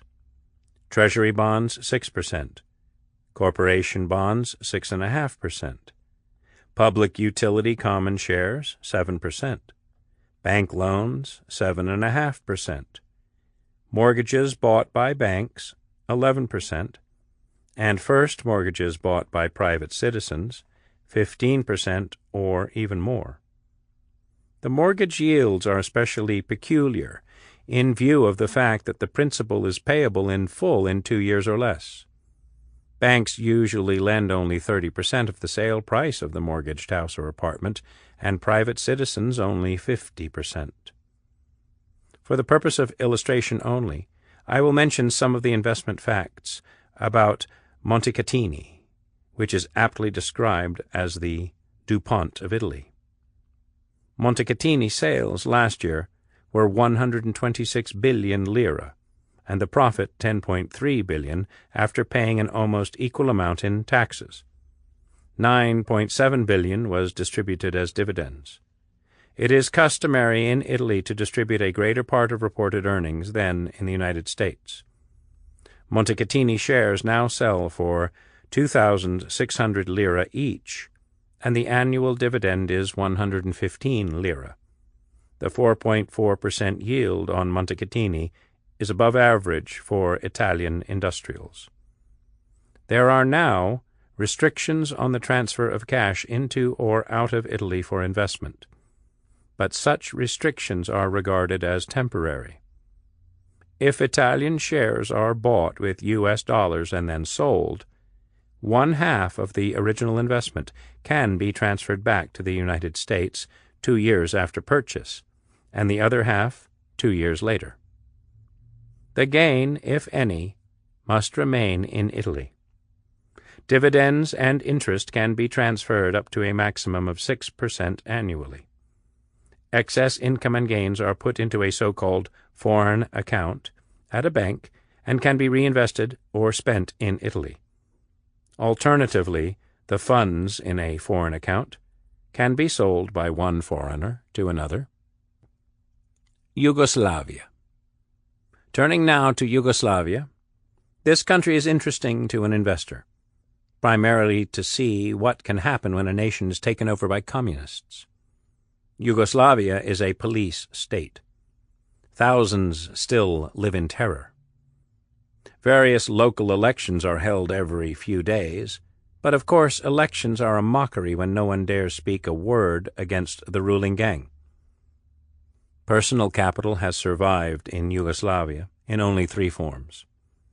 1. Farms up to a maximum of 25 acres if worked by the owner. 2. Small shops up to a maximum of 5 employees. 3. Homes if occupied by the owner. There is one bank. This bank holds cash deposited by citizens and makes loans at 6% to peasants and to state-controlled cooperative enterprises. The government occasionally sells bonds to the workers, but this resembles more a special kind of tax rather than a free investment operation. Russia also has recently sold a small bond issue to its workers, which serves the purpose of diverting more funds to expansion of heavy industry and away from private consumption of goods. The leading hotel where I stayed in Ljubljana, the capital of Slovenia, can serve as an illustration of business in Yugoslavia. It is run by a director appointed by the state and by a committee of 8 employees elected by the other 116 employees. A traveling state inspector visits the hotel every 2 weeks and is the real authority on all important matters and plans. The communists call this a worker-owned cooperative business. But actually the workers have no rights of ownership except the right to share in bonuses up to 25% of net profits. The other 75% is taken by the state as a tax. The previous owner was not executed as an enemy of the state, but received nothing for his hotel except vague talk about compensation eventually. He receives a nominal monthly wage as an advisor. Yugoslavia is dreadfully poor. The poverty is universal. At the free market rate of 500 dinars to the dollar, the national income is only $100 a year per capita. Nearby Switzerland, with similar topography and resources, has 10 times as much income per person. It is strange to drive the roads of Yugoslavia and never see a privately owned auto. There are a few trucks and autos owned by cooperative businesses, but only a few. It would stamp a man as an enemy of the state to have enough money to own an auto. The neighboring countries are overcrowded with motor scooters and bicycles with little motors, but I did not see even a bicycle motor in Yugoslavia. The price of a bicycle is about 5 months' wages for the average citizen. Templeton's successful foray into the Japanese stock market from the late 1960s onward was to help make his name as a global investor. What did he see in Japan that few other foreign investors were able to see? It was not simply, as his assistant Mark Holowesko observed, that stocks were cheap, though they certainly were that, with household names such as Toyota and Sanyo selling at one point for low multiples of current year earnings. He had also observed the fact that the Japanese were an exceptionally hard-working people, with a culture of saving, and that its policymakers were in the process of fashioning a successful, export-led industrial strategy. This note to investors shows that Templeton was already enthusing about Japan's potential before 1960. Japanese stocks. Letter to clients, 1959. Japanese products are capturing export markets throughout the world.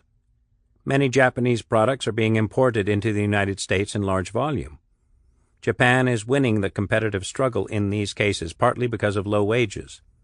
The difference in wages is apparent from the fact that the gross national product is $305 per capita in Japan, compared with $2,600 per capita in the United States. Japan is a nation of 92 million people whose livelihood depends upon their ability to export a major share of their products.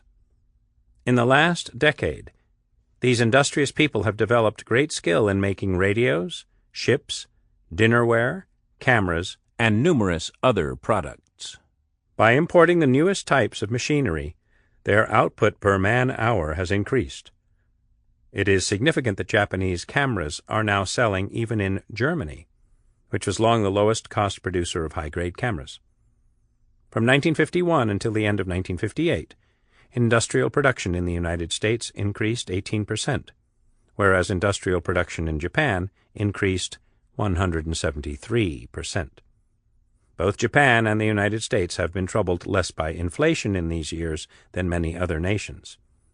The cost of living, which is a measure of inflation, increased 11% in the United States and 24% in Japan.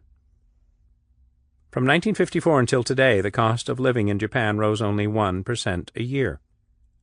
Only 10 years after Commodore Perry landed in Japan, stock exchanges were founded in Tokyo and Osaka. In 1948, Japan established a government agency called the Securities Exchange Commission to regulate its investment markets. The most widely used index of Japanese stock prices is called the Dow Jones Index. The activity on the Tokyo Stock Exchange has been averaging over 50 million shares a day this year. Japanese bonds of good credit, maturing within 4 years, now sell to yield 8%, whereas similar bonds in the United States yield 4.2%. Japanese stocks now yield 4.35%, whereas stocks in the U.S. Dow Jones Industrial Average now yield 3.29%. The Japanese Stock Journal, published weekly in English, is sent by airmail to its subscribers in the United States, and this journal gives prices and information about 500 stocks. U.S. residents may purchase Japanese stocks freely in U.S. dollars exchanged at the official rate of 360 yen for $1. If the purchases are registered in advance with the Japanese government, the interest and dividends can be converted into U.S. dollars and transmitted to shareholders without delay.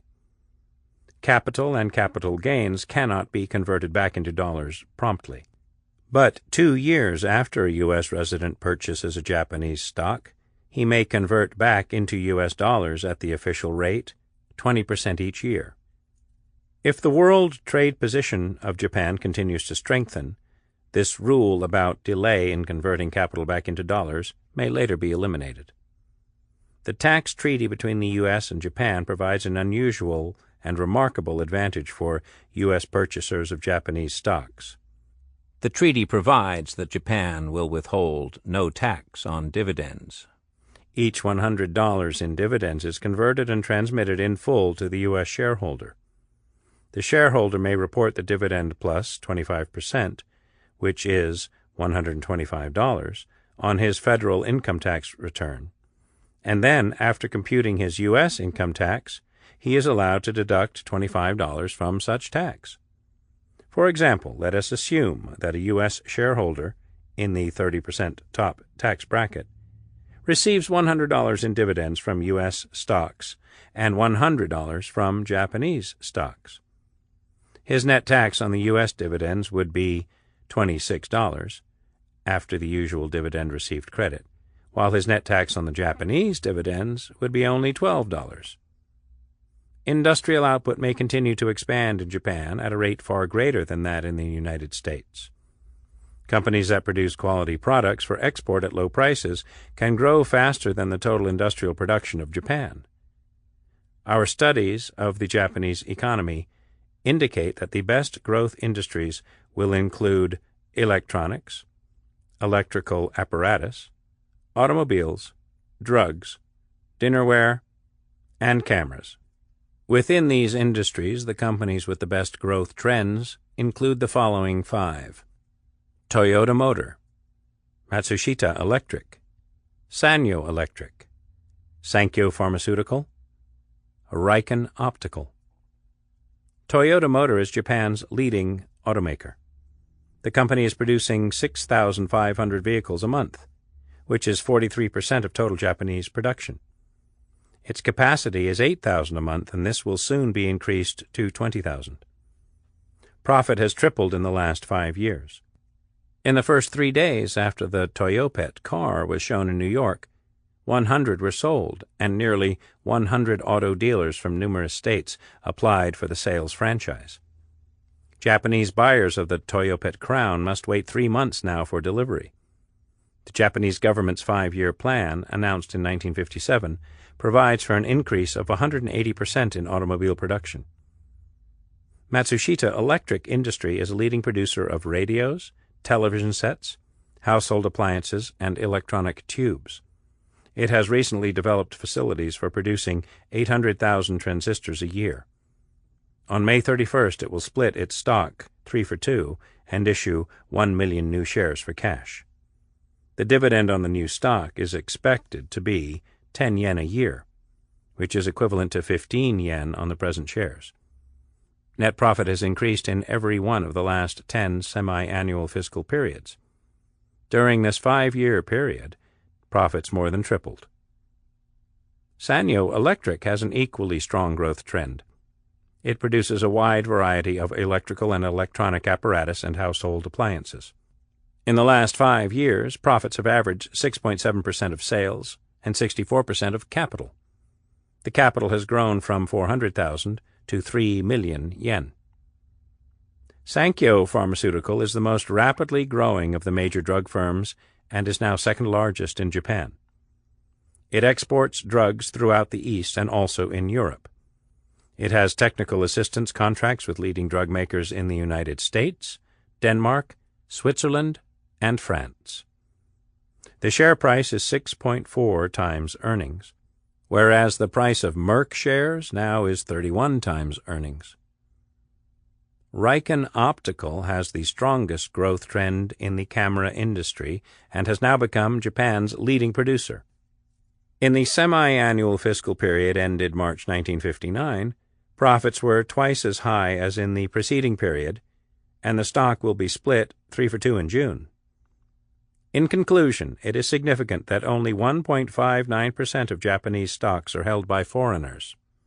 Investments in Asia are not popular.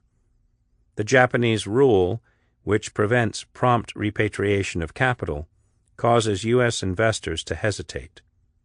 Conservative investors quite properly feel safer with investments at home. Crises and world events. The Cold War was won at the end of the 1980s when the Soviet Union collapsed under the weight of its own contradictions.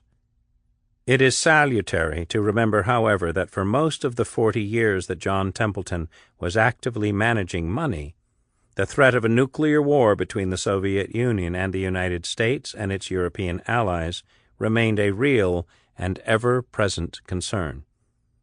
It was something that he consistently highlighted as the biggest threat to his otherwise broadly optimistic outlook for the United States.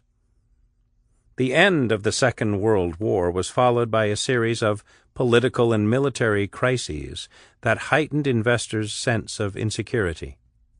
In 1950, the United States and the Soviet Union did confront each other in the Korean War. John Templeton wrote a number of memos to his clients in the run-up to the conflict. October 1949, in case of war. I hope that there will be no war. This natural feeling appears to dominate Wall Street thinking.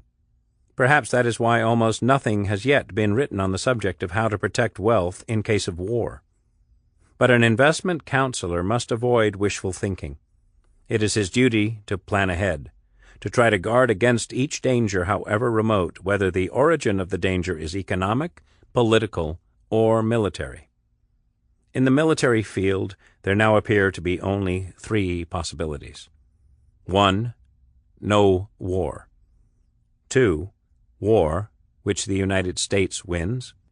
3. War, which Russia wins. If we could see into the future, we would know which of the 3 possibilities to use as the basis of investment policy. Without this foreknowledge, we have no choice but to try to protect against all 3 at once, insofar as that may be possible. It is helpful to study the vicissitudes of investors in the United States from 1914 to 1921, and again from 1939 to 1946. But this time the conditions are likely to be very different, because the nature of the next war, if any, is likely to be very different. Accordingly, we must ponder also the vicissitudes of investors during those years in England, France, Italy, Japan, Germany, and Russia. When war began in 1939, prices on the New York Stock Exchange rose 15% in 2 weeks, and then declined 41% in 27 months. After the Japanese attack brought the United States into the war, stock prices declined 9% in 2 weeks, and then steadied. In case of war with Russia, nothing so mild as this experience should be expected. With universal desire for peace among the American people, it is most unlikely that the United States will strike the first blow. The chances are that if a war occurs, it will begin with a surprise attack by Russia. Stalin would be foolish to attack France or England first, because that would give the United States a chance to mobilize and launch an atomic attack in retaliation. It seems sensible to assume that the first blow will be an attack against American cities. Probably the blow will not be preceded by threats and diplomatic tension, but rather by false words of friendship, in order that the victim may be totally surprised. The atomic bomb puts an enormous premium on surprise. In previous wars, the aggressor could not possibly strike a decisive blow the first day, except against a very small nation. Now it is at least conceivable that the victim could be so crippled in the first hour that it would no longer be an even match against the aggressor. The original atomic bomb at Hiroshima killed 71,000 and injured 68,000. If the new bombs are twice as powerful, and if 200 could be brought into cities secretly and exploded about the same time, the mortality might be 28 million. There is no way to predict the date of an attack, but it is most unlikely that Russia yet has a stockpile of atomic bombs. Therefore, an attack within the next year is unlikely. This gives us time in which to prepare protections calmly and carefully. The worldwide communist organization is many times as large as the Nazi Fifth Column was in 1939. And using atomic and bacteriological weapons, this secret force may be more destructive than the Russian Air Force and submarines. In case of war, the stock exchange might remain closed a long time. Some bank records might be destroyed. Wartime taxes and wartime rent and price controls are likely to be imposed immediately and in more drastic form than heretofore.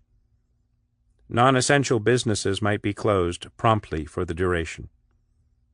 In other words, after war begins, it may be too late to think about rearranging your assets.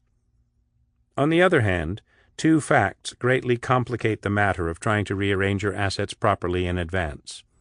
In the first place, it is possible that there will be no war, and in the second place, even if there is a war, there is likely to be no advance warning. Whether there is or is not any overt war, the investor should seek some protection against erosion in the value of the dollar. Without war, the gradual and intermittent trend toward inflation, which has existed in America for 17 years, is likely to continue because of repeated wage increases and frequent deficits in the federal budget. Federal finances already strained by one world war might not be able to stand another. In case of war, government expense would be vastly greater than receipts. Goods of every kind would be scarce. Such is the basis of inflation. Inflation was the result of war in China, Greece, France, Italy, and elsewhere. Owners of cash or bonds in those nations found that after the war, such assets had only negligible value. This means that, whether there be war or peace, it is a reasonable precaution in planning an investment program to keep the major part of your assets in equities, such as common stocks and real estate, rather than in cash or bonds. During a war, rent controls may make rental property temporarily unproductive, and wartime taxes may temporarily restrict the dividends on common stocks. But when the war is over, the owner will still own a valuable asset. Some forms of property, such as bridges and city real estate, may be subject to extensive damage, but some other form of property, such as oil in the ground, are almost indestructible. It is an old axiom that possession is 9 points of the law. In normal times this may be an exaggeration, but not in times of national crisis. At such times, a house in which you live is a safer asset than a bank account. But of course there are reasonable limits to this idea. For example, a man of calm judgment will not, through emotion or fear, buy diamonds and bury them in the cellar, because this would deprive him of dividends on the funds. Also, even if a war did occur, disruption of the De Beers syndicate might remove the scarcity value of diamonds. The precautions which are justifiable now are simply those which increase the degree of possession of your assets without detracting from the value of the assets or pursuit of your career in peacetime. Precaution against war is an influence which bears on investment planning in ways too numerous to mention in this brief paper. For example, 1. If two stocks are equally good bargains, you may choose the shares of the company in an essential industry rather than shares of the company whose work is non-essential. 2. If your stocks are held in the vaults of your broker or your bank, in some cases you might ask the custodian to keep them registered in your name rather than the name of a nominee, if that would cause no inconvenience. 3. If other factors are equal, you may choose shares of a utility that has numerous properties in small towns rather than a utility with all assets concentrated in a city like Detroit. The sensible precautions against the risk of war have been kept in mind when planning investment programs for our clients, along with the other major risks facing investors in a rapidly changing world. This will receive increased emphasis in the coming year. He who succeeds in preserving assets for the next 20 years needs a broad viewpoint and an open mind in matters of economics, politics, and Atomic Science. June 26, 1950. News from Korea. Investment Counsel clients of Templeton, Dobro & Vance, Incorporated, with few exceptions, follow carefully prepared, long-range programs of the non-forecasting type. Accordingly, there is no need for them to make any purchases or sales when unexpected news upsets the market as it did today. From a long-range viewpoint, stock prices are still not too high. In fact, they would have to go up over 10% from today's level before they would even be considered normal. However, because the stock market was upset today, we thought that clients might be interested in hearing from us on the subject.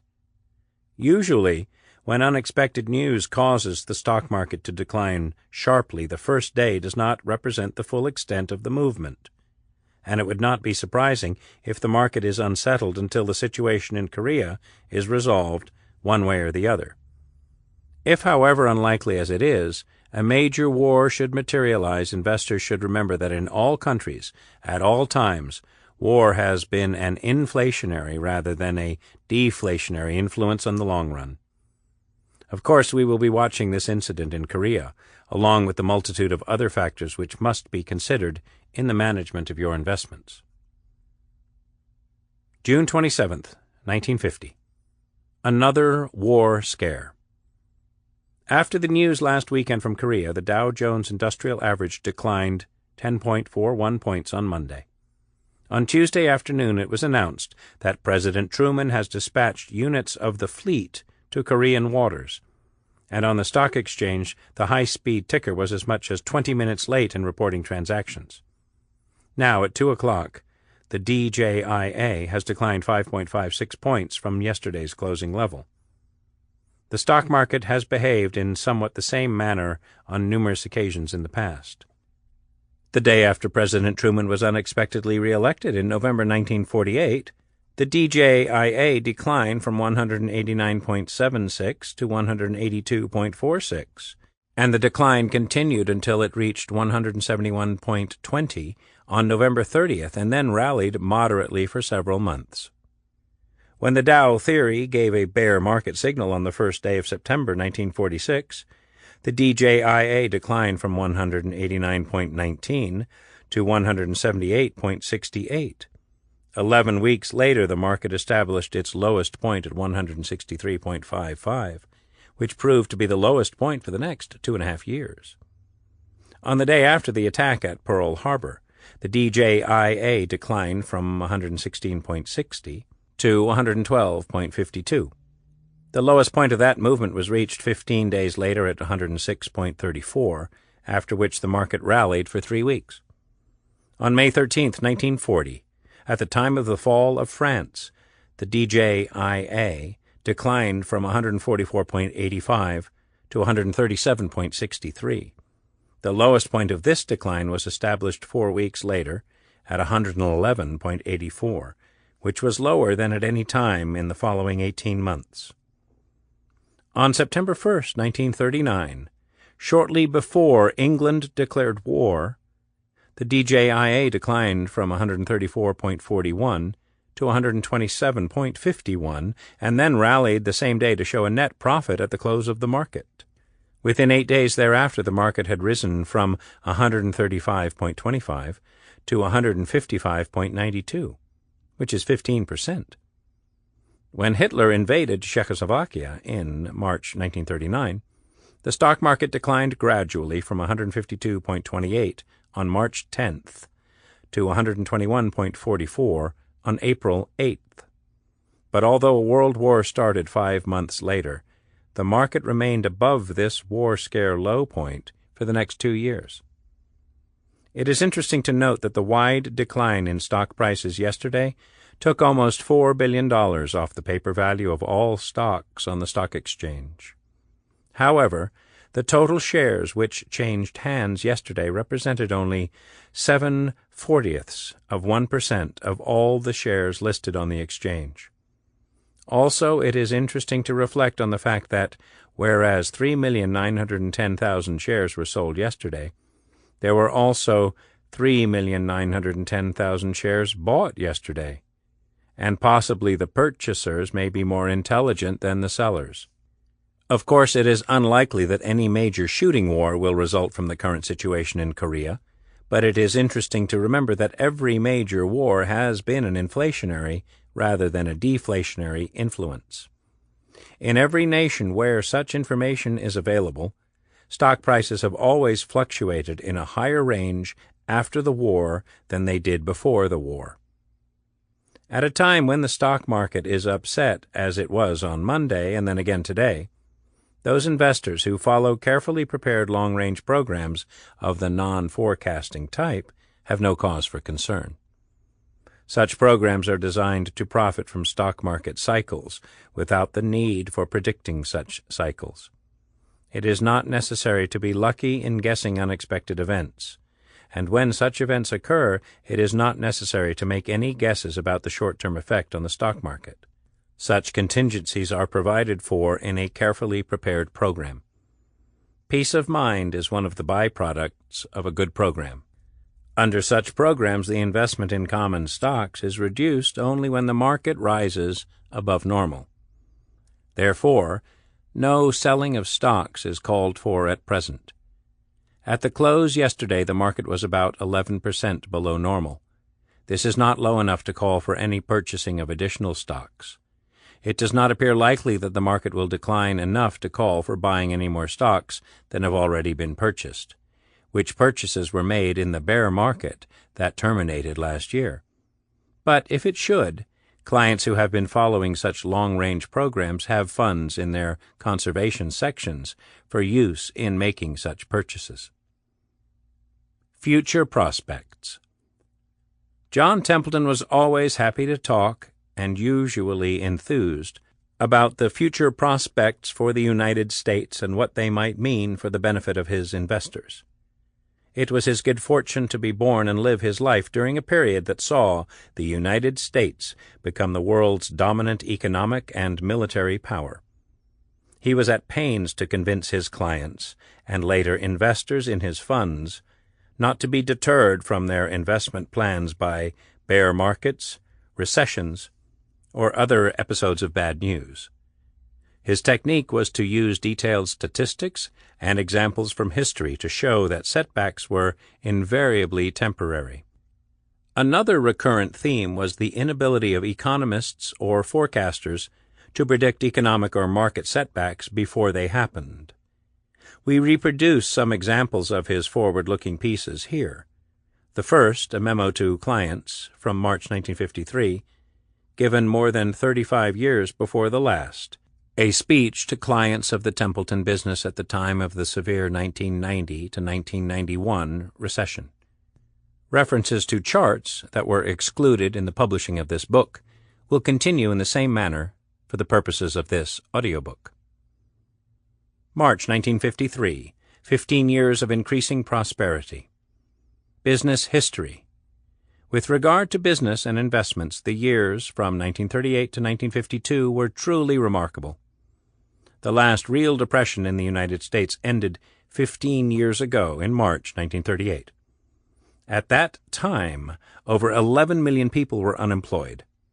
Then, in that month, Hitler invaded Czechoslovakia and started a chain of events which has caused vast changes in business and investment conditions.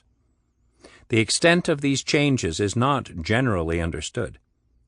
In 1938, gross national product of the nation was only $85 billion, whereas today the current rate is $360 billion annually. The output of the nation measured in dollars is more than 4 times as great as it was 15 years ago. Of course, the value of the dollar has changed greatly also. This change can be measured by the fact that the index of the cost of living has increased 88%. The most widely used index for production in terms of physical units is the Federal Reserve Board Index of Industrial Production. This index is now 163% above its average level for 1938. The business history during this 15 years of increasing prosperity is measured by the figures in Table 1, not shown. In 1938, 44 million people were employed. Today the total is 61 million, not including those in the armed forces. One of the greatest changes that has occurred is that of wage rates. Average earnings of factory workers increased 206% between 1938 and 1952. Bank deposits and currency increased greatly, which contributed to general inflation of prices. The increase from 1938 to 1952 was 232%. Most of this increase occurred in the first 7 years. When the war ended in 1945, the increase had been 195%. Since the end of the war, the increase in bank deposits and currency has been only 13%. Current business situation. Investors and businessmen ought to study the causes of this great boom. 3 causes, which seem to me most fundamental and most influential, were 1. Vast increase in public debt, 2. A vast increase in private debt, and 3. Accumulated shortages of goods. From July 1940 until June 1946, the federal government had a budgetary deficit of $211 billion.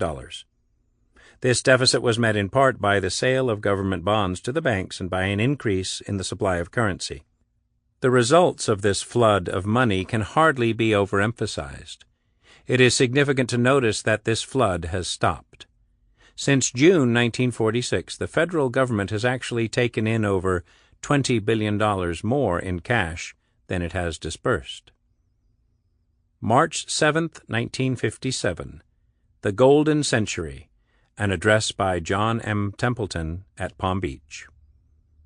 You and I should be deeply thankful that we live in this century, when the knowledge accumulated by men through the ages is beginning to bear fruit in material progress beyond the imagination of previous generations.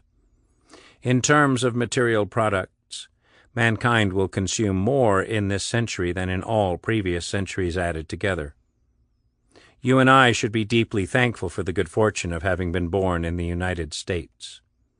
In terms of material goods, this one nation alone will produce more in this one century than the total output of all nations throughout the history of the world up until the beginning of the 18th century. For a few minutes, let's turn back our memories to the dawn of this century in the year 1900. The total gross national product of the United States was then $20 billion. The people living then could hardly imagine that the automobile industry, whose annual sales were less than $10 million, would grow more than 1,000-fold. Now the sales volume of this industry alone is almost as large as the dollar sales volume of all industries in the nation in 1900. When this century began, the electric power industry and the telephone industry were in their infancy. But today these industries alone also total as much as the commerce of the whole nation at that time. The aviation industry did not really begin until 10 years after the start of this century. But now the aviation industry alone produces goods worth over $9 billion a year. In this century, the oil industry has increased 100-fold and is still growing.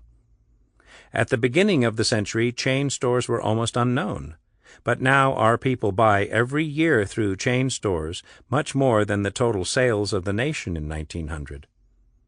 The radio industry and the television industry were not even dreamed of then. But now these industries produce $5 billion worth of goods per year. Perhaps these examples are enough to prove that we truly do live in the golden century of the earth. I hardly need mention the other great industries born in this century, such as motion pictures, organic chemicals, refrigeration, rayon, nylon, air conditioning, plywood, aluminum, plastics, and others. You who live in Florida, or often visit Florida, can see all around you the signs of this golden century. The population of Dade County alone is now greater than the population of Florida at the beginning of the century. Beachfront property valued as low as $1 a foot in 1900 can now be sold for as much as $5,000 a foot. The first part of this century has been a golden era, not only for consumers but also for investors. Fortunes could have been made and were made simply by buying land almost anywhere in South Florida at the beginning of this century.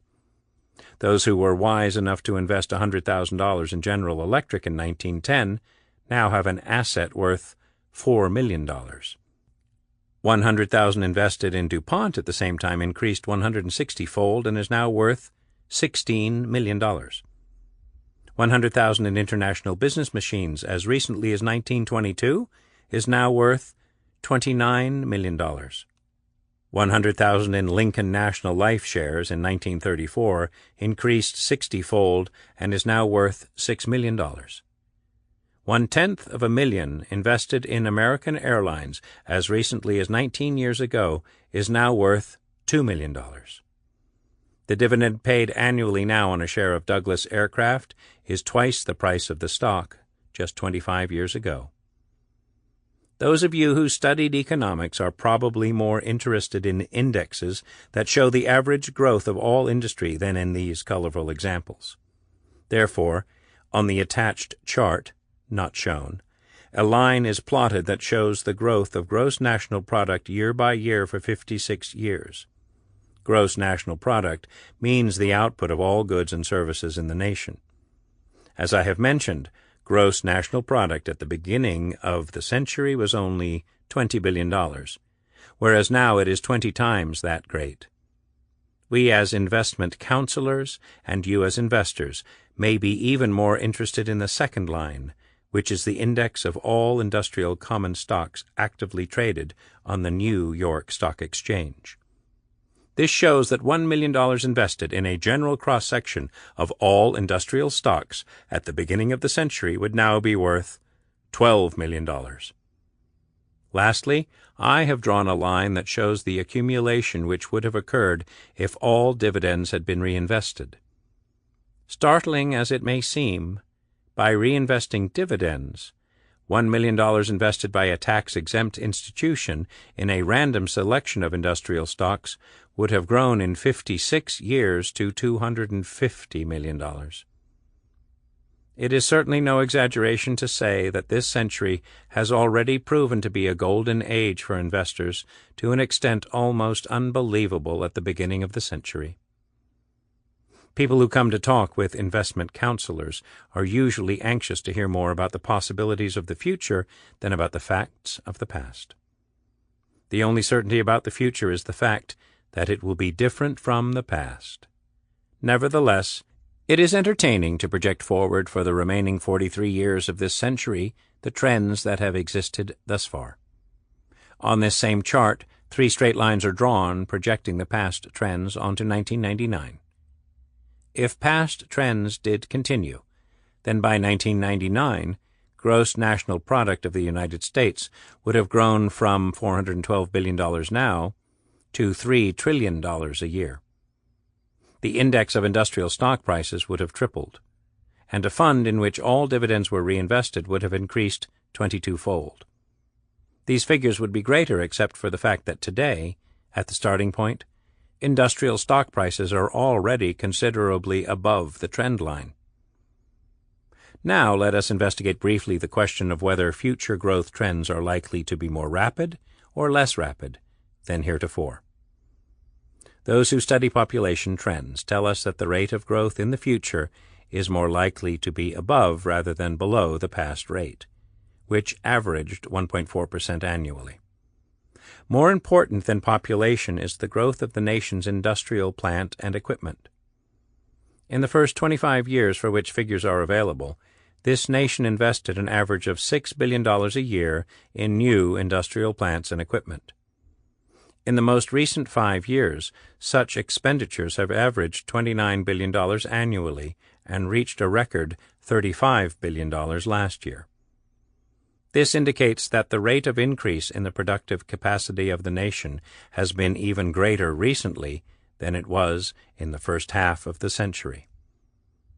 Another factor that contributes to the increase in the figures for gross national product is inflation. Because the gross national product is stated in terms of dollars whose purchasing power has decreased at an average rate of 2.8% annually.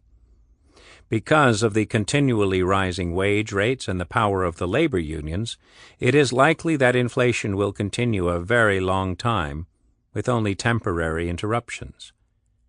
Most important of all factors that have made this a golden century in the economic sense is the increase in output per man-hour resulting from new inventions and new production methods. This progress is based on scientific research and industrial research. Therefore, it is important to study the amount of money that a nation spends on research.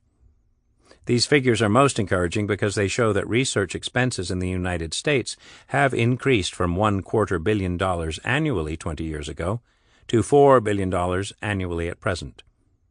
Altogether, without going into more detail, I can say that the forces indicating an even greater rate of growth in the future are at least as strong as those forces indicating the opposite. Those investors who want to benefit from the future progress of the nation must give the utmost care to the proper selection of their investments. During the first half-century, many investors failed to share in the growth of the nation because they invested in the wrong kinds of investments or in the wrong industries. At the beginning of the century, among the largest investment fields were mortgages on real estate and bonds and shares of railroads. But neither of these gave the owner any real participation in the great growth of the nation resulting largely from new industries. In the remainder of the century, because scientific progress is increasingly rapid, it is likely to be even more important to select growth industries and growth companies. Such selection is by no means an easy task. The outlook is constantly changing. However, our staff of security analysts does have a list of industries regarded as having the best prospects at present for maximum future growth. Listed in alphabetical order, this list includes air conditioning, airlines, atomic power, electronics, new metals, plastics, prefabricated houses, and rockets. These are self-explanatory, except that you might like to know what we mean by new metals. In this category, we include aluminum, nickel, uranium, titanium, molybdenum, tungsten, cobalt, chromium, and magnesium, as well as zirconium, lithium, beryllium, tantalum, thorium, and others. Concerning the airline industry, the rate of growth is shown by the fact that for every passenger mile of air travel in 1932, there will be 200 miles of travel in 1957. Yet today the market values at only $600 million all common stocks of all 12 trunk airlines, which is just 1/18 of the market value of General Motors alone.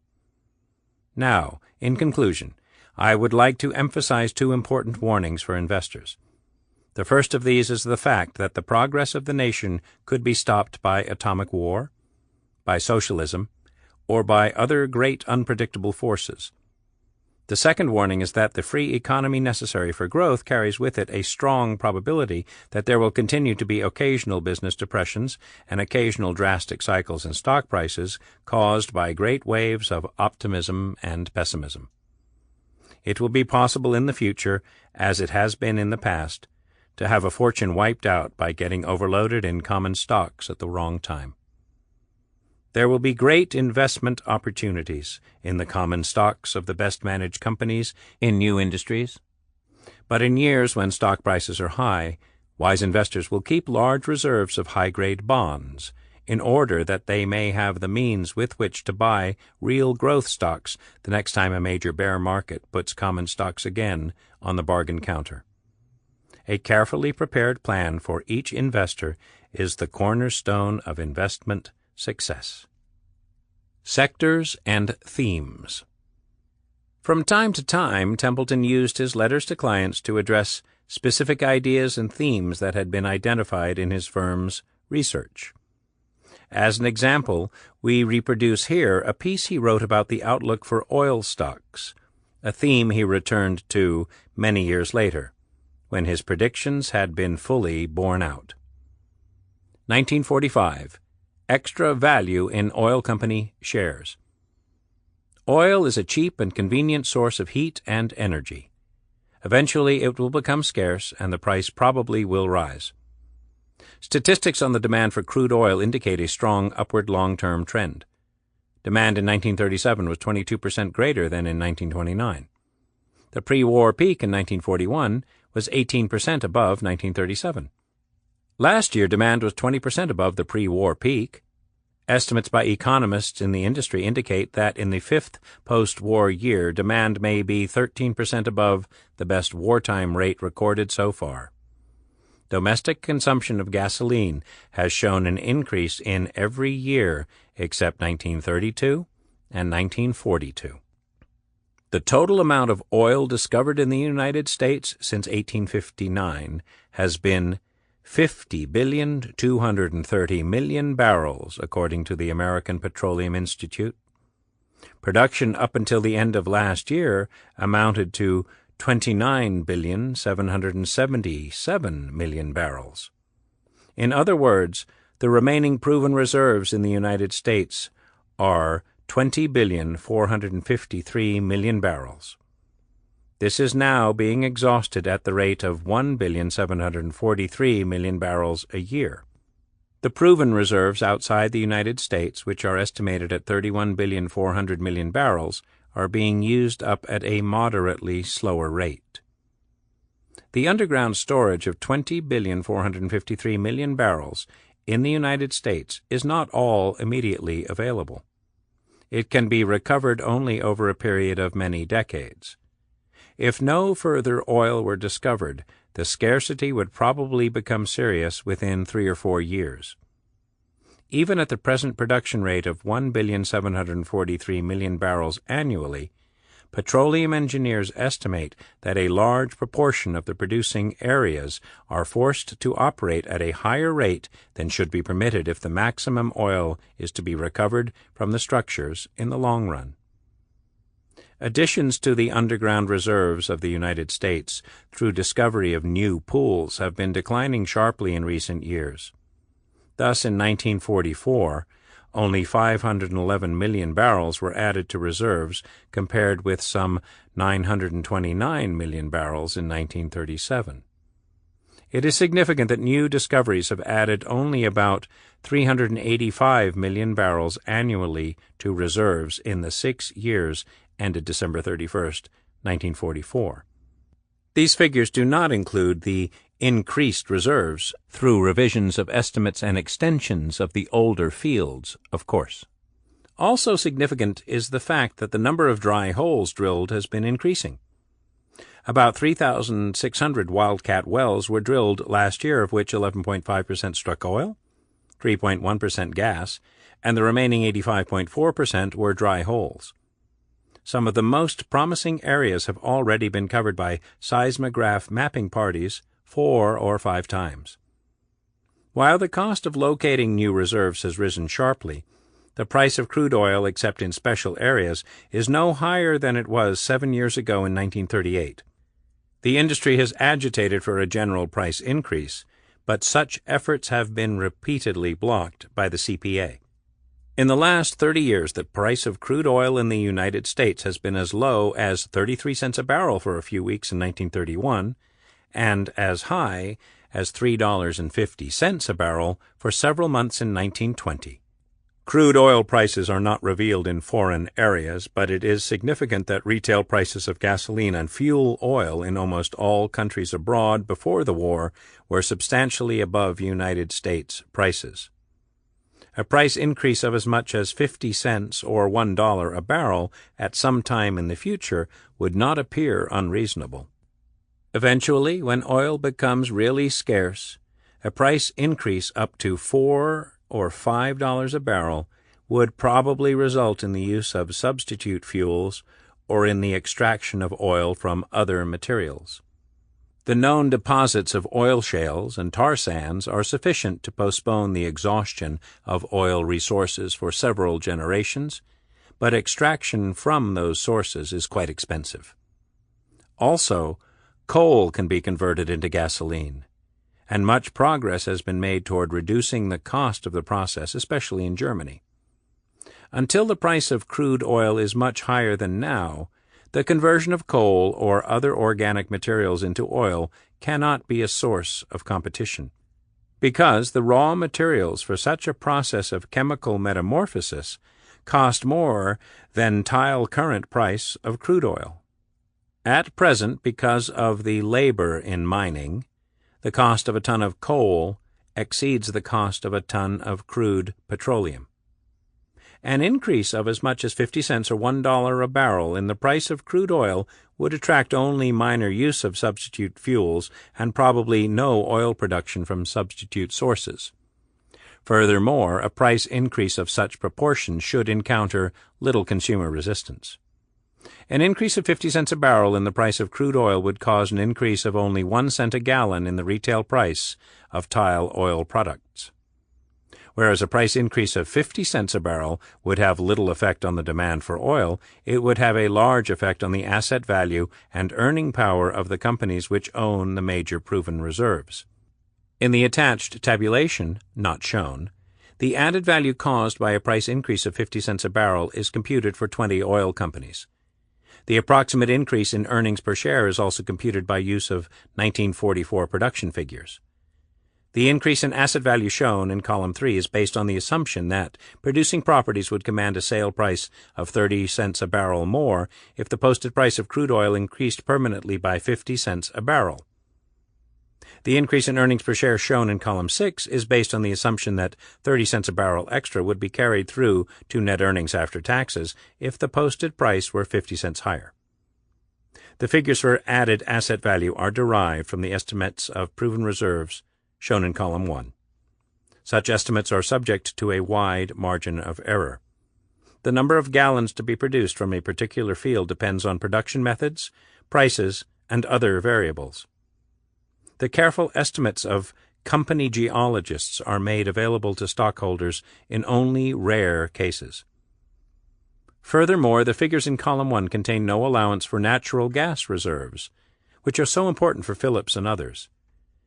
The huge reserves held by Gulf, Standard of California, and Texas in the Near East are not included. Despite these limitations, it seems indisputable that a stockholder can form a more accurate judgment of the value of his shares if he has some estimates rather than none. No one can tell when an increase in the price of oil may occur.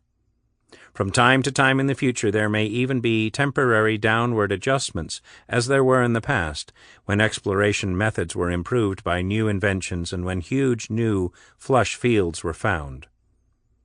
Peroration has been made very effective in recent years, however, and this protects to an important extent against sudden price cutting. In the long run, the powerful influences of increasing scarcity and higher discovery costs point unmistakably toward large and permanent price increases. The current market prices of oil company shares seem to take account of the potential added value only to a very minor extent. The present prices can readily be justified solely on the basis of current earnings, past average annual earnings, and stated asset values. Assets of almost all oil companies are now worth more than the amounts shown on the books. Earnings are greatly understated by Amarada and several others. As can be seen by the last column of the table, potential added values are very large in relation to current market prices. This is especially marked in the case of Amarada, Gulf, Lion, Ohio, Pure, and Skelly. In today's world of government overreach, economic uncertainty, and financial manipulation, understanding the economy through the principles of liberty is more important than ever. At Economics and Freedom, we provide the knowledge and tools you need to navigate the complexities of the financial system, challenge mainstream narratives, and to take control of your future. Our educational resources include insightful books that explore Austrian economics and libertarian principles, and our courses are designed to empower you with clarity and confidence. For engaging content, our YouTube channel brings you powerful insights on economic trends, government policies, inflation, and the dangers of centralized control. We cut through the noise and expose the truth behind economic distortions caused by central banks and government intervention. At Economics and Freedom, we believe that knowledge is the cornerstone of independence. Our mission is to educate, inspire, and empower individuals to embrace the principles of liberty and free market economics. Visit economics-freedom.com and take the first step toward understanding the economy like never before.